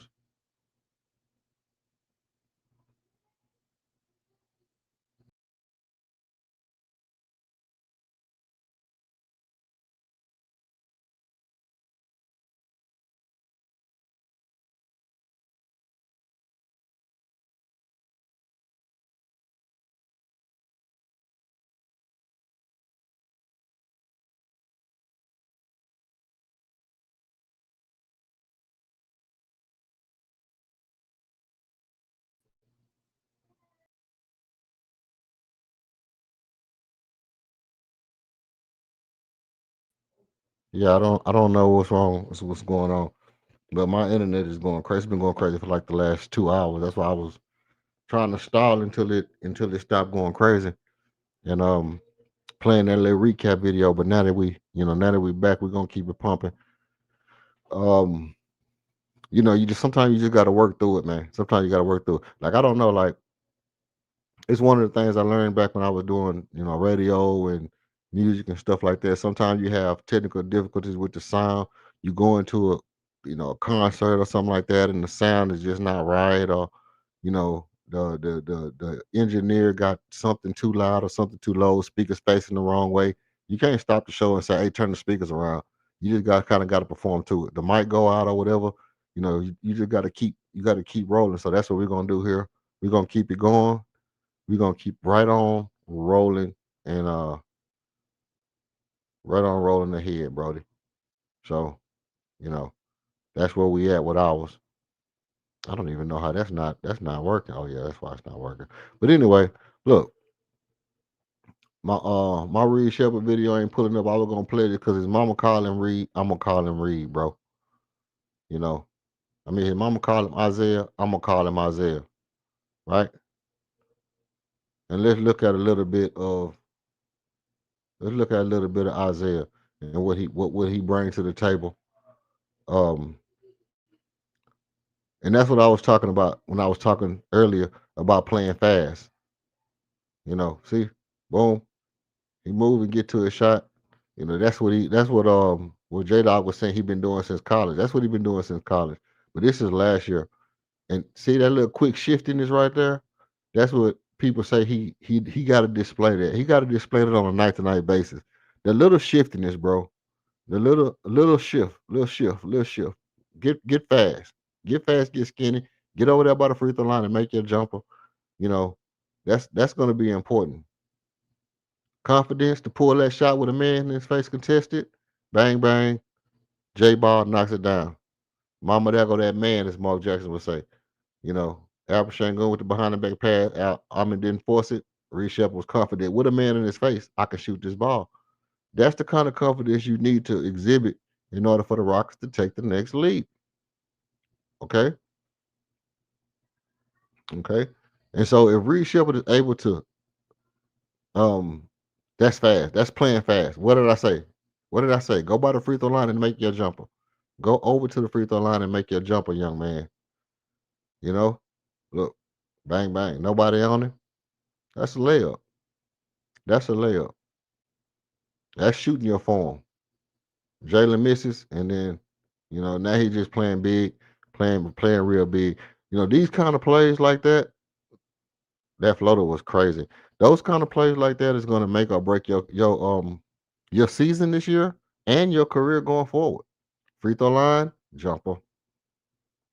Look, when I say stuff, I don't just be saying it just to be saying it because it sounds good. I don't just be talking because I just like to say certain things. I'm saying what I know for a fact is golden opportunities for this Houston Rockets team to be the best they can be. What is he going? Free throw line, jumper. Get to the free throw line and make your jumper. Get over there by the free throw line and make your jumper. If they gonna contest your three, free throw line, jumper. That's a little elbow shot, but close enough to the free throw line for me to claim it. And that's what's gonna make him unstoppable. It's gonna make you that's gonna make you a 3-level scorer. And when you get to the free throw line and you making those jumpers, that opens up the game for you. And that's the tax collector. Come taking your money, getting that back into the system.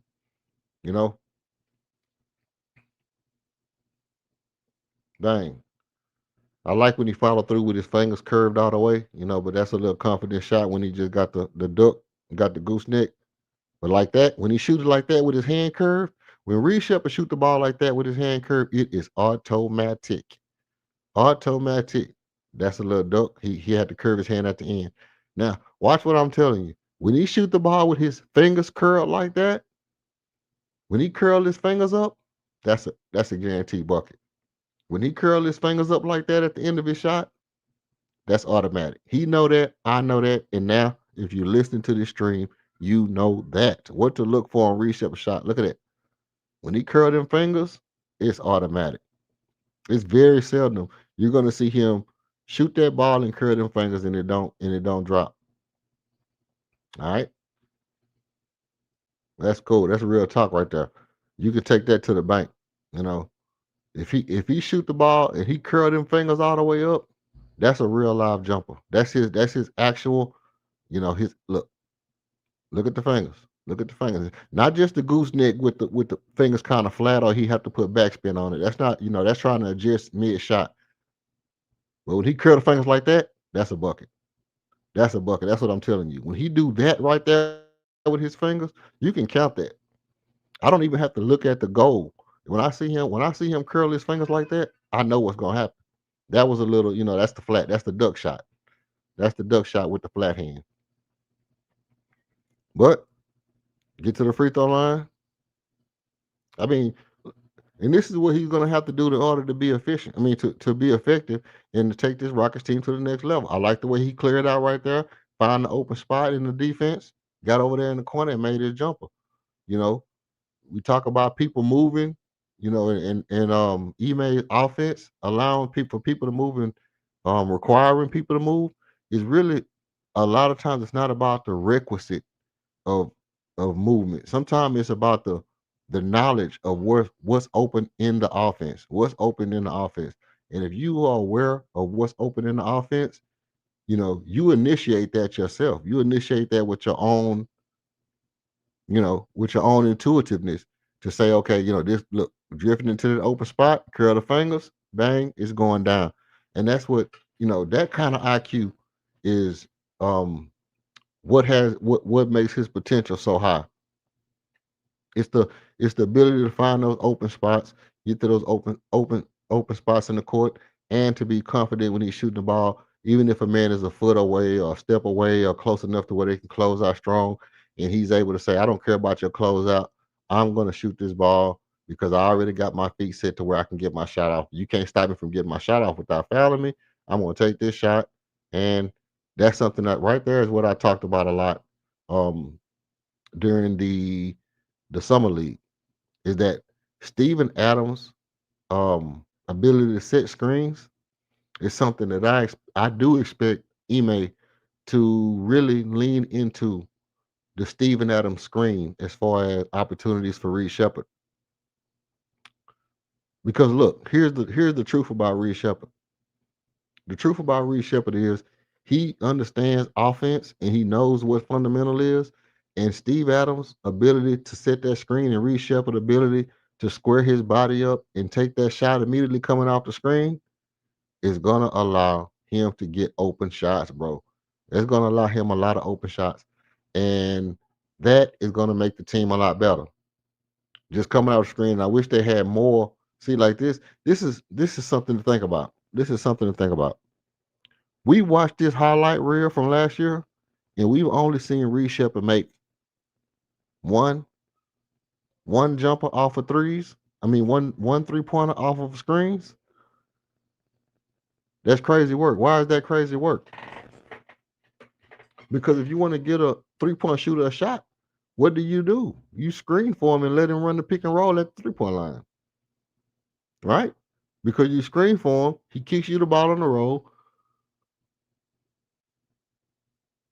Then he can reposition, and once he reposition, he should have an open shot. Or he just come off the screen, and if the man go under, you pull it.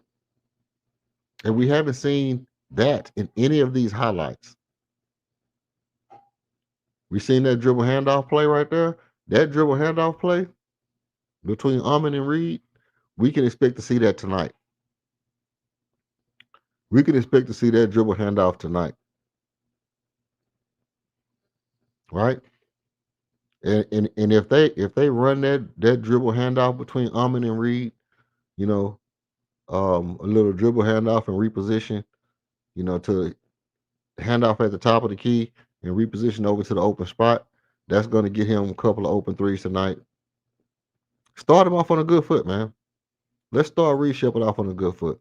We know he's not going to be the starter. We know he's not going to be the starter according to what he may put out as his starting lineup, but we expect him to get significant minutes tonight. And with significant minutes, he has to take advantage. It's just like what I said in the beginning of the preseason. This is another one of those lunch pail hard hat games. This is one of those lunch pail hard hat games. And I don't mean just going to work. I mean, you have to come out and let people know the mentality that what they have to deal with when they see you. Like when people say a statement game, maybe everybody takes it for a different meaning. But when I say a statement game, this is what I mean. I mean, this is a game that when I come out this game, I want you to remember what you have to contend with when you face me. That's fast. That's playing fast, Reed. That's the Reed I like to see. Playing fast. Don't even let them think about what you're going to do. Just go do something. Just go do something real fast. Before they get an opportunity to set their feet and consider it. We just going to move and do some stuff real fast. But look, you make a statement to the players. You don't worry about the media. You don't worry about the coaches. I mean, maybe the coaches a little bit, but that's not the big thing. The big thing is you want that guy that had to guard you and the guy that's going to have to guard you next time to be confused, to be on high alert, to be wondering, what is it that I'm going to have to deal with tonight when I play this guy? Right? Well, where is he going to be at? How do I adjust? If he come off a screen, how do I play that screen? You want a guy to have to study all that stuff and try to overthink what he has to do to accomplish his job, and you want to make that a nightmare for him. You want to make that a nightmare. You want people to say, hey, this guy from last year to this year is not afraid to pull the trigger. He's going to pull the trigger every time you give him an opportunity, and he's going to knock down 37, 38, 39, 40%. Right? Because if the mindset going forward, let me tell you what it is. If the mindset going forward is Reed Shepard ain't scared to shoot, guess who benefits from that? Not only Reed Shepard. Not only is Reed Shepard average go up and his value go up, but Kevin Durant and Alperen Sengun get to eat. Because now, when we move Reed Shepard closer to the strong side, you can't leave him. And that means Kevin Durant gets free one-on-one or Jabari gets free open shots. If you're going to double Kevin Durant and you can't double off a Reed, Where did you double from? Were you doubling off of Shangoon or Jabari? Are you doubling off of Amin, right? And I know everybody like, well, they're not gonna double off of Jabari. But no, you put them in action to make them have to double off Jabari. You put them in action to make them what you do. You put the ball on the strong side. You know, Reed has the Appy has the ball. He gives it to Kevin Durant. He goes into his position. You know, probably toward the goal. Now they have to hold. They have to hold Appy. You can't leave Appy now. So now, you know, if let's say it's Amin, and I'm just saying, let's say it's Reed Amin. Let's say Reed Amin, KD, Jabari, LP, right? Okay. Now you got Amin at the top. Amin in the corner, and probably moving into the dunker, but he has to move out because now LP is going to crash the board, and Amin has to flare out to the top. Then they're going to leave Amin, right? And they have to try to get all the way back to where Jabari is because you leaving from where Amin is to get to KD. You have to rotate across the court to get back to Jabari. And that's how you get wide open shots. Because by the time that man get to Jabbar, that can be an open shot for Jabbar. Or if they double off of Armin, they have to switch off of LP, then they have to dig off of they have to switch off of LP, they have to dig off of Armin, and then they have to close out either with Reed Shepard's man or Jabbar's man, depending on where the ball is swung to. And it's just a lot of chaos. You know what I mean? Look, it's not much different between what I'm saying Reed Shepard needs to do to what Steph Curry does. I know people gonna say I'm reaching, but it's really not. It's really not. Right?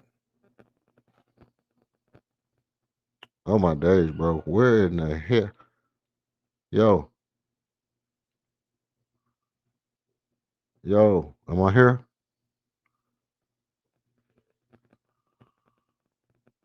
I can't see nothing on my screen, but I still hear myself. So I guess we just gonna keep pushing like this until we get it back, together.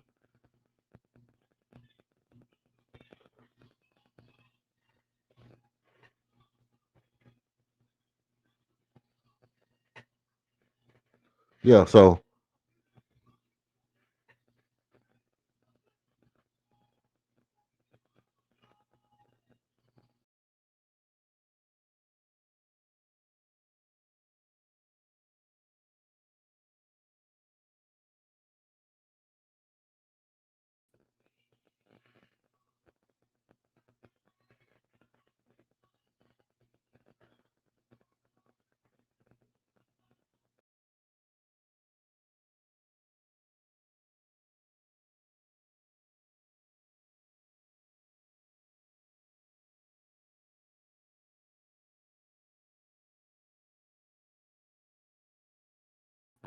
yeah, so this is what happens when guys come ready to play. You Broken Berlin, what up with you, man? You pulling back up? You pulling back up? I don't know if he dropped you out or kicked you out or not. Appreciate the one, man. Appreciate the one. Appreciate you letting me know that that the sound was gone, man. Yeah, it was good chopping it up with you. See, I like them little you know, that's what I was telling Laro earlier. I like when you come with the little, hey, what would you do in this situation? What would you do in that situation? Because then I can go back and I can say, oh yeah, you the one that said that you would take such and such over such and such. You know what I mean? And then I can question you about that for the rest of your life.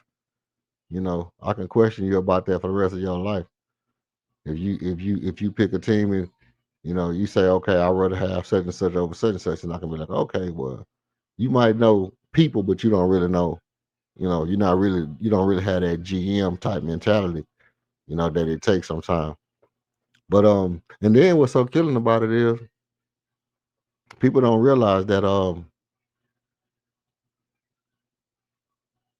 that's a lot of what what Daryl Moore brought when he came to the game. He brought a lot of that analytics, you know, stats and stuff like that to his drafting and free agent signing strategies. Right, right. You know, but so we talked about the tax collector and what the tax collector has to bring to the game in order to get a win. I don't know how much of him we plan on seeing tonight.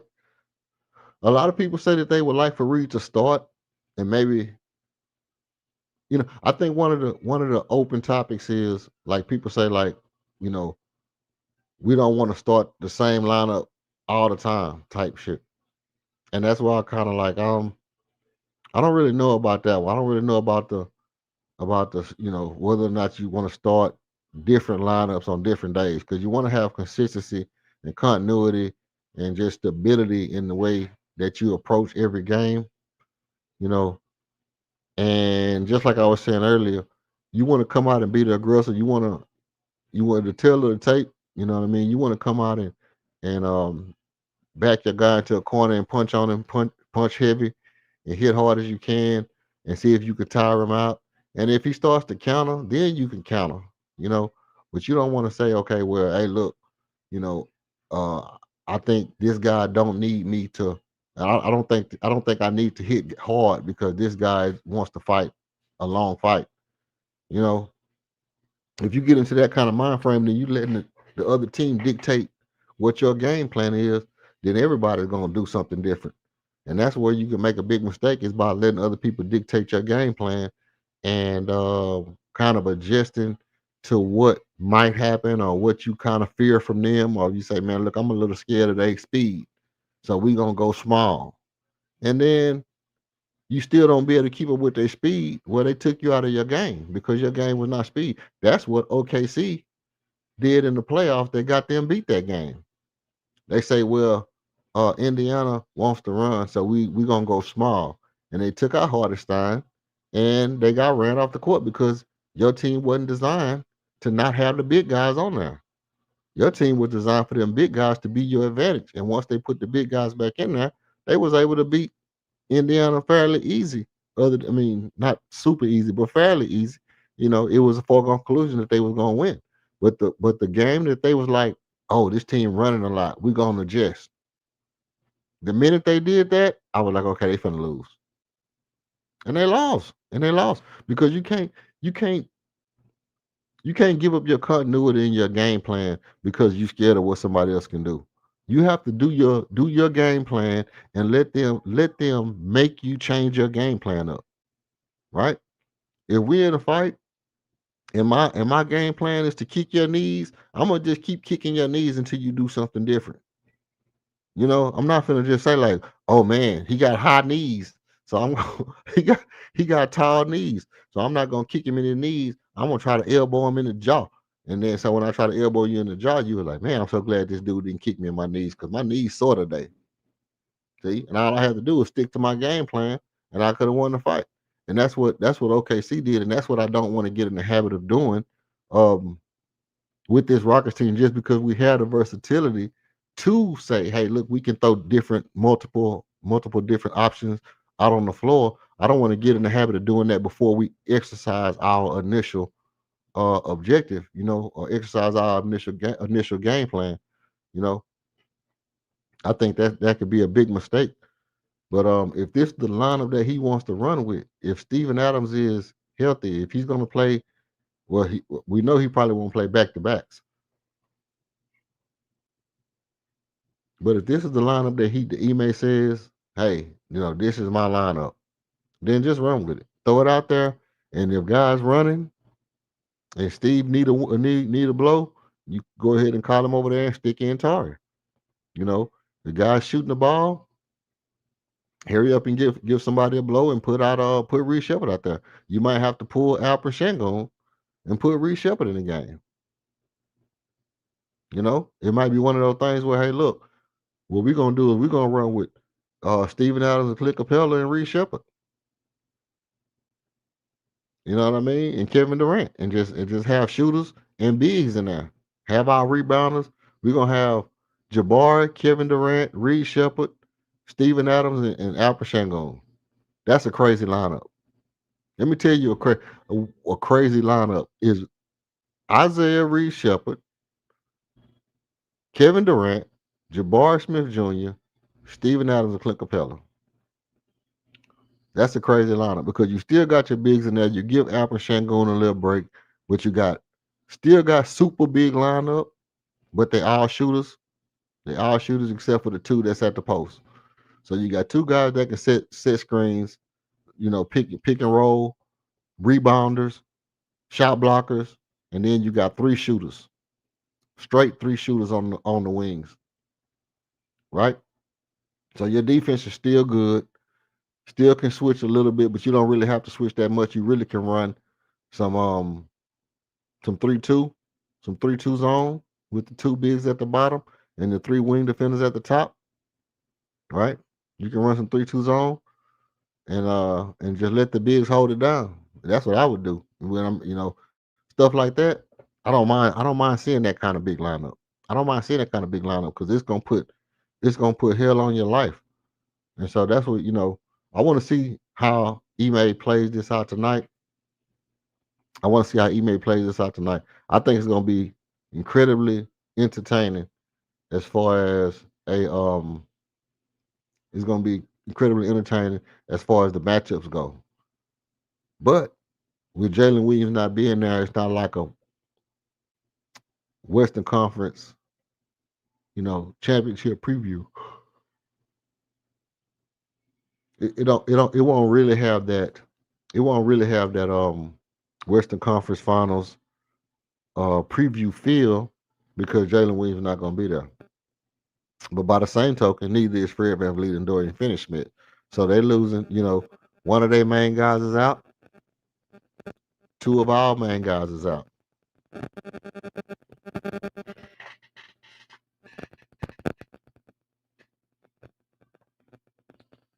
Um, and when it comes down to it, geez, interesting. And when it comes down to it, I really think that I can't say that Fred VanVleet and Dorian Finney-Smith equal Jalen Williams, but what I can say is that Fred VanVleet's important to this team is such that you can't necessarily say that it's far from what Jalen Williams. You can't say that it's a big difference from what Jalen Williams' importance is to that team.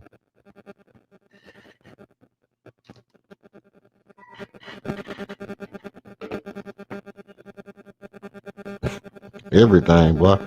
Real talk.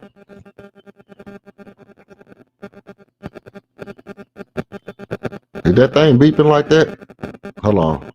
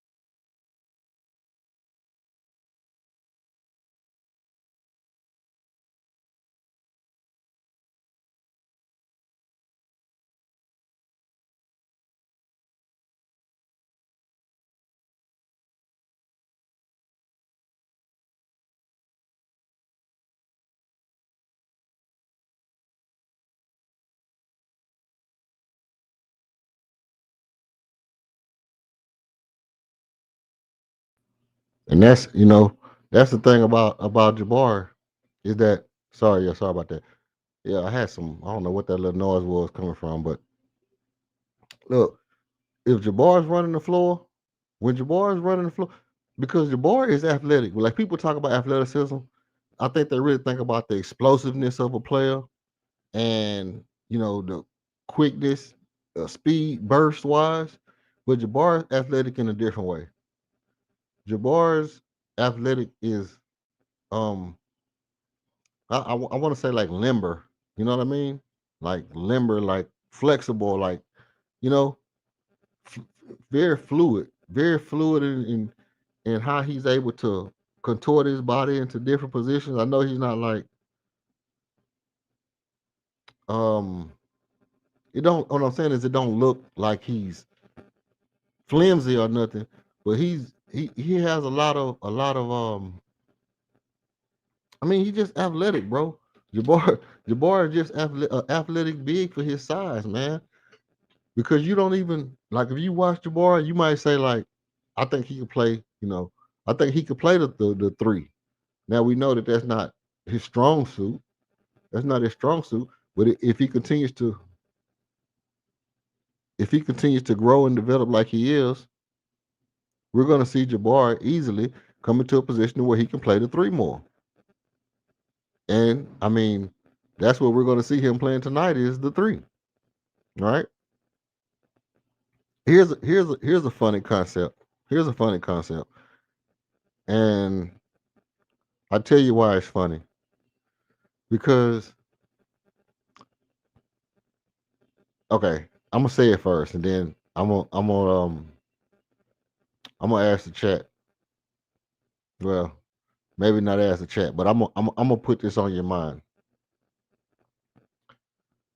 What's the difference between Jabari and Klay Thompson? What's the difference between Jabari Smith Jr. and Klay Thompson?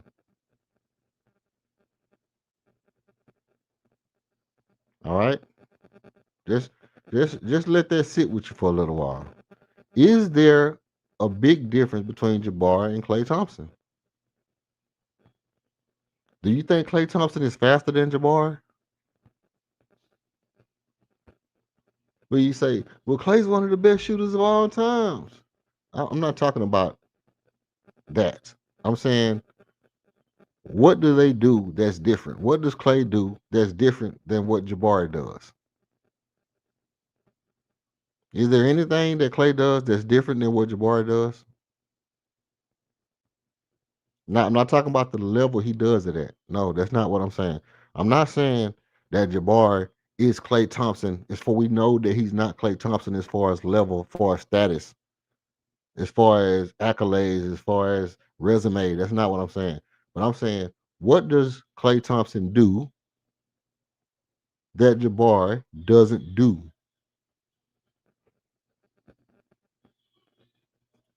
Let me know when you come up with something because as far as I'm concerned, it's not anything. As far as I'm concerned, they technically do the same thing.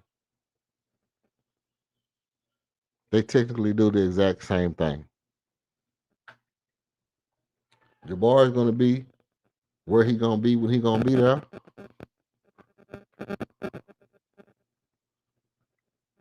Clay Thompson gonna be where he gonna be when he be there, and they gonna do what they do when they get the ball.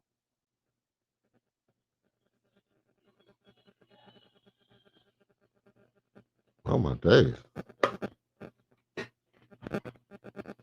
What is that noise, bro?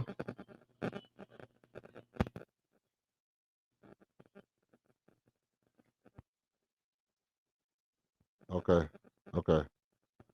Let me try to pull this back down like this. Is it really sound? Does it really sound that bad? I can't. Let me see. I need to hear this. Does it sound like it's going crazy to me? But I can't hear what's on the.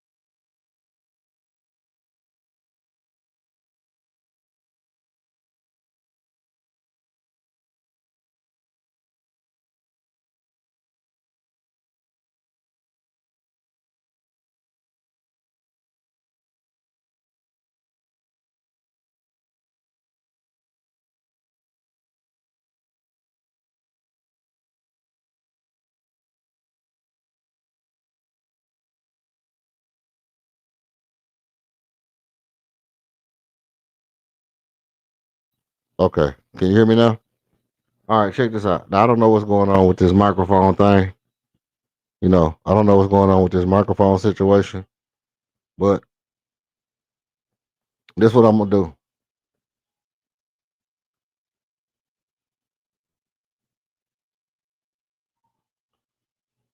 It is 5:49.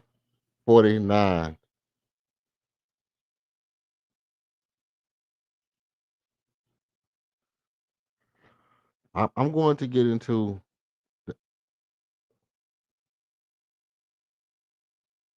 I'm gonna get into the actual factuals about what's gonna happen in an hour and 15 minutes.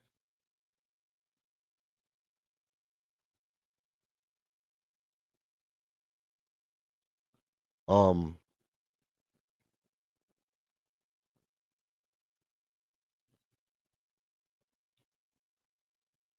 hmm. All right, let's okay, I guess it stopped doing it. I guess the noise stopped. I was about to pull a fooly whistle on the game.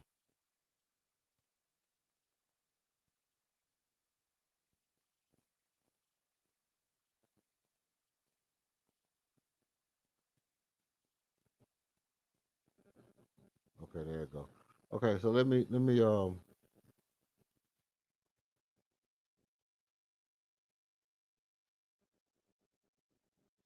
stop sharing this right quick. Let me stop sharing Jabbar. And this is what I'm gonna do now. Let me move this out the way. And I wanna go back to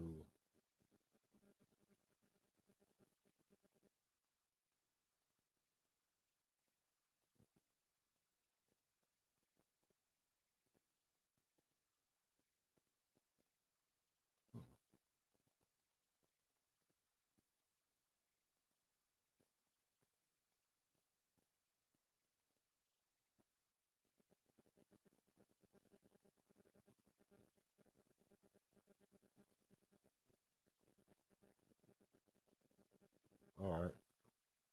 Let's see where we at. Because look, sometimes you know you just gotta look at it at face value. I'm gonna pull up some let's see what the OKC versus Houston tonight. Now usually I don't do this. I didn't have no intentions, bro. I really didn't have no intentions on doing this, but it looked like this is what I'm gonna have to do.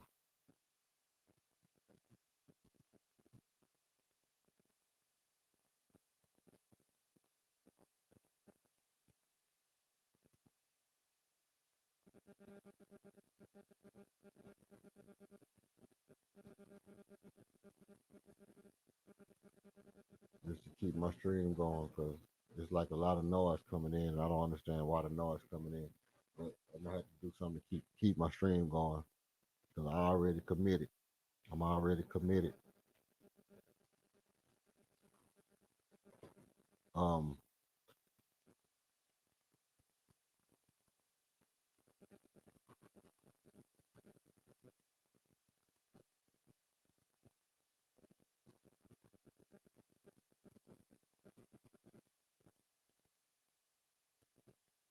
okay. So here's what I'm gonna do. I'm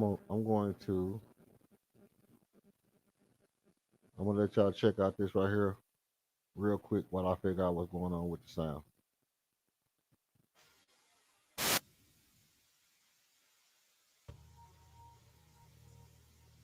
Red alert, yeah. Got the dirt on my soul, no grandstanding.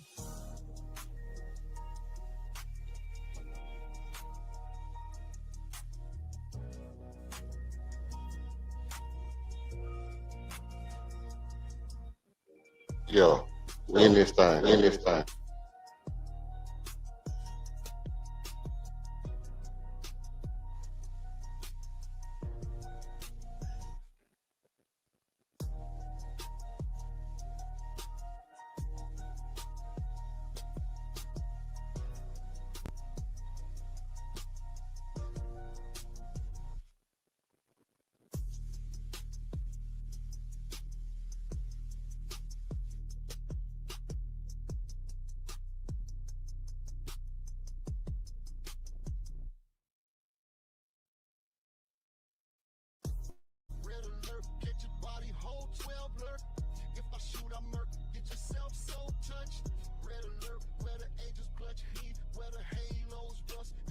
ops rush, but the prayers ain't much. Red alert, get your body whole 12 alert.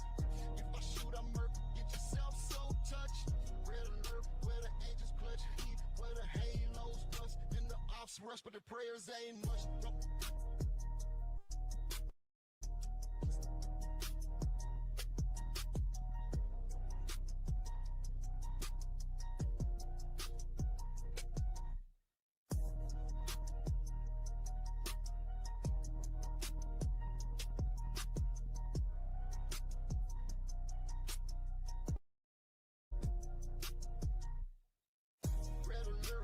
body whole 12 alert. If I shoot, I murk, get yourself so touched. Red alert, where the angels clutch heat, where the halos rust. In the ops rush, but the prayers ain't much. Red alert, get your body whole 12 alert. If I shoot, I murk, get yourself so touched. Red alert, where the angels clutch heat, where the halos rust. In the ops rush, but the prayers ain't much. Don't mess. Yeah, yeah, yeah, yeah, yeah.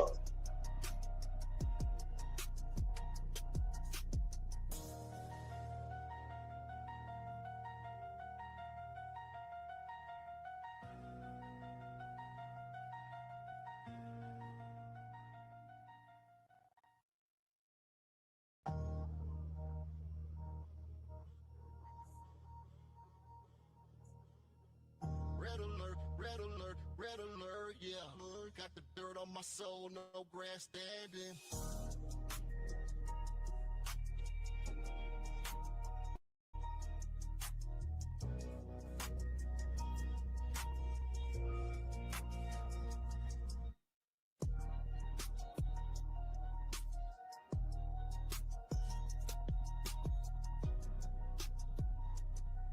Okay. I don't know. Why am I headphones?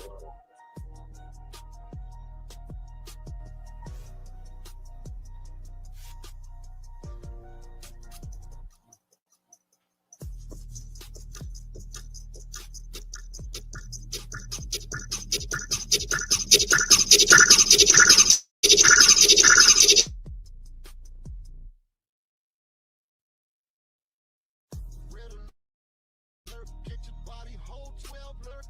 If I shoot, I murk, get yourself so touched. Red alert, where the angels clutch heat, where the halos rust. In the ops rush, but the prayers ain't much. Red alert, get your body whole 12 alert. If I shoot, I murk, get yourself so.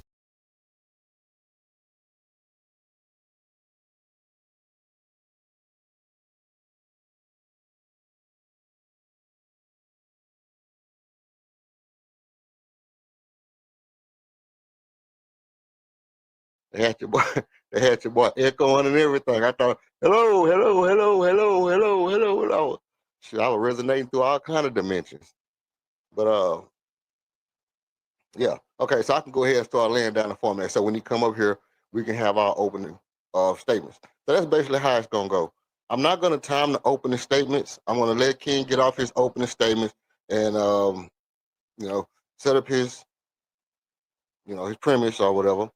You know, and we're going to, you know, he'll give his opening statements, why he, you know, why he took the debate, whatever he want to say to open up, and then when he go, I'll give my opening statements, boom, boom, boom. Since he's a challenger and I'm the home team, I'm gonna let him go first. He can come out, throw the first haymaker. I'm gonna take it on the chin, pause, and the rounds will alternate. Once we get the ultimate statements out, round 1 and round 2 will be on the clock. I got the clock right there under my name. It's blacked out right now, but when I want to go second, you don't want to go second, Brody. You don't want to go second. But I mean, I'll give my opening statement first, if that'll help. How about I give my opening statement first, and then you go first on the argument. I mean, if you want to go second, you know, you the challenger. I'll let you choose. I'm the home team. I'll give you that. But you know, you decide. If you go in first I mean, if you want to go second, you got to give your opening statement first. You know, that way we'll keep it even. So the person whoever going second in the debate, they'll bring their opening statement out first, and then I'll come with my opening statement. Boom, and then I'll turn around right back around, and then I'll go first. You go second, and then maybe we switch it on the second round, or we can alternate. You know, maybe we switch it on now. Then you'll have back to back. So we'll just let it alternate. That way you don't have to go back to back 2 rounds in a row, because that's going to be hard for you if you have to go 2 rounds in a row. If you go second and then try to go third on the third round, I mean, I guess you might can. I don't know. It's up to you. It's up to you. I mean, we alternate. I had planned on going second, but you know, I'll give it to you.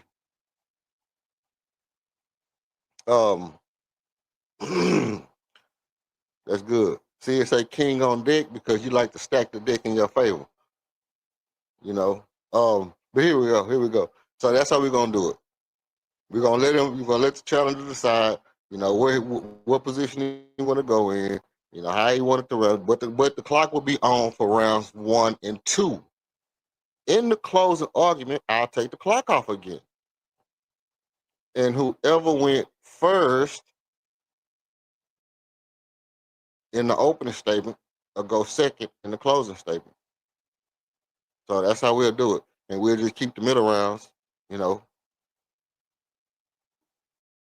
whoever gonna choose, and then boom, we'll alternate them like that.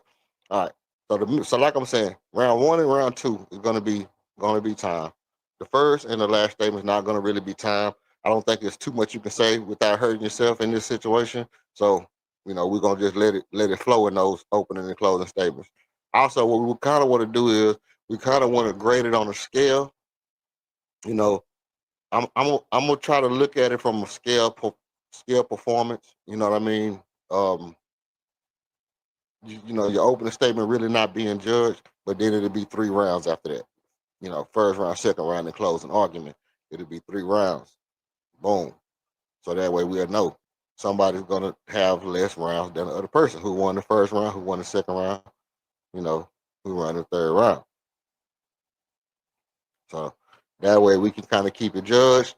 And then as we get into the season, I'm going to take off with the real tournaments. The people who come up and do these debates is going to have home court advantage.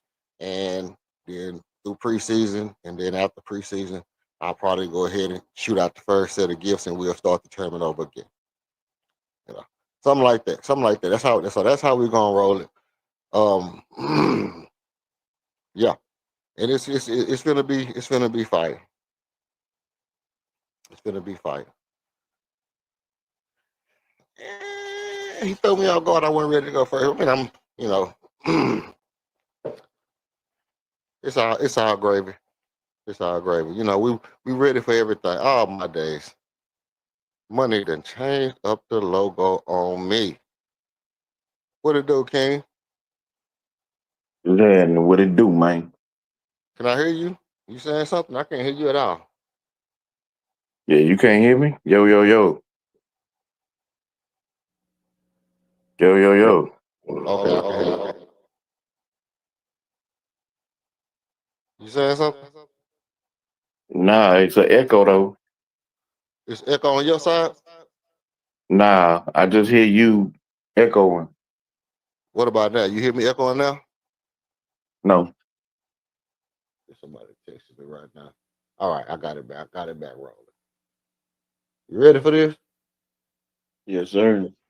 Okay, let's get it popping. Get back to stage. Okay, now we good. Like that. Okay. All right. Now we straight. Okay. So we can get into it. Now, how you said you want to do this? You gonna take the opening statements, and then I'm gonna start the debate first. That's how we gonna roll. Right on. So, all right, we're gonna get into it. Anybody in the chat, Let us know, ones, if we sound good, twos, if you hear anything glitchy. You feel free to chime in on the conversation. We won't be stopping and taking questions at the end. We will take questions from the chat and take off, King, whenever you're ready. Salute to the host, first of all. Salute to the chat. I welcome y'all to this public execution, to this public beheading.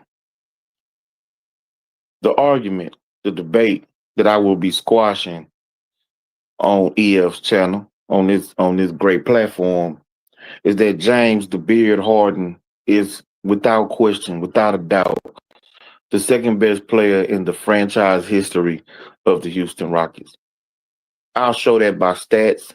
I'll show that by accolades. I'll show that by pure performances. Anything less would be uncivilized.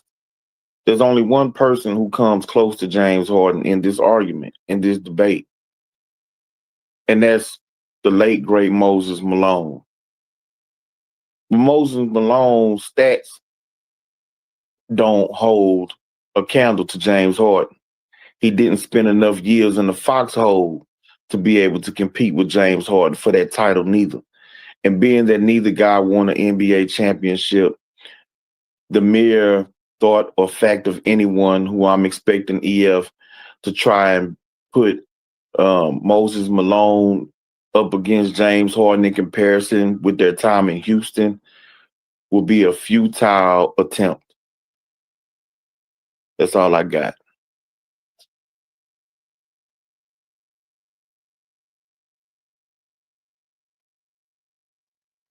Great argument. Appreciate it. You know what? I do got a.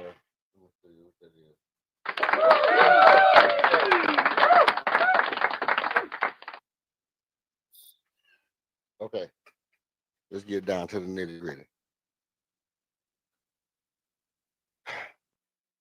I do think what we have is we have somewhat of a controversy between ranking players in sports, in the NBA, and in Houston Rocket culture, because of the fact that we are in the idea era. We're in the era of the Enlightenment.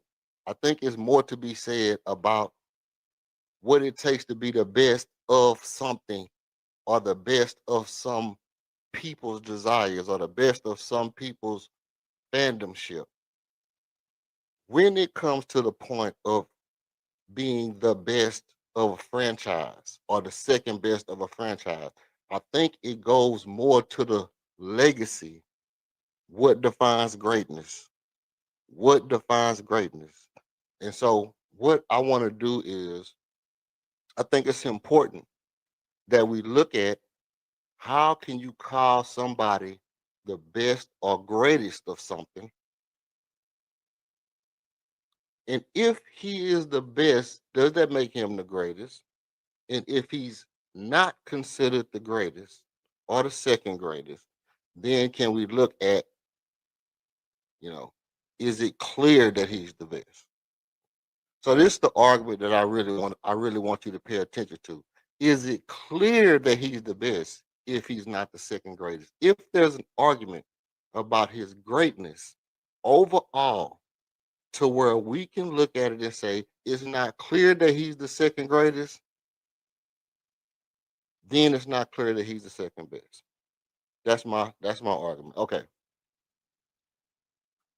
That's where we at. Now, so since I'm up first, I'm gonna hit the timer and I'm gonna get right into it. Let me share my screen, because then once I hit the timer, I want to go ahead and get it to pop.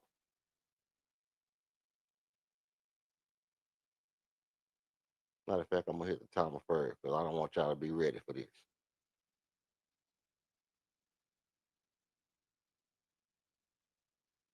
All right.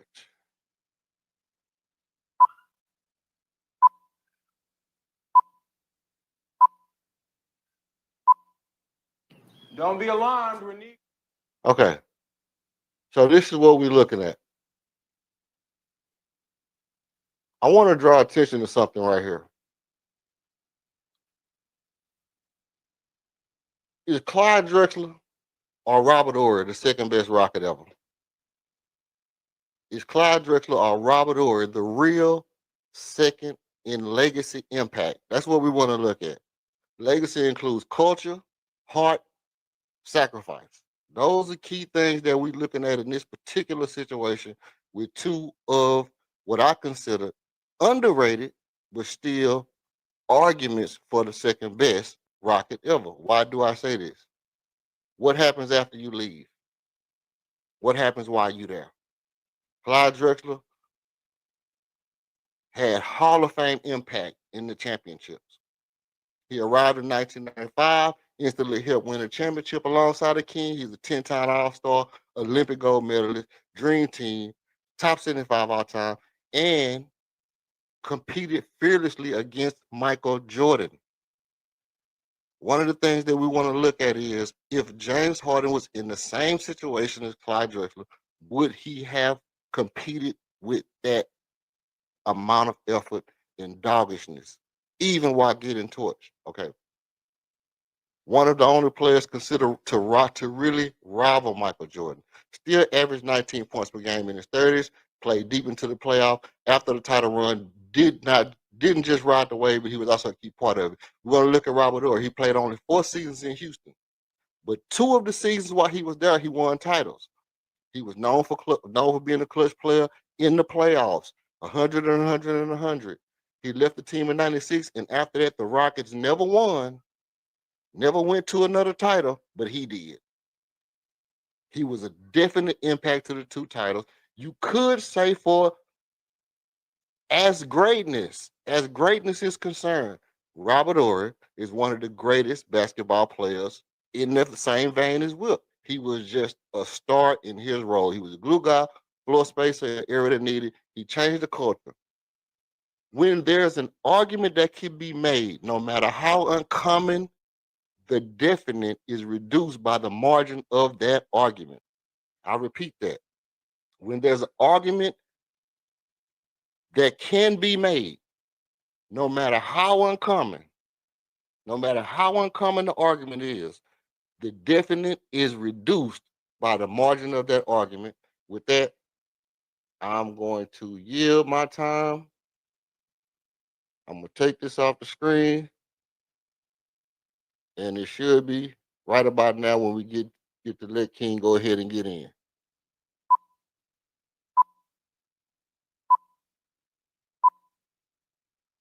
Don't be alarmed.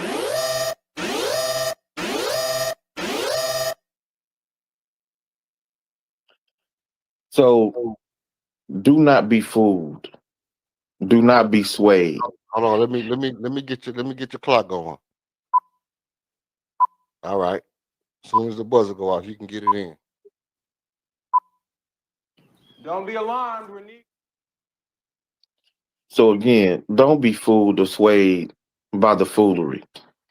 Okay, this is a typical magician, wolf ticket seller.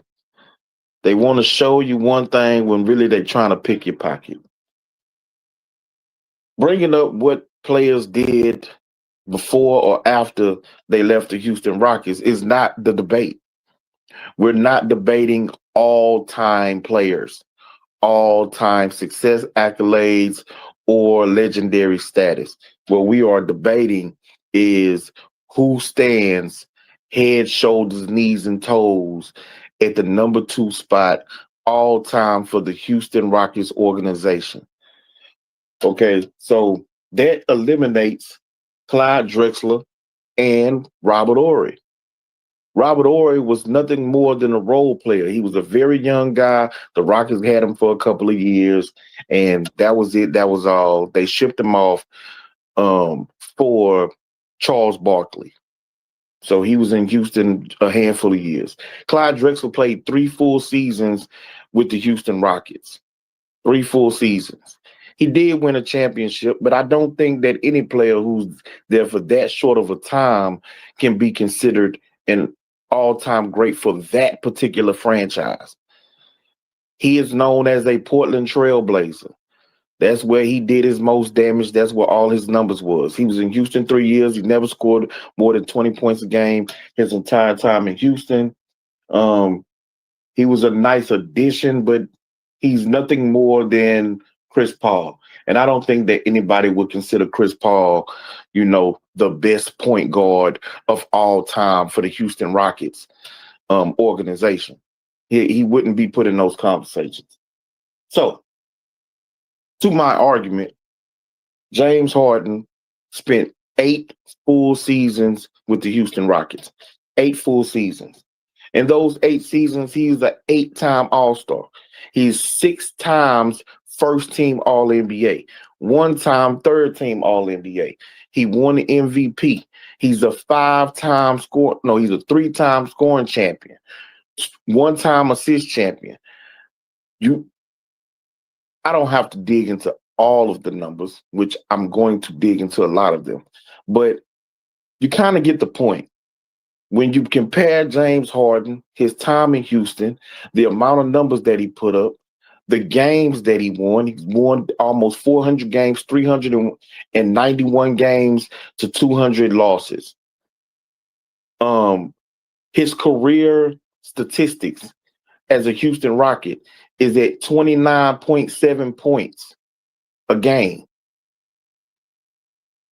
All time. That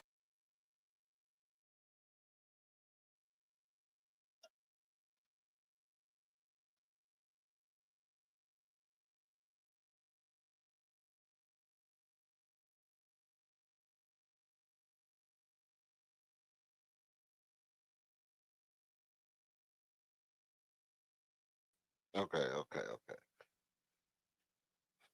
Let me hit my joints, and then I'm gonna go ahead and I'm gonna keep going.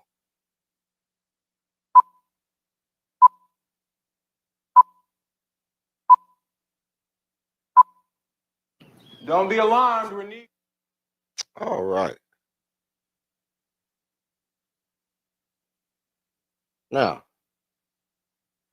as we see here, is Kevin Murphy second best Rocket ever?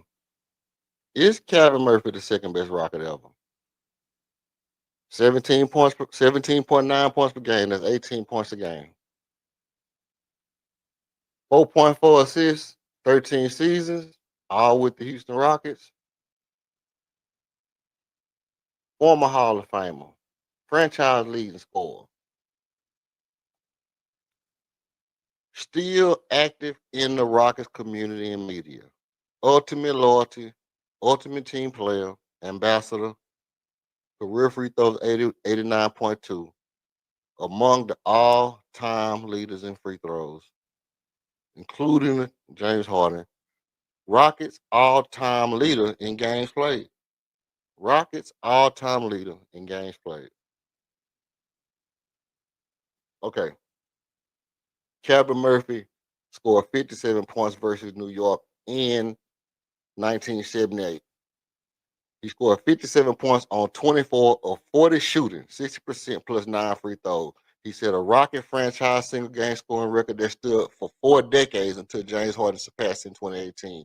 Despite his scoring, the Rockets lost the nail biter 106 to 104 at home. He played that type of game in a game as he lost. He went down swinging. Kevin Murphy was a fighter. At his stature, he was one of the most vicious, tenacious players ever in the NBA. So much to where he even fought to get in the Hall of Fame. Clutch playoff points. Let's talk about clutch playoff points. In a game 7, Kevin Murphy in the Western Conference Finals scored 42 points on damn near 70% shooting. Come on, let's talk about it. 19 to 28. He did not go 9 for 11. He did not go 9 for 11 or 4 for 12 or nothing like that. He powered Houston's upset victory over San Antonio Spurs, a number 6 seed beating a number 2 seed. That's what we do. That's why we Clutch City. Finished 105 to 100, sending the Rockets to their very first NBA final. NBA Finals. Let's talk about what that word means, NBA Finals. This remains one of the most iconic elimination games performances in Rockets history. Peak efficiency, performance versus Atlanta Hawks, 38 points, 3 steals, had no turnovers, giving him a career high game score 49.1. All right. Boom. My core claim is that the greatest teams in history are always they stay loyal, either by spending their whole career with one team or leaving when it's best interest of the team. All right, boom. Now, I spent a little extra on Calvin Murphy. I could have went on ahead and chopped it up. Let's get back over here.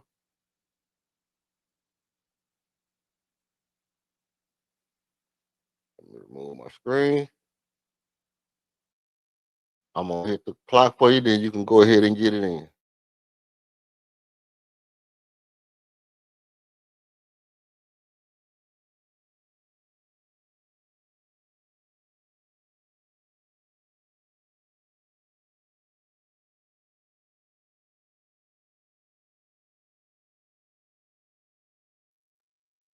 Okay, well, I seen Go, so I kind of spoke on this a couple of days ago. So it's predictable. He would try to tap into people's emotions as opposed to sticking to the facts of the argument. So all time as a Rockets player,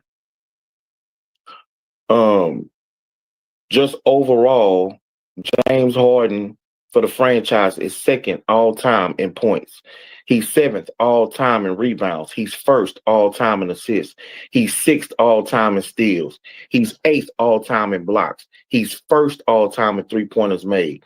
In a per game stats, points per game, first. Rebounds, 40th. Assists, second. Steals, sixth. Blocks, 40th. 3-pointers, first. In the playoff stats, per game, first. Rebounds, 38th. Assists, second. Steals, third. Blocks, 31st. 3-pointers made, second.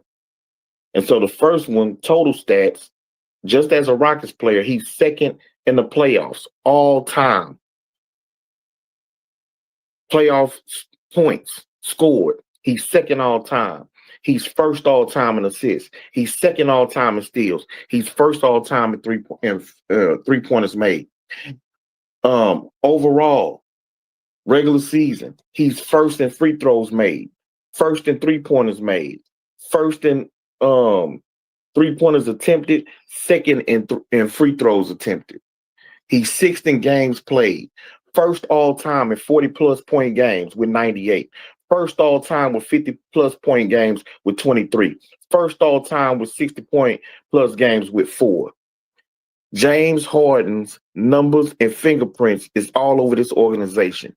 He still has the Harden Day routinely, annually in the city of H-Town, even though he's no longer with the Rockets and haven't been with the Rockets for about 4 years. He still has his impact within the community. His jersey is going to be raised into the rafters. He's a first ballot Hall of Famer.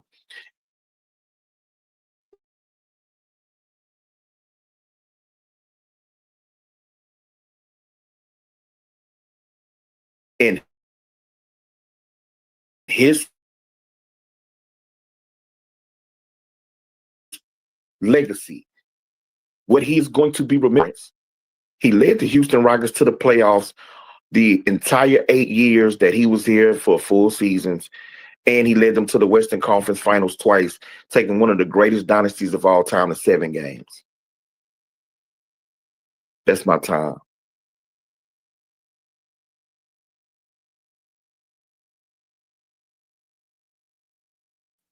All right, like I said before, great. Hey, look, it's fire. The fire smoking up in here. We getting it warmed up.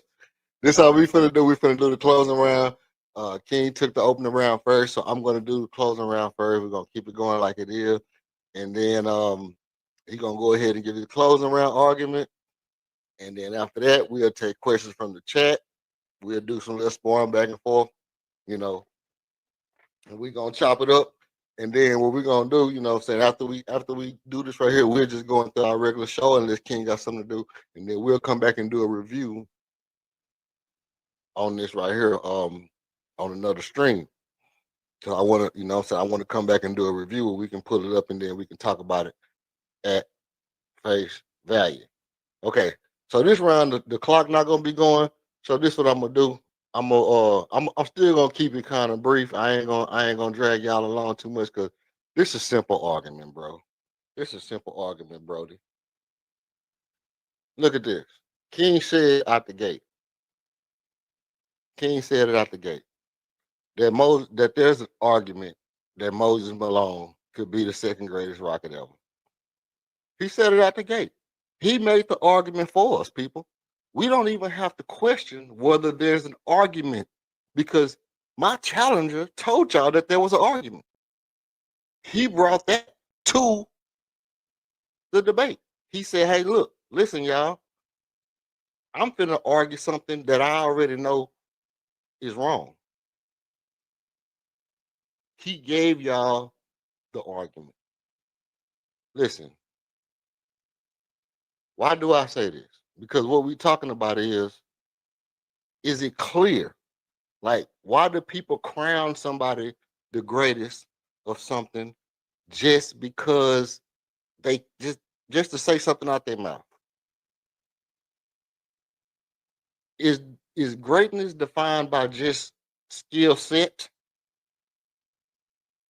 or is loyalty a defining trait of greatness?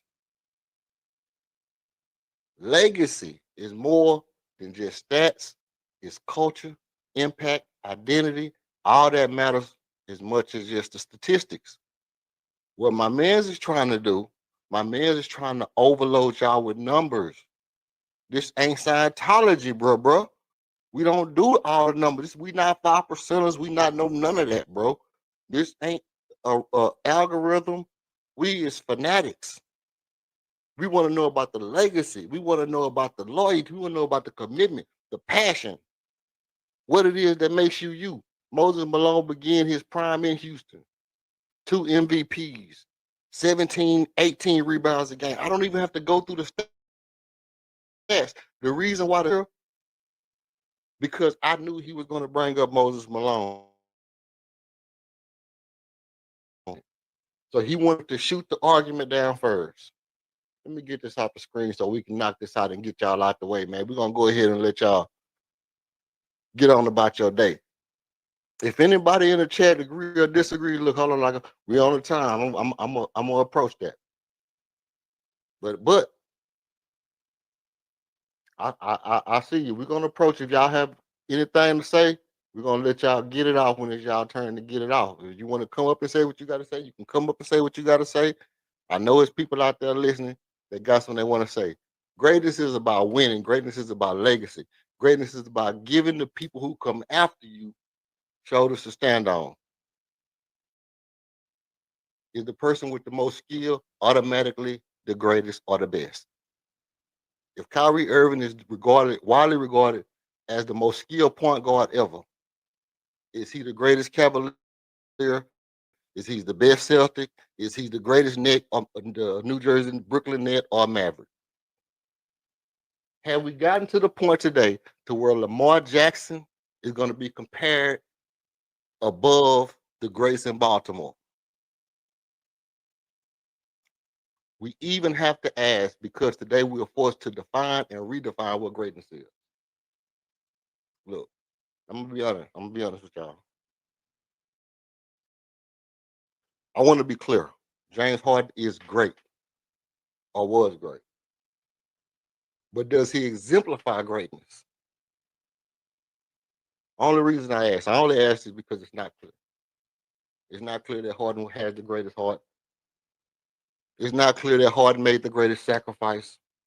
It's not clear that Harden showed the greatest dedication or loyalty.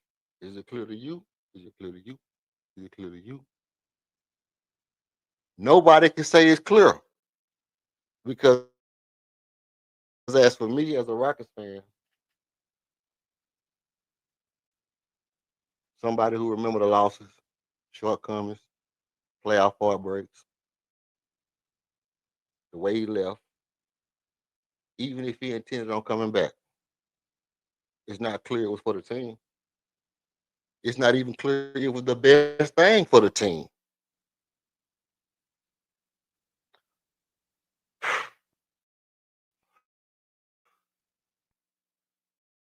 Look, other players in their past, even past their prime, they brought championships to Houston.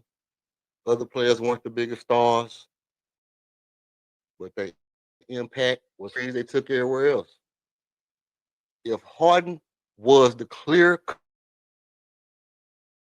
cut number 2, guess what? This debate wouldn't even exist. Debate wouldn't even exist. He would have never brought up Moses Malone. The debate would have never even exist. The fact that we having a debate says everything. The only thing I can say I'm clear, the only thing I can say I'm clear of, the only thing I can say that is absolutely clear to me is that Harden should be considered for the second best. He should be considered for the second best Houston Rocket of all time. But the second greatest is out the question. The second greatest is out the question. That's a title that I still reserve for high standards. I yield. I hope you're paying attention, people. Do not let this man near you. On Malcolm X, there was a scene right before he died. A dude stand up and say, "Take your hands out of my pocket." This man is trying to distract you so that he can pick your pocket. Understand, when I mentioned the late, great Moses Malone, my anticipation was that that's the guy he was going to try to put up against Harden. I never said it was a debate. I specifically said Moses Malone don't have enough years in the foxhole. He wasn't on the Rockets long enough.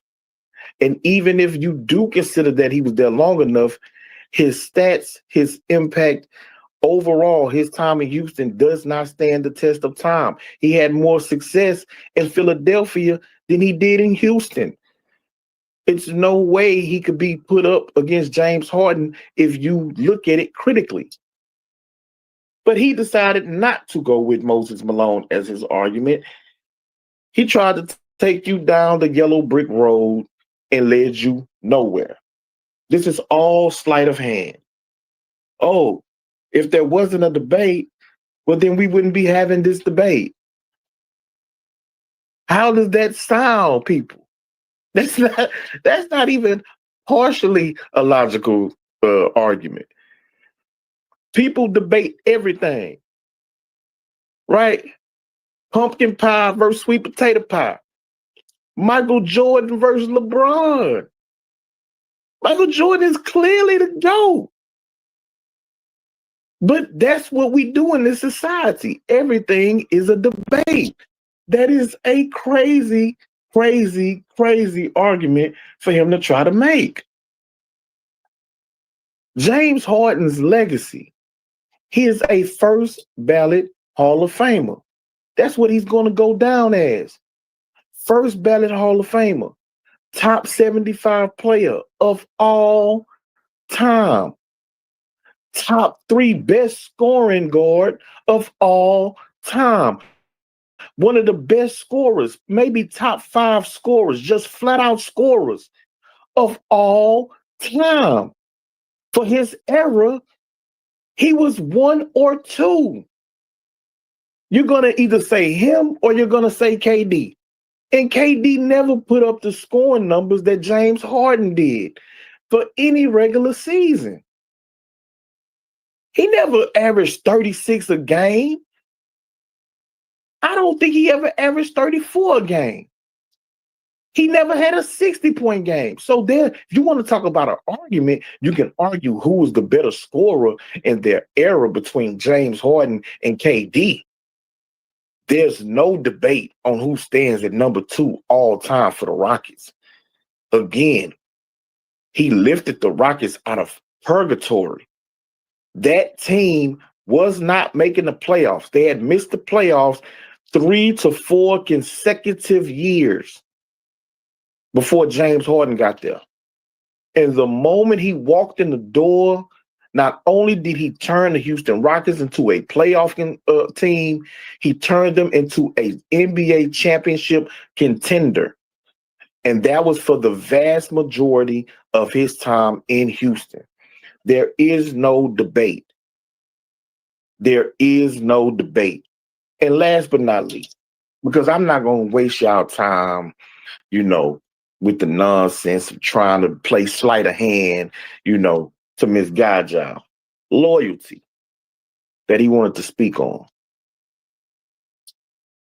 This is a business. At the end of the day, that's what it is. Us as fans have no loyalty for guys once they leave our building. I don't care how much you like them or love them. When they leave your organization, you turn the page on them. Some people hate them. Some people burn their jerseys. You know what I'm talking about? Other people take it in stride and they just remember them for what they brought to their franchise. I'm one of those guys. When Jerry Rice left the San Francisco 49ers, I didn't hate Jerry Rice, but I wasn't holding on to it. It happened. Joe Montana left. Deion Sanders got traded. Terrell Owens left. These are all Hall of Fame players. When they left my franchise, that was it.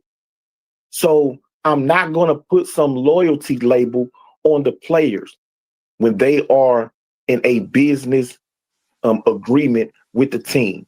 They get paid to provide a service. And so if they decide to take their talent somewhere else to get paid somewhere else, so be it. It does not erase what James Harden done for the Houston Rockets franchise. It does not erase what James Harden does every single offseason in the city of Houston for young kids, who don't have. Man, I hope y'all can still hear me. I got a phone call. Can you hear me, EF? You good, you good. Yeah. So it doesn't take away from, kids in the city who don't have.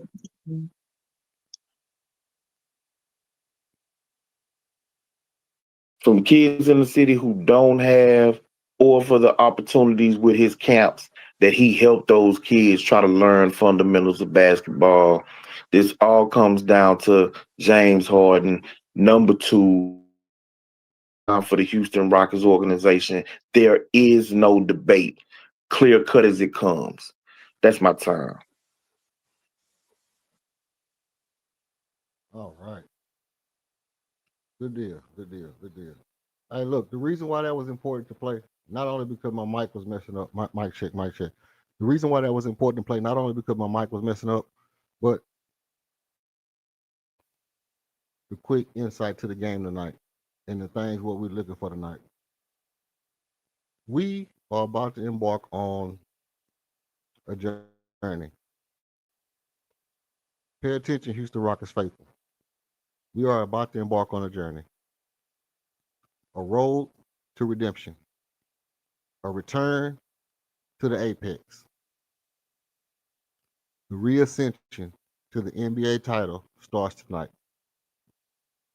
Headlined by a phenomenon, a great, a legend that goes by the name of the Slim Reaper. Marginally considered one of the greatest scorers of all times. What we're looking for tonight is Kevin Durant set to be the second best Rocket of all time? We'll be able to tell by the way he approaches tonight. Ring ceremony at the place where you should have won a ring. Ring ceremony at the place where you left to go chase a ring. Ring ceremony at the team that you have to go through to accomplish your goal. Tonight, ladies and gentlemen, tonight, people, is exactly what defines greatness. That debate was so prophetic in the culmination of where we are tonight that the fact that that was the only debate on this channel, when I set this channel up to be a debate channel, a one-on-one debate channel,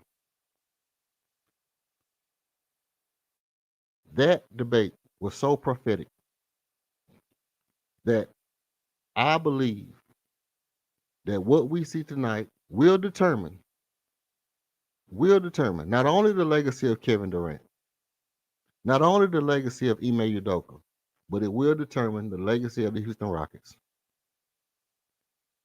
It will indeed determine the legacy of the Houston Rockets. Are the Houston Rockets a team that when they have the structure, when they have everything in place, can you go there and win?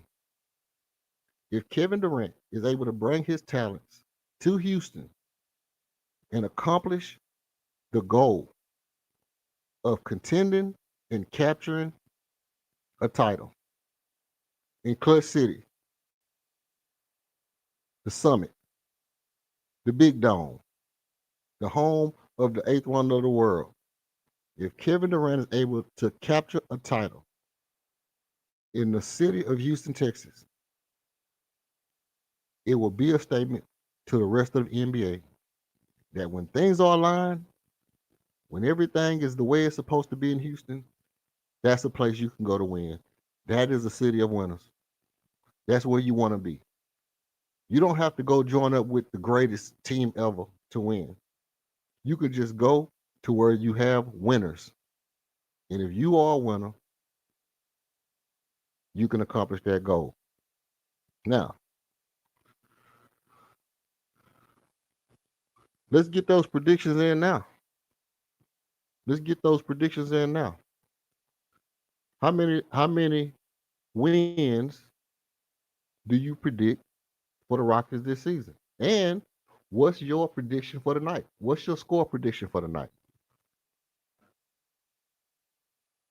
Did you place any bets? How much do you think Kevin Durant will score tonight? Talk to me, chat.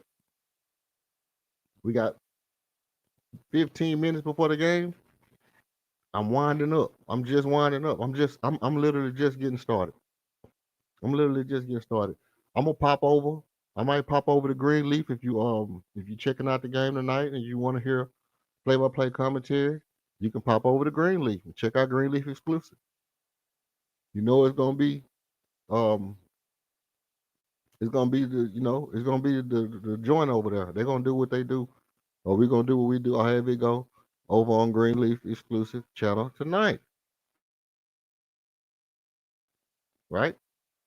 So don't be but let's hear your generational hater. How much do you think Kevin Durant gonna score tonight?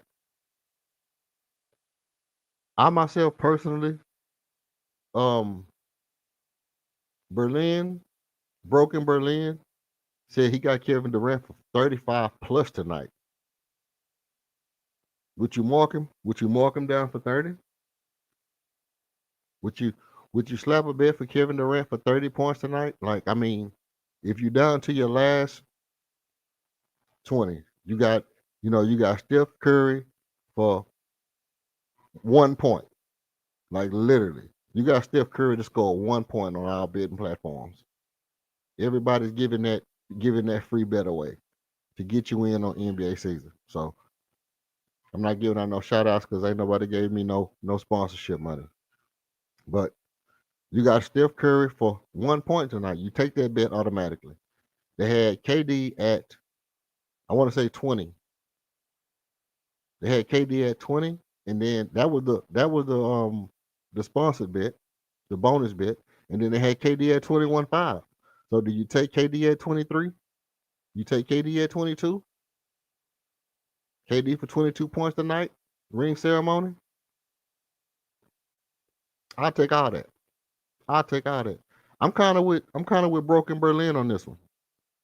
I kind of believe that Kevin Durant could just go nuts tonight and get you 32, 33 points on efficient shooting. Well, I wouldn't be surprised. I wouldn't be surprised if KD came in and got you 22 on efficient shooting tonight. But let me know, how much do you think KD is going to score tonight? You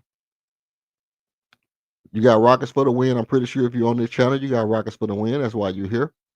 And by how much? You think it's a close game? 3 points?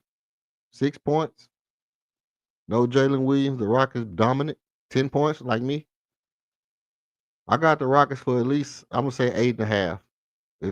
If the bet line was 8.5, I would take the over. I would say if the bet line was 7.5, I would take the over.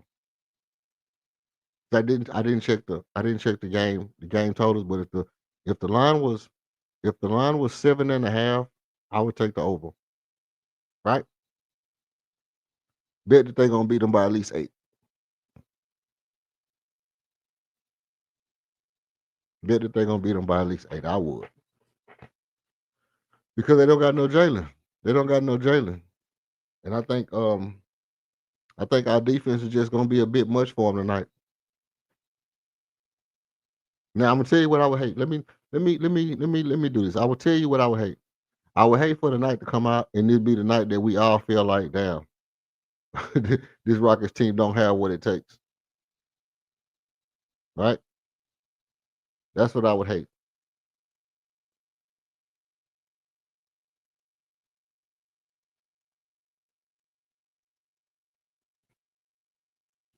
I would have a little problem with that.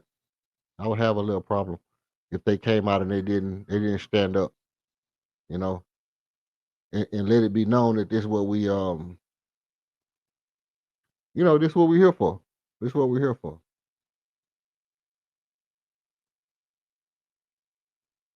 Okay.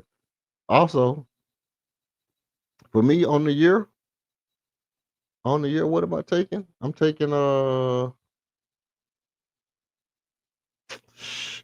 don't know about the year, man, because the year could be tricky. How many wins on the year could be real tricky for me. It could be so tricky that um yeah, I'm a little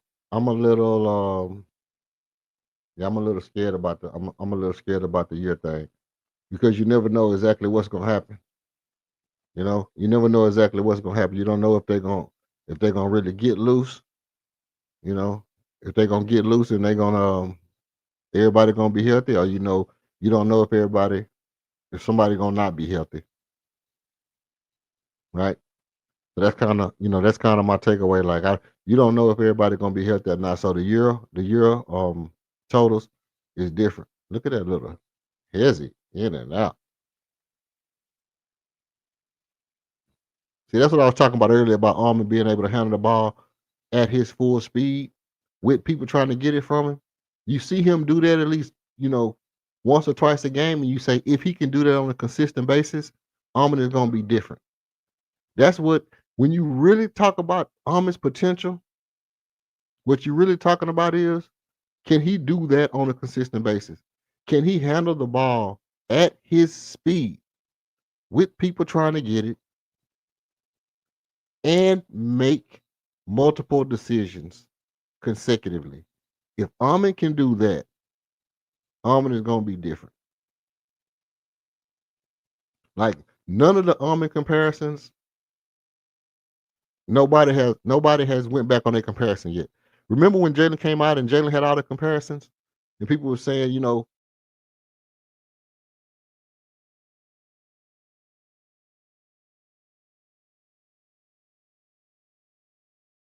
Kobe-esque, and nobody has went back on their comparisons about Amin Thompson. So tonight,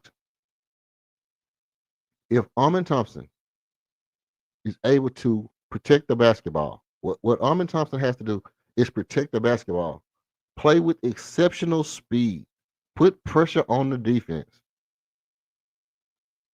That goes for our guards in general, but it's going to be heavily relied upon of Amin Thompson to put that kind of pressure on the defense. See how he collapsed the defense? All four guys had to collapse on him. That one guy was just lost. That's what Amin Thompson has to do in order for the night to be a great success for the Rockets. Just collapse the defense. And if he does this, if Amin makes threes, listen, man, if Amin, it's like, I don't know, people say his shot is broke. His shot ain't broke, bro. His shot ain't broke. I think sometimes he just, maybe a little strong, or maybe he got the ball on his palm or something like that.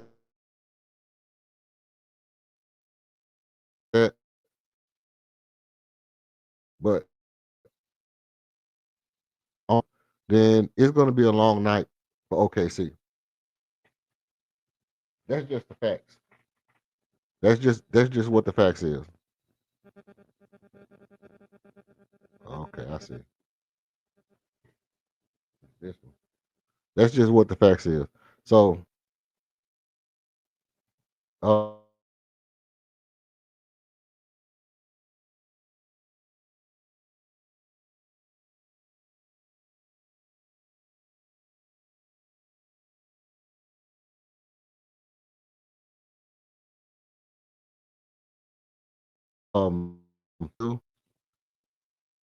successful.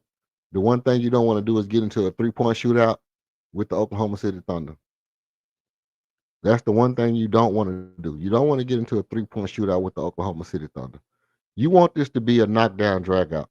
You want shots at the rim. You want multiple opportunities, for your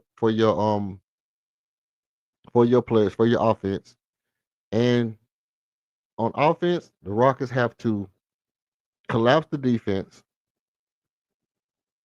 play with pace, not just run up and down the court fast. I mean, when you're in your sets, when you're in your offensive sets, make those decisions quickly and protect the ball. If we protect the ball and don't turn the ball over, we win this game. Easy. If we don't turn the ball over. So if we don't turn the ball over, what that means is Amin had a exceptional game. If we don't turn the ball over, that means Amin Thompson has an exceptional game tonight.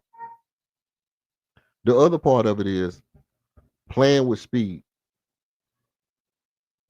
If we play with the speed that we need to play with, it means the same thing. It means Amin has a great game. It means that not only did Amin have a great game, that means he was collapsing the defense and he was making the defense work, and he's getting open shots for other guys. These are the things that's going to be important. Protect the ball, playing with pace, and getting into their sets early, but also getting multiple opportunities, which means protect the offensive glass. And so that's where, if you play two bigs, you have to be dedicated to getting offensive rebounds, because that's how we were so successful last year, was offensive rebounds. So since we playing those double bigs, we need those offensive rebounds.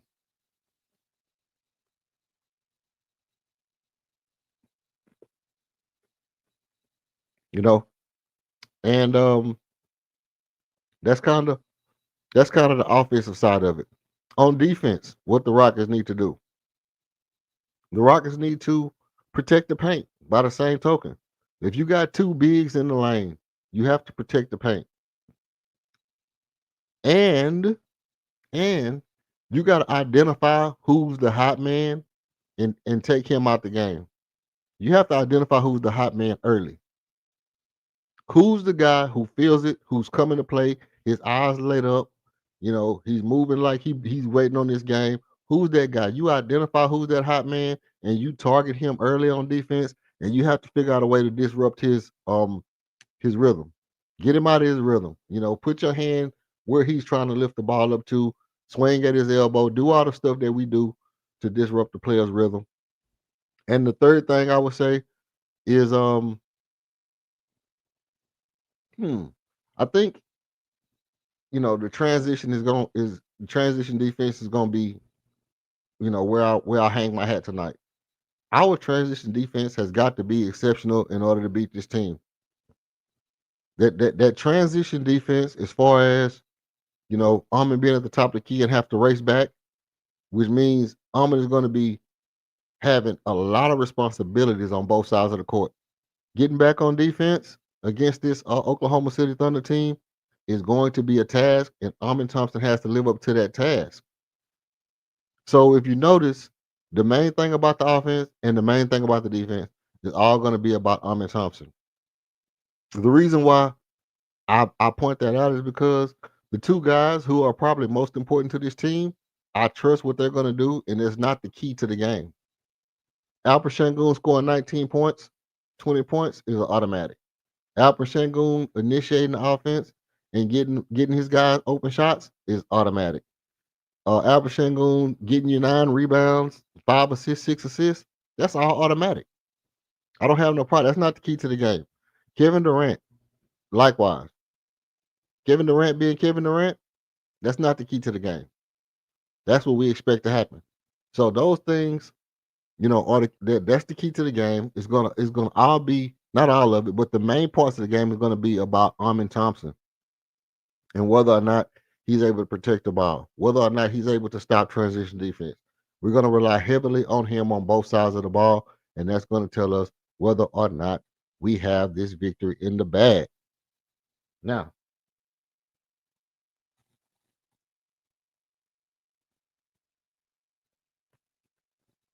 the X factor for tonight's game. The X factor for tonight's game is obviously Reed Shepherd, because I understand what Jabbar is going to bring to the table. I understand what Jabbar is going to bring to the table. Jabbar is coming out this year making his money. He's going to earn his money. He's going to knock down the three. He's going to play a very good game. He's going to play a very good game for us, and I don't have any reservations about whether Jabbar Smith Jr. is going to do what I expect Jabbar Smith Jr. to do.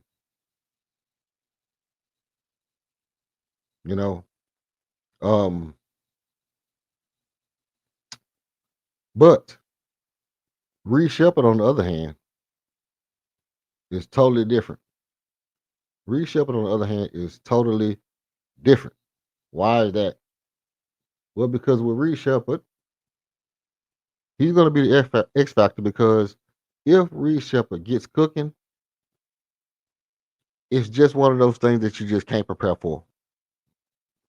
You cannot game plan for a 50% three-point shooter. You cannot game plan for that. And tonight could be the night that Reed Shepherd starts that tally. He can light that fire tonight. Reed Shepherd can bring out the 60 to 50-point shooter tonight.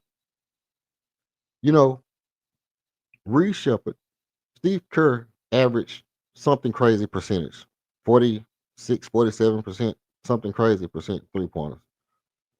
Reed Shepherd has the opportunity to start his career tonight along those lines of just shooting the hell out of the ball, spinning the laces, following through like we saw him do in the highlights, making sure that he curled his fingers, and let's get your percentage up.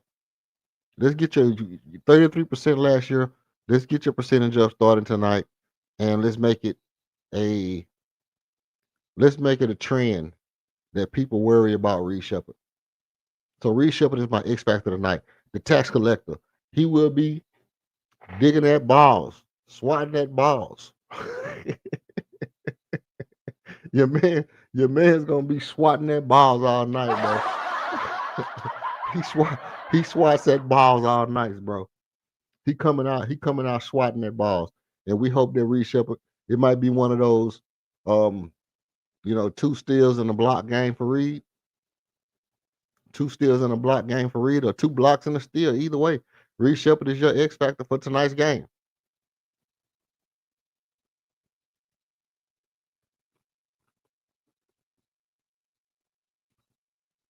Now, with that being said, you can leave in the chat what do you think, who is your X factor. Any keys to the game I missed? Where is the extra points going to come from? Who's the other guy that's going to, that's going to go off? You think Armin's going to have 20, KD going to have 25, Alfred's going to have 20? Well, guess what? On the 65 points, people, we need 130 points. We need 125 points to win this game. 115 points and great defense can get you a win. If OKC score 107, 108, and we have 115, I wouldn't be surprised. But I'm more or less looking at 122 to 116, 114, something like that. 114, 122, something like that. Well, that's crazy because usually if we get 122, that other team is going to be higher than what it is. But 122 to 114, somewhere along those lines, that will be an exceptional game for the Houston Rockets to start off the season. Ring night tonight. Let's see. Is the ring ceremony, what is it, at halftime? Is the ring ceremony at halftime or is it already on? If I can try to pull up that ring ceremony, I might watch a little bit of that. Let's see.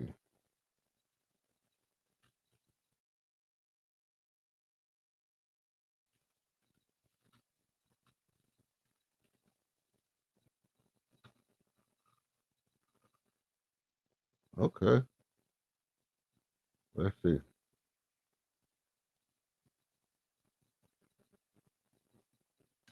Let's see if we can find this ring ceremony. Let's see if it's already up and it's stuck, man. The Rockets could be up and stuck right now.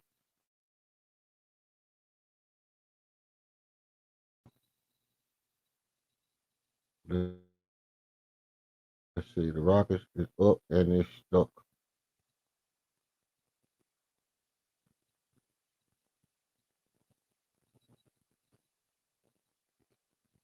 Okay.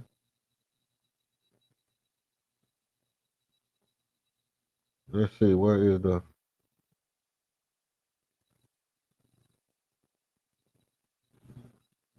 Let's see if there's a ring ceremony somewhere.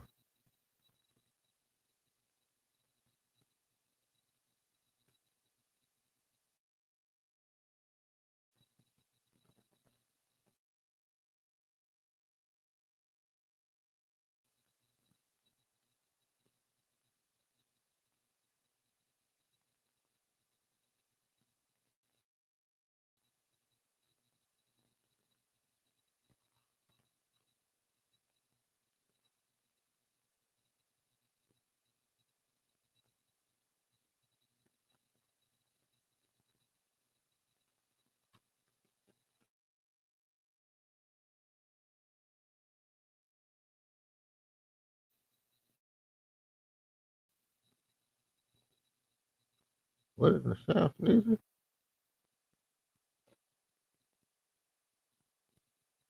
That's right. Go. Okay. Yeah, my bad. My bad. I'm trying to see if I can find this ring ceremony at the same time. Try to see if I can find the ring ceremony. Y'all know if this ring ceremony already started? Cause I'm over here just running my mouth. I ain't even really fully tapped in yet. I've been going at this all day, over 10 hours.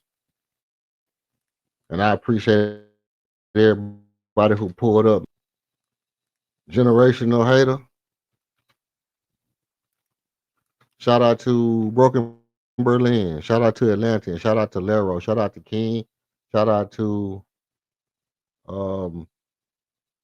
my buddy just pulled up from LA, my LA dude. You know, I forgot your name. You didn't put it in the chat, so I can't pull it up. But shout out to you too, man. Shout out to you too. Shout out to everybody who pulled up for the night for today's stream. It's you know, I'm just hyped up about the game, so I'm just doing what I do, and I'm doing it with y'all. You know what I mean? Because we didn't have to be here. I'm just happy to be here. We didn't have to be here. I'm just happy to be here. You did. What in the hell? What in the Samuel Dallenberg is going on here? Okay, let me see. Let me see where we at.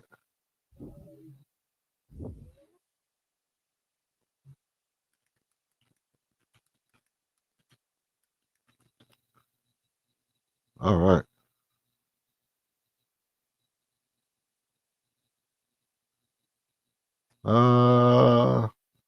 And then who comes on after the Rockets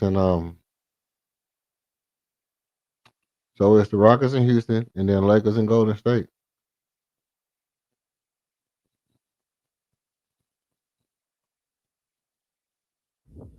Look, to be honest, bro, to be totally 100% honest, that Golden State Lakers game is gonna be fire. Remember, this is a team, they won 52 games last season. They finished second in the West, but they fell short in the playoffs. They lost in that first round. Is that the difference that KD can make a little bit, just the scoring that he brings to this team? Yeah, because he's one of the greatest half-court scorers that we've ever seen. And T-Mac, Vince, to the team that was lacking in the playoffs. I put him in the KD, and create other opportunities. what's the college face? Yeah, What's the face lady? In the history of the NBA, getting ready to start his first season with the. And what's her face lady? He also said they will lead in points, rebounds, assists combined. So that's going to make them the DraftKings kings of the court here tonight. Coming up next, guess what? We've got some banners to raise. We've got some rings to give out. Oklahoma City Thunder, for the very first time in the history of their franchise here in Oklahoma, they will be the NBA champions. We are going to show you the entire ceremony. We're going to spend a little bit of time with J-Dub, and you are going to enjoy seeing the Larry O'Brien Trophy lifted again when we come back.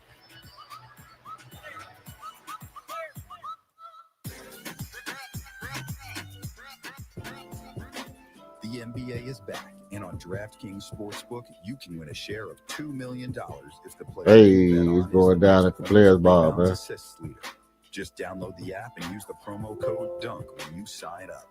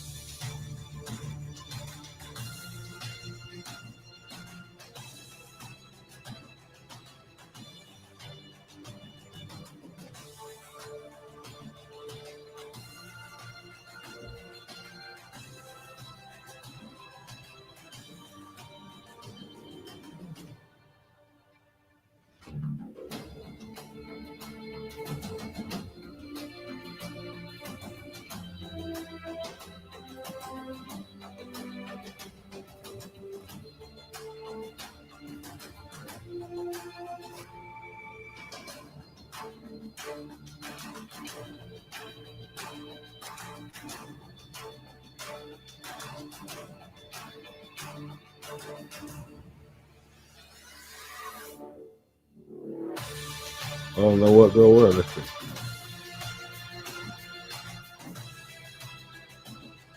Crazy work right there.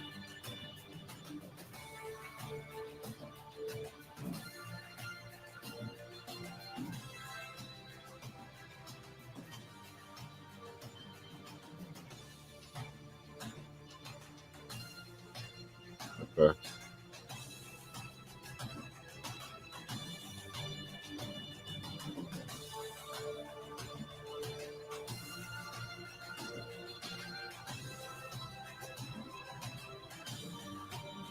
All right.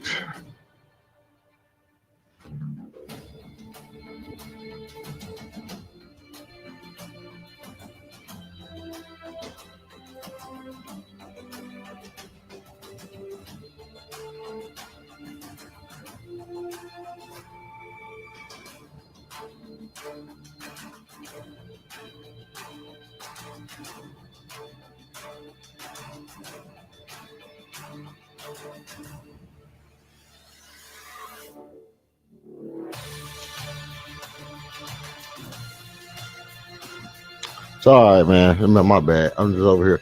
I'm all over the place like the sky, man. Let me cut these people off my screen. I'm all over the place like the sky right now. Look, I'm just keeping it going. Look, ain't nothing popping up. I'm just over here doing my thing. I'm over here doing my thing. You know what I mean?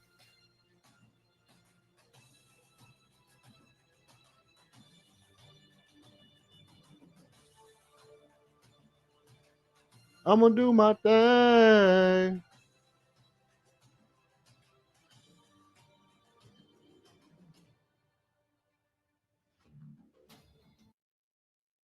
I'm gonna do my thing.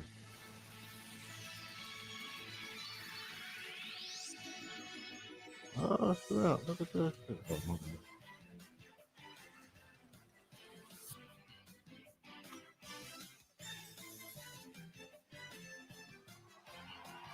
Good evening and welcome to Oklahoma City, home of the NBA champion Thunder.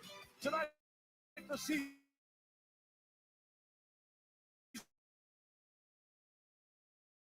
begins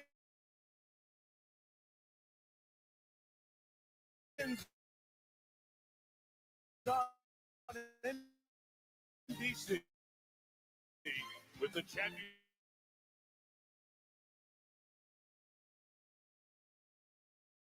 celebration. Here is public. Oh,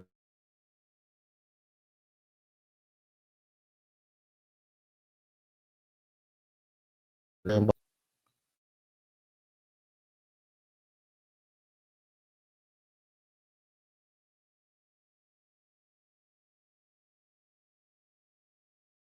Man, can I get volume? One, two, three, volume. Okay, okay. I got my volume is back.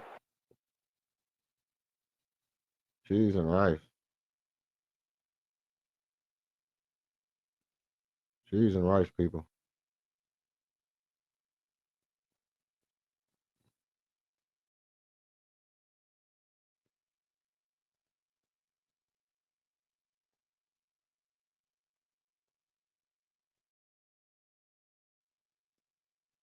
Okay, we getting all kind of.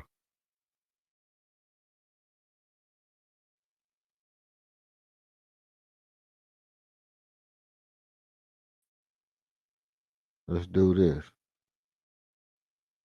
Add you to the screen. I'll move you from the screen. Add you back to the screen. There.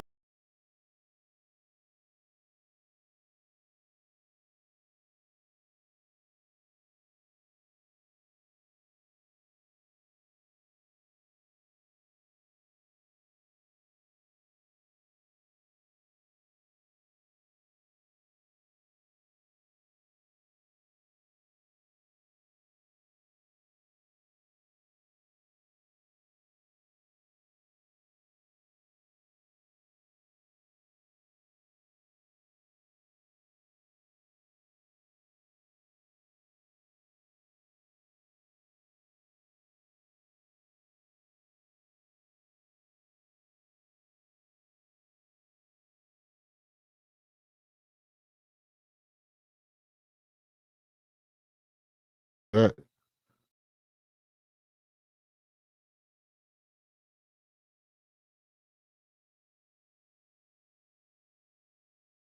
I mean, they try to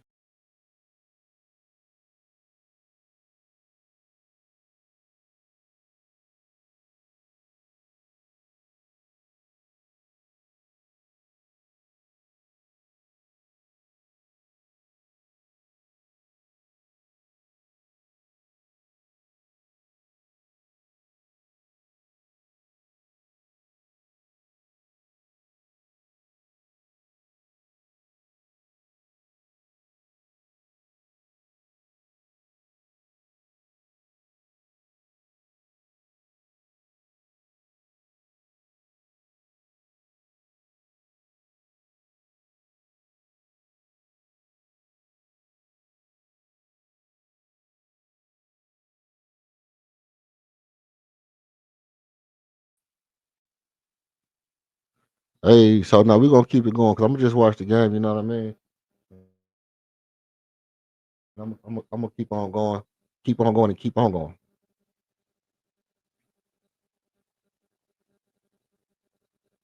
Man, that shit don't supposed to even be up there, Brody.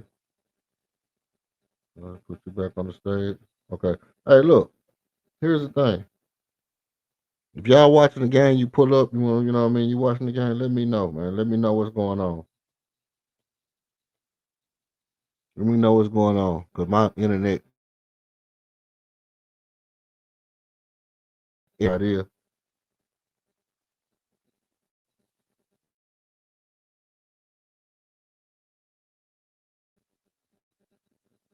Let's see.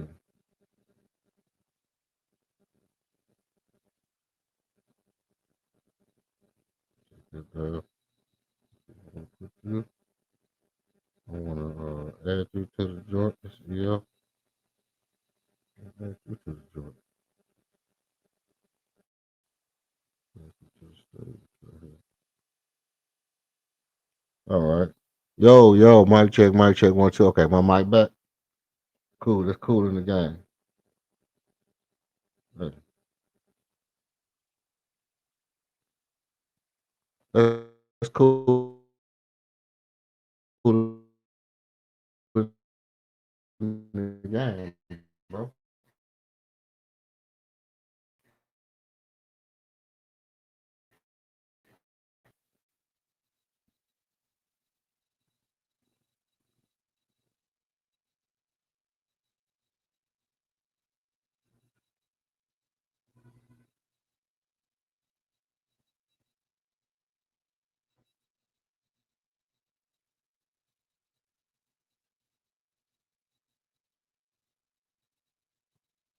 All right. Which one is that? Let me remove. Which one is this? Remove you. Okay. Mic check, mic check. Okay. Uh, that's crazy work right here. Let me see. Uh, eh. Okay. I can live with that. Add you to the stage.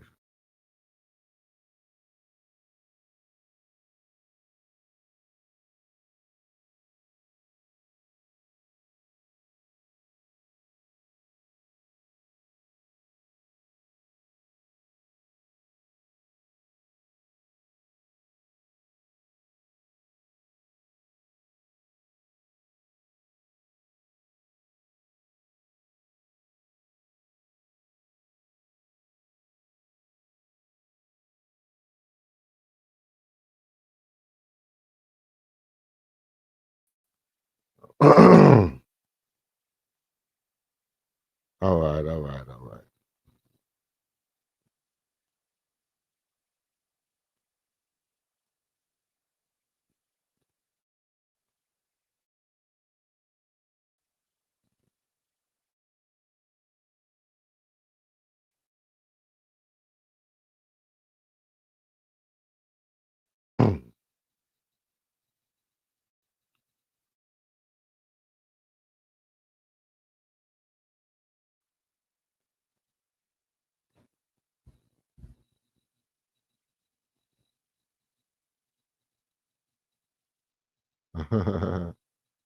Okay. New layout. We just gonna keep it popping, keep it popping.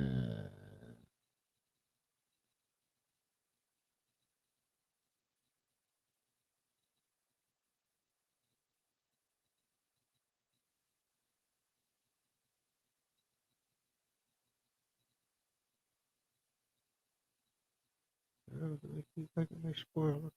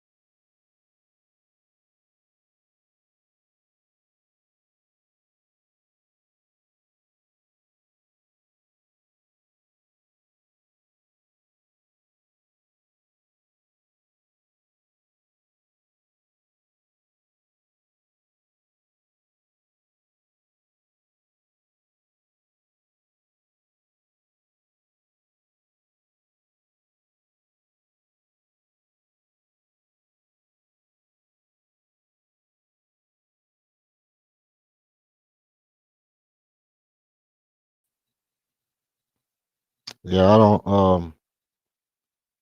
Yeah, I'm not sure what's going on with with talking about, but it's all good. I got people spamming the.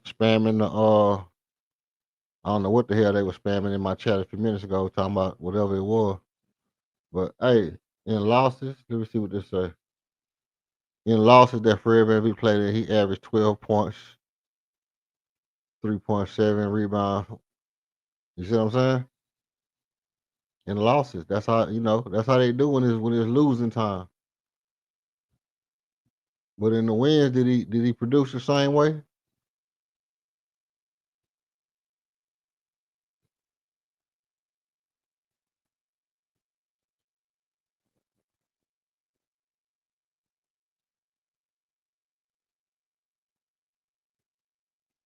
I don't know. I don't know. That's-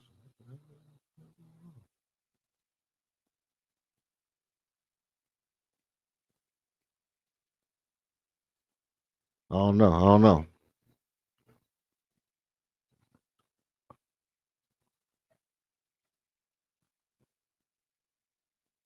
Hell.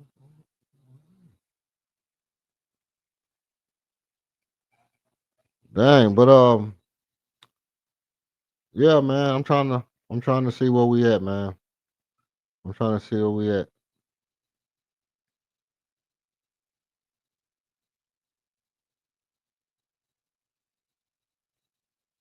Excel. How you be what you be doing is you got a whole chart.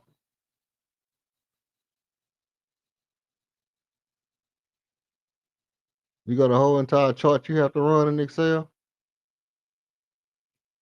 Crazy, crazy when you got a whole Excel chart. Jalen averages.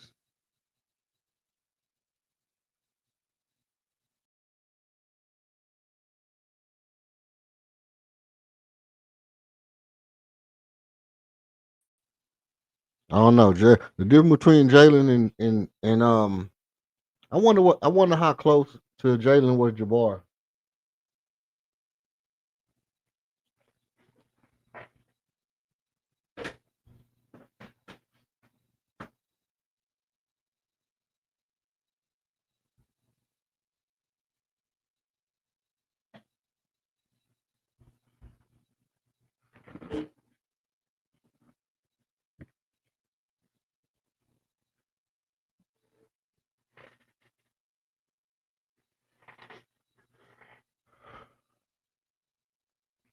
I wonder how I wonder how I wonder how Jalen fared to Jabbar.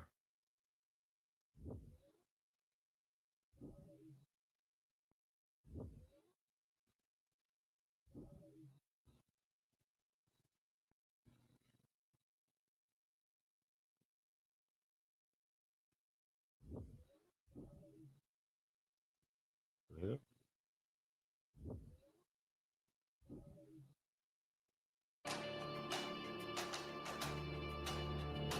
Oh, they finna tip off in a minute. It's about to go down, man. It's about to go down.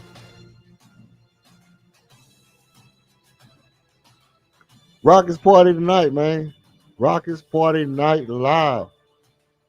The kickoff of the NBA season is started. I don't know what to do. What to do? What do I do? I'm probably gonna listen to it on Greenleaf. I'm gonna watch it over here, and I'm just gonna talk on my channel. I'm gonna listen to it on Greenleaf exclusive, man. If y'all want to hear the game, y'all want to listen to broadcast from Greenleaf, man. Listen to broadcast from Greenleaf. I don't know how many. I don't know about you.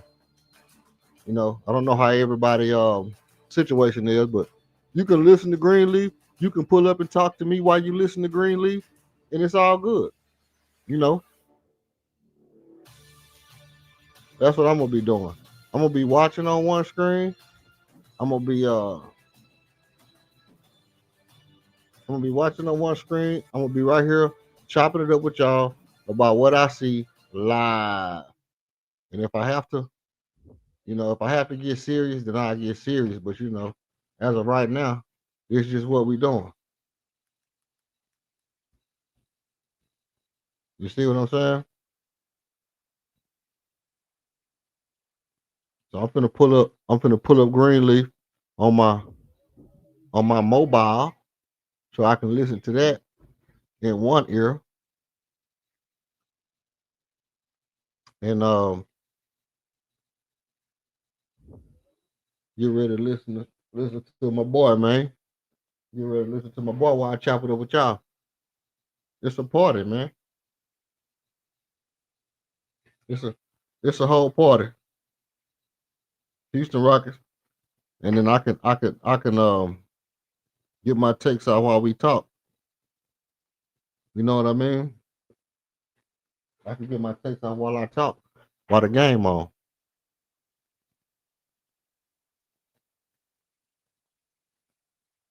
Let's see. If I have to be 100% honest,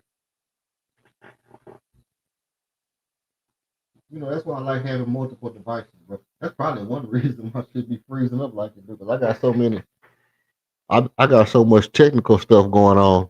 I got so much, tech, and I'm all into that techie type stuff, bro. I'm like a nerd in real life.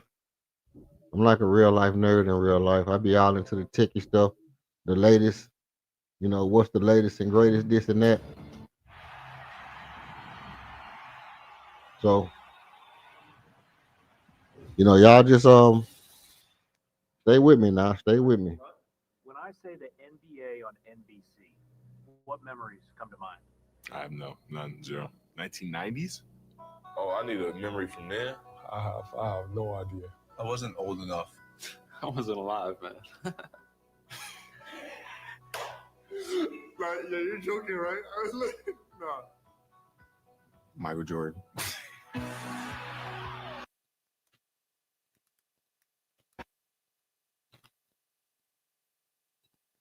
Right? The era that I played, you got a picture painted of authenticity, just genuine love for the game. Yeah.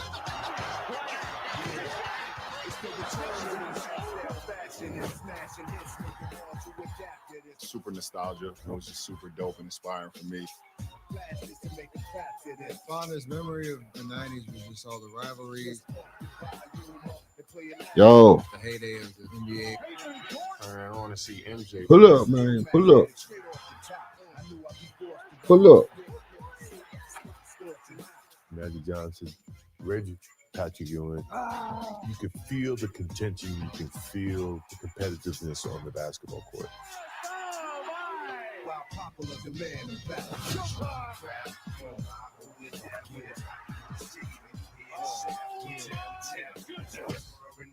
People always ask me, which era do I prefer? That's for you to decide. A true magician with a basketball in his hand. Shea, Jokic, Giannis. Basketball truly is a global sport. We're gonna get into it in a minute, man. I'm over here setting up everything. The game we all love. Oh yeah, it's back. Cue up the music. Really? Where's my joints? Where's my joints at, bro?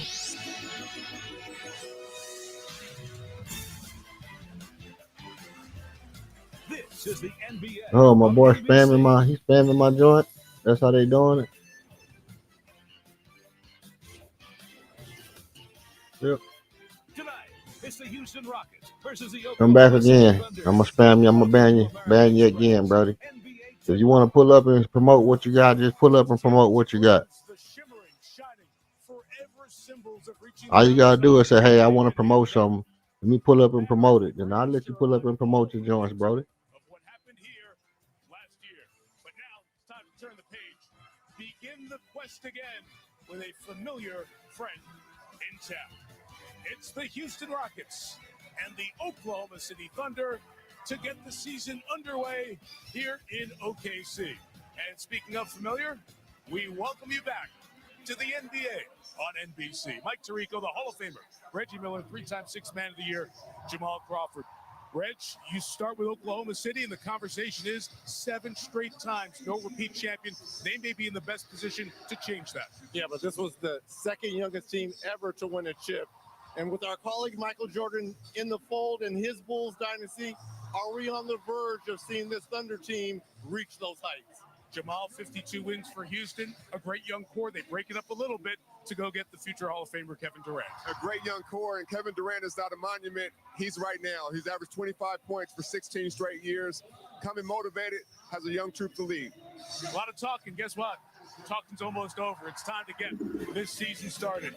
Big names on both sides of the court. We'll have the anthem, the intros, and the tip-off of the 80th NBA season coming up next on the NBA on NBC.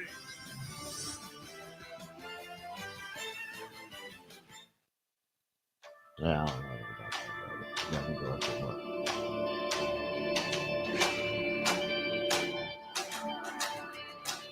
All right, look, I know it's slow over here. This boy already starts spamming me. Look, I'm gonna be here, man. I'm gonna be here. And it's just kicking off. It's just kicking off right now. We're finna get into this basketball game, and we are just going to. We're just having a little game, a little opening night game party. We just have a little opening night game party. That's all we doing, man. That's all we're gonna do. We're gonna just hang around, chop it up, and keep the stream going. Can you dig it? Can you dig it? These boys finna take off tonight. These boys getting ready to get their paper. Welcome back. Tonight's game coverage is presented by Kia. Time now for our national anthem. Back to the public address. Ladies and gentlemen, please remain standing and join us in honoring America and our servicemen and women around the globe for the performance of tonight's national anthem. Please welcome retired United States Navy Petty Officer, First Class, General Wilson. Oh, say, can you The boy singing fast, man. by the dawn's early light what so proudly we hailed at the twilight's last gleaming, whose broad stripes and bright stars through the perilous fight o'er the ramparts we watched were so gallantly streaming, and the rockets' red glare, the bombs bursting in air, gave proof through the night that our flag was still there. Oh, say does that star-spangled banner yet wave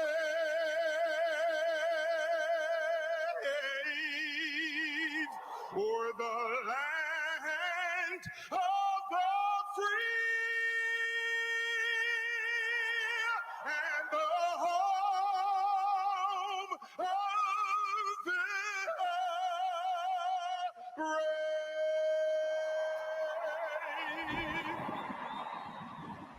Ladies and gentlemen, General Wilson.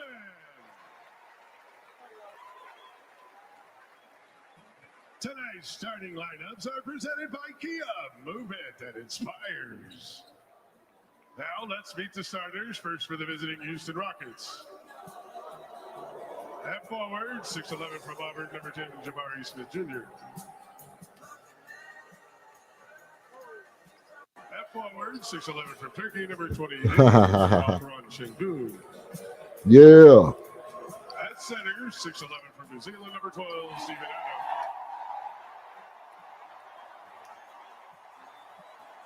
At guard, 6'10" from Texas, number 7, Kevin Durant.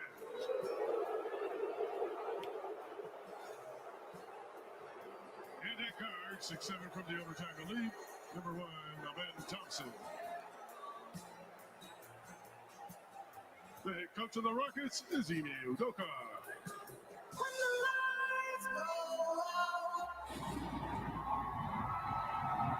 All right. Yeah.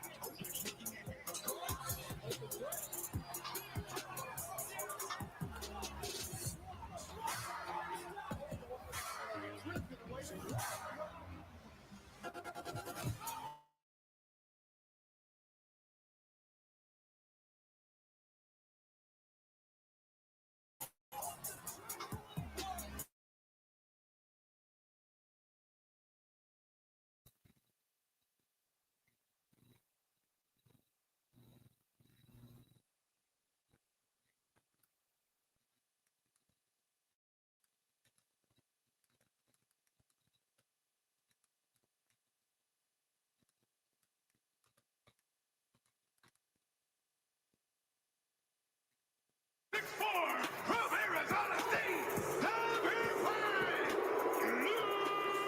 Lucas Thorne. And forward, 7'1",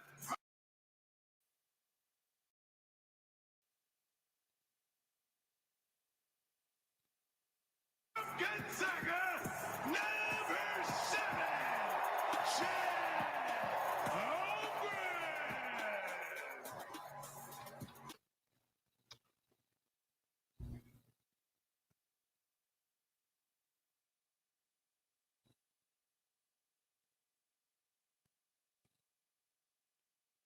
And guard, 6'4", from Kentucky, number 22, Cason Wallace.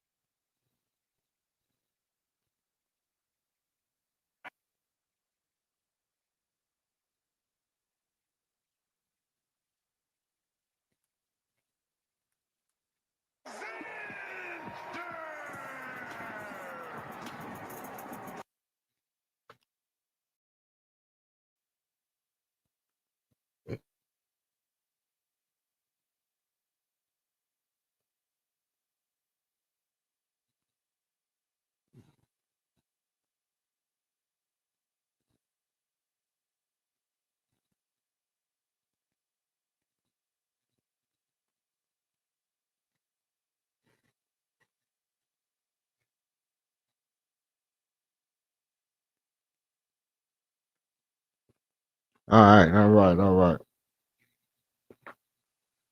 Okay, we got it. We got it ready. Houston Rockets starting 5 averaging 6'10", and the speed. We got it. We got it ready. We got it ready. We got it ready. Tone to see if he can calm his troops walking into this war. This is as great an atmosphere as there is.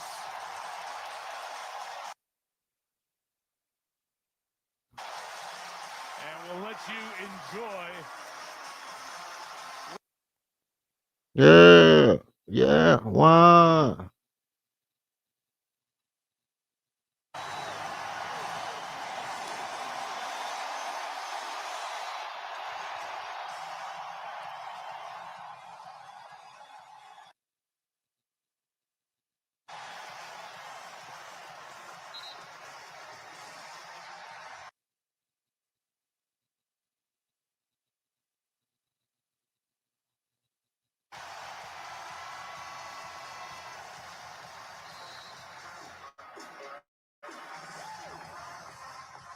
All right.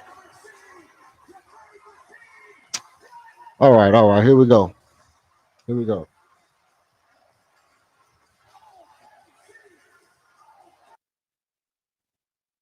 Especially in the West, they all mean something. And it means a lot for all of us. Glad to have you with us as Here's the thing. Already out the gate. Now, let me cut my foot down a little bit. Y'all can hear me. Y'all can hear me. Okay, if you can hear me. You can hear me.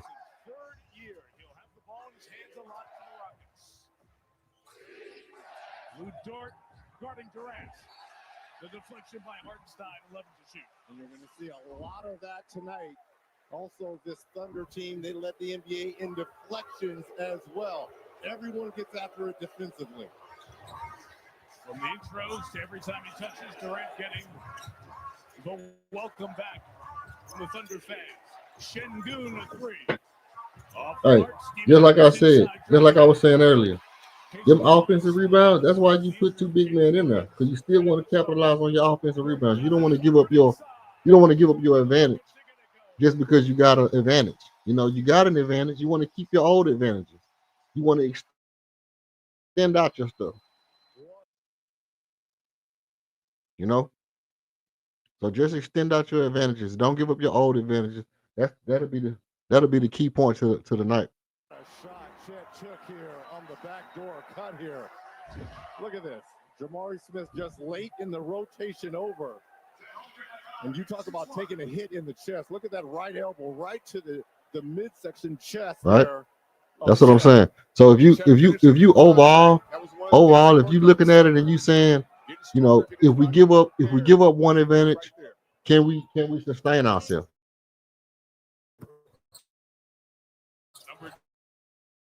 And you're not gonna be able to get KD. That's getting an advantage, but we don't want to give up our offensive rebounding. So it's good that we got Steven Adams in the game. Steven Adams is going to bring that offensive tenacity so that we sustain that alternate advantage. You see what I'm saying? That's good for us. That's good for us. I don't have no quarrels. I don't have no quarrels with no what's it called it?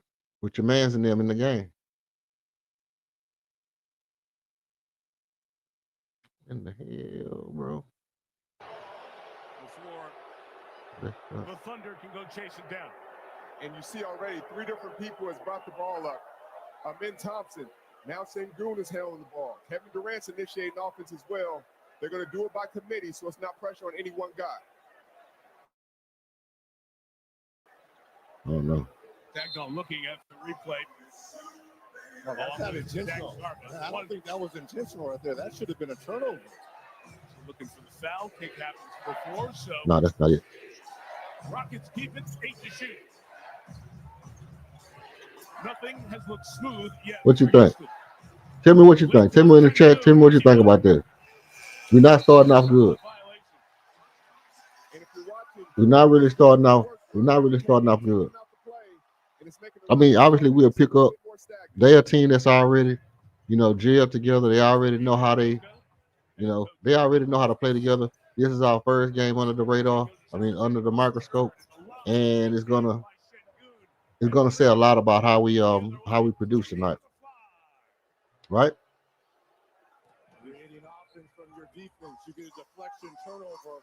Right, it's gonna say a lot about how we produce tonight.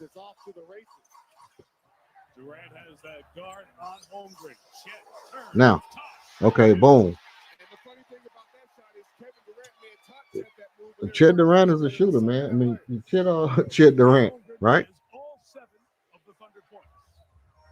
The Alpha Şengün, you gotta let Alpha Şengün go back at him as much as possible. Three-pointer, Jamari Smith, 35% from deep. That's one of the questions with this Rockets team. Beyond Durant, are there other shooters who can hit from deep?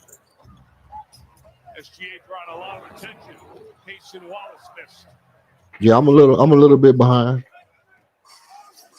But it's all good. It's all good because I'm just talking chop with y'all, man. I'm just talking chop.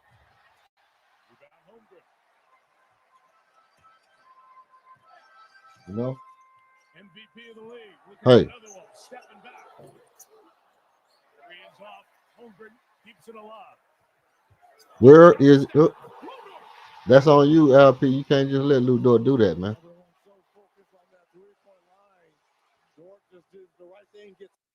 to the cup, not Yeah, a red if jersey. you're gonna run people off the line, you gotta communicate that. You gotta communicate that to your teammate that you're running people off the line like that early. And I'll tell you something else. Clock at 8. Pressure stays on. The penetration. Thompson's three is off. Good weak side port. Steven Adams. Thompson inside. Got contact. And the basket. Chance for the three-point play. Hey, that's just it's just what we need to have happen right there. That keep that kind of intensity. And listen, it's exactly what I was saying earlier about Steven Adams. Exactly what I was saying earlier about Steven Adams being on the court. The association enforced turnovers If Steven Adams not on the court, if Steven Adams not on the court, this game goes totally. Like we're literally right now. If Steven Adams not on the court, we literally down right now. We'd be down. If Steven Adams not on the court, we'd be down by. We'd be down by what? 5? We'd be down by 5. And we practically winning this game because of Steven Adams right now. We practically winning the basketball game because of Steven Adams.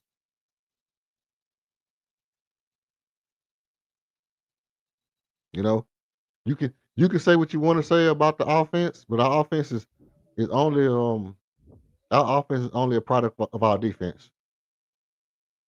So as long as Steven Adams is in the game, you can feel safe that we got a chance. But if Steven Adams go out this game, it's gonna be trouble. One miss and you're saying deep patent. That was 2 misses. Reggie put the ring on and just laid his hand down. He'll feel better. Holmgren on fire to start. Jamal and I were out here early watching Chet take these 3 behind that arc. Thompson answers with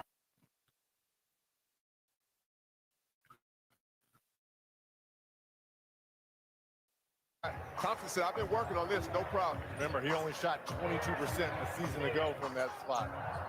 There's that zone you talked about, Jamal. and that is the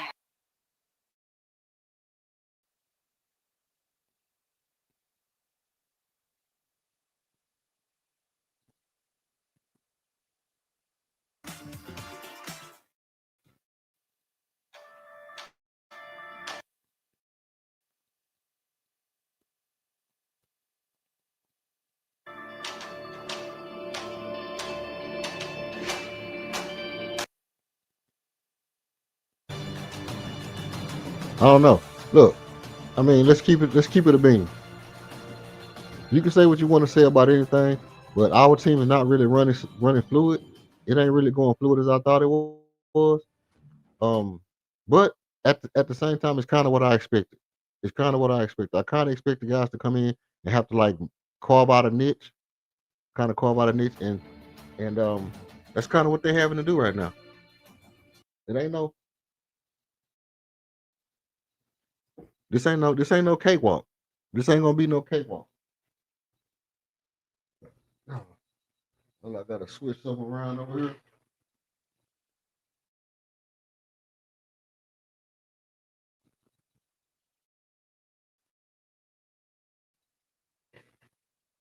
Let's see.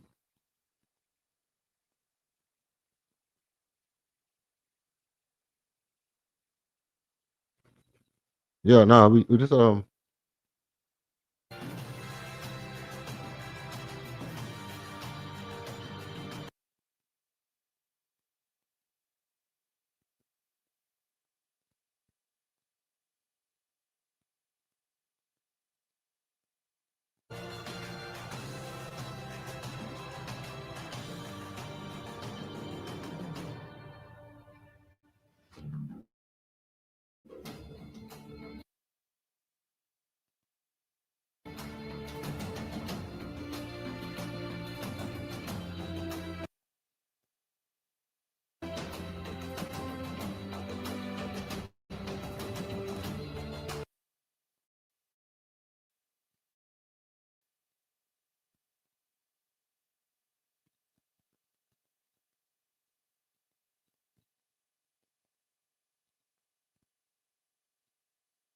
No, I mean, like, look, if Steven Adams wasn't in the game, we'd be losing.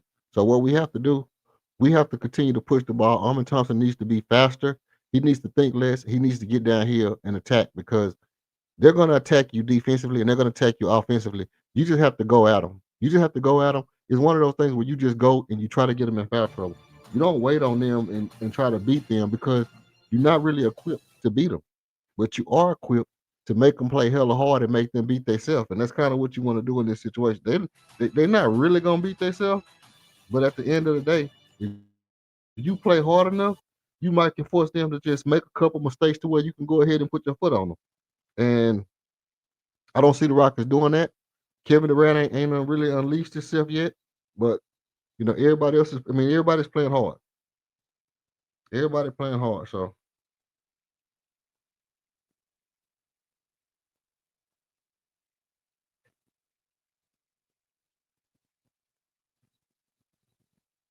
And 3 from a moment ago has changed during the timeout to a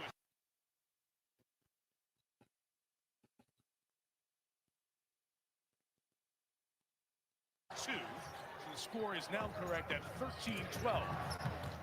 Wildcat 8 would move inside, and Şengün knocks it out. Şengün is 5th year in the league from Turkey at 6'11". Those all-court skills.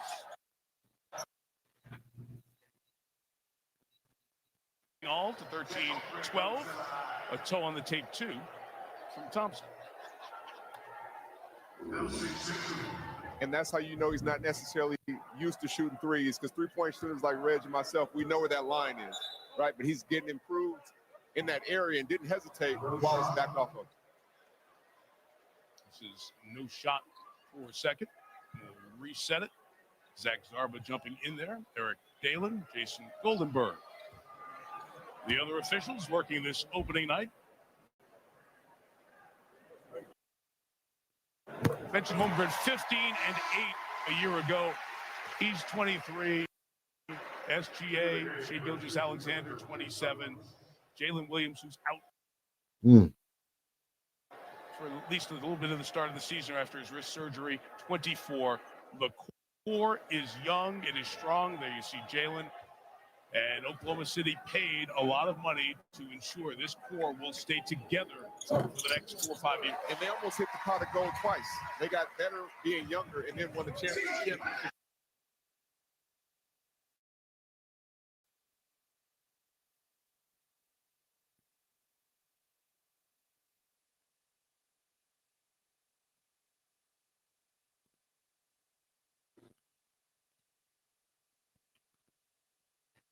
It's part of why they're entrusting this young man with a lot this year. Well, what I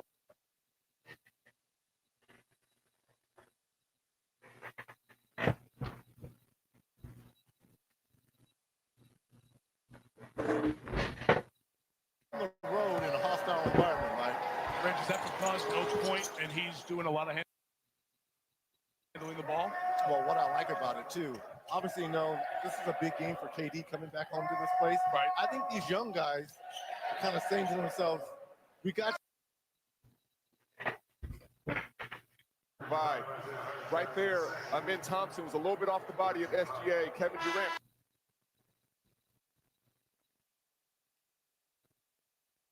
Plugged the hole, made SGA make the pass. And they said, I'm a little bit behind right now, but as far as I see right now, it's a good game. I mean, I ain't gonna hold you.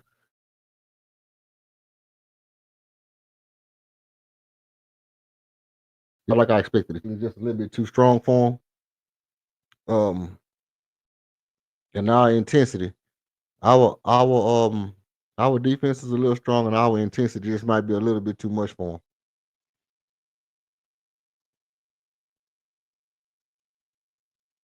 So I think that's the key thing that I'm looking at right now.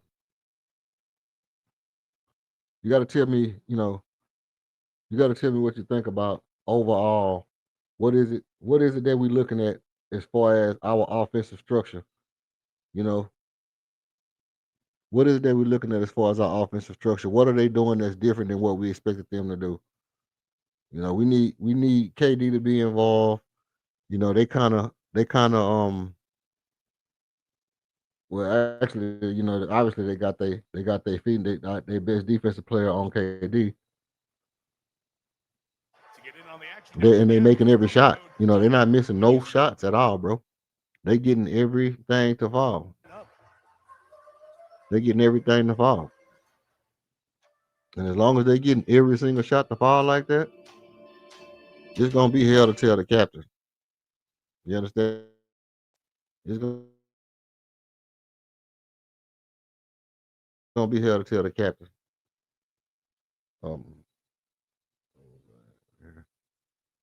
Okay. Let's see.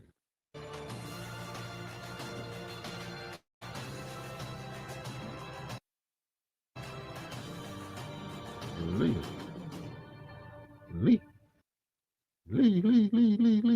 Let's see where we at.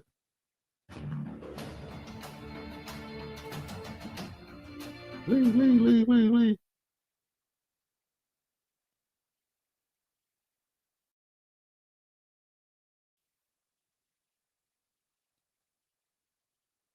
I want this one right here. I want that one right there. Let's see. Lee.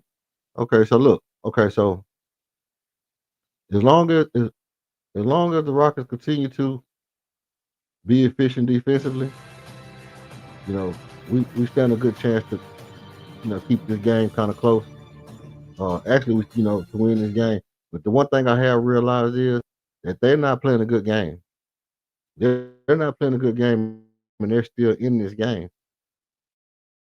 We're playing a pretty good game. I mean, we haven't got loose, but we're playing a pretty good game, and they still. We need to get them out of the. We need to get them out of play. You know what I mean? We need to get them out of play because they playing a mid. Their game is mid right now, but they still they're still doing their thing even though their game is mid. Even though their game is mid, they still doing their thing, and that's gonna be a problem. That's gonna ultimately that's gonna be a problem. I hate to say I can't really say it any other way other than that. That let's see.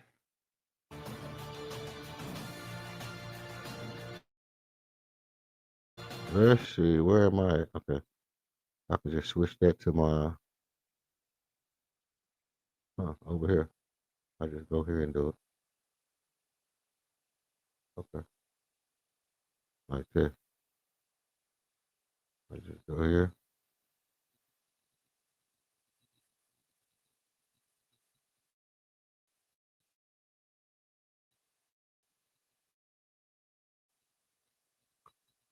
Yeah, ultimately they're having an okay game. It's mid.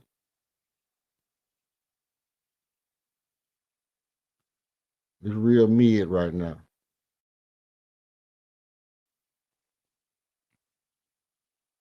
And I don't care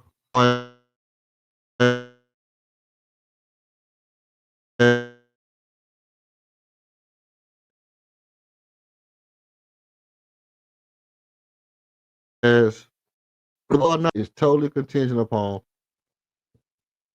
what email gonna allow them to do.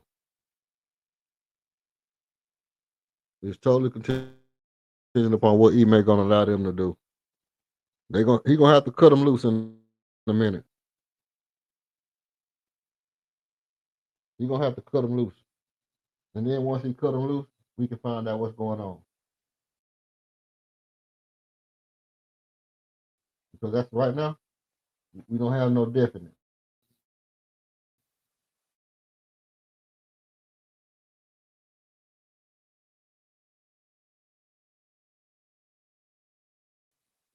We don't have no.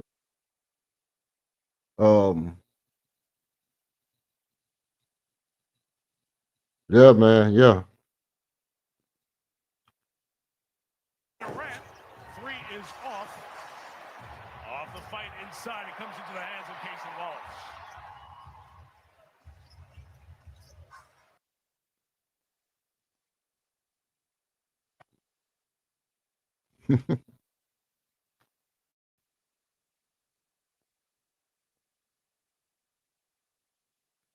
Let's see. Boom. Holmgren there with the help as Durant rises up. The rebound by Luke. And that's what I was talking about earlier. They got to get back in transition, bro. They got to get back in transition. As far as stuff like this right here, how fast they running out with the ball. When them guys get the ball, they flying out and they fly out and they go try to push it down your throat to get a basket. You got to get out in position. You know, Armin got to get back and fill that lane. You got to get back and fill that lane, and that back man got to go ahead and get back and chase the ball. Armin got to get up and stop ball, and that back man got to get back and chase the ball. And Steven Adams, you know, create space. That's what has to happen. One man got to get back. So look.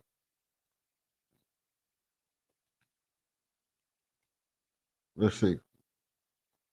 Where we at? That defender has to be a little bit less aggressive. And Durant got here. one. Get some easy money right here at the free throw line. And it shows you the long Okay. Look. leash that The ball moving.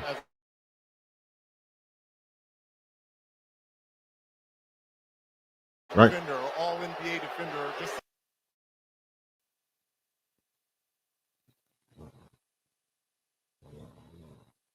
the officials kind of turn the With other the ball way. moving. He is all What they doing? over KD. They getting the ball out here. And it means you're a champion now. And they running it straight down, straight to the basket. What has to happen is a man has to get here and stop the ball right here, and then that other man got to run down and chase all the way to the rim. And want an MVP in these colors Right? as well. That's the way you're going to stop them in transition. If you're not making it a habit to get down there and get that thing stopped, they're going to run it at you all night. They're going to run it at you all night.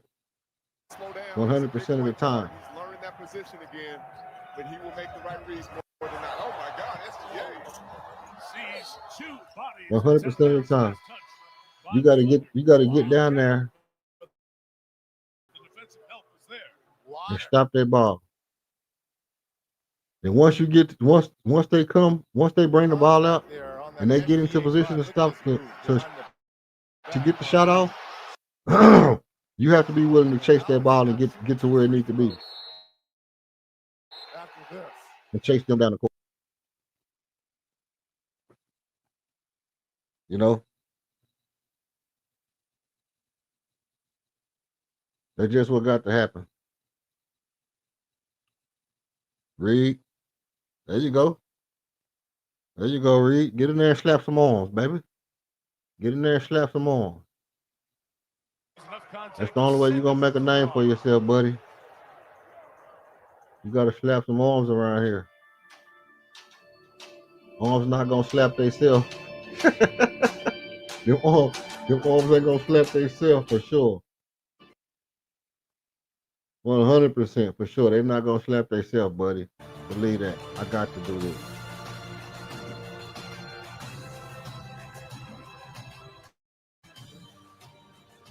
Believe that. I got to do this.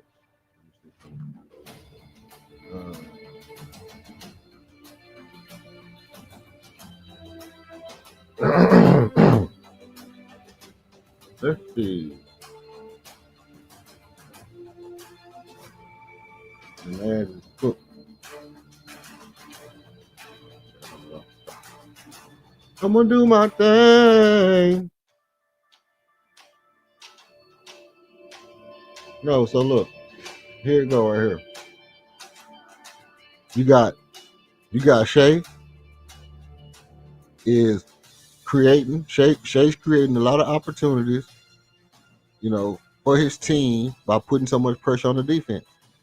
By Shea being so explosive and getting to the goal, what he's doing, he's making our team understand that you have to cut him off. And once we start changing our defensive plan, I mean, probably was already to cut him off, but the way that sense of urgency set on you, to make you have to get back and get back and get back, and you continuously trying to figure out how to get back and cut him off, that's going to open up a ton.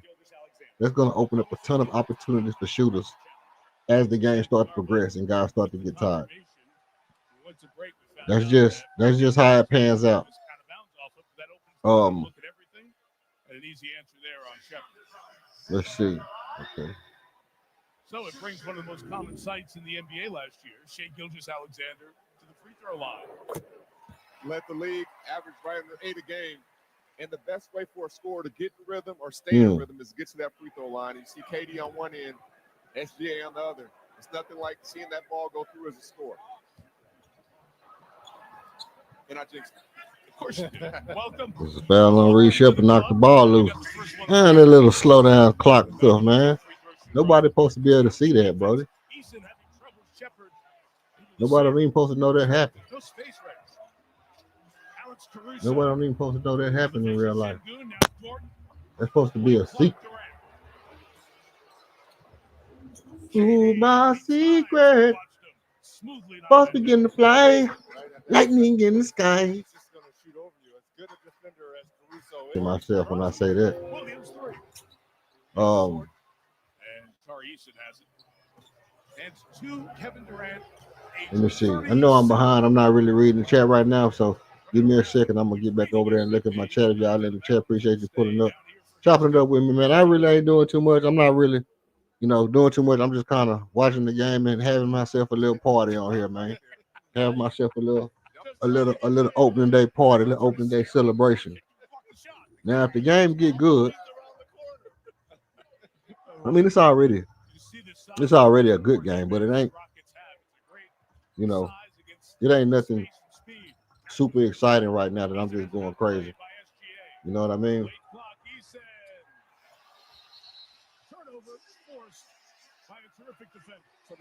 KD get the cooking, it can get real spooky. If KD get the cooking, it can get real spooky for them. I can tell you that right now, though. It can get real spooky if they get the cooking. There you go. Oh, come on, Tar. Come on, Tar. You want your money or no? Look at that behind the back. Get down. Look how Travel Tar. You're not getting your bread if you do that, Tar. Tar, you can't get no bread like that, man. I'm gonna tell you that right now. You can't get no money on. You can't get no money on doing that. You can't get no money on turning the ball over, Tar. Get your money on like that, though. That defense will get your money on for you. You see what I'm saying? You play defense like that, get your money on up. 34% shooter last year. They shot the ball really well from 3 during the preseason. You're going to get your money on if you play defense like that, Tar. Moves it, Caruso rattles it out.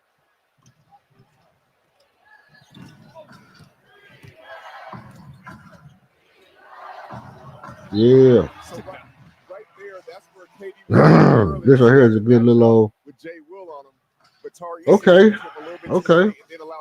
That's what we want to see. That's what we want to see. We want to see him read Isaiah Shepard. Working Şengün. The double comes. A nice find of Capella. What Inside. the The veteran at age 31. Knocks it down. Nice size off the Oh, bench. that's on the You cap. don't Okay. get this Rockets team. Okay, my bad. And the good double takes it away. Shepard forces the turnover. Eason met at the rim. And out of bounds. It stays down here with Houston. I think that might have been blocked by Alex Caruso with the chase down block here.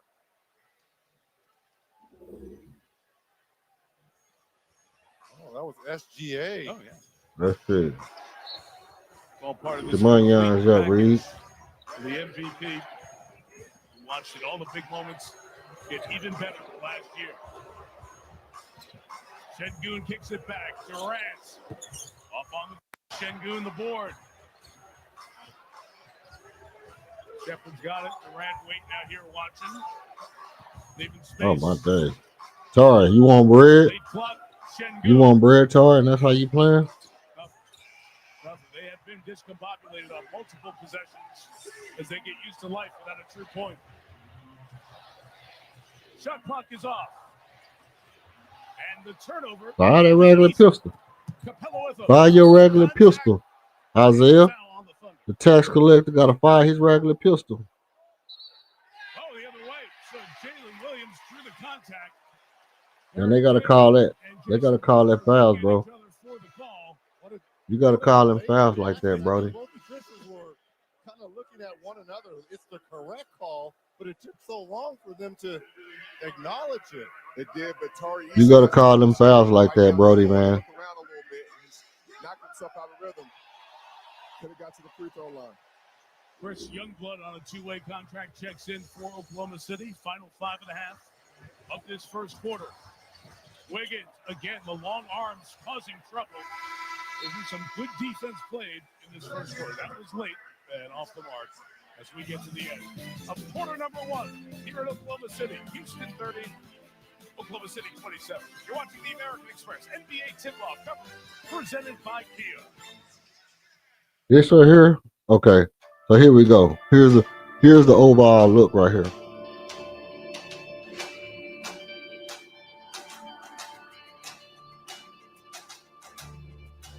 At the end of the first quarter, the Rockets are ahead.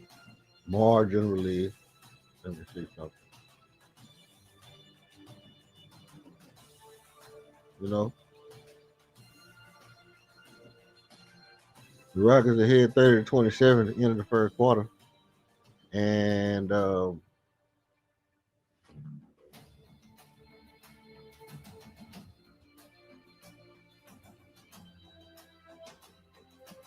you know, not because they're just playing a much better game, but because OKC is missing three-pointer. How many threes did Oklahoma City take? Oh my days, I forgot about that. Let's go look at the box score a little bit and see. The IP got 4 points. Meh. 1 of 4, meh. Jabari Smith Jr. 50% from 3. Okay. Everybody else besides Isaiah, the tax collector, Reed Shepard, is 0 from 3. So just like I said, your two shooters, Jabari and Reed, them the two guys you got because they can shoot, and they shooting. You drafted them dudes. His mama called him Isaiah, so I'm gonna call him Isaiah. Right? His mama called him Isaiah, so I'm gonna call him Isaiah. Sitting on a nice little 3-piece. Jabari got 5 points. And hey, look.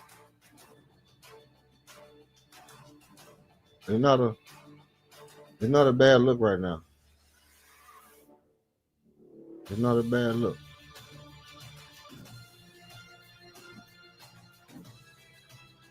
It's not a bad look. I don't know, bro. I don't know if we're gonna win this or not.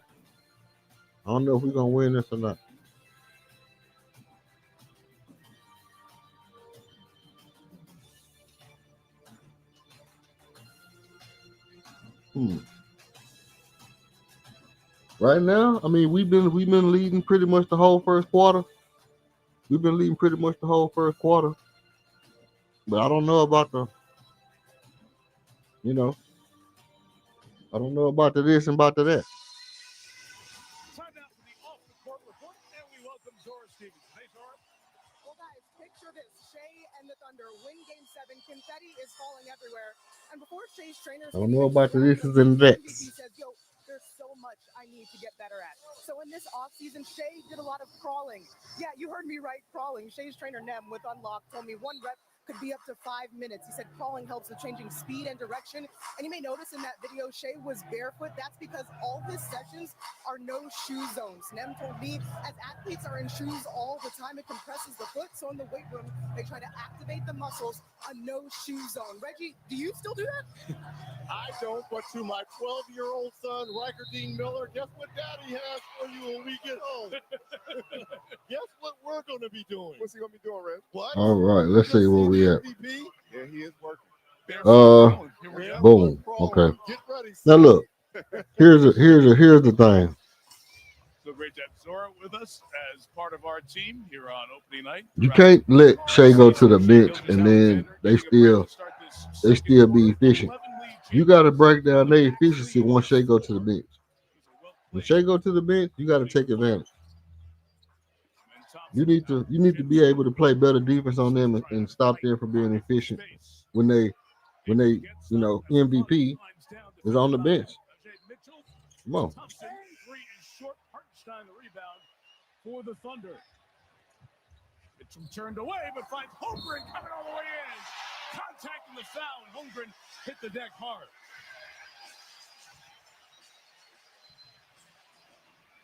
Look where he turned the ball around. Good hard foul. That's a nice hard foul. He hurt. He out. Oh. And running the floor. You know, shit, all it takes is one. Technical. I'm going for the ball. He said technical, I'm going for the ball. And Houston takes a quick timeout, unhappy with the start of this quarter. That's a block, matter of fact. Holmgren at the line when you come back. Matter of fact, that's a block shot. What the hell? What the hell? What the hell? What the hell? What the hell? That's a block shot, Brody. That's not even a foul. I don't even think that's a foul in real life. I think just because it's Chet and he failed, they gave him a foul. You know, it was a little contact, body to body contact, but he going for the ball and they body to body in the air. You can't necessarily call that no. You know, that's not one of the ones where you can necessarily just up and say, hey, look, that's a blatant foul. I don't even see that is being a foul in real life. You know what I mean?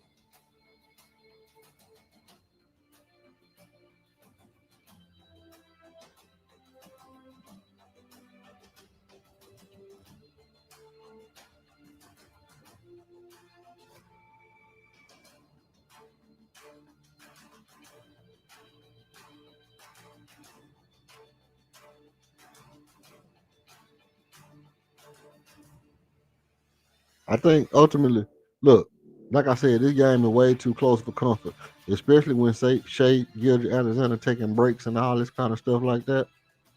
The game is way too close for comfort, way too close for my likings, if I could say so myself. And if that's the kind of dynamics that they're gonna play with that kind of intensity, it's gonna be a long night, bro. It's gonna be a long night. It's going to be a long kiss goodnight.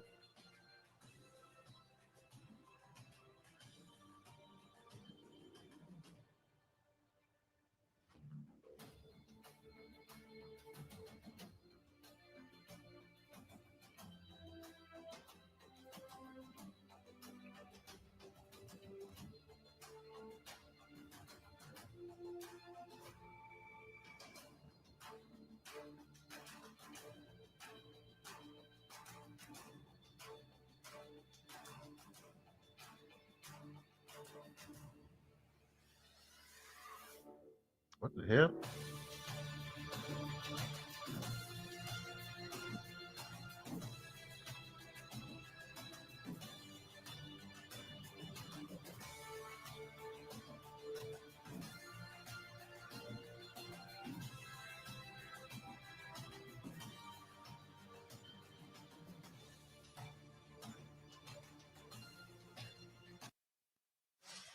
We are closing in on the Winter Olympics. Milan Cortina is 108 days away from Italy. Begins Friday, February 6th on NBC and Peacock. Why are you seeing these pictures?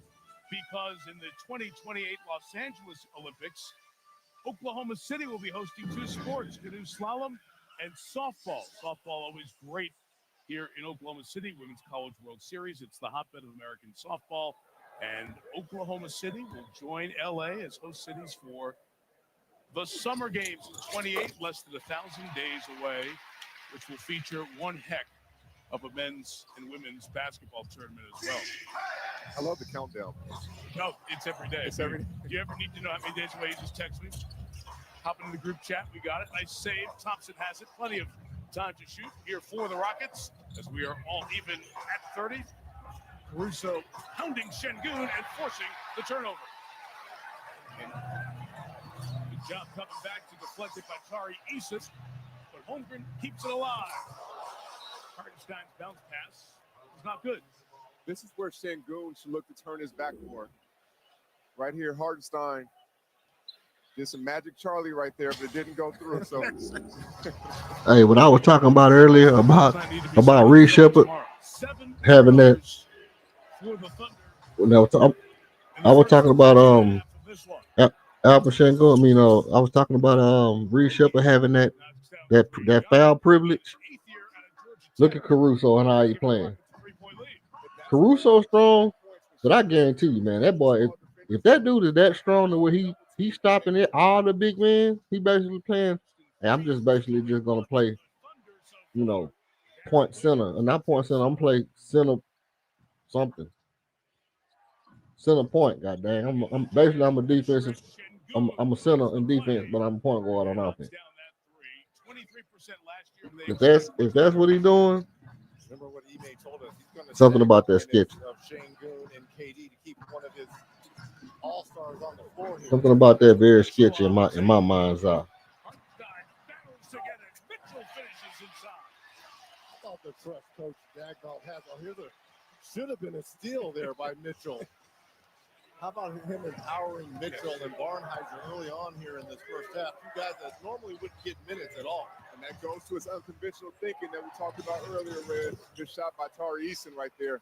But a step up with confidence and knocked it down. Extends the biggest lead of this opening night. Houston +5. Rockets the 2 seed last year. The Thunder the best in the league. And Alex Caruso was a big reason why the oldest man on this team at age 31. I had a chance to speak with him before the game, and I told him I was here for Game 7, and I watched every single one of those 7. He was the difference maker. There was an offensive foul there on Şengün, but Caruso's play, every big play, loose ball. Let's see if he's set here. Nope, hip still moving. Good call there by the official. Brent, you were here for all the finals games? I barely saw you. Well, my son was here. Oh, almost a steal there. Eason tried to blitz it, doesn't get it. Holmgren, fake, take, make. A fake, one dribble. He is in an unbelievable rhythm right now, keeping OKC afloat with his scoring. 7 from the field. He has 19. Thompson has it slapped away. Chet Holmgren carrying the mail for the Thunder here on ring night. Especially with SGA, only 3 points, Yeah. 1 of 3 from the field. So, like I say, look, this kind of what we wanted, but it's not kind of what we wanted. We wanted a game that's kind of mucked up and dirty. You know what I mean? It's kind of a mucky kind of game, but it's not a in some discomfort. it's not a bad game. It's not a bad game. It's the way we want to play. It's the way we want to play. We want to muck it up. We want it to be dirty. But at the same time, we wanted our guys to be getting off a little bit. We wanted our guys to be getting off a little bit, and they just not. Okay, they're all bigs. The fact that Amin Thompson is handling the ball, Şengün is handling the We ball. wanted our guys to be getting off, and they just not getting off right now. Go to the point guard position, and it's hard to scout for because you don't know who's the point, who are we going to pressure. They're letting the ball dictate who's going to bring it up. They're doing an excellent job right now. At 82 inches, 6 feet 10 inches, the All right. average height of tonight's All right. starting line. And that's with Kevin Durant not listed at his game height. He's a little taller than the number says. Every time you go, Kevin Durant, he's 6'10". He's a little tall. Yeah, he's a little tall. He will not admit it. Why? He doesn't want to get footer, Reg. That's been my problem my whole life. I didn't want to be associated as a 7-footer, so trying to go the other way. Mitchell's got a little space here. Durant to the deck, but fighting for it. Reed Shepherd back the other way for Houston.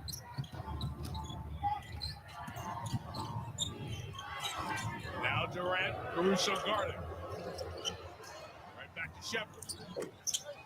Short on the three, deflects. Oh, that's off Josh. That's off the Rockets, I thought. Zach Sarvin's going to come in and clean this up. It'll be Thunderball. There you go. Not only off Josh and Kogi, but off his face.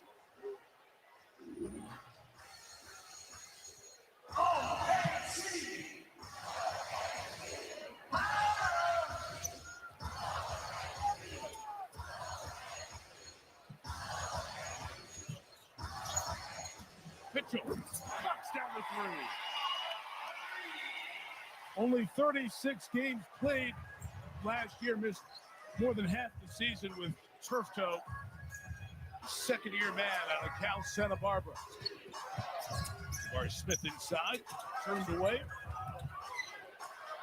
Bogey on the pitch. Durant working it. Rattles out. Houston keeps it alive. Shepherd in rhythm. Banked it in. Did he call it? Doesn't matter though. No, he did. Does he have to call it? No, he doesn't. Okay.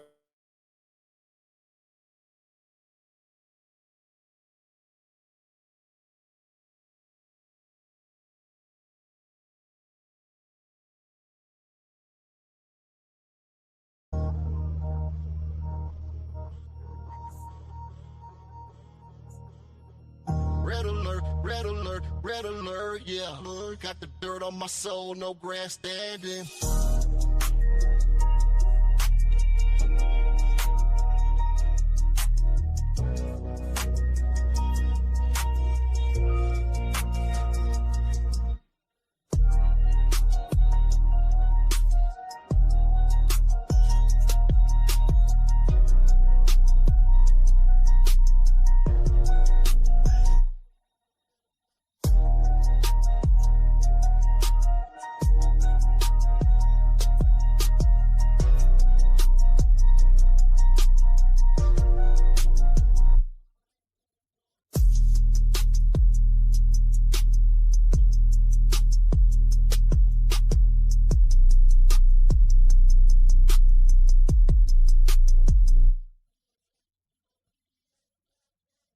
Red alert, get your body whole 12 lurk. If I shoot, I murk. Get yourself so touched. Red alert, where the angels clutch heat, where the halos rust, and the ops rush, but the prayers ain't much. Red alert, get your body whole 12 lurk. If I shoot, I murk. Get yourself so touched. Red alert, where the angels clutch heat, where the halos rust, and the ops rush, but the prayers ain't much.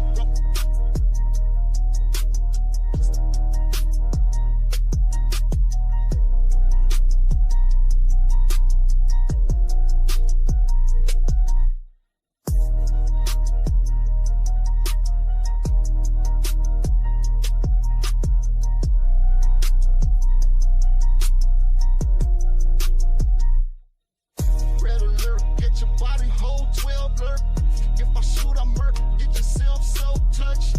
Red alert, where the angels clutch heat, where the halos rust, and the ops rush, but the prayers ain't much. Red alert, get your body whole 12 lurk. If I shoot, I murk. Get yourself so touched. Red alert, where the angels clutch heat, where the halos rust, and the ops rush, but the prayers ain't much. Don't ask.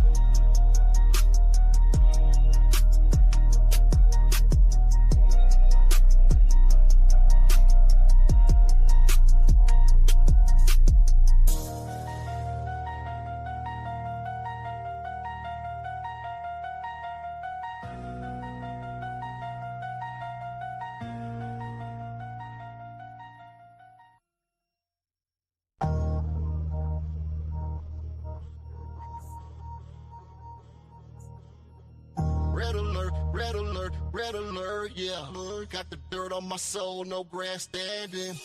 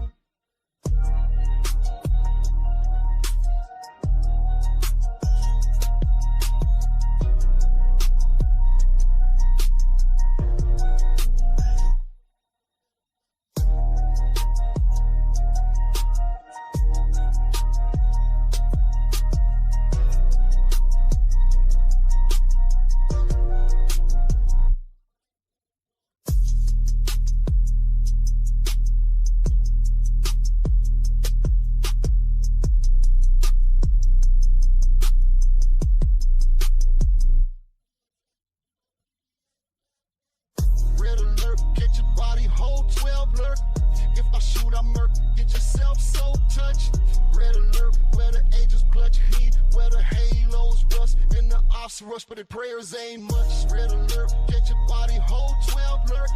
If I shoot, I murk, get yourself so touched. Red alert, where the angels clutch heat, where the halos bust, and the ops rush, but the prayers ain't much.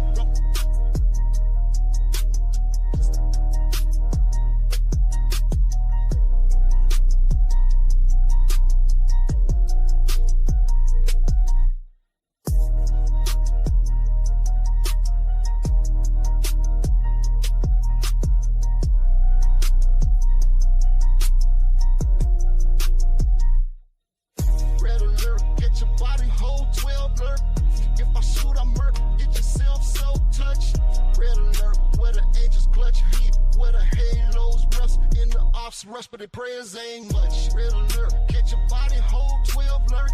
If I shoot, I murk, get yourself so touched. Red alert, where the angels clutch heat, where the halos rust, in the ops rush, but the prayers ain't much. Don't mess.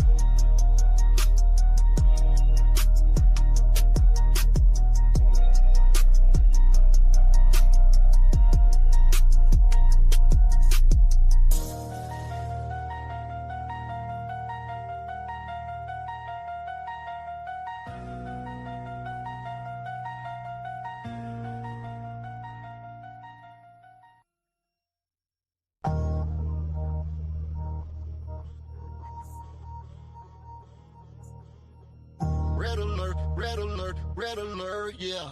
Got the dirt on my soul, no grandstanding.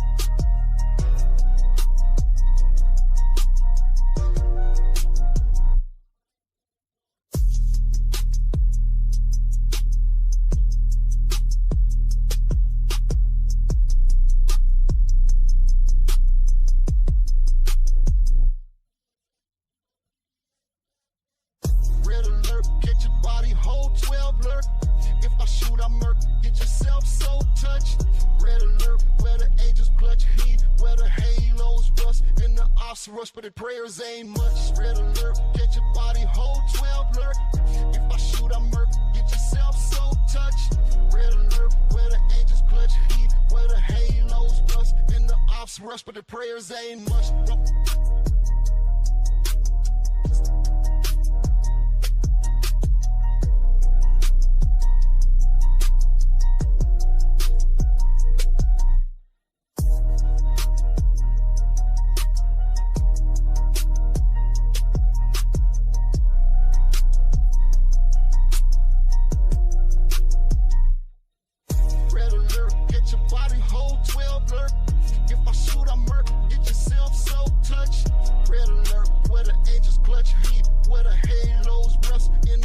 Rush, but the prayers ain't much. Red alert, catch your body whole 12 alert. If I shoot, I murk, get yourself so touched. Red alert, where the angels clutch heat, where the halos rust, in the ops rush, but the prayers ain't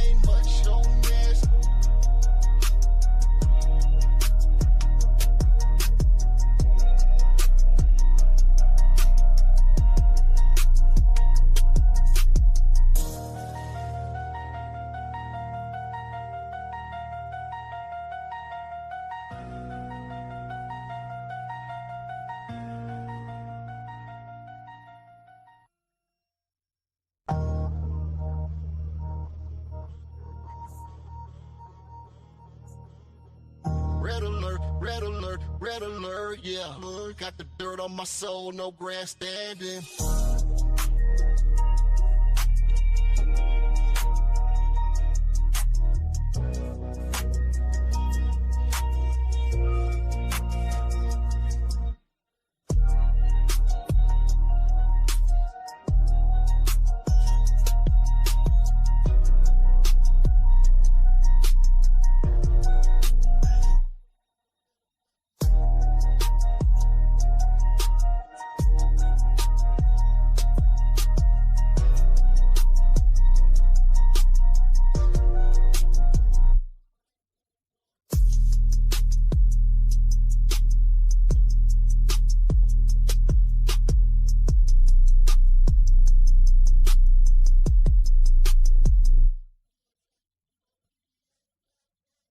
Red alert, get your body hold 12 lurk. If I shoot, I murk. Get yourself so touched. Red alert, where the angels clutch heat, where the halos rust, and the ops rush, but the prayers ain't much. Red alert, get your body hold 12 lurk. If I shoot, I murk. Get yourself so touched. Red alert, where the angels clutch heat, where the halos rust, and the ops rush, but the prayers ain't much.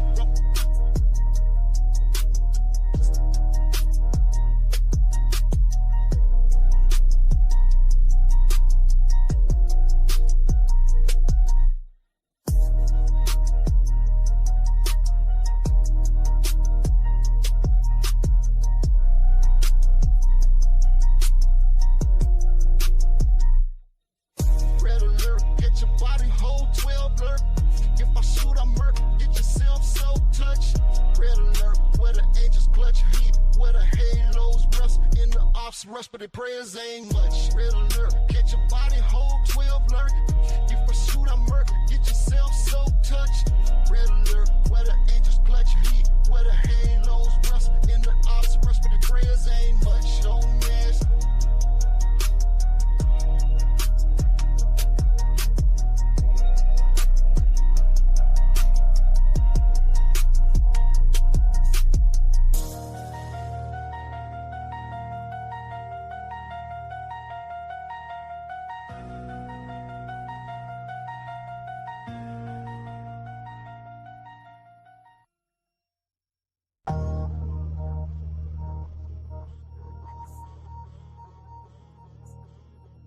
Red alert, red alert, red alert, yeah. Got the dirt on my soul, no grandstanding.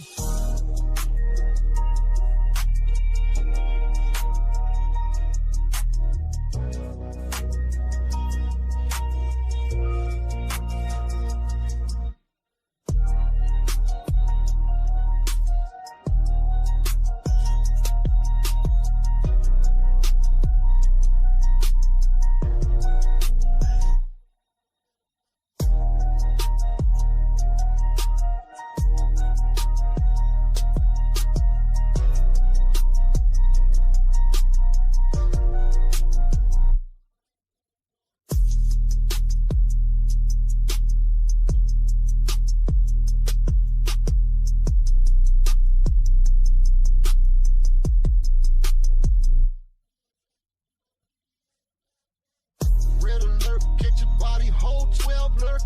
If I shoot, I murk. Get yourself so touched.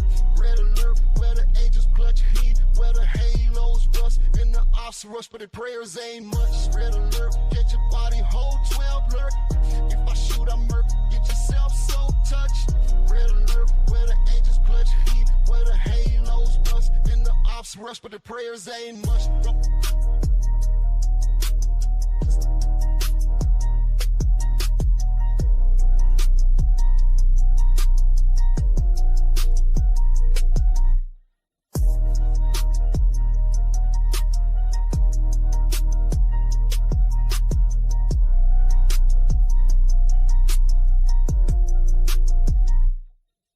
Red alert, get your body hold 12 lurk.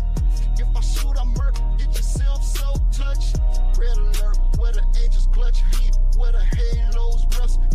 ops rush, but the prayers ain't much. Red alert, catch your body, hold 12 alert. If I shoot, I murder, get yourself so touched.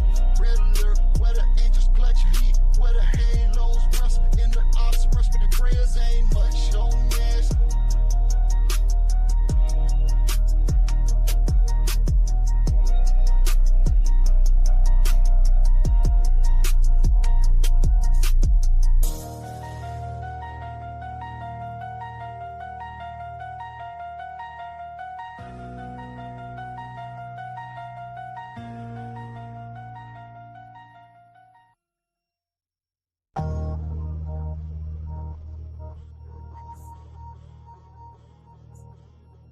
Red alert, red alert, red alert, yeah.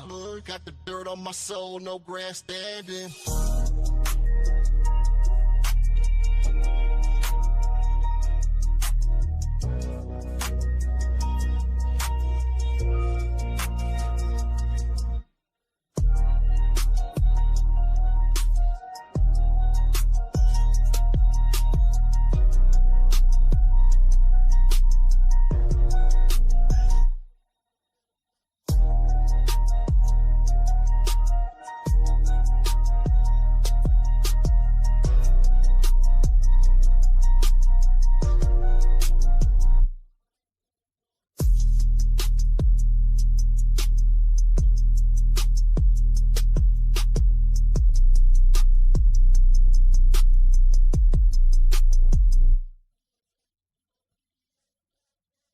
Red alert, catch your body, hold 12 alert.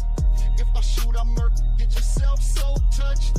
Red alert, where the angels clutch heat, where the halos rust. In the ops rush, but the prayers ain't much. Red alert, catch your body, hold 12 alert. If I shoot, I murk, get yourself so touched. Red alert, where the angels clutch heat, where the halos rust. In the ops rush, but the prayers ain't much.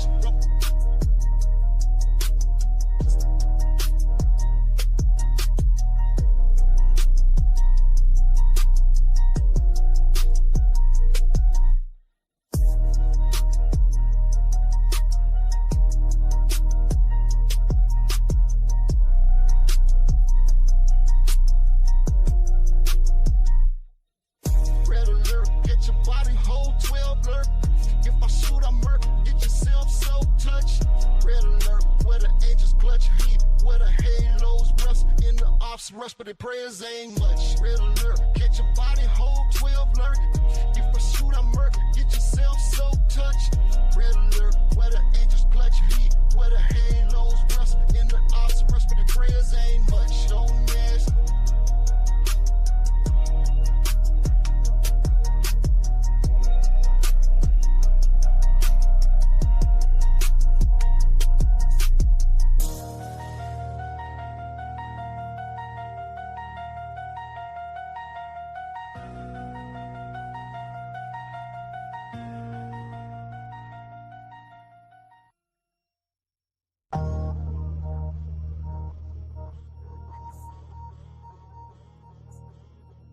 Red alert, red alert, red alert, yeah. Got the dirt on my soul, no grandstanding.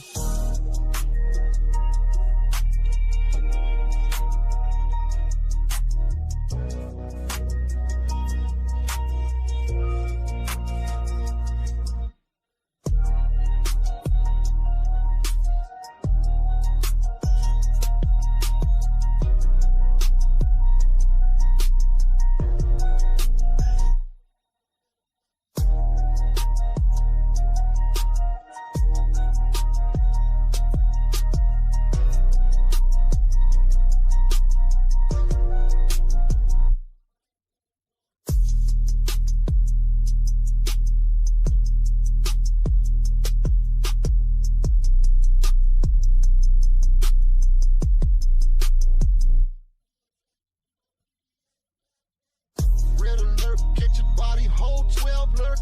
If I shoot, I murk, get yourself so touched. Red alert, where the angels clutch heat, where the halos rust. In the ops rush, but the prayers ain't much. Red alert, get your body, hold 12 alert. If I shoot, I murk, get yourself so touched. Red alert, where the angels clutch heat, where the halos bust, and the ops rush, but the prayers ain't much.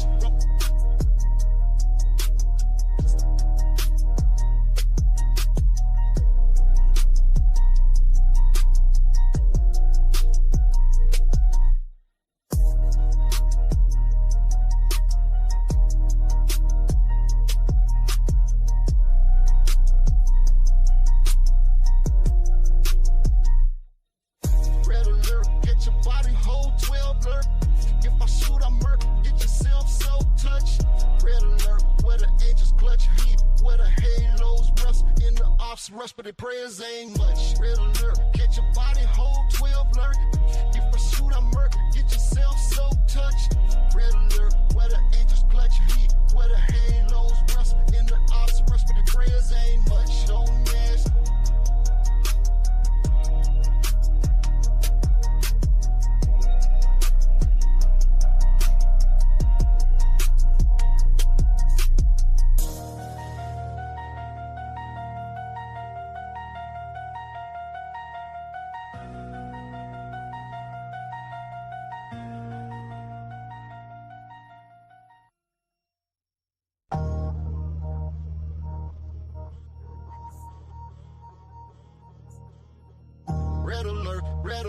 Red alert, yeah.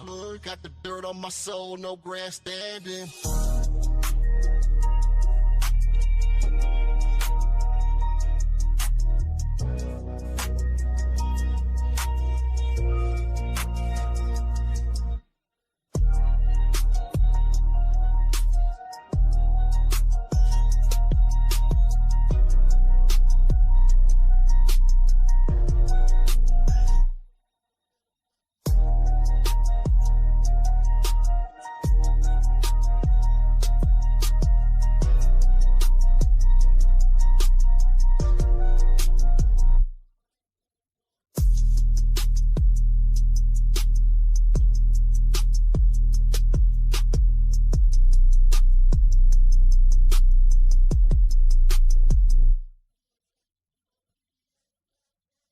Red alert, get your body whole 12 alert.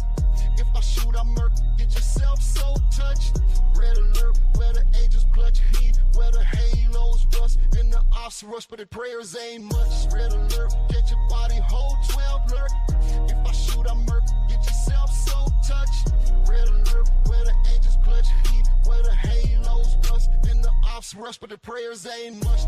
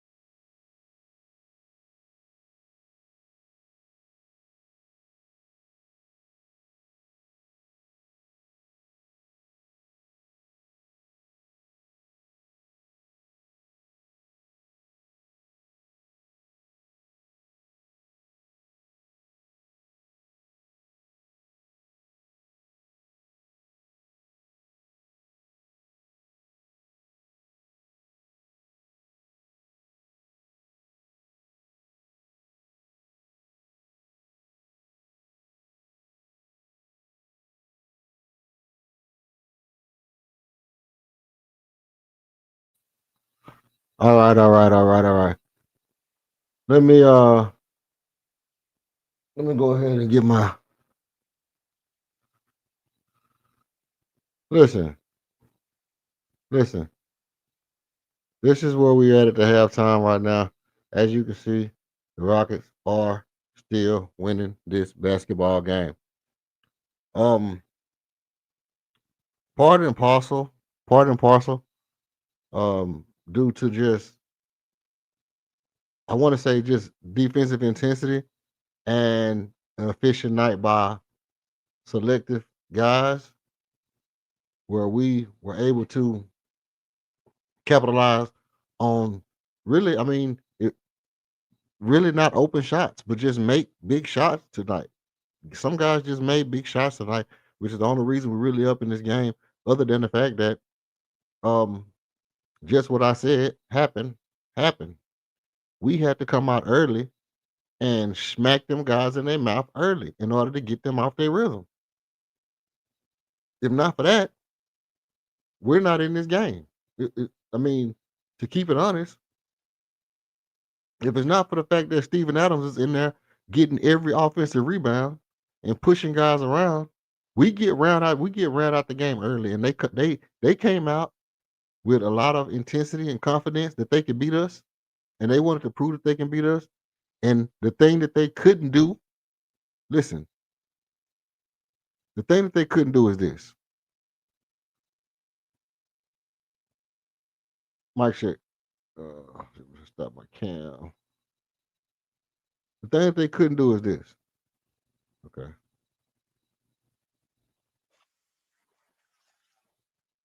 Mike check.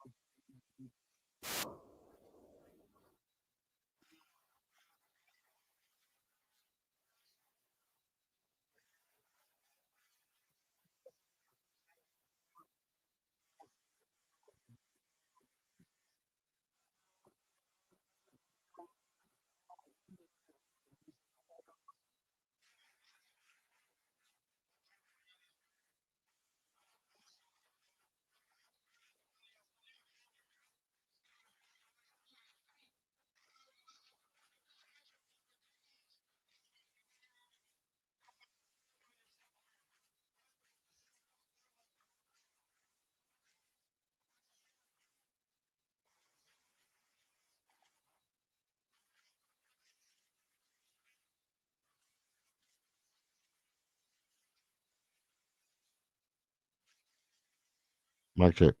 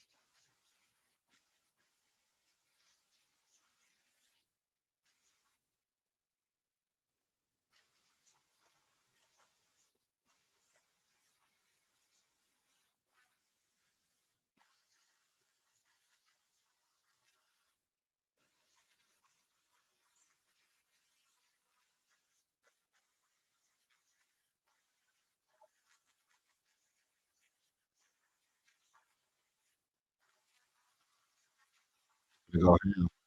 Y'all ready for this? I like the green bean.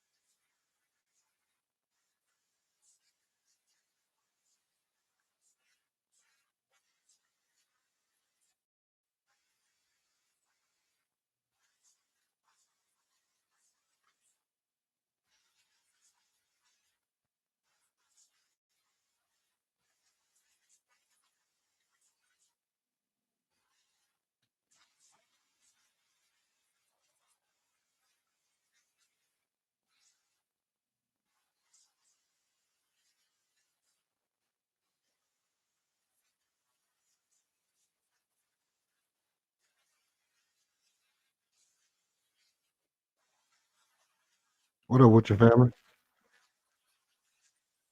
Shout out, DJ Generation. What up, Chat Balls, man? What up, all Atlantean? Salute to you, Greenleaf. Salute to you, J Dog. Hey, real quick. Um, I hate to bust a lot of bubbles on here, man, but I'm coming in on my mom shit, my mom stuff today, man. Y'all bugging. If it wasn't for the double big lineup, we wouldn't even be in this game right now. That Steven Adams setting tempo with offensive rebounds at the beginning of the game. is what broke their spirit and changed the tempo of how they wanted to play against us. It was Steven Adams that came in and got them 2 or 3, 4 offensive rebounds early in the first quarter that changed the tempo that they was playing with, because they came out with a lot of confidence, attacking full speed, and looking to do a lot of damage on the. And Chet was hitting every single shot. The only thing that kept us in the game was when we missed a shot. Steven Adams was right there getting the ball. Now, as far as let me give you this analogy. It's like I said earlier. If you come out in a fight and you know you a slugger and you say, hey, look, I'm gonna just be a slugger, but then you look across the ring and you say, oh, he wanna run. He wanna run and he wanna make the fight long. So I'm gonna run and keep the fight long. You're gonna lose. That's what happened to OKC last year. They were looking at Indiana and they were saying, oh, Indiana wanna run. So what we're gonna do is we're gonna change our lineup. Indiana came out because that's the way Indiana want to play, and they was able to beat OKC. So that's the same thing that we came into with this lineup. We say we want to play big. Now you look out there and you say, well, OKC is fast, so we're gonna go small. No, it don't work. You come out there, you play big, you punch them in the mouth, you make them change up their routine, and then you can start making your adjustments when they make their adjustments. So I was glad to see that they did that, and then when it was time to start moving people around, Ime hurry up and got to those adjustments quickly. Tari not playing well. I need to see Tari play better. Reed's not playing great, but he did hit a 3-pointer, which what I need to see him do. And Alpha Shangoon is shooting lights out today. So other than Caruso just either being on steroids or being hella strong, Alpha Shangoon played decent basketball as well.